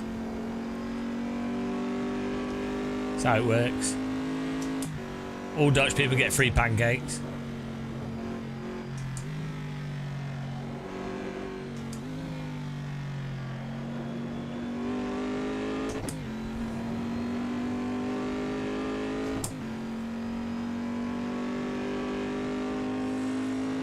I'm getting faster here.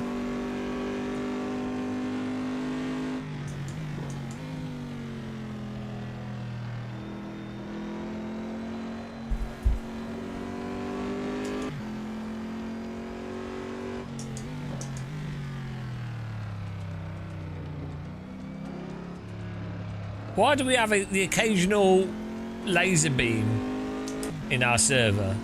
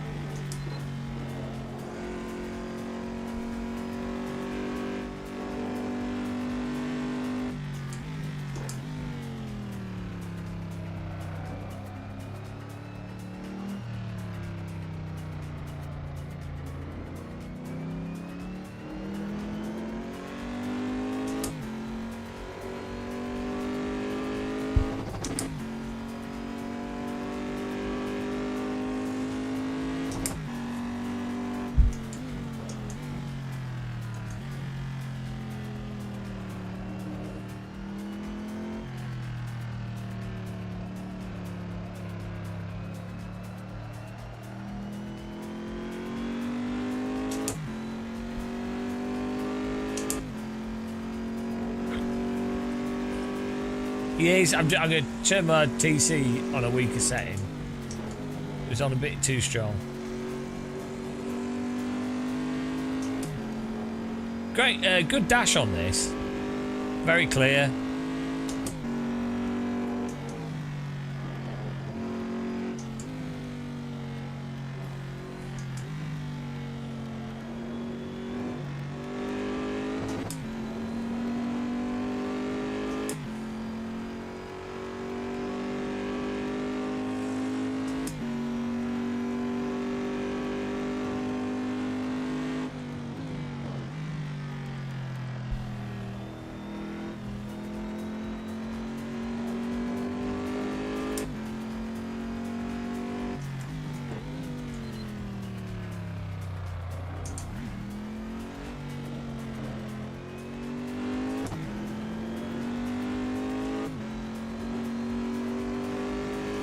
Oh, the potato needs to be destroyed.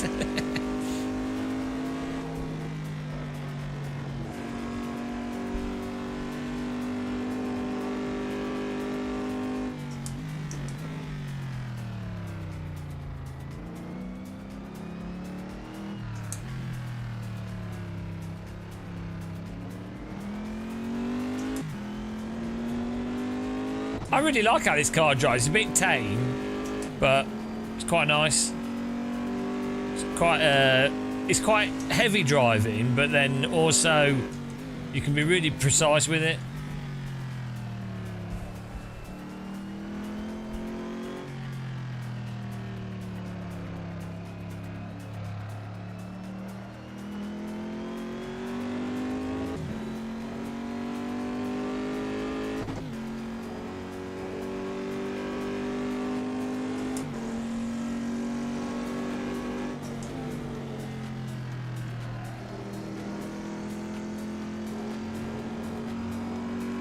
Hello, Samir.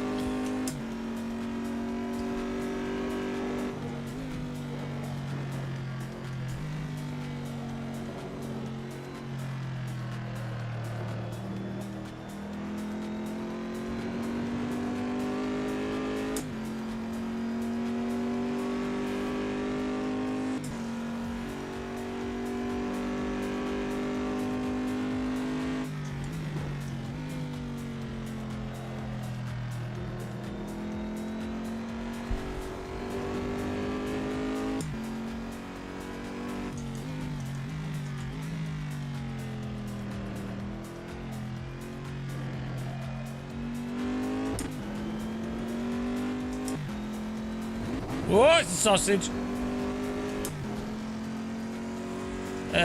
Just the default one, and then just adjust it a little bit. Ah, we got second place. Well done, Mr. R. UK West in third. S. Clark fourth. Mr. Wi-Fi. CWFI in fifth. Good racing, that was good fun. Just trying to drive fast, but I was just too slow. Look at the timing here. 2:01. Oh, I was only 0.2 off on my best lap time, so not too bad.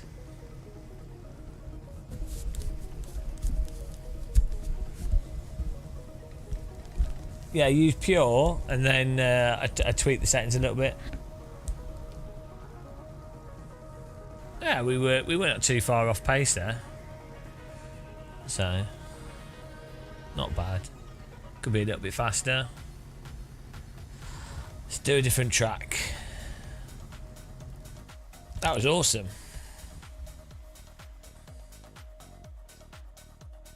Well, if people are crashing, don't crash into each other.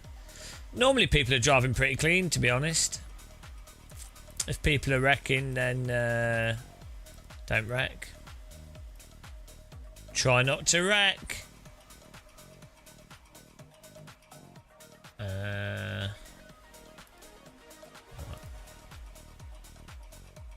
We need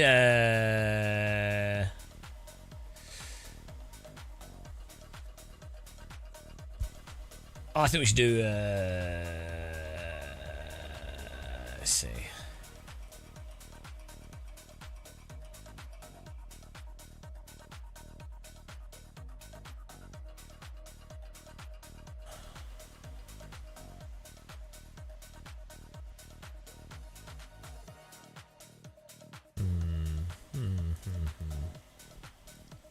Oh, we could do a Spa. We haven't done Spa yet.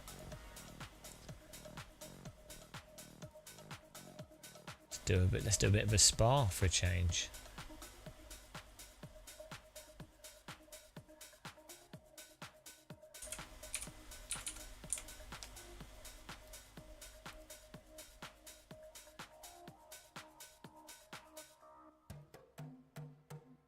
Are you ready? Servers up.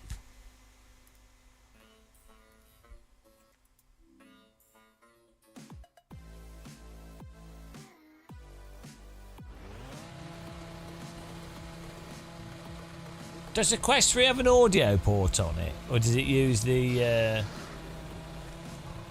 headphone port?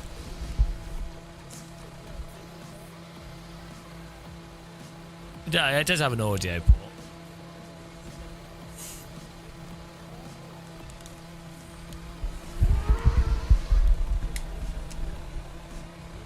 Yeah, I'd still need a thing for the microphone though.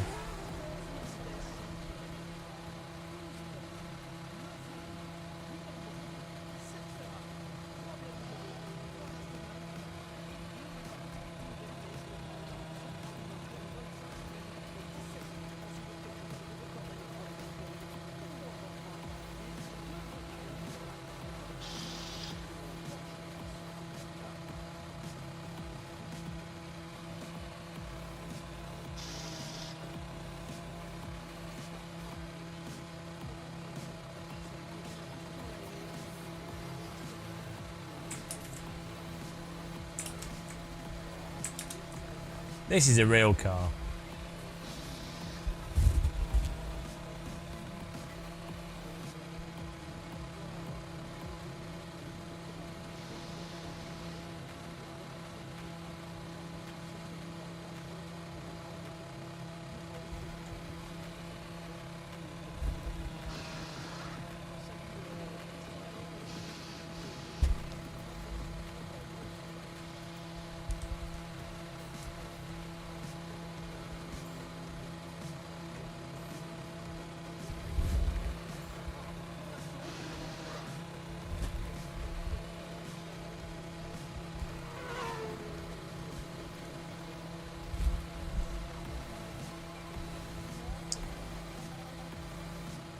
Yeah. I need a head torch for this car.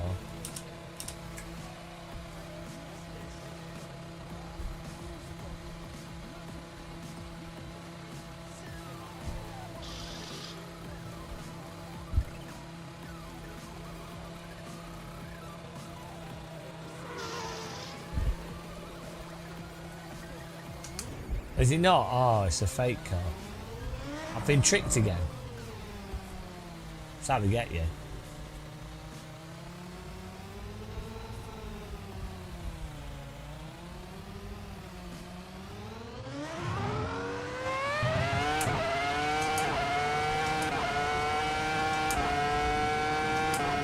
Oh, this isn't a game.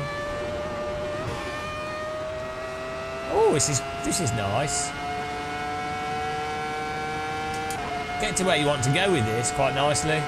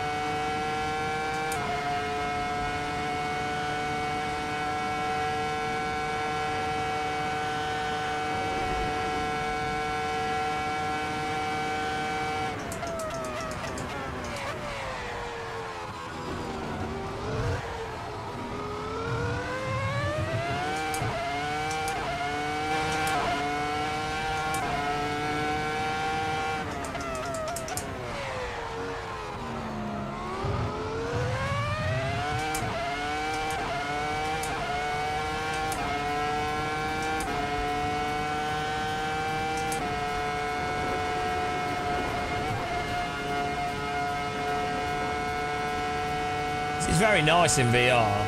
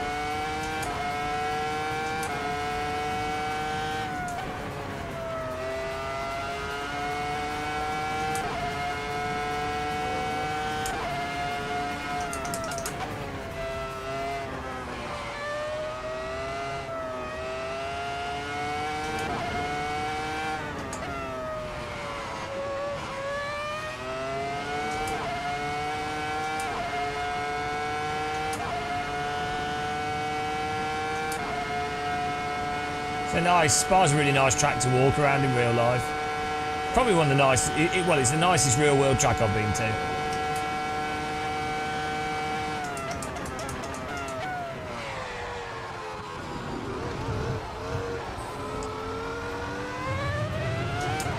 It's the House in Vale one wheel. If only it said on the camera view of the wheel. If only it was written right where the wheel is. Yeah, we're just getting warmed up.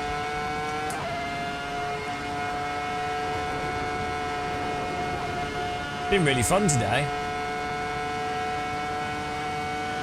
Eddie Irvine, hello.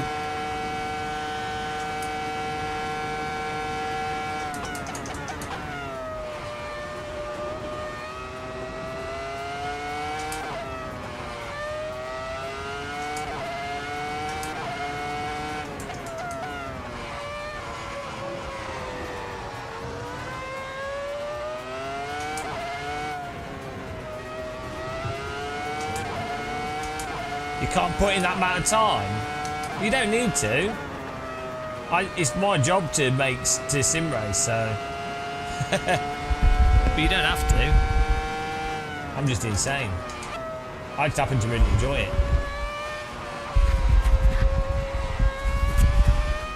Oh dear, microphone. Oh no.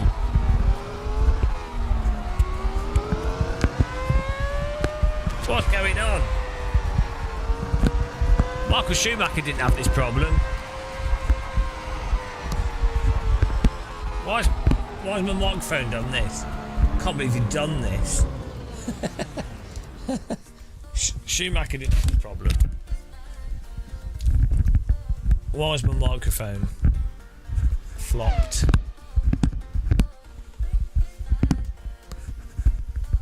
Why's this happened?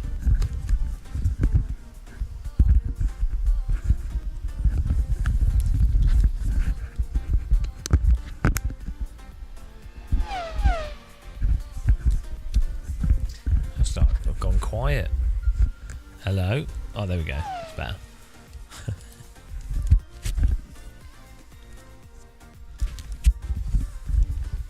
Hello? Oh, there we go.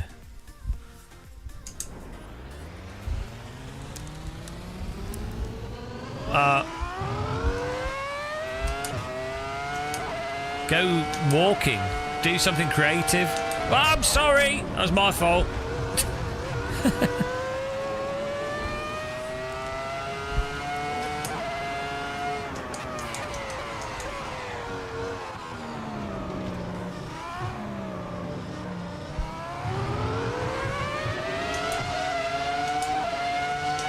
That is a thing of beauty.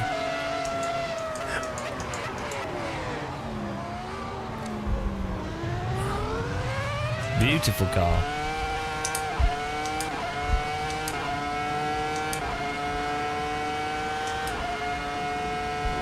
The pace car is out of control. Thanks for following. Better Maturai, hello.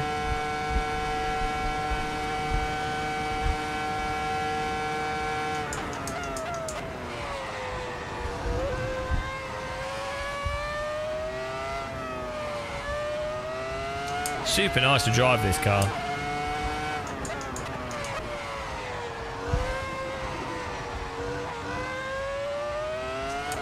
Oh, that's nice. Go for swimming in the sea.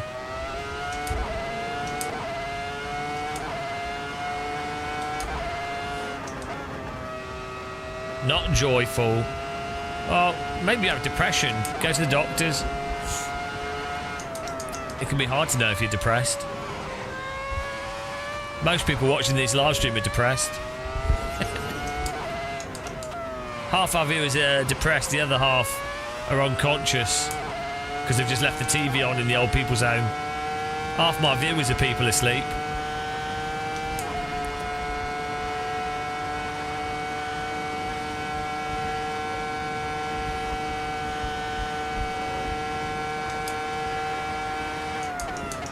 The positive is you watch this channel.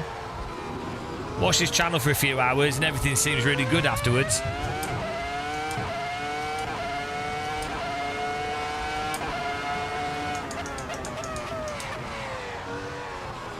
Well, there you go. Watch more of this, and you'll be like, dear God, this is terrible.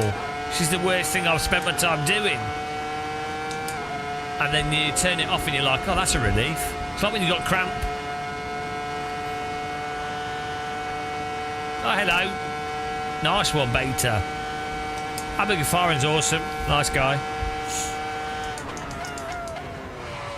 When I met him, it was years ago.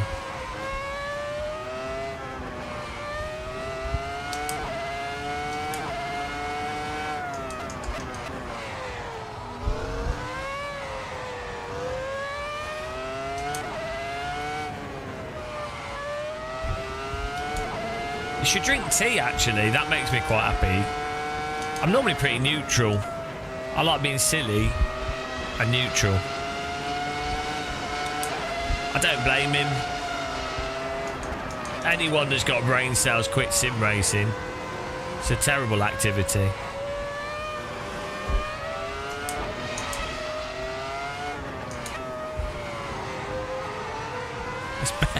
It's better than cramp. Well, specifically when you turn it off.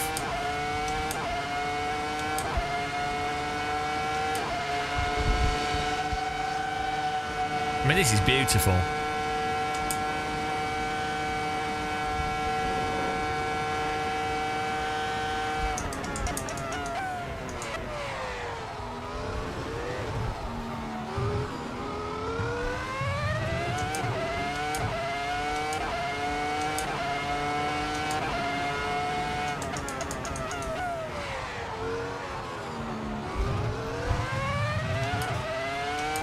I think this is one of the best cars in sim racing.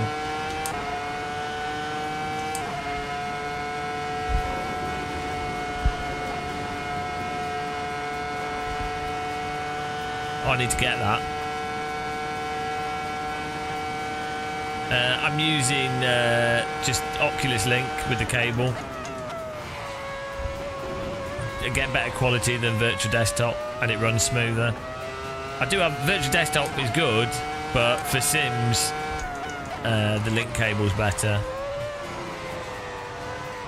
I have my own custom settings as well.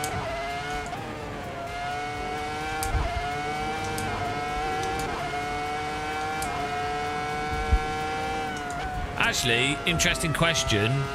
Do any of you use in the IU cables, and do you find them good? Because I use them, I find them good, but I don't know if that's people's general experience.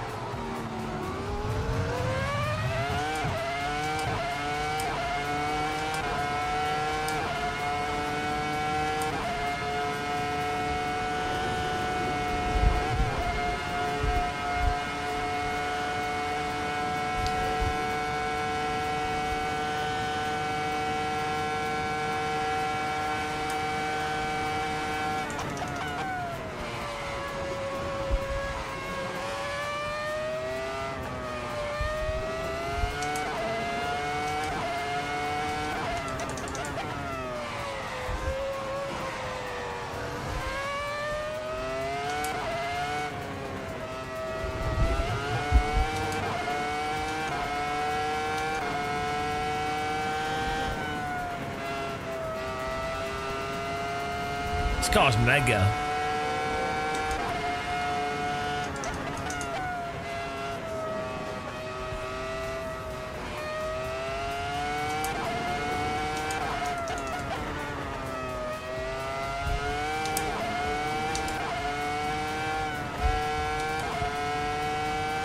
Yes, get some pancakes. It's Nathan's fault.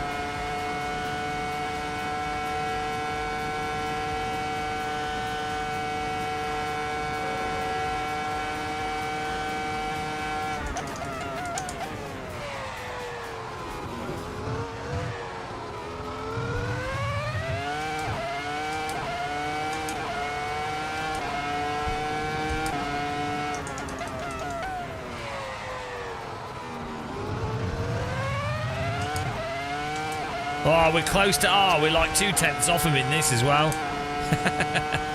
The secret R.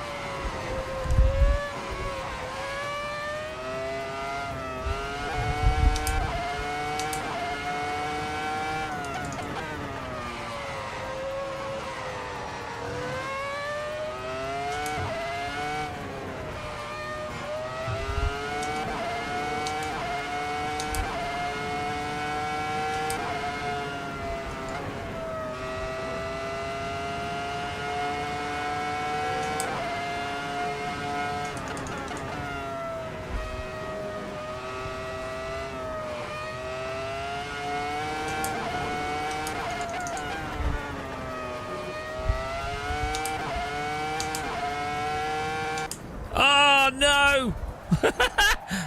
Ah! Get out the wall. Bloody hell, we were up on our time then and we ran out of petrols. Well, good. Whoops.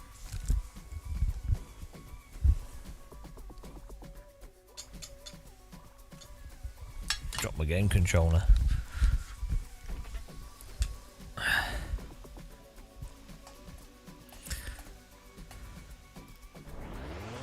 How long have we got here? 10 minutes. We could improve this time.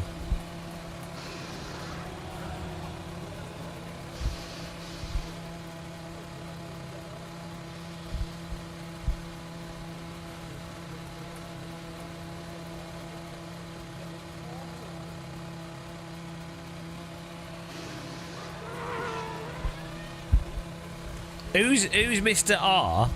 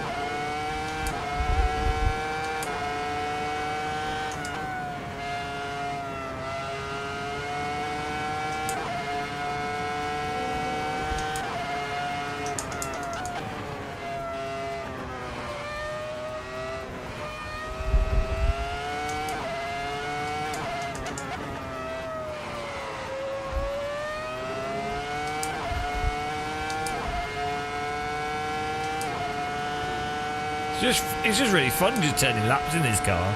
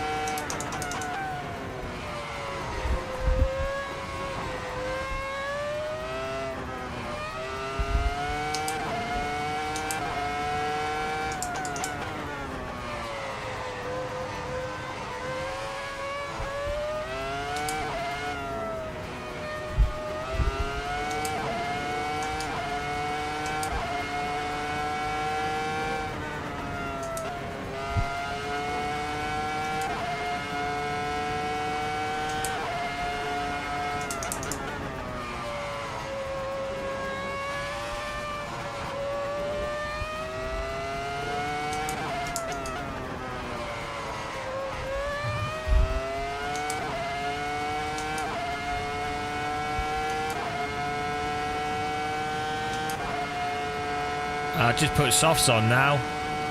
But I think the mediums are really quick, so...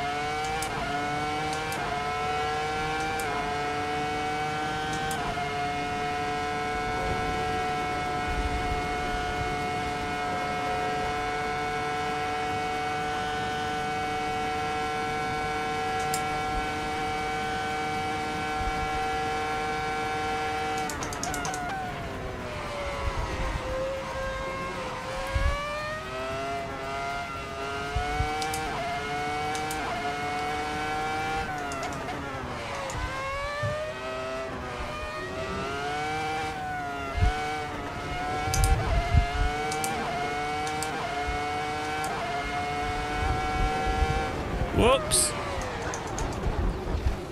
Whoa! Kept it out the wall. That was close.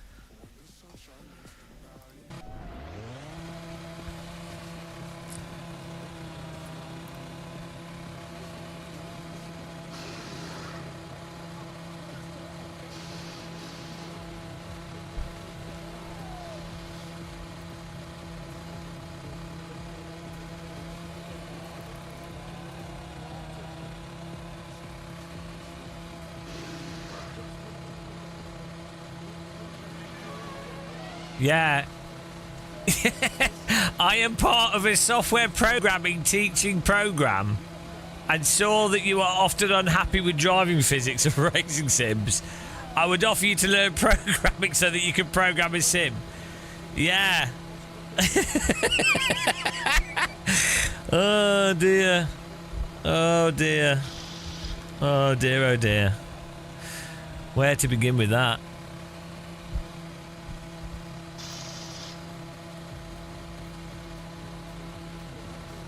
Ah, dear, that's pretty funny.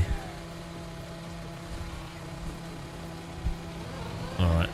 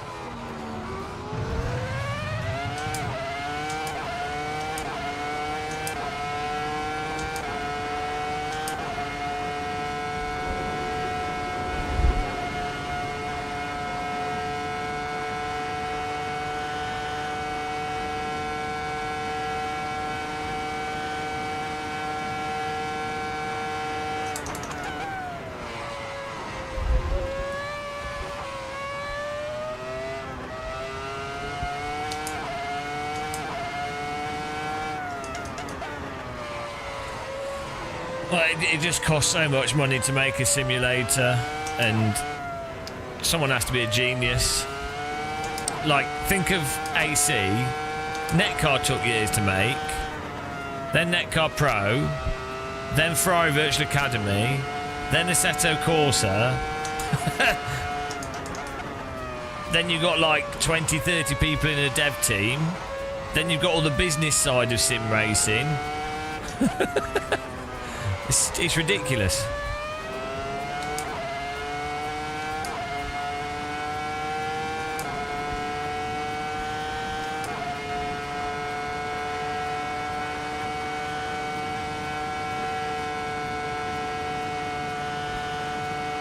Well, that'd be fun. I'd be fully welcome for that. You wouldn't be able to be more critical of it than me, though. That's the thing.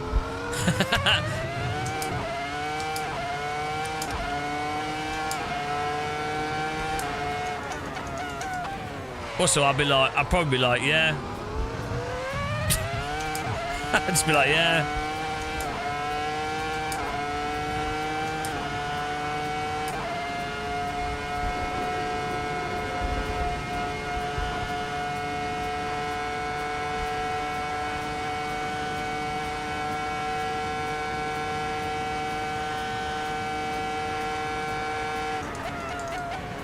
Well, I'm not that critical of force feedback relative to how shit it is in games where it should be a lot better. It comes across like I'm crazy critical because of how anodyne people are in the space. I'm way less critical about force feedback and physics than anybody that uses audio tools. Right, like VSTs or musicians and stuff. I'm like, my view is a car should be able to have controllable slip like a real car to some degree, but not. It doesn't have to be identical to a real car, but it should have like, you should be able to hold slip and use the wheel and the pedals like you can in a car. It doesn't have to even match up to one specific real car.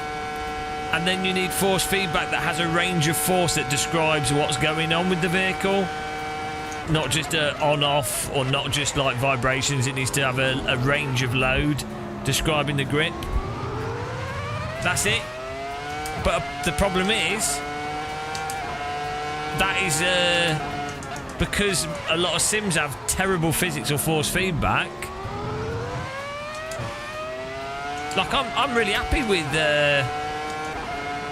Live for Speed, AMS1, Richard Burns Rally, AC. That's good enough. That's good enough.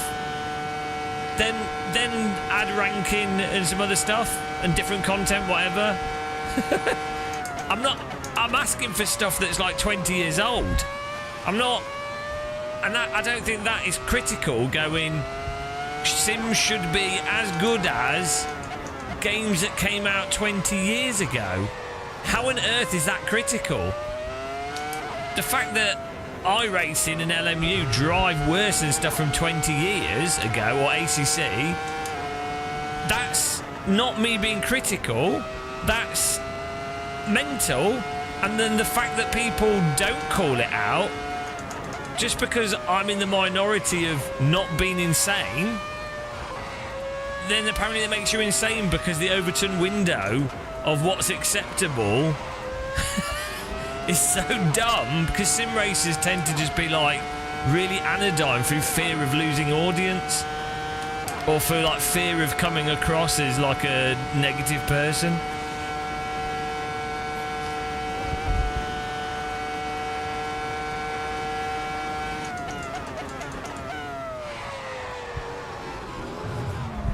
Oh no, I'm not going to make as many affiliate sales if I say the truth, so I better not. Ah, shut up.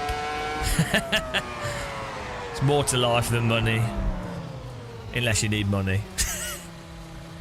I could do with some money, actually. God damn it. Got stuff on my screen here. I think the medium tyres are a bit better than the softs. For me, I find it easier. to drive the mediums. The softs are faster, but I'm shit, so slight problem with the soft tyres. Let's go mediums. The mediums go into slip more progressively, which makes them easier to push.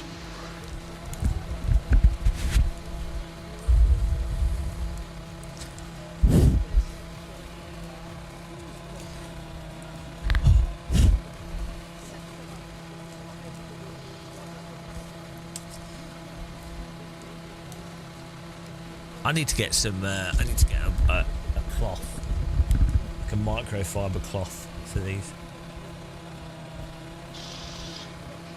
My forehead is too oily. Alright guys, here we go. That was great fun. Let's go do the race.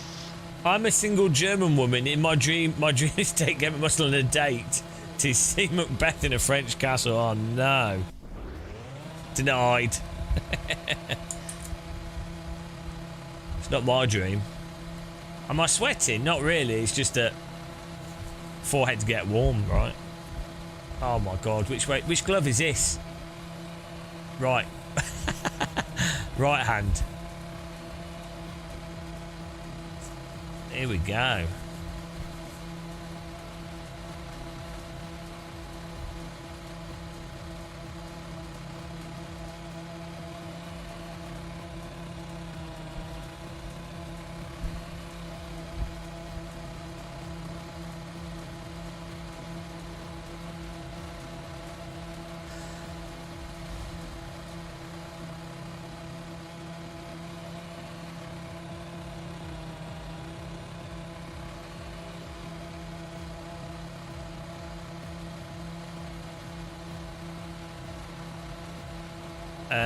Hello, Tom Bland. It could be you.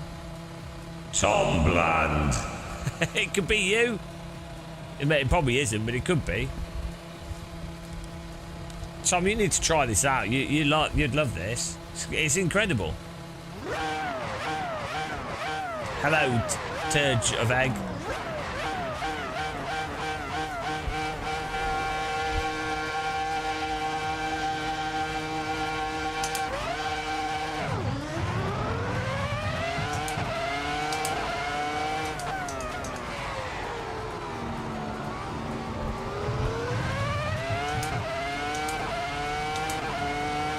Is this some setup shenanigans?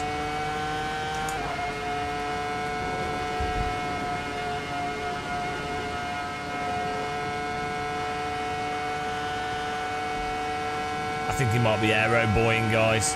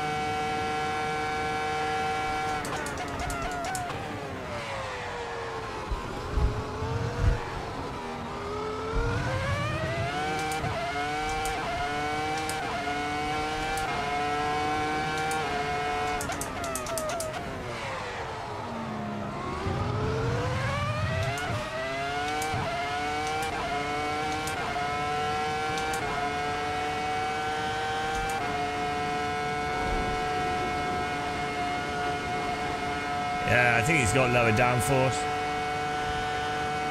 He's also faster through the corners. I think he's also better than us, but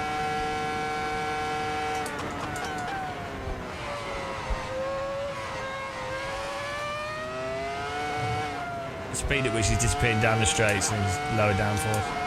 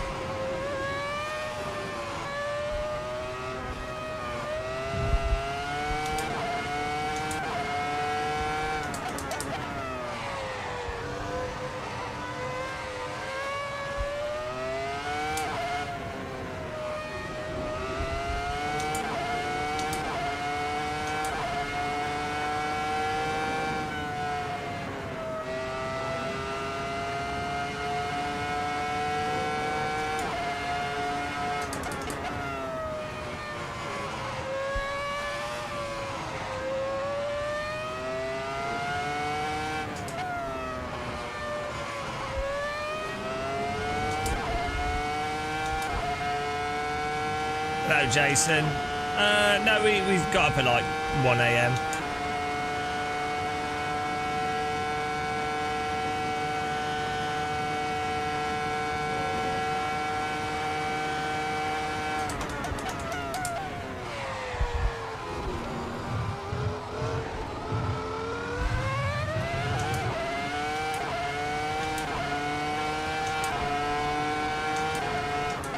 Oh, he's dead.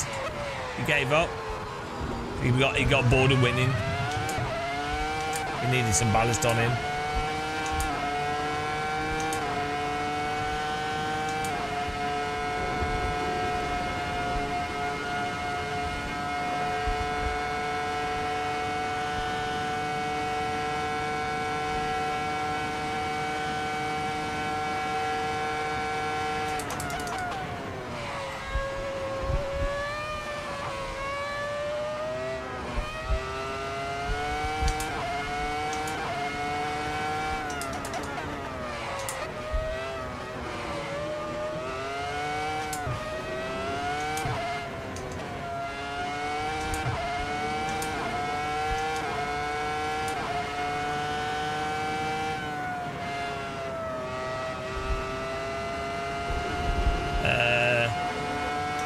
The camera's basically my right eyeball.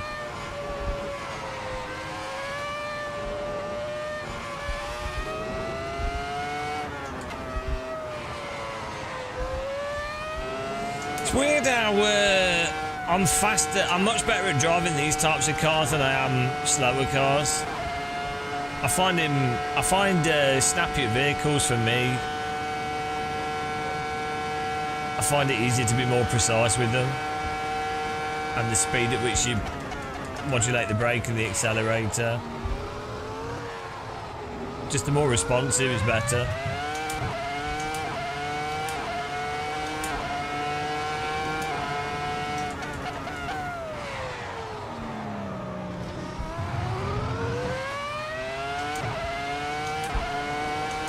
I do like drifting. You're sliding this car around to go quick. I get on quite well with that Caterham. I just need responsive cars. No, I like driving. I prefer driving on my pedals. Mostly driving this on my pedals here. It's just faster. It's just more responsive. The Porsche Cup the new Porsche Cup's terrible. It's just the same iRacing physics. Garbage. It does have some systems that help hide the bad physics, but it's just rubbish.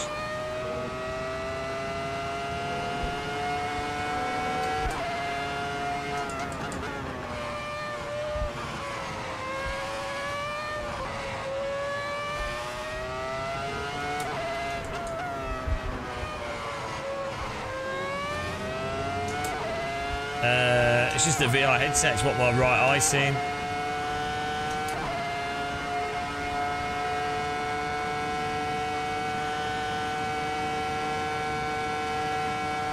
It's the VR headset right eye view that you can see.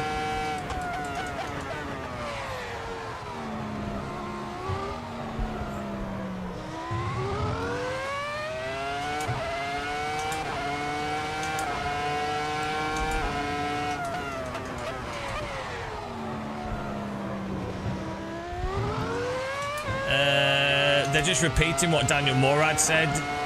A lot of sim racers really struggle to think for themselves.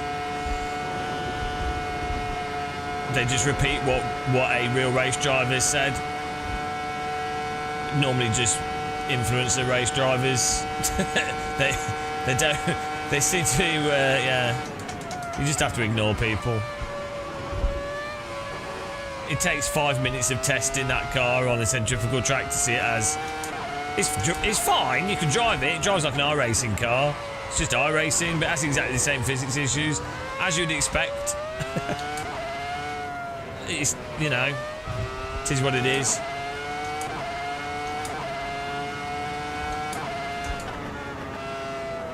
You just have to roll into slip. In many ways, it's actually worse than the older Porsche Cup because the way they've tried to hide the physics issues with the tyre in iRacing is they've made it so the tyre's kind of vague before it gets to the limit, and then mushes more. It's just like less precise, like less immediate, and that's good enough to trick people into thinking it's fixed. It's really weird. Hello, Lawrence. How's it going, man? Lawrence, this is incredible, you know. Don't know if you've tried this with a Quest 3. It's amazing.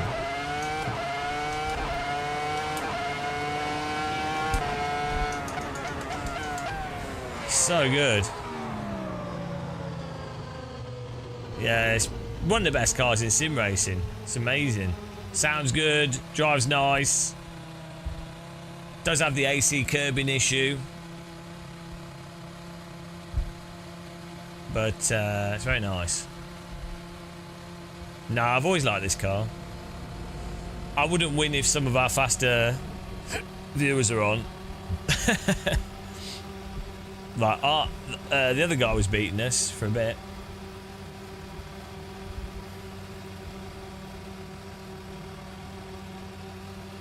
Where are all the offended YouTubers? They're all on Reddit. I don't think most sim racing fans really care. So the thing is, Evo's got a fan base, a weirdo fan base that like just buy, you know, the Kool-Aid thing. Like you get that with every game. You know, like ACC has their fan base, whatever. There's a fan base for every game. But it's really weird with titles that are in early access. It's super strange. But other than them, which isn't a huge number of people, most people can't run Evo. Most Assetto Corsa fans know that AC1 drives better than Evo, runs better, looks better on this when you're running it on equipment that you've actually got, does VR and everything. The only thing that, like, Evo potentially, if they did the ranking well, then people can play that instead of ACC or what, you know, and then they want the cruising, but that's a whole separate audience. So,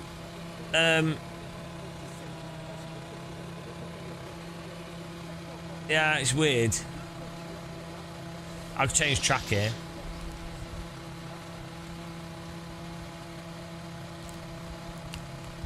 Well, I can appreciate what they're trying to do with Evo, like more advanced new engine and just basically like AC2.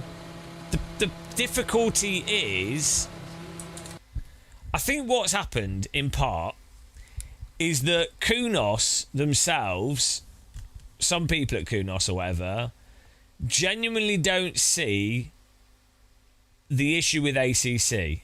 Like the fundamental driving, the force feedback, the physics. I think they genuinely don't realise how it's completely shit, right? Because from a video game perspective, in a general video game perspective, ACC's fine, right? As a product, as a general product to sell that people can enjoy driving and doing racing in with nice cars and everything, sound and what have you, ACC's totally fine. So seemingly it's totally fine, right? However, people that have actually like looking for like balancing slip driving, the driving experience and feeling that in a simulator, let's say realistic or not, who cares, but people looking for the driving experience, they are all playing AC and they all avoided ACC. The ACC got an audience from all the sort of GT3, low fuel motorsport, online fan, you know, online racing. They're more into the racing, like iRacers.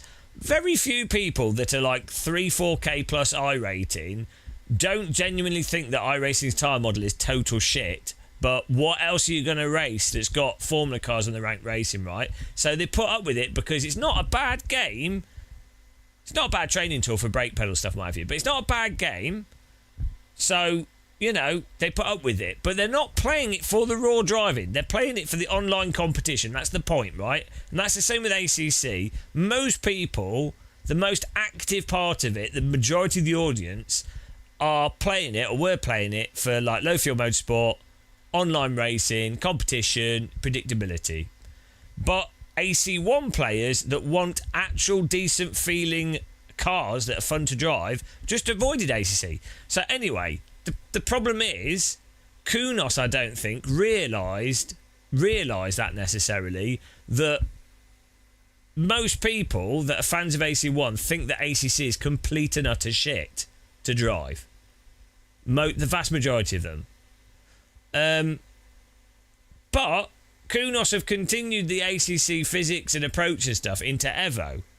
And then you've got a new engine, which looks really great, but it doesn't run very well. You need a very fast computer. Most people with AC1, a good number of people with AC1 struggle to even run AC1 on max graphics, right? So AC1 is already, despite being old, it's, you know, if you're using pure and shader patch on high settings, that's kind of like, you know, it's topping it out. It's like Project Cars 2 would still be, for a lot of people out there, the wider kind of international audience that don't have access to expensive graphics cards, that would be like the ideal kind of performance. Like, ACC is a struggle for a lot of people to run as well. So it's like, well, what is the point of Evo? If it drives and feels worse, like ACC does, if it doesn't run better than AC, and what's the point? What is the point over AC1? So if they do online ranked multiplayer built into the game and it's super convenient, which they're aiming to do, I think, it'll be a reason to play it. I think it will get its own audience, and I'm sure if they do the cruising thing well and it's released on console, it will sell well because it'll be on console.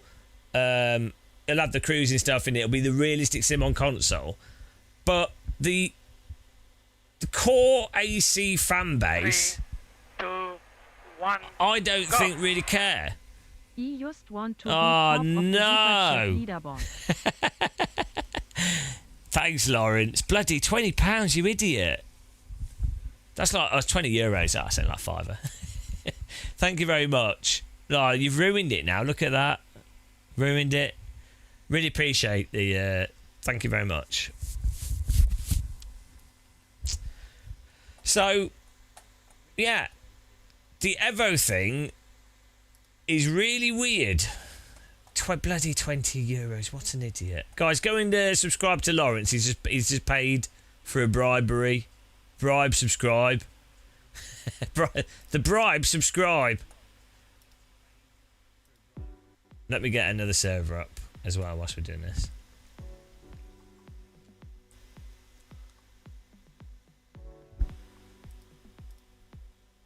But put it this way. Everybody in chat, let me just ask everybody now in chat. Would you rather want, like, newer physics, like ACC physics or Evo physics or whatever they are now, with the graphics and whatever, all this stuff? Or if someone said to you, we can scrap all of that, none of that will happen, we're not doing any of that, but what we're going to give you is AC1, only with officially licensed content. It's literally just a re-release of AC1, slightly updated graphics, so you don't need to get shader patch and pure, but it's basically AC1 as it is now. Imagine it basically as it is now.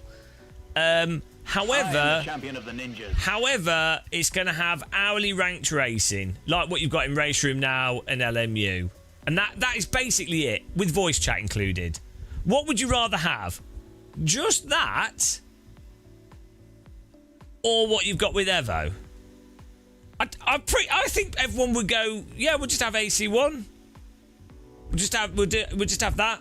Even if someone said it's AC1, basically vanilla re-release of AC1. Bloody hell. Better win is alive. Thank you very much, guys. Bribe to subscribe.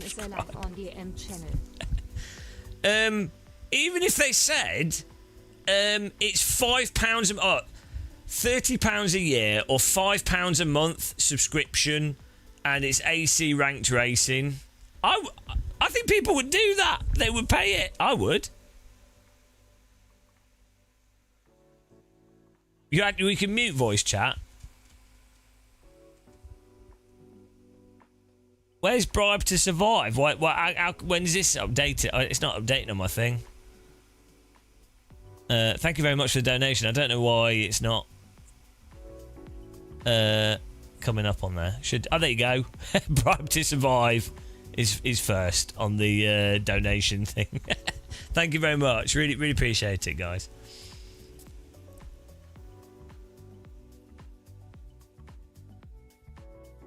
Yeah, right. I keep saying this because it just blows my mind. The fact is, I have like 5,000 hours in iRacing. So as much as I lament iRacing and think it's bloody terrible, I do still enjoy it as a video game. I have had fun with it. I've suffered, but I've had fun with it. Right? I've enjoyed aspects of it. I do still load it up, and it's bloody the netcode and time model that ruin it. But generally, you can have good fun in it, right?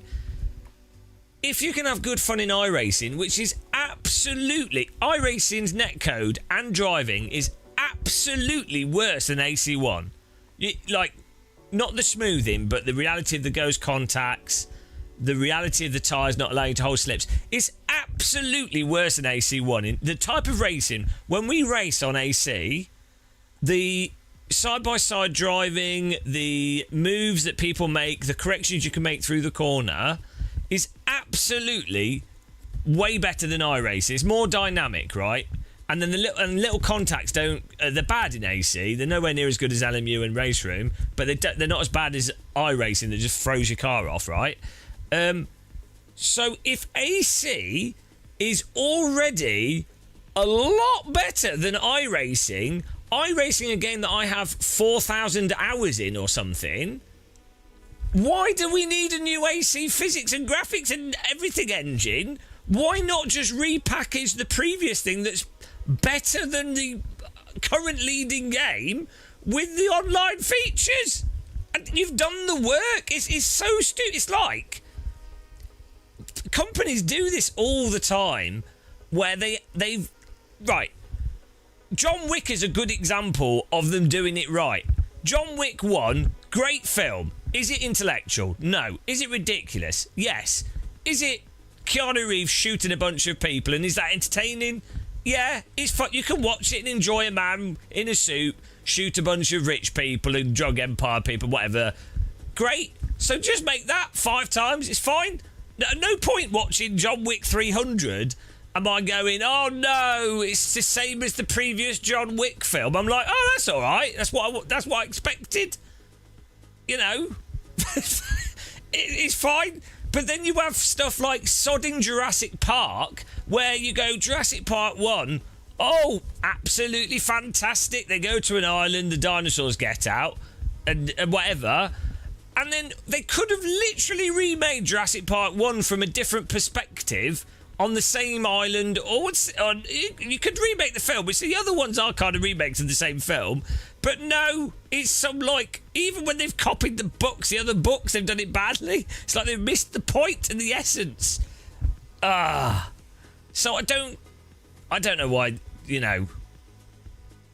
You look at the Terminator films, the ones that just copied Terminator 2 the closest were better. Oh dear. Oh dear. Yeah, anyway, so I don't know what it is. I guess when you're working on something, maybe you're not thinking about the other stuff and you're unaware that you've done something that's so much better. Like, you know, and you don't want to work on the same thing all the time, so I can understand that. You want to do something different, right? Like, why would you want to work on the same thing constantly? But then why... That's fine. But then if you do the next thing, why do something that's demonstrably worse? Like, the ideal thing is to do the next thing and actually do something substantively better. But that's very hard to do.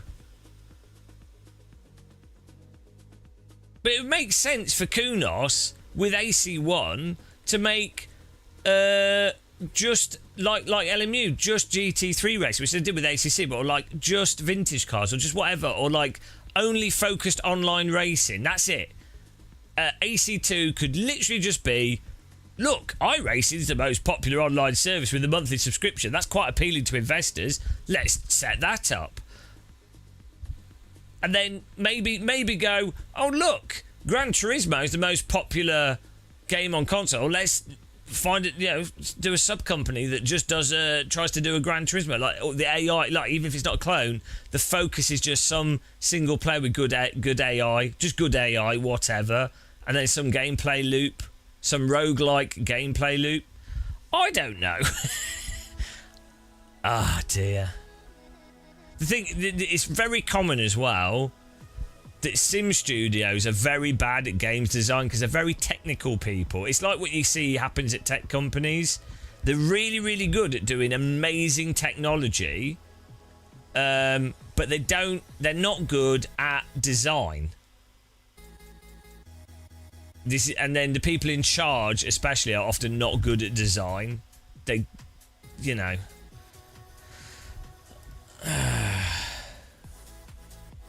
it's weird actually because in film you have like directors that are good at directing. They might not be that good at cinematography. They might not be good at writing. They might not be good at audio. They might not be good at lighting, but they're good directors, right? And they're good at also maybe a good editor as well, right? The point is, you have a good photographer, you have a good gaffer, you have, but the director's a specific thing. Gaming seems to not be able to do that in the same way. Like tech and stuff seems to have trouble with that scenario. The thing is, they're not stupid. They have their meetings and everything, and not a single dude thought about this. No, they have thought about it. The problem is games are also very technical. The problem is Marco is mental. That's the issue. That's good and bad. Like, it's good because you end up with totally crazy projects. You end up with someone working in Sims for a long time, and you end up with someone that can get a mental licensing deals. Like with AC1, the state of the car industry for licensing when AC1 was developed was mental, and to get like Ferrari or like Audi or whatever, it's Volkswagen I guess, but like to get those licenses in an unknown product is insane. So there's pros and cons to people being mental.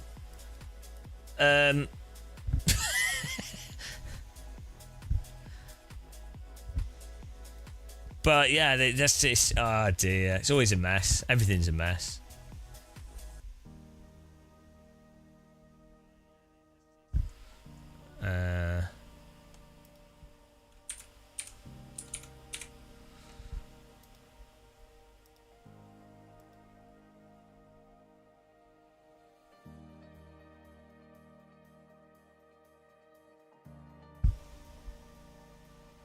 Sim racers hate choices.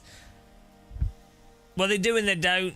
Lawrence, you want that on a t-shirt. There's pros and cons to people being mental. It's... hello, Random. How's it going, man?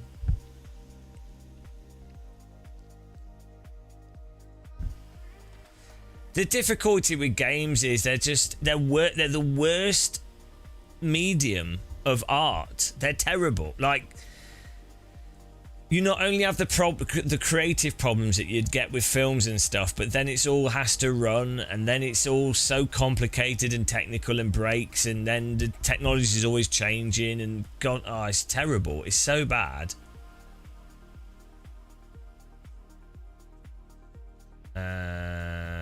Just looking for a track we can run here.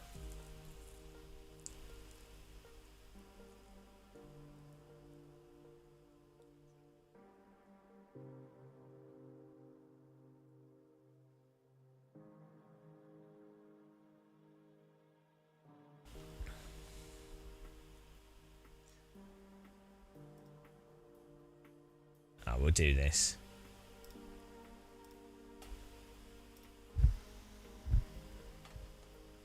Right, server's running, guys. Get on there.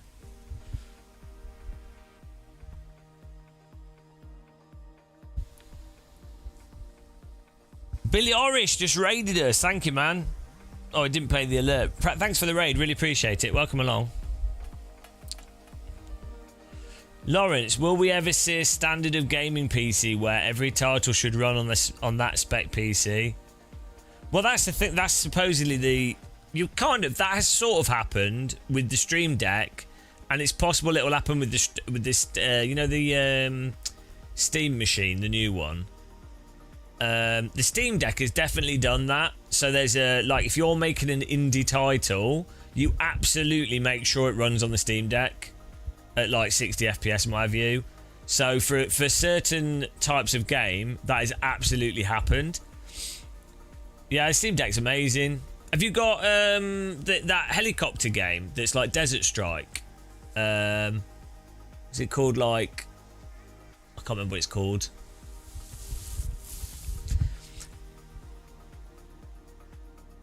Exactly. So I think that will be the thing for a lot of Steam stuff. Is that helicopter?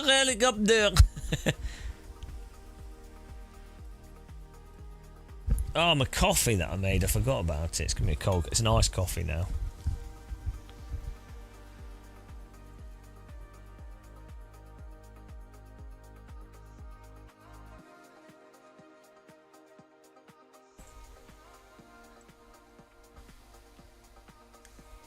I don't like how Super Woden drives. It's really boring. It's got the really boring, overly slidey arcade physics thing. I prefer much more snappy arcade driving on arcade games. It's not terrible though.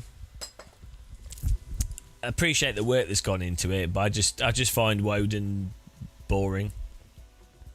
I prefer like the actual 90s arcade races where they're really snappy.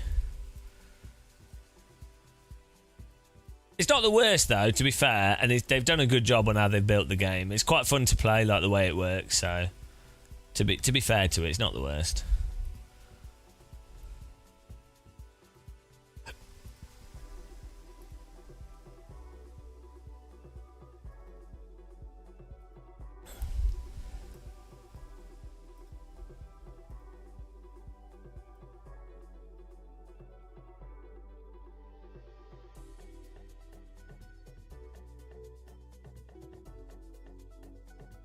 Hello, Dr. Longmat. Yeah, we've gone to the relaxing world of F2004. I'm loving AC in VR, honestly. This has perked me right up. I was getting a bit depressed about the state of sim racing, to be honest. Like, not just sim racing, but the reluctancy of people to be honest about it. It's like, come on. Come on, like, can we... I get it. Everyone can enjoy the different games. There's nothing wrong with enjoying stuff, but, you know, why are we pretending like these games are not better than, like, acting as if they're better than stuff from 20 years ago? It's mental.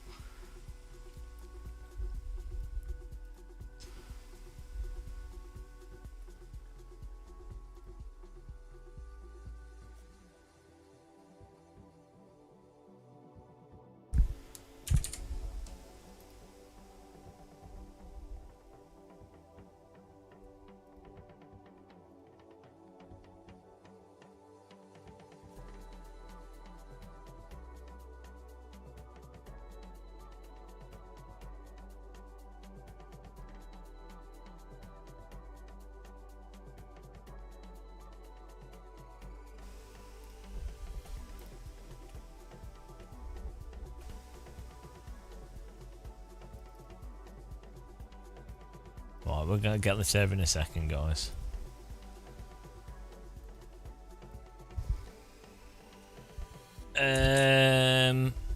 What do you mean? Who cares? Just what? Yeah, you can play the games that you like. Obviously. Oh, I don't know. Why do people make the same comment all the time? Yeah, you can play the games that you like, but there is a problem. It should be pointed out when a game comes out that is absolutely worse than stuff from 10 years ago. it's weird. It's weird to not go. Hang on, why is this new thing? Why is it like? It would be. It's weird with Battlefield games that the latest Battlefield is worse than Battlefield 3. That's just it's weird, and it's reselling the same product that's absolutely worse. It would be weird to not draw attention to that. You can still enjoy it. You can, the reason why it matters with Sims is because there's very few Sims you can play. So when everyone's wrapped up and locked into shit Sims, it takes away people from better Sims. Or, even worse, if people are not honest about stuff, developers just keep making worse and worse games. Yeah, no, so that's all very well. That seems like a reasonable approach. And yeah, sure, don't play it if you don't like it. But you can not play it, and also you can say, this is not as good as this doesn't work very well, or this is worse, or this should be better. It's a really weird argument to say, just suck it up. It's another one of those. It's subjective type arguments. It sounds reasonable. It sounds like someone's been agreeable, right? It sounds like an agreeable compatibilist philosophy. But actually, what it is it's a way to avoid being honest. It's a very capitalist approach as well. Like, don't say that something's bad. Only say the positives. Never talk about it. It's like if someone has a job working for an airline, and imagine the airline had a technical issue with the planes, or they had a procedural issue, and you're a captain of a plane, and you notice the procedural issues, and you're like, well, if I draw attention to it, it will make me look bad, and people won't get on with me, so I won't mention it. Maybe it's not the end of the world, but, they're not really doing these procedures ideally or properly, or they're doing them worse than how it should have been done 10 years ago. But, I don't want to cause any fuss. I don't want to be negative or do any negativity, so I won't mention it, and I'm just going to move to another airline as a job. Then that plane crashes, and half the people die on board because the procedures weren't followed properly. Well, the pilot that noticed it and didn't mention anything and got a new job, they should have mentioned something, right?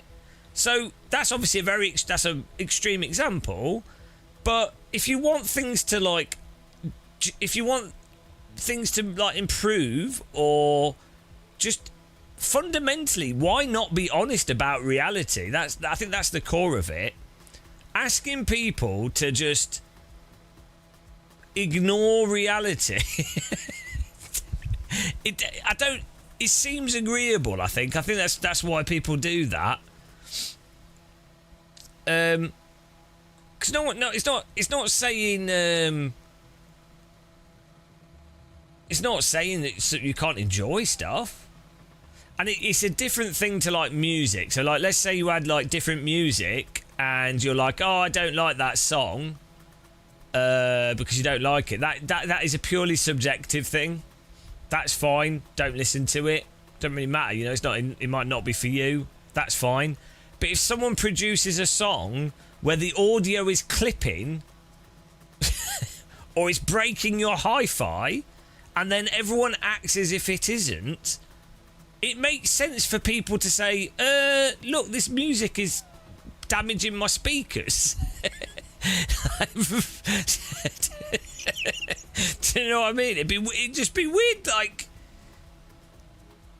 why wouldn't you? But why not mention it? Who benefits? That's the other thing.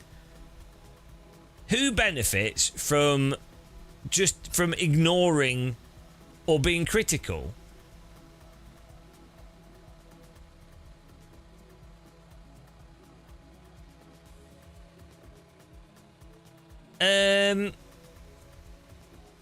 but are they getting pissy, or are they pointing stuff out and then people are saying that they're getting pissy as a way to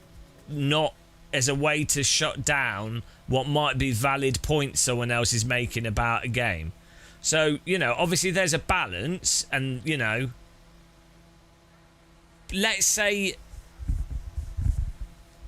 yeah, I mean, there's a balance to these things, but if someone's got a valid point, they've got a valid point, haven't they? But also, people don't tend to 100% like and 100% dislike something. Normally, it's a range of stuff. With any game or thing, they like 80% of it, or 50% of it, or 30% of it, right? So they're fully, you could like 30% of something and say, well, these are the things I don't like, or these are not even likes or dislikes, these are things that are fundamentally broken with this thing. So it's also a false thing to sort of break stuff down into people are only allowed to like or dislike it, and or they can either play it or they can't play it, or they can either only say positive things or they can't say anything at all.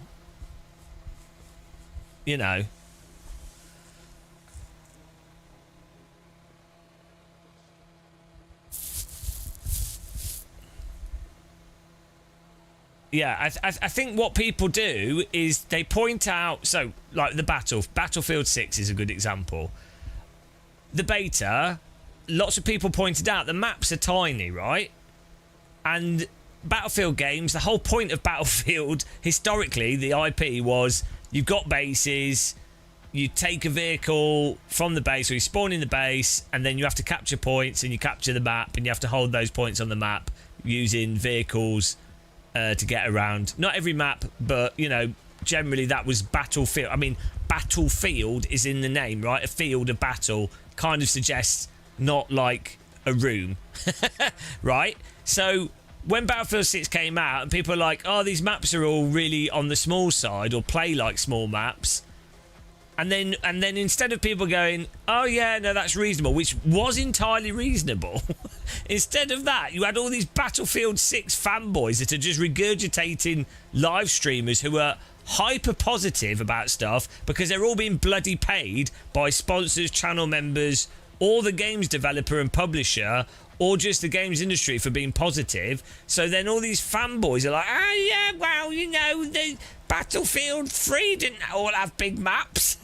It's like, so then the people that are like saying it should have big maps, the maps are smaller, then people go, oh, you're just being really pissy because it's different. Do you know what I mean? So it's basically, it's a way to shut down conversation. This happens with everything. Games are just like a silly thing, so it doesn't really matter, but these exact same types of conversational structure happen in everything. Hello, Steel. I'm second, the number two UK VR streamer. Amber Alert rant. I had coffee. Coffee makes me rant.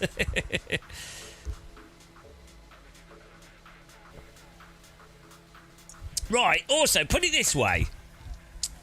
If everyone was as vocal as I am about iRacing's tyre model and netcode, if every streamer and YouTuber and esports person just outright said, yep, the netcode, you have ghost contacts which are ridiculous, that don't happen in LMU, Race Room, it's obviously nowhere near as good as those other simulators.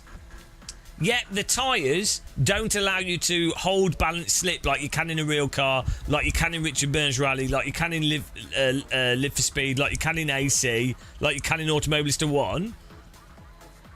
If everyone said that, do you not think that iRacing would probably have more pressure to not have such a shit-handling simulator?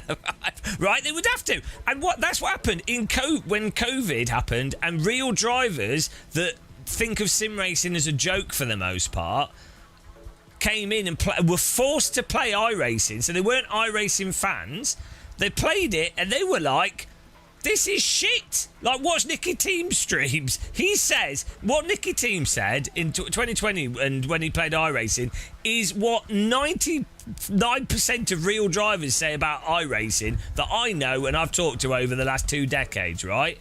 So...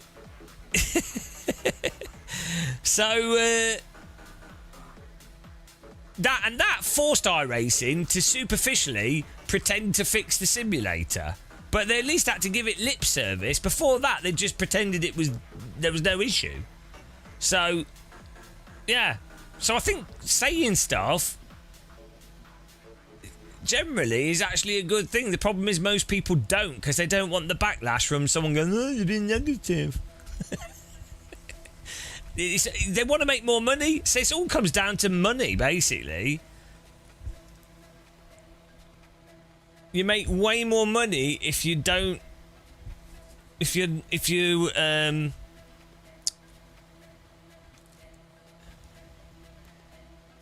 only talk about the positives, really, or at worst frame negatives in they're subjective, or shit sandwich them. Don't ever directly say stuff.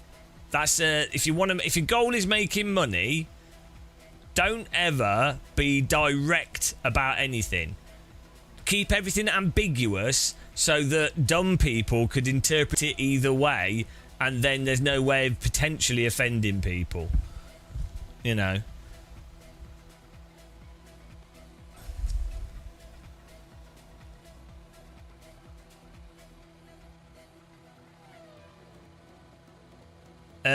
Jason Murphy, I don't think that's what it'll be. I think what it'll be is that Kunos realised they can't make good AI.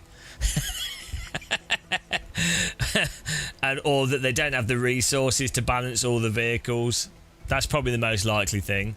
They always wanted to do online ranked racing with Evo.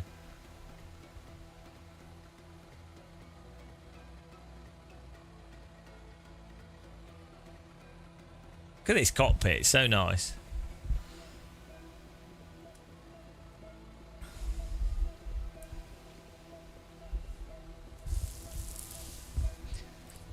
I think with Evo, they probably realise they just need to get a product out faster. Is AC better than GT7 in VR? I haven't played GT7 in VR. I mean, it will be in terms of handling and clarity, but GT7 has really nice textures and really good artistic design. Very coherent, just the texturing and the shading and stuff. How artistically GT7 is more coherent than AC. So that, and the PlayStation VR 2, I think, is OLED. It's like a Pentile OLED screen. I've used it, but not with GT7. It's a good headset, so it'll probably look more contrasty. But GT7's handling and stuff's a bit weird, so. The best VR racer, it depends what you're doing.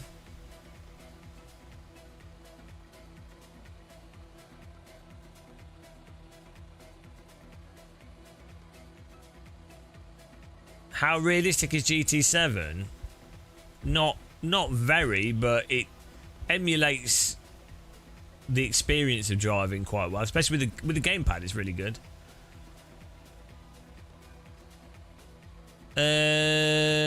Well, you can't convince people because they either get it or they don't with car handling. So all you could really do is have them do some real driving, or play multiple PC sims, and then you'll notice the differences, or you'll notice. You notice what sort of things are kind of realistic and what things aren't.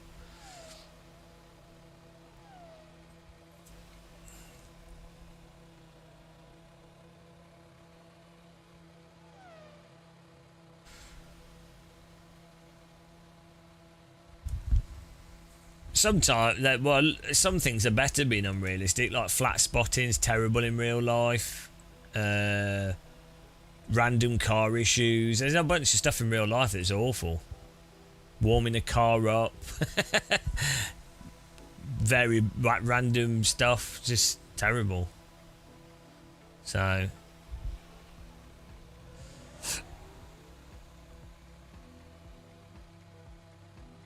yeah, I think GT7 is fun, especially with the road cars. I think when you get to the race cars, it starts being a bit worse. But it's just a bit simplistic.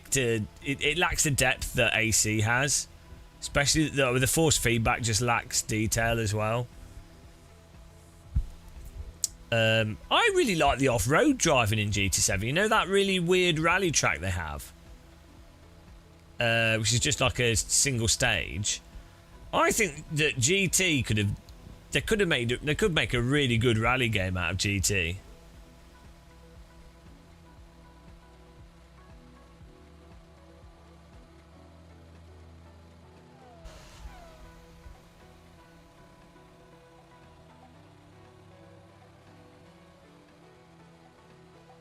We're gonna do some driving in a second.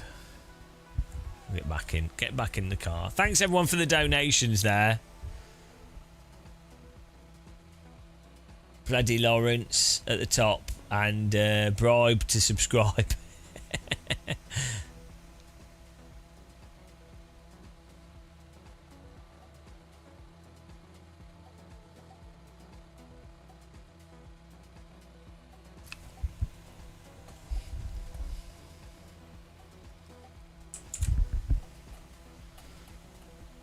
Sounds like a racing game, that. Bribe to subscribe.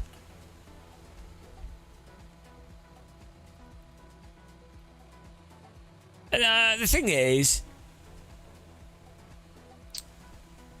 at least with at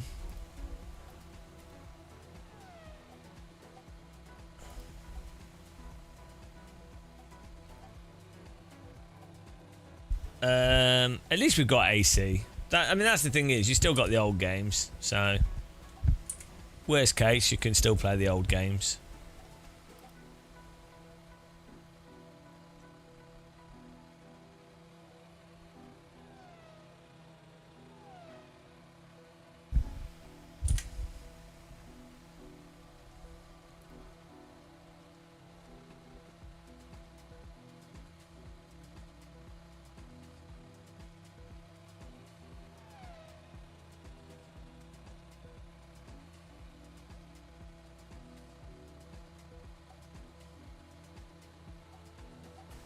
Tell you what, I would really like a new driver.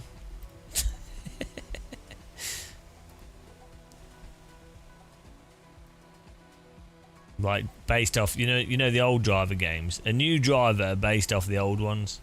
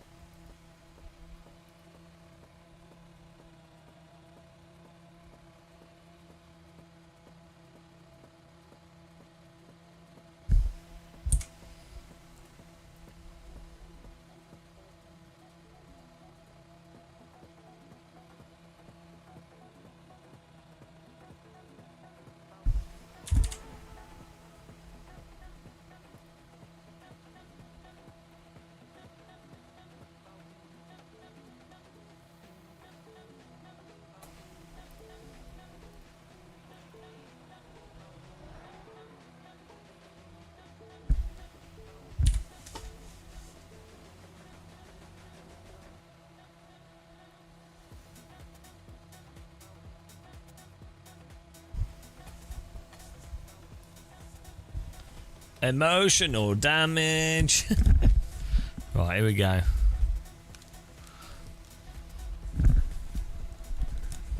Oh, this, look at the shape of the car. such a mental vehicle.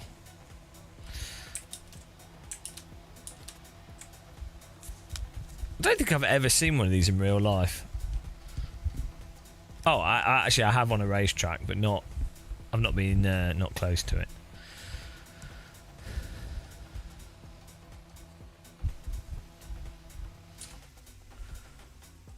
Oh yeah, well that was really fun. Midtown Madness on Wireplay.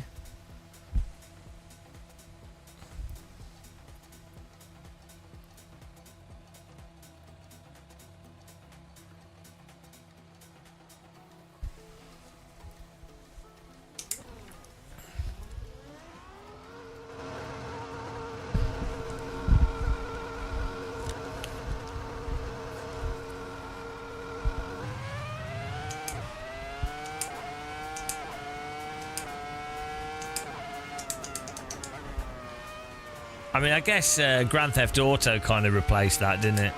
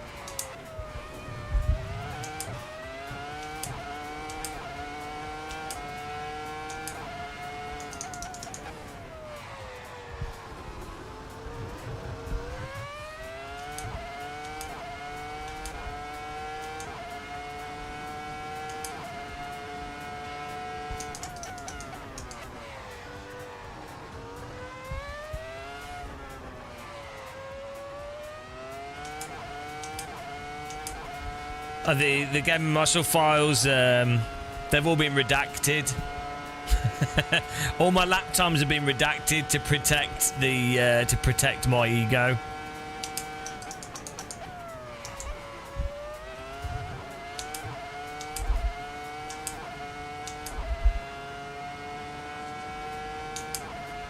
Shumi, this car in VR, oh my goodness. I mean, what is wrong with sim racers not playing in VR? It's insane. But we've been driving like loads of vehicles. It's just so good. You wouldn't know though. I don't think you appreciate VR.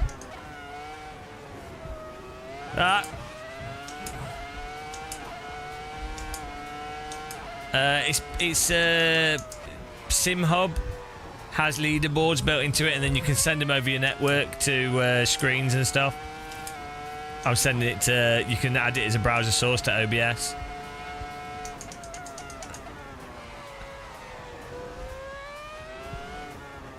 It's just part of Sim Hub. It's crazy. Sim Hub does everything these days.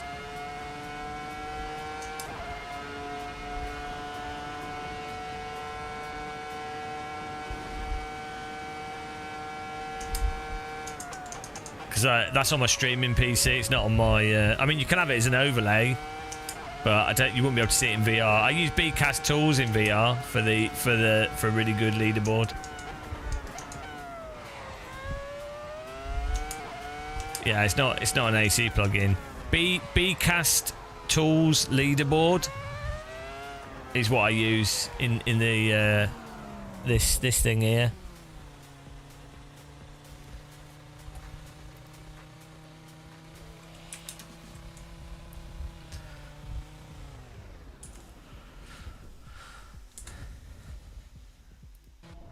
Probably the smallest good leaderboard. Actually, I do need to put the real-time delta on here. I keep forgetting.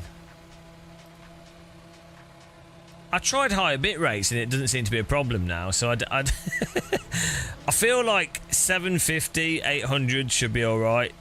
But then I don't know. I'm like testing random stuff out. I'm not sure what causes the. What's most likely to cause issues? Well, if there are any issues, what causes them?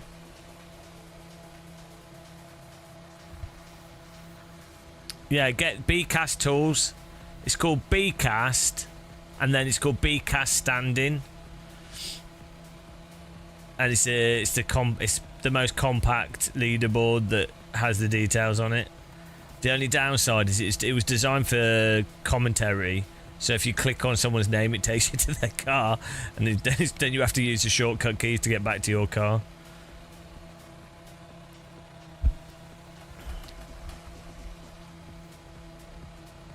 No, not a 180. It comes down to the cable you're using and other settings in VR.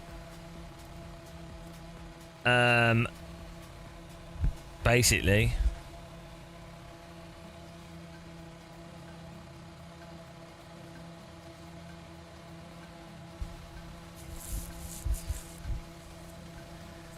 Yeah, I think it depends how high the quality that you have the game running at as well, and like also USB put a whole bunch of stuff. I feel like there's also what frame rate you're running at.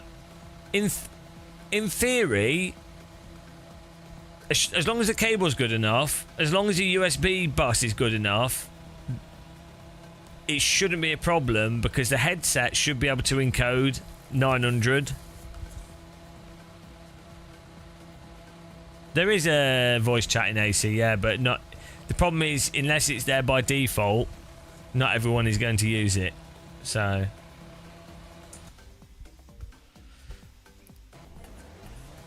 check this out, though. We now, I have buttons on my Stream Deck, which I never use, so I don't know where it is. For us to go, kapow! Don't have to type anymore. Too much power, guys.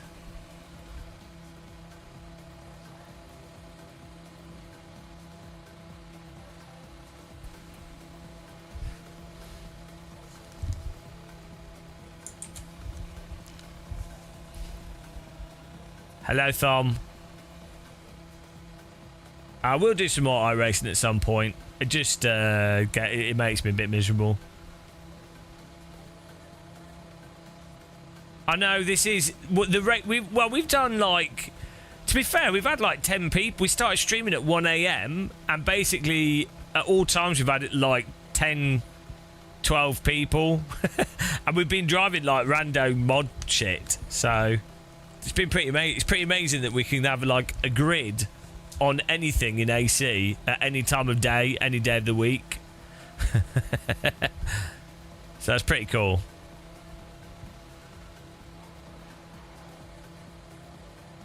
No, I'm slowly getting back round to normal time. It just happens, and it's just easier for me to then stay up 1 hour later each time, and then wake up 1 hour later.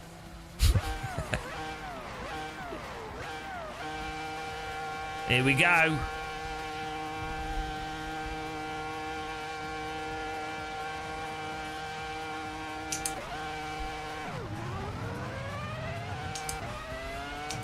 The that Bonacabra track with the oh, look at that, with the Caterham 7 is so good.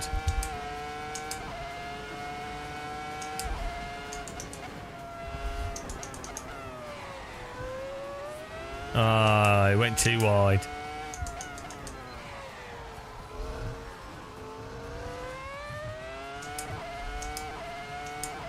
Well, I'm not going to play GT7. It's just not good enough for me.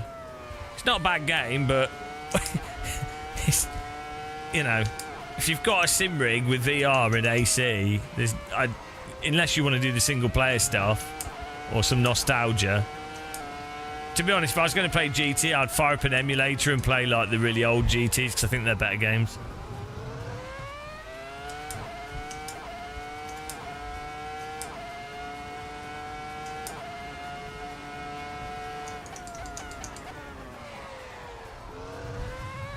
Honestly, driving in VR is so much easier as well compared to screens. Like the positional component is ridiculous. Rather than it being a sort of reductive memorization process, It's more of like an intuitive thing, as I totally miss a corner. See how intuitive it is? Wow. Commentator's curse.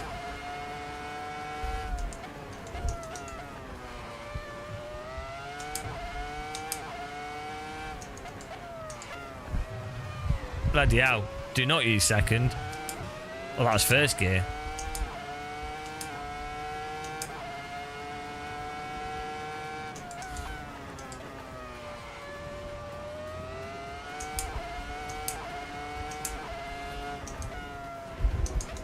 I don't know. I'm not really into F1.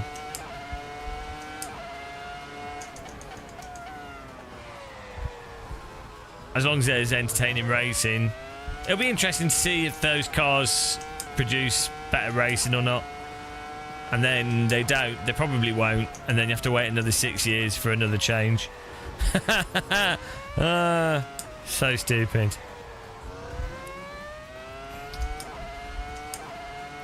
Yeah, but there's playing a video game is much better than watching rich people drive. I'm like, why? I like good racecraft, and I like it. I like watching the onboards of the drivers when they do good race. You know, that's fun. But I don't care who wins. Like, why should I care? It's absolutely nothing to do with me. Like, why would I be invested in other people's race results? I don't know anybody that works for any of the teams. Well, not that well, and I don't know like any of the drivers personally, and I'm not driving in it. I'm not invested in it. So all I care about is like if there's good racing, that'd be awesome, because I can then watch it and appreciate it, and I'll be like, oh, that's cool. But in terms of who wins or loses, I just could not give a damn. Like, why do people get invested in the results of things that have absolutely nothing to do with you whatsoever? Doesn't make any sense. It's like a waste of personal interest.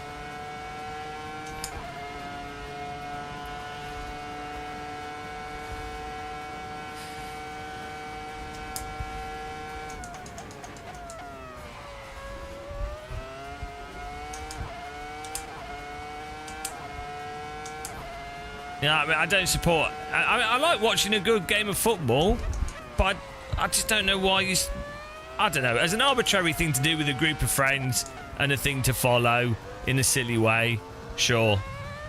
But I think a lot of people get very invested in stuff, which, if they enjoy it, there's nothing wrong with that. Like, if you genuinely enjoy it, great. Nothing wrong with that. But it seems that people that get very invested seem to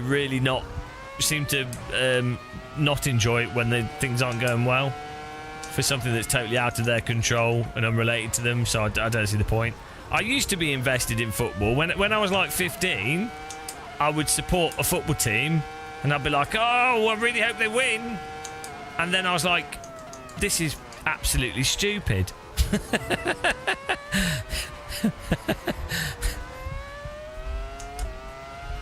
Yeah, I'm not saying not to invest time in stuff you enjoy. I'm saying that no. Why do people always misconstrue this very basic philosophy? I even said, if you happen to enjoy it, even if it's totally irrational, go ahead.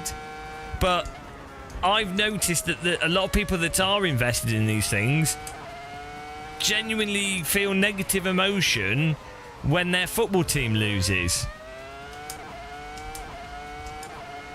and they also often get more invested in the end result than the actual dynamics of the game. So I'm totally into watching a really good football match and arbitrarily picking a team to win and wanting one team to win or not, and seeing what the result is, but really only if the game's actually a good game. If, you know.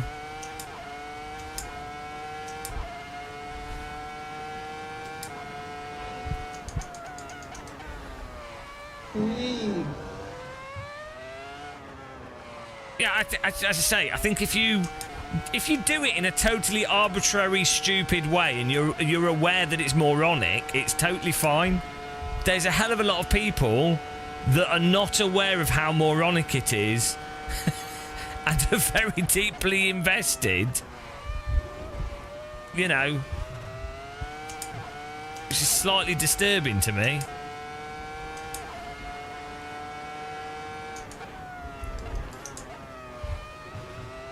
Also, the thing is, there's a lot of money to be made out of making people invested in things that have... It's just parasocial manipulation.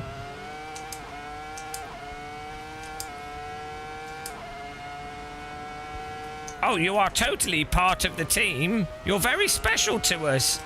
Please buy our jersey for £40.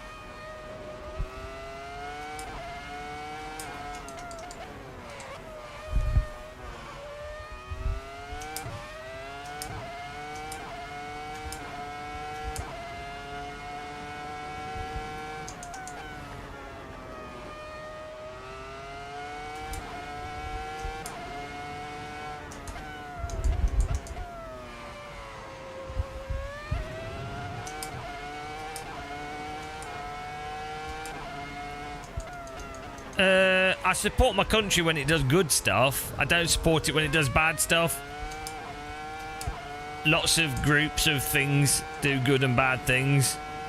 And as soon as you start arbitrarily supporting something universally, you obviously then end up with trouble.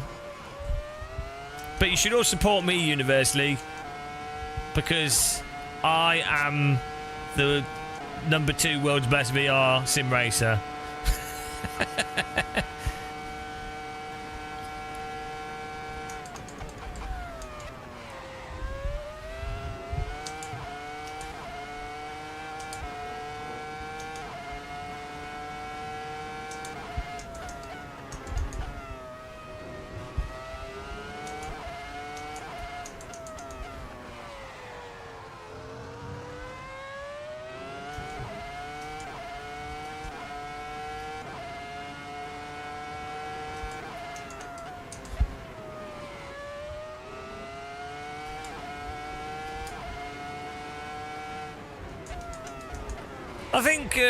I think Formula 1 is a bad sport. It's not really a sport, is it? But like, I think it's if you're doing the arbitrary supporting a team, Formula 1's not very good for that. Like, I think football is. I think ice hockey is. You know, but Formula 1 is like.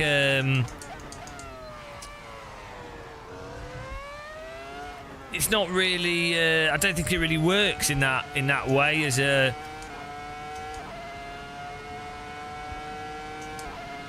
I mean, I guess it's arbitrarily picking something to win, and then does it get a result because you picked that? Then you're like, oh, it's my team that won. I'm not quite seeing how that. It doesn't benefit your enjoyment of the race, I don't think. In the same way that it does with football. Like, if you arbitrarily pick a football team, like, you could pick it because it's your local team or your country or just whatever, you like the colours, but like whatever, you like the player, I don't know. I can see if you pick a football team during the course of a game, you want one team to win or not. I can see how that's enjoyable. I don't really see how it really, with the way Formula One works. I'm not as a format. I don't think the format really works. I mean, I guess it does in the arbitrary sense. I would 100% in racing. I think it's every single time. I would much rather have it. If let's say I was going to pick someone I wanted to win, or team or whatever, I would much rather have them lose, but it be a fun race, or like close. Like a 3-lap battle between two drivers. Because it's to do with it's the tension thing. You could have, if you have a driver that's winning. Like, let's say you were a Hamilton fan when he was winning. How is that fun? Or if you were a Max Verstappen fan when he was winning, or a Schumacher fan. It's the winning part of it is not entertaining. The part that's entertaining would be watching the onboard of that driver driving. The only time motorsport is really entertaining from a spectator's, or where I think it's most entertaining from a spectator's perspective, is when it's close between different cars. Yeah, or it doesn't matter, and it wouldn't matter who it was. The point would be in the context of the race, a driver that's really good is having to work their way through the field. So like when Lewis Hamilton would have a wet race and a technical issue, or you'd have a front-running driver that would, they'd have a mistake in quali. Or... yeah, whatever. Like, there's something where the driver has to actually work for it. That's the interesting part. It's not they win. It's the question of can they win or not, and how do they win. And the thing is, if a driver is in the front because they qualified first, it then basically just turns into, will the car brake or not? Whereas in football, for example, there's a constant dynamic, and at any moment in time, the other team can change that dynamic entirely for it to be a win or a loss, right? Motorsport's not really like that. Not that it should be, but I'm just saying from a team supporting perspective, I think that is why, if you're going to do the team thing, it makes more sense with like baseball, football, basketball, ice hockey, and it doesn't really work with motorsport to the same degree. Though I'm sure you can arbitrarily support anything.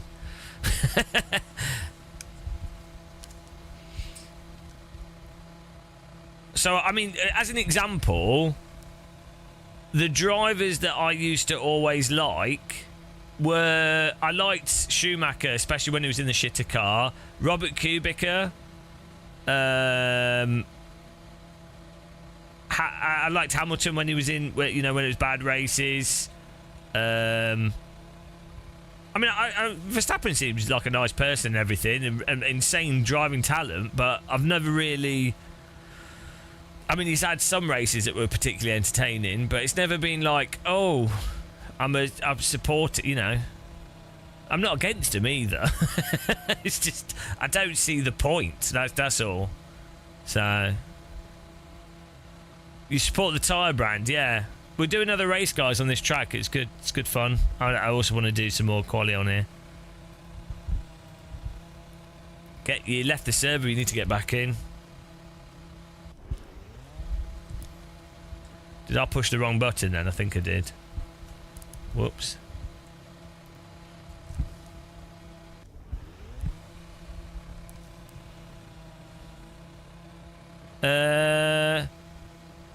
Everyone who knows him says he's a bully.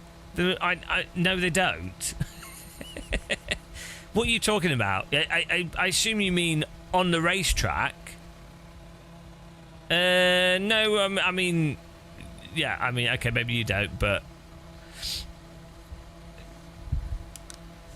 I think you're mixing up like Drive to Survive and online stuff and aggressive race driving. This is awesome in VR.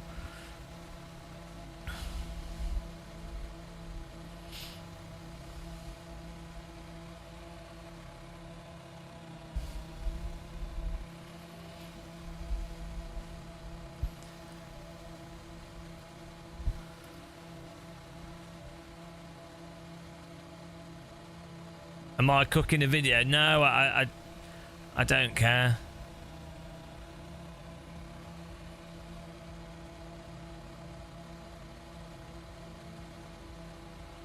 He doesn't have any emotion.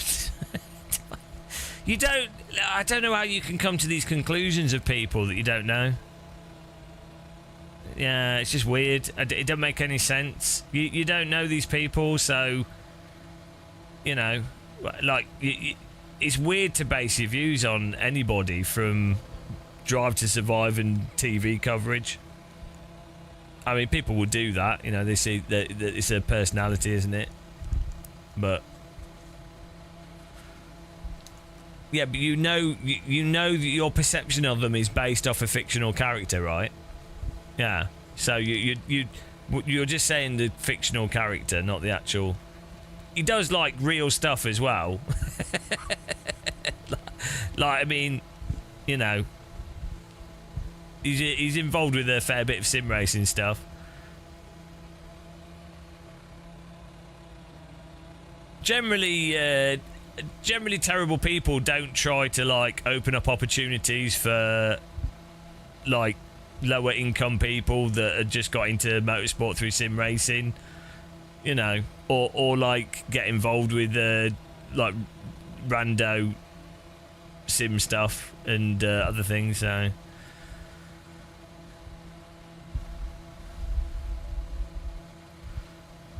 right.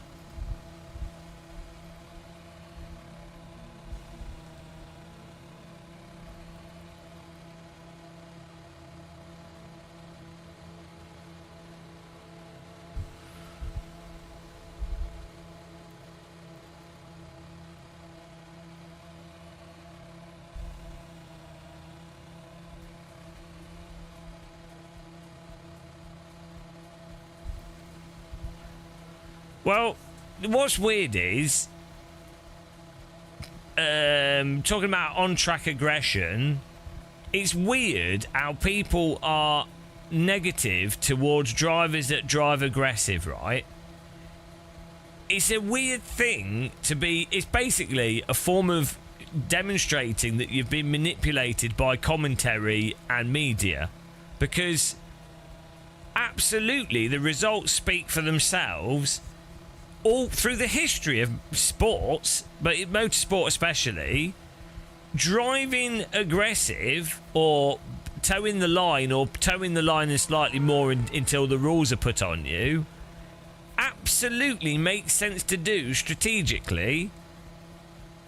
It's just obvious. Like you're gonna have your cards in your hand. If a driver behind has an opportunity, but they think, oh, if I push it, that guy's going to drive into me, they're not going to give me an inch, then I'm not going to make that move. Well, that gives an advantage to the guy that has a reputation of being aggressive, right? So it's like, we've said this before multiple times, it's a very well-known strategy in poker where you represent that you pretty much always have high cards, so that if you go all in or you're bluffing, the other players are going to be like, oh shit, I don't have particularly good cards. I think I might have better cards, but I don't have particularly good cards. But this other guy seems to always have good cards, or they only play good cards. So I need to make sure that I'm playing good cards, or I'm going to get drawn into a big pot here where it's a big risk. And do I want that big risk? I don't know. So the representing you've got a better hand is almost always a better way of playing, sort of a game theory approach. So, yeah, and you can with something like Verstappen, the results speak for themselves. Or the commentary is often completely insane in Formula One as well, and really like weirdly nationalistic. It's insane. Like the British, it's lost. Sky is very sort of British orientated commentary, which then it's weird how they are arbitrarily against certain drivers when the teams are international. It's so stupid. It's so dumb. Oh dear. It's really dumb.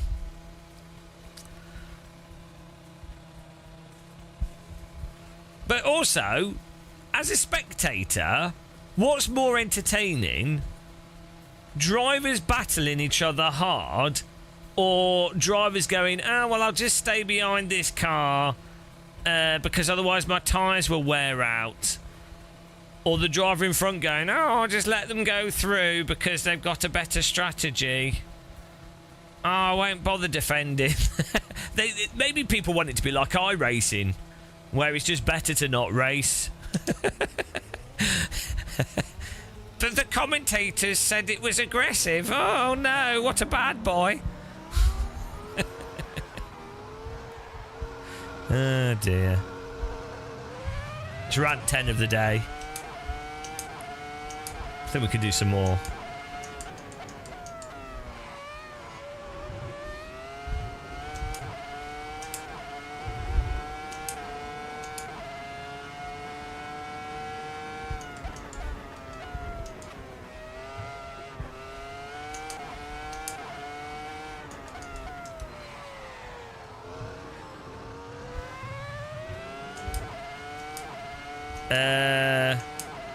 I don't know. 12, 8, 6, 3, 2, 1, lift off.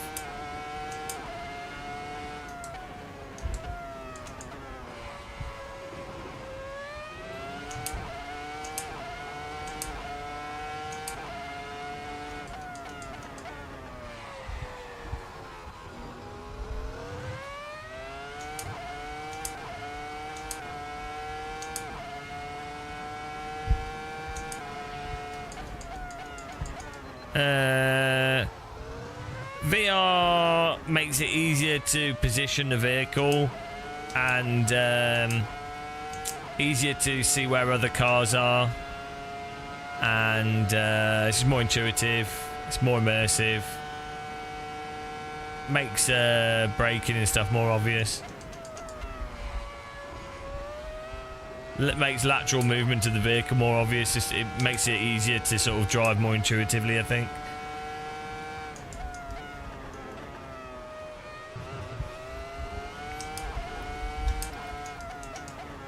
Definitely on corners with tracks with very tight corners, VR really helps because you can really look into the corner. You're not trapped looking straight ahead.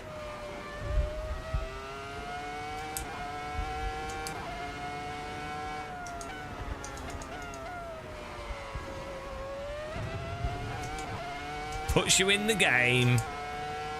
EA Sports. It's in the game.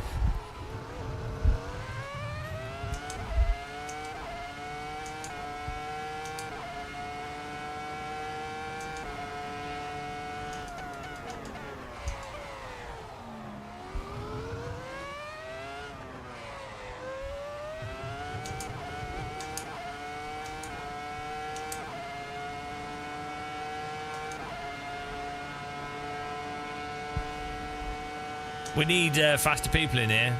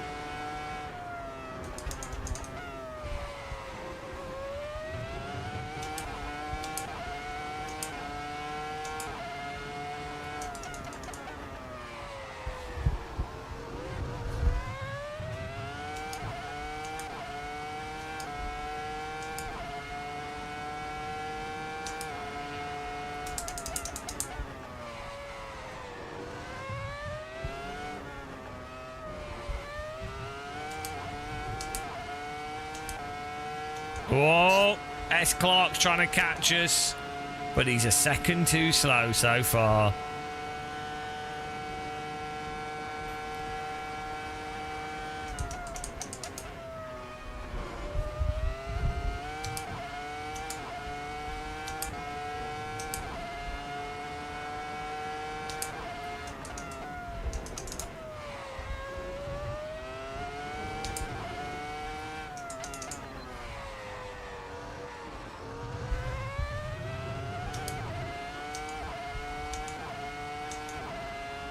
No, I actually find this quite comfortable. The frame, it's really smooth frame rate. I actually find this less fatiguing than a screen in many ways. I have the brightness of the headset turned down a little bit.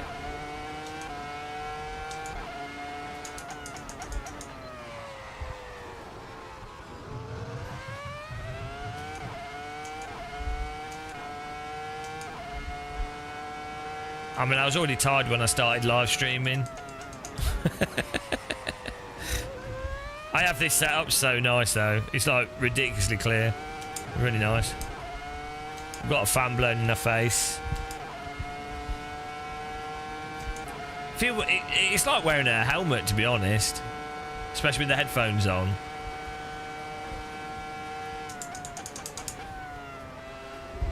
That's a weird thing with VR, like on its own it's like a very light helmet with restricted horizontal field of view, but the vertical field of view is very similar to a helmet.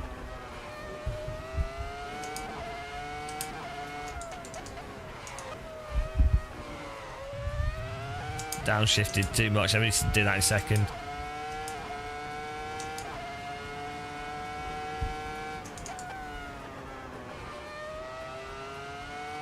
Yeah, I'm gonna I'm gonna get a Steam frame and we'll review it.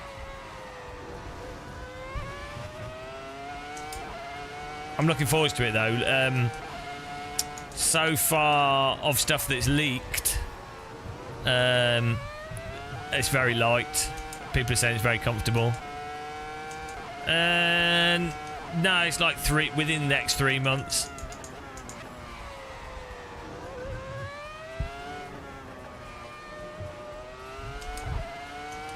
I think it'll be like £1,000, to be honest. I think it'll be like 799, 899. Sennheiser 595s. I find them really comfortable. Open ear headphones. Really good sound. Slightly on the bassy side, but not over the top.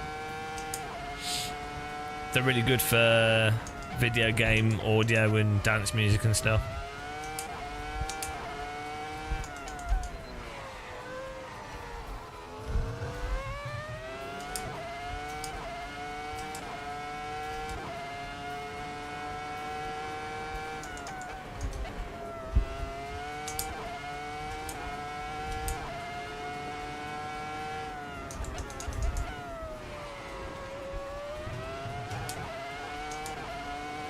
Yeah, no, it is. Well, this is again another thing in favour of AC and Beam Engine, these games, and Wreckfest 2.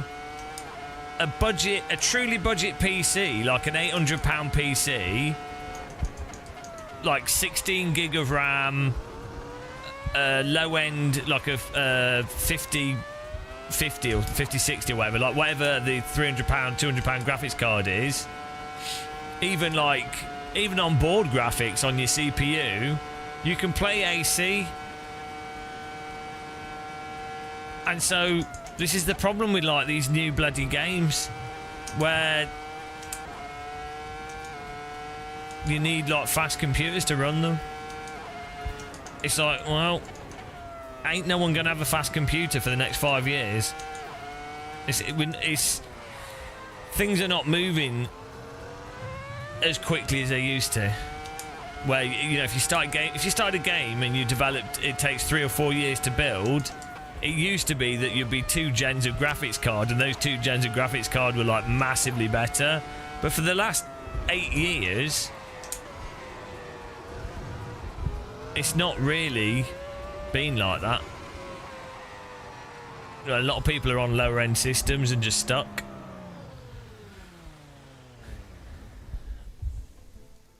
Come on, Mr. S. Clark. You can do better.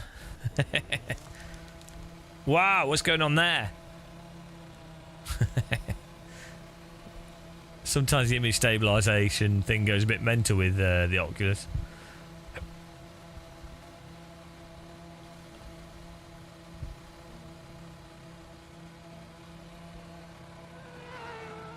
I think the eye tracking on the eye tracking with the setter with the Steam frame, potentially that could get like a 30 to 50% performance boost. So that could be huge, to be honest.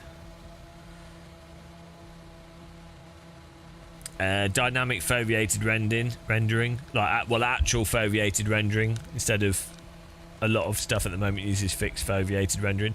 Although AC with the Quest isn't using it. Like quad. I guess if I use Open XR, but then it won't be using the Oculus runtime, will it? Or maybe it will. Maybe I need to change that over. Maybe there's some more performance. Anybody in chat using Quest 3? Are they using the Open or are they using Oculus? No, it does both, Richard Jones. So it uses foveated, it uses the eye tracking and the foveated rendering to send to stream less data. So it doesn't need to stream so it can stream at lower latency. But it also has eye tracking on the device that can be used for the actual foveated rendering as well. It'd be silly not to do both. But to be honest, if you're doing foveated streaming, if you know what you're looking at to stream, well, think about it this way. If it knows what you're looking at to stream foveated data to the headset, why would you render the full image to then remove the edges to then stream it foveated? You might as well render what the person's actually looking at and then stream. Do you see what I mean? So obviously it will do both.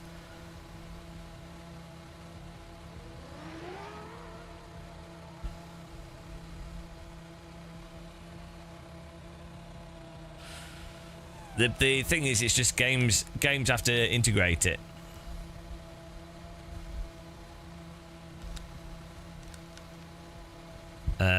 The actual support.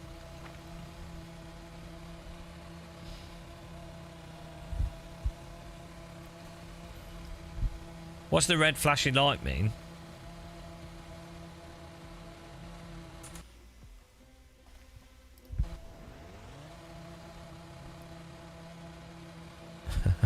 What's that? Is that the pit limiter? Oh, it is. It's next to the limiter button.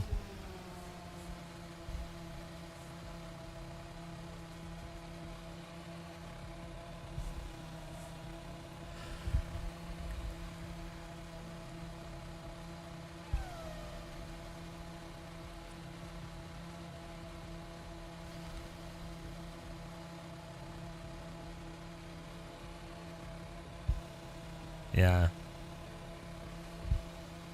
It does make sense putting that next to the pit limiter button.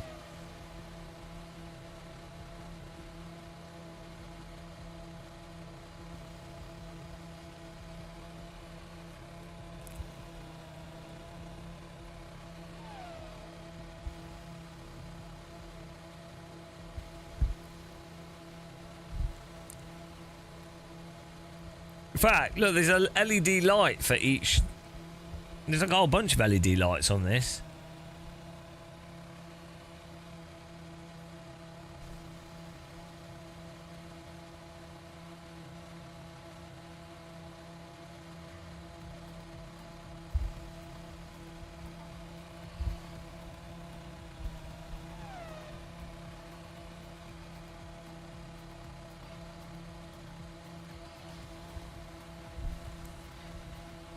It literally looks like a real wheel in front of me.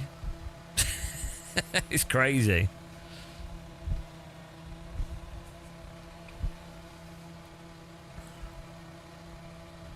We're not allowed to. We're not allowed to say teas because then we get thirsty for a cup of tea, and then it's you know, there's a real risk that you drown in tea. Oh, now I've got to have another cup of tea. What's this middle option? 38. 38 what? Is that the fuel level?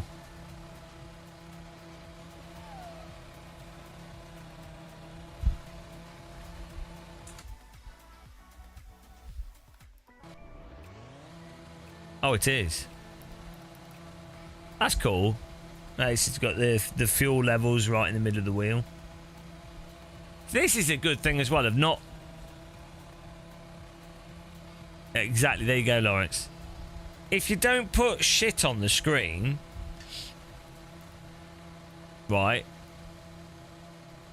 No UI stuff. I mean, I've put some UI stuff at the bottom here, but generally speaking, you then automatically end up looking at the wheel. This is the same in 2D as well.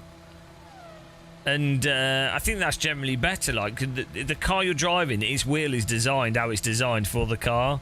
So, I think there's a temptation in sim racing for people to put, you know, billions of UI elements and boards and everything all over the place. But actually, it's better to not, because you actually focus on what's relevant.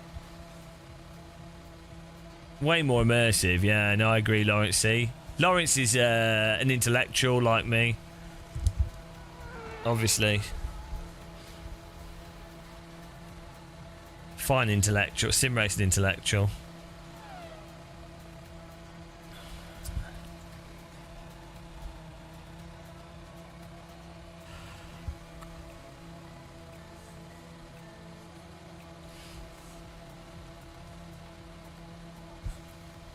Debatable. It's subjective. Everything's subjective these days. Did we just shoot an innocent person? Subjective. Did we just abduct a child? Subjective. Is there a ridiculous amount of corruption going on and a complete abandonment of law and order? Subjective. Heated visor, subjective. What's this? Oh, you got W and S tyres. What? Why would you have... I mean, presumably W for wet and S for dry.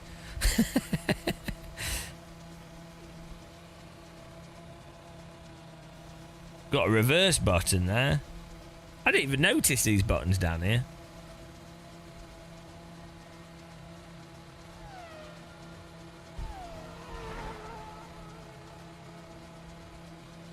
It's not being signed off by the FIA.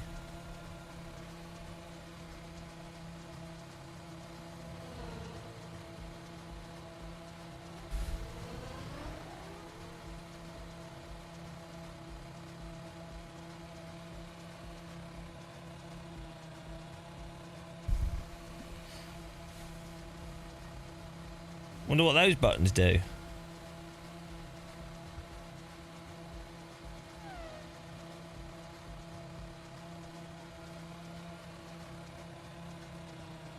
Is that brake bias on the right?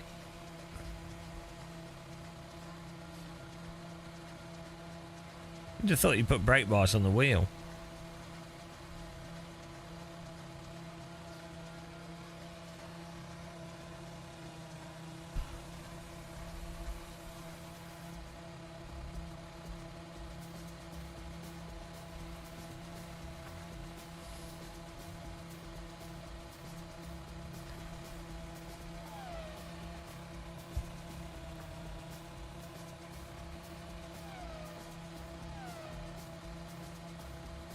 I think that button's the ejector seat. Yeah.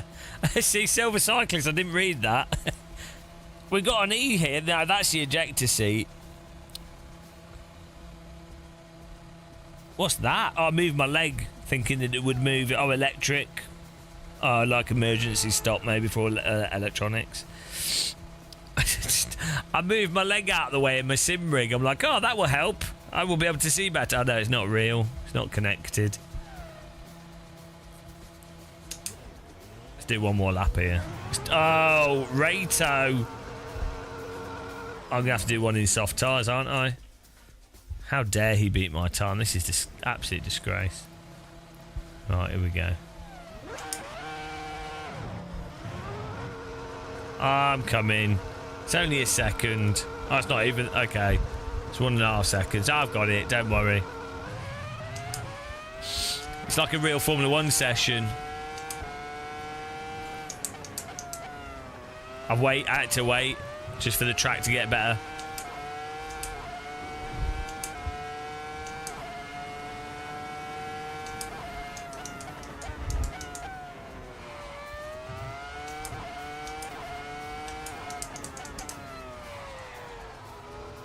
Yeah, I'm just doing it for quality. In the race, I'm going to put mediums.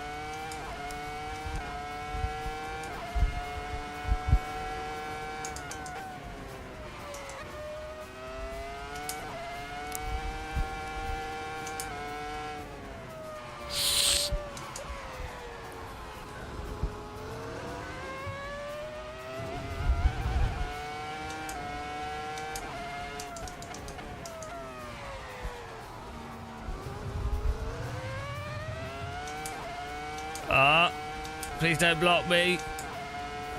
Thank you. Here we go, guys.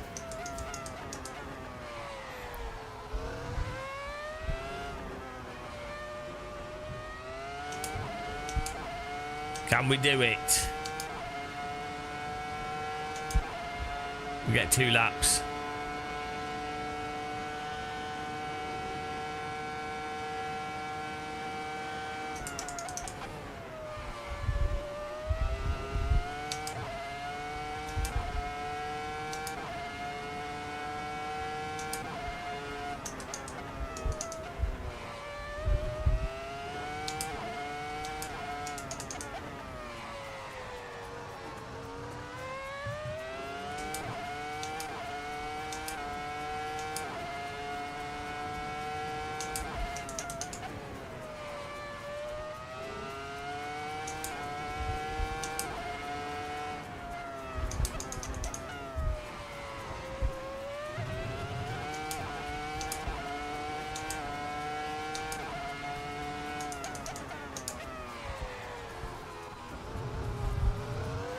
Oh, no. That cost us a lot of time.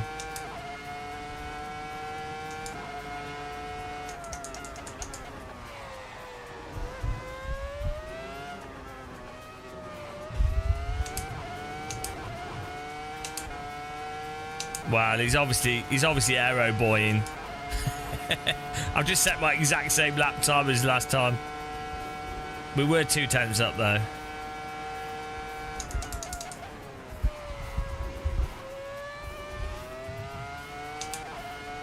Oh, that didn't work. Tried to... You definitely can't do the old corner cut on this. Well, share the setup. Share the setup. That's all I can say. It's definitely set up. Rato, there we go. We shared the setup. We're going to put the mediums on for the race.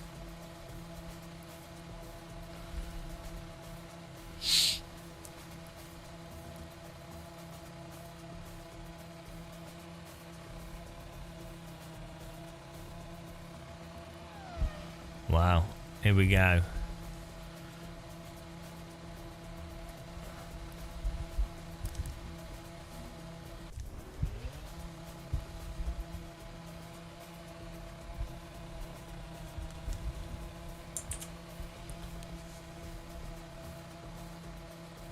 Can he hold us off?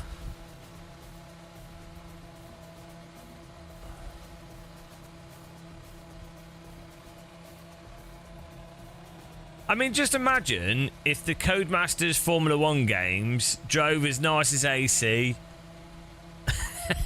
Why can't that be done? Why can't the Codemasters Formula 1 games just license the AC physics for like £100,000? I don't know. And then everybody that plays AC would buy the next Codemasters Formula 1 game. Why not do that? Like, why can't that happen? Capitalism. Everyone can make money. Everyone's happy. I'd be happy. Kunos be happy. 5F5 be happy. And they would license ACC though, wouldn't they? It'd be even worse. Here we go. F2004. Imola.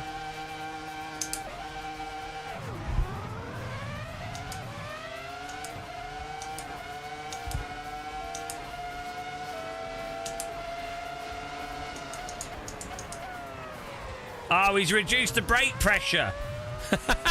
That caught me off. I need to brake harder.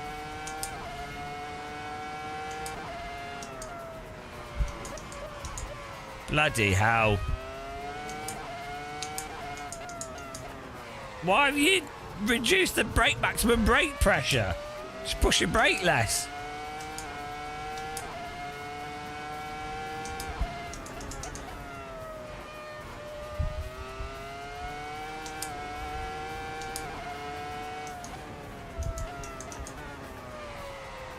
Good, you see we got the pace with this setup. Lower rear wing.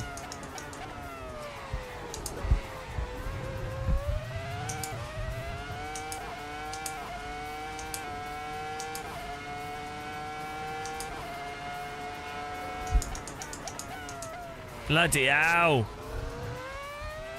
We can brake so much better than this.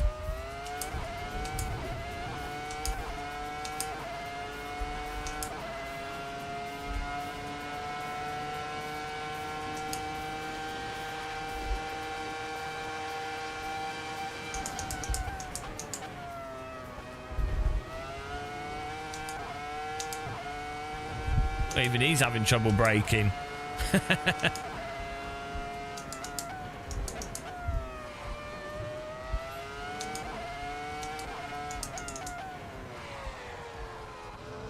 That is the downside with Formula cars. Setup makes a really big difference. Should probably set a fixed setup for this car.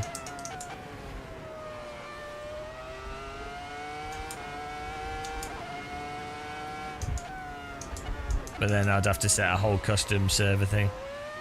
Pain in the arse.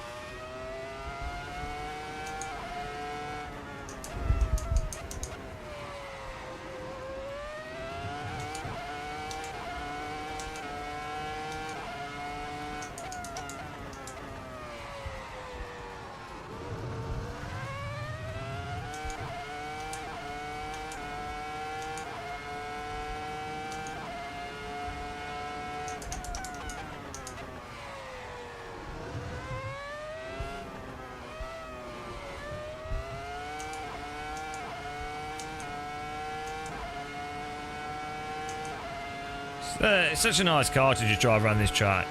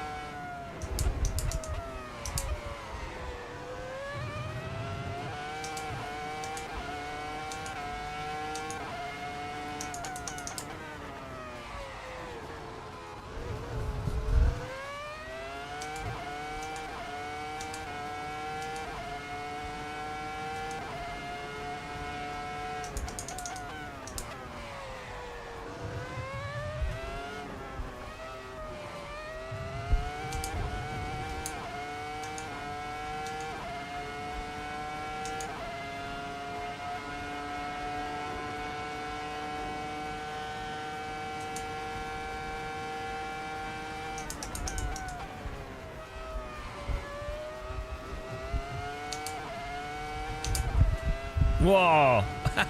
Turned it in a bit aggressively there. Thought I'd get away with that, but just tripped over the tyres.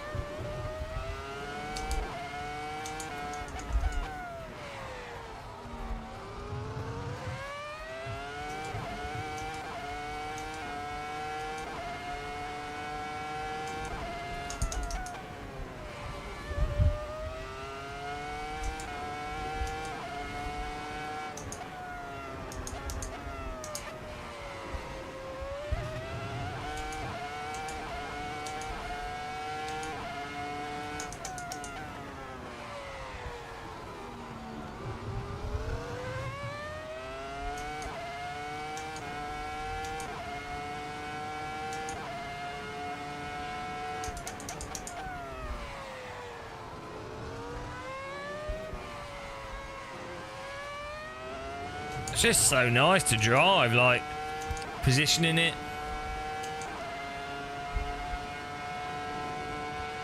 I don't know. Counter debate. I guess you could do.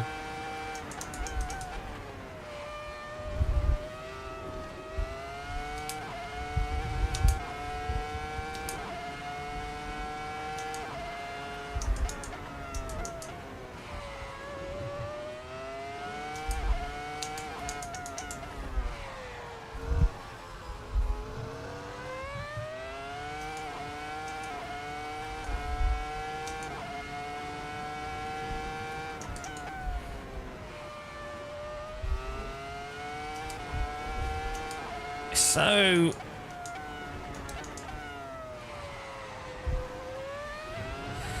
I mean, imagine in reality with the G-forces, this is probably insanely brutal. But without the G-forces, this is very pleasant. Yeah.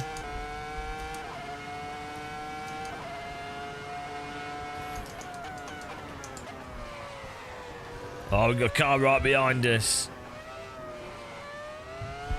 Pleasantries are over.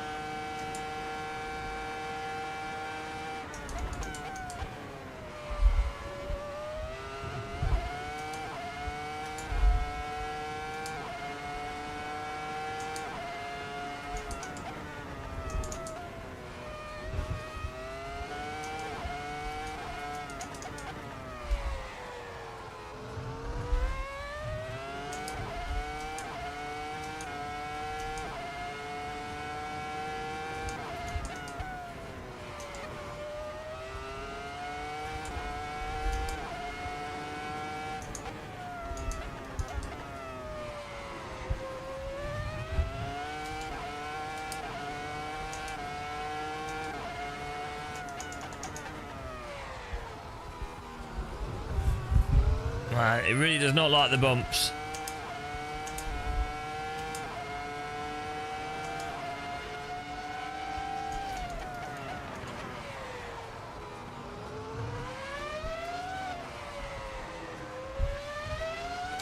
Nice overtake. Side by side, do.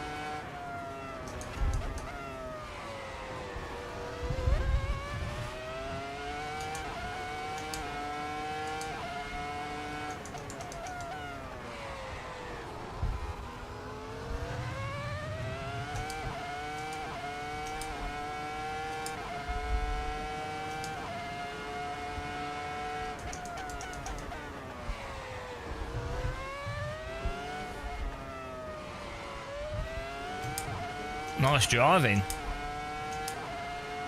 Yeah, it's really nice and really nice to drive.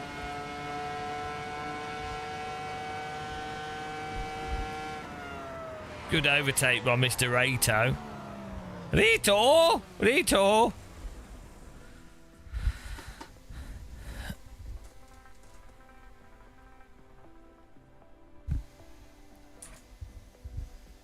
Yeah, good overtake. It's nice and smooth. 118.6. Hang on. Was I using your setup? Were you on soft tyres? No. How are you? I guess you had draft probably for that fastest lap, but still. Ban. Banned for being too quick, I have to say. Obviously cheating. No, I was losing at least 4/10 on the chicane at the top of the hill.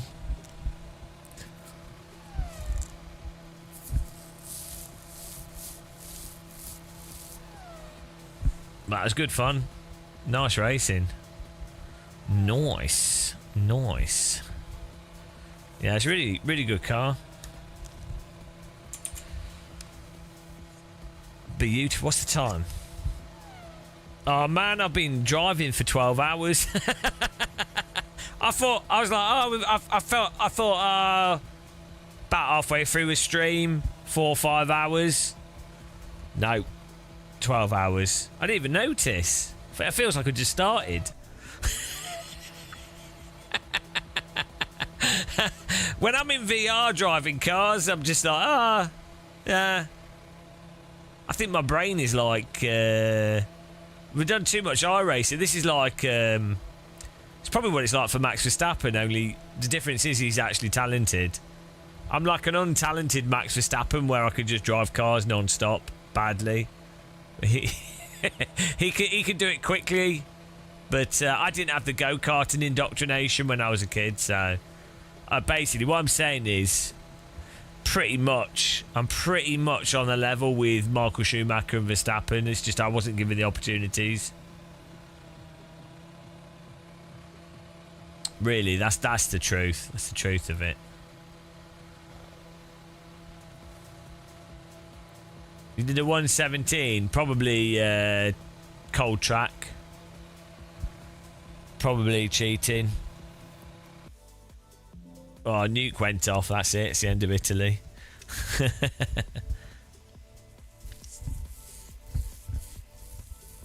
Wow. The fatoot. The fatoot is now. The fatoot. Show me your fatoot. The fatoot. The fatoot. The fatoot is now.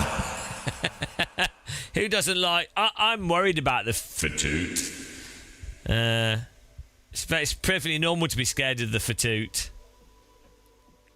Well, Adam, you'll have to share the setup again because I've lost it. Right. At the risk of not having any voice tomorrow and ligament damage in my arms from doing too much driving. We should probably call it a day with the stream. It's good fun though. I enjoyed the stream. We got a new. We have our new leaderboard, which I'm pretty happy with. Our supporter leaderboard. Bribe to subscribe in first, and Lawrence for appreciate the support there. And also thanks to the members that have joined us. Appreciate that.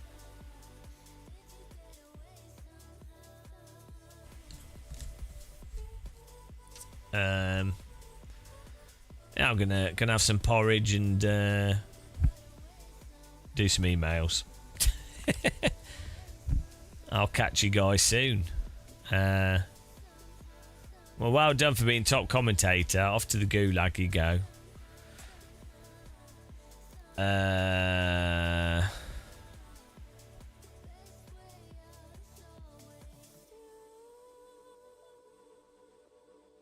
Look, who's playing AC on Twitch? One person with 9 viewers. It's ridiculous.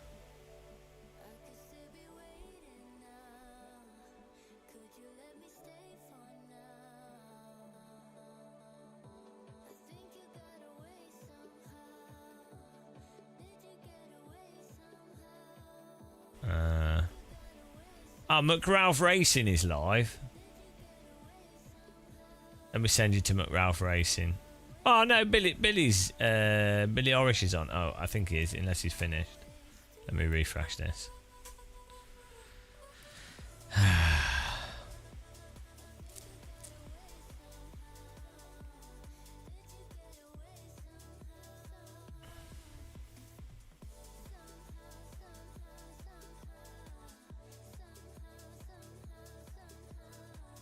Right. Let me send it to Billy. Fellow Boldy. Bold Billy Bob.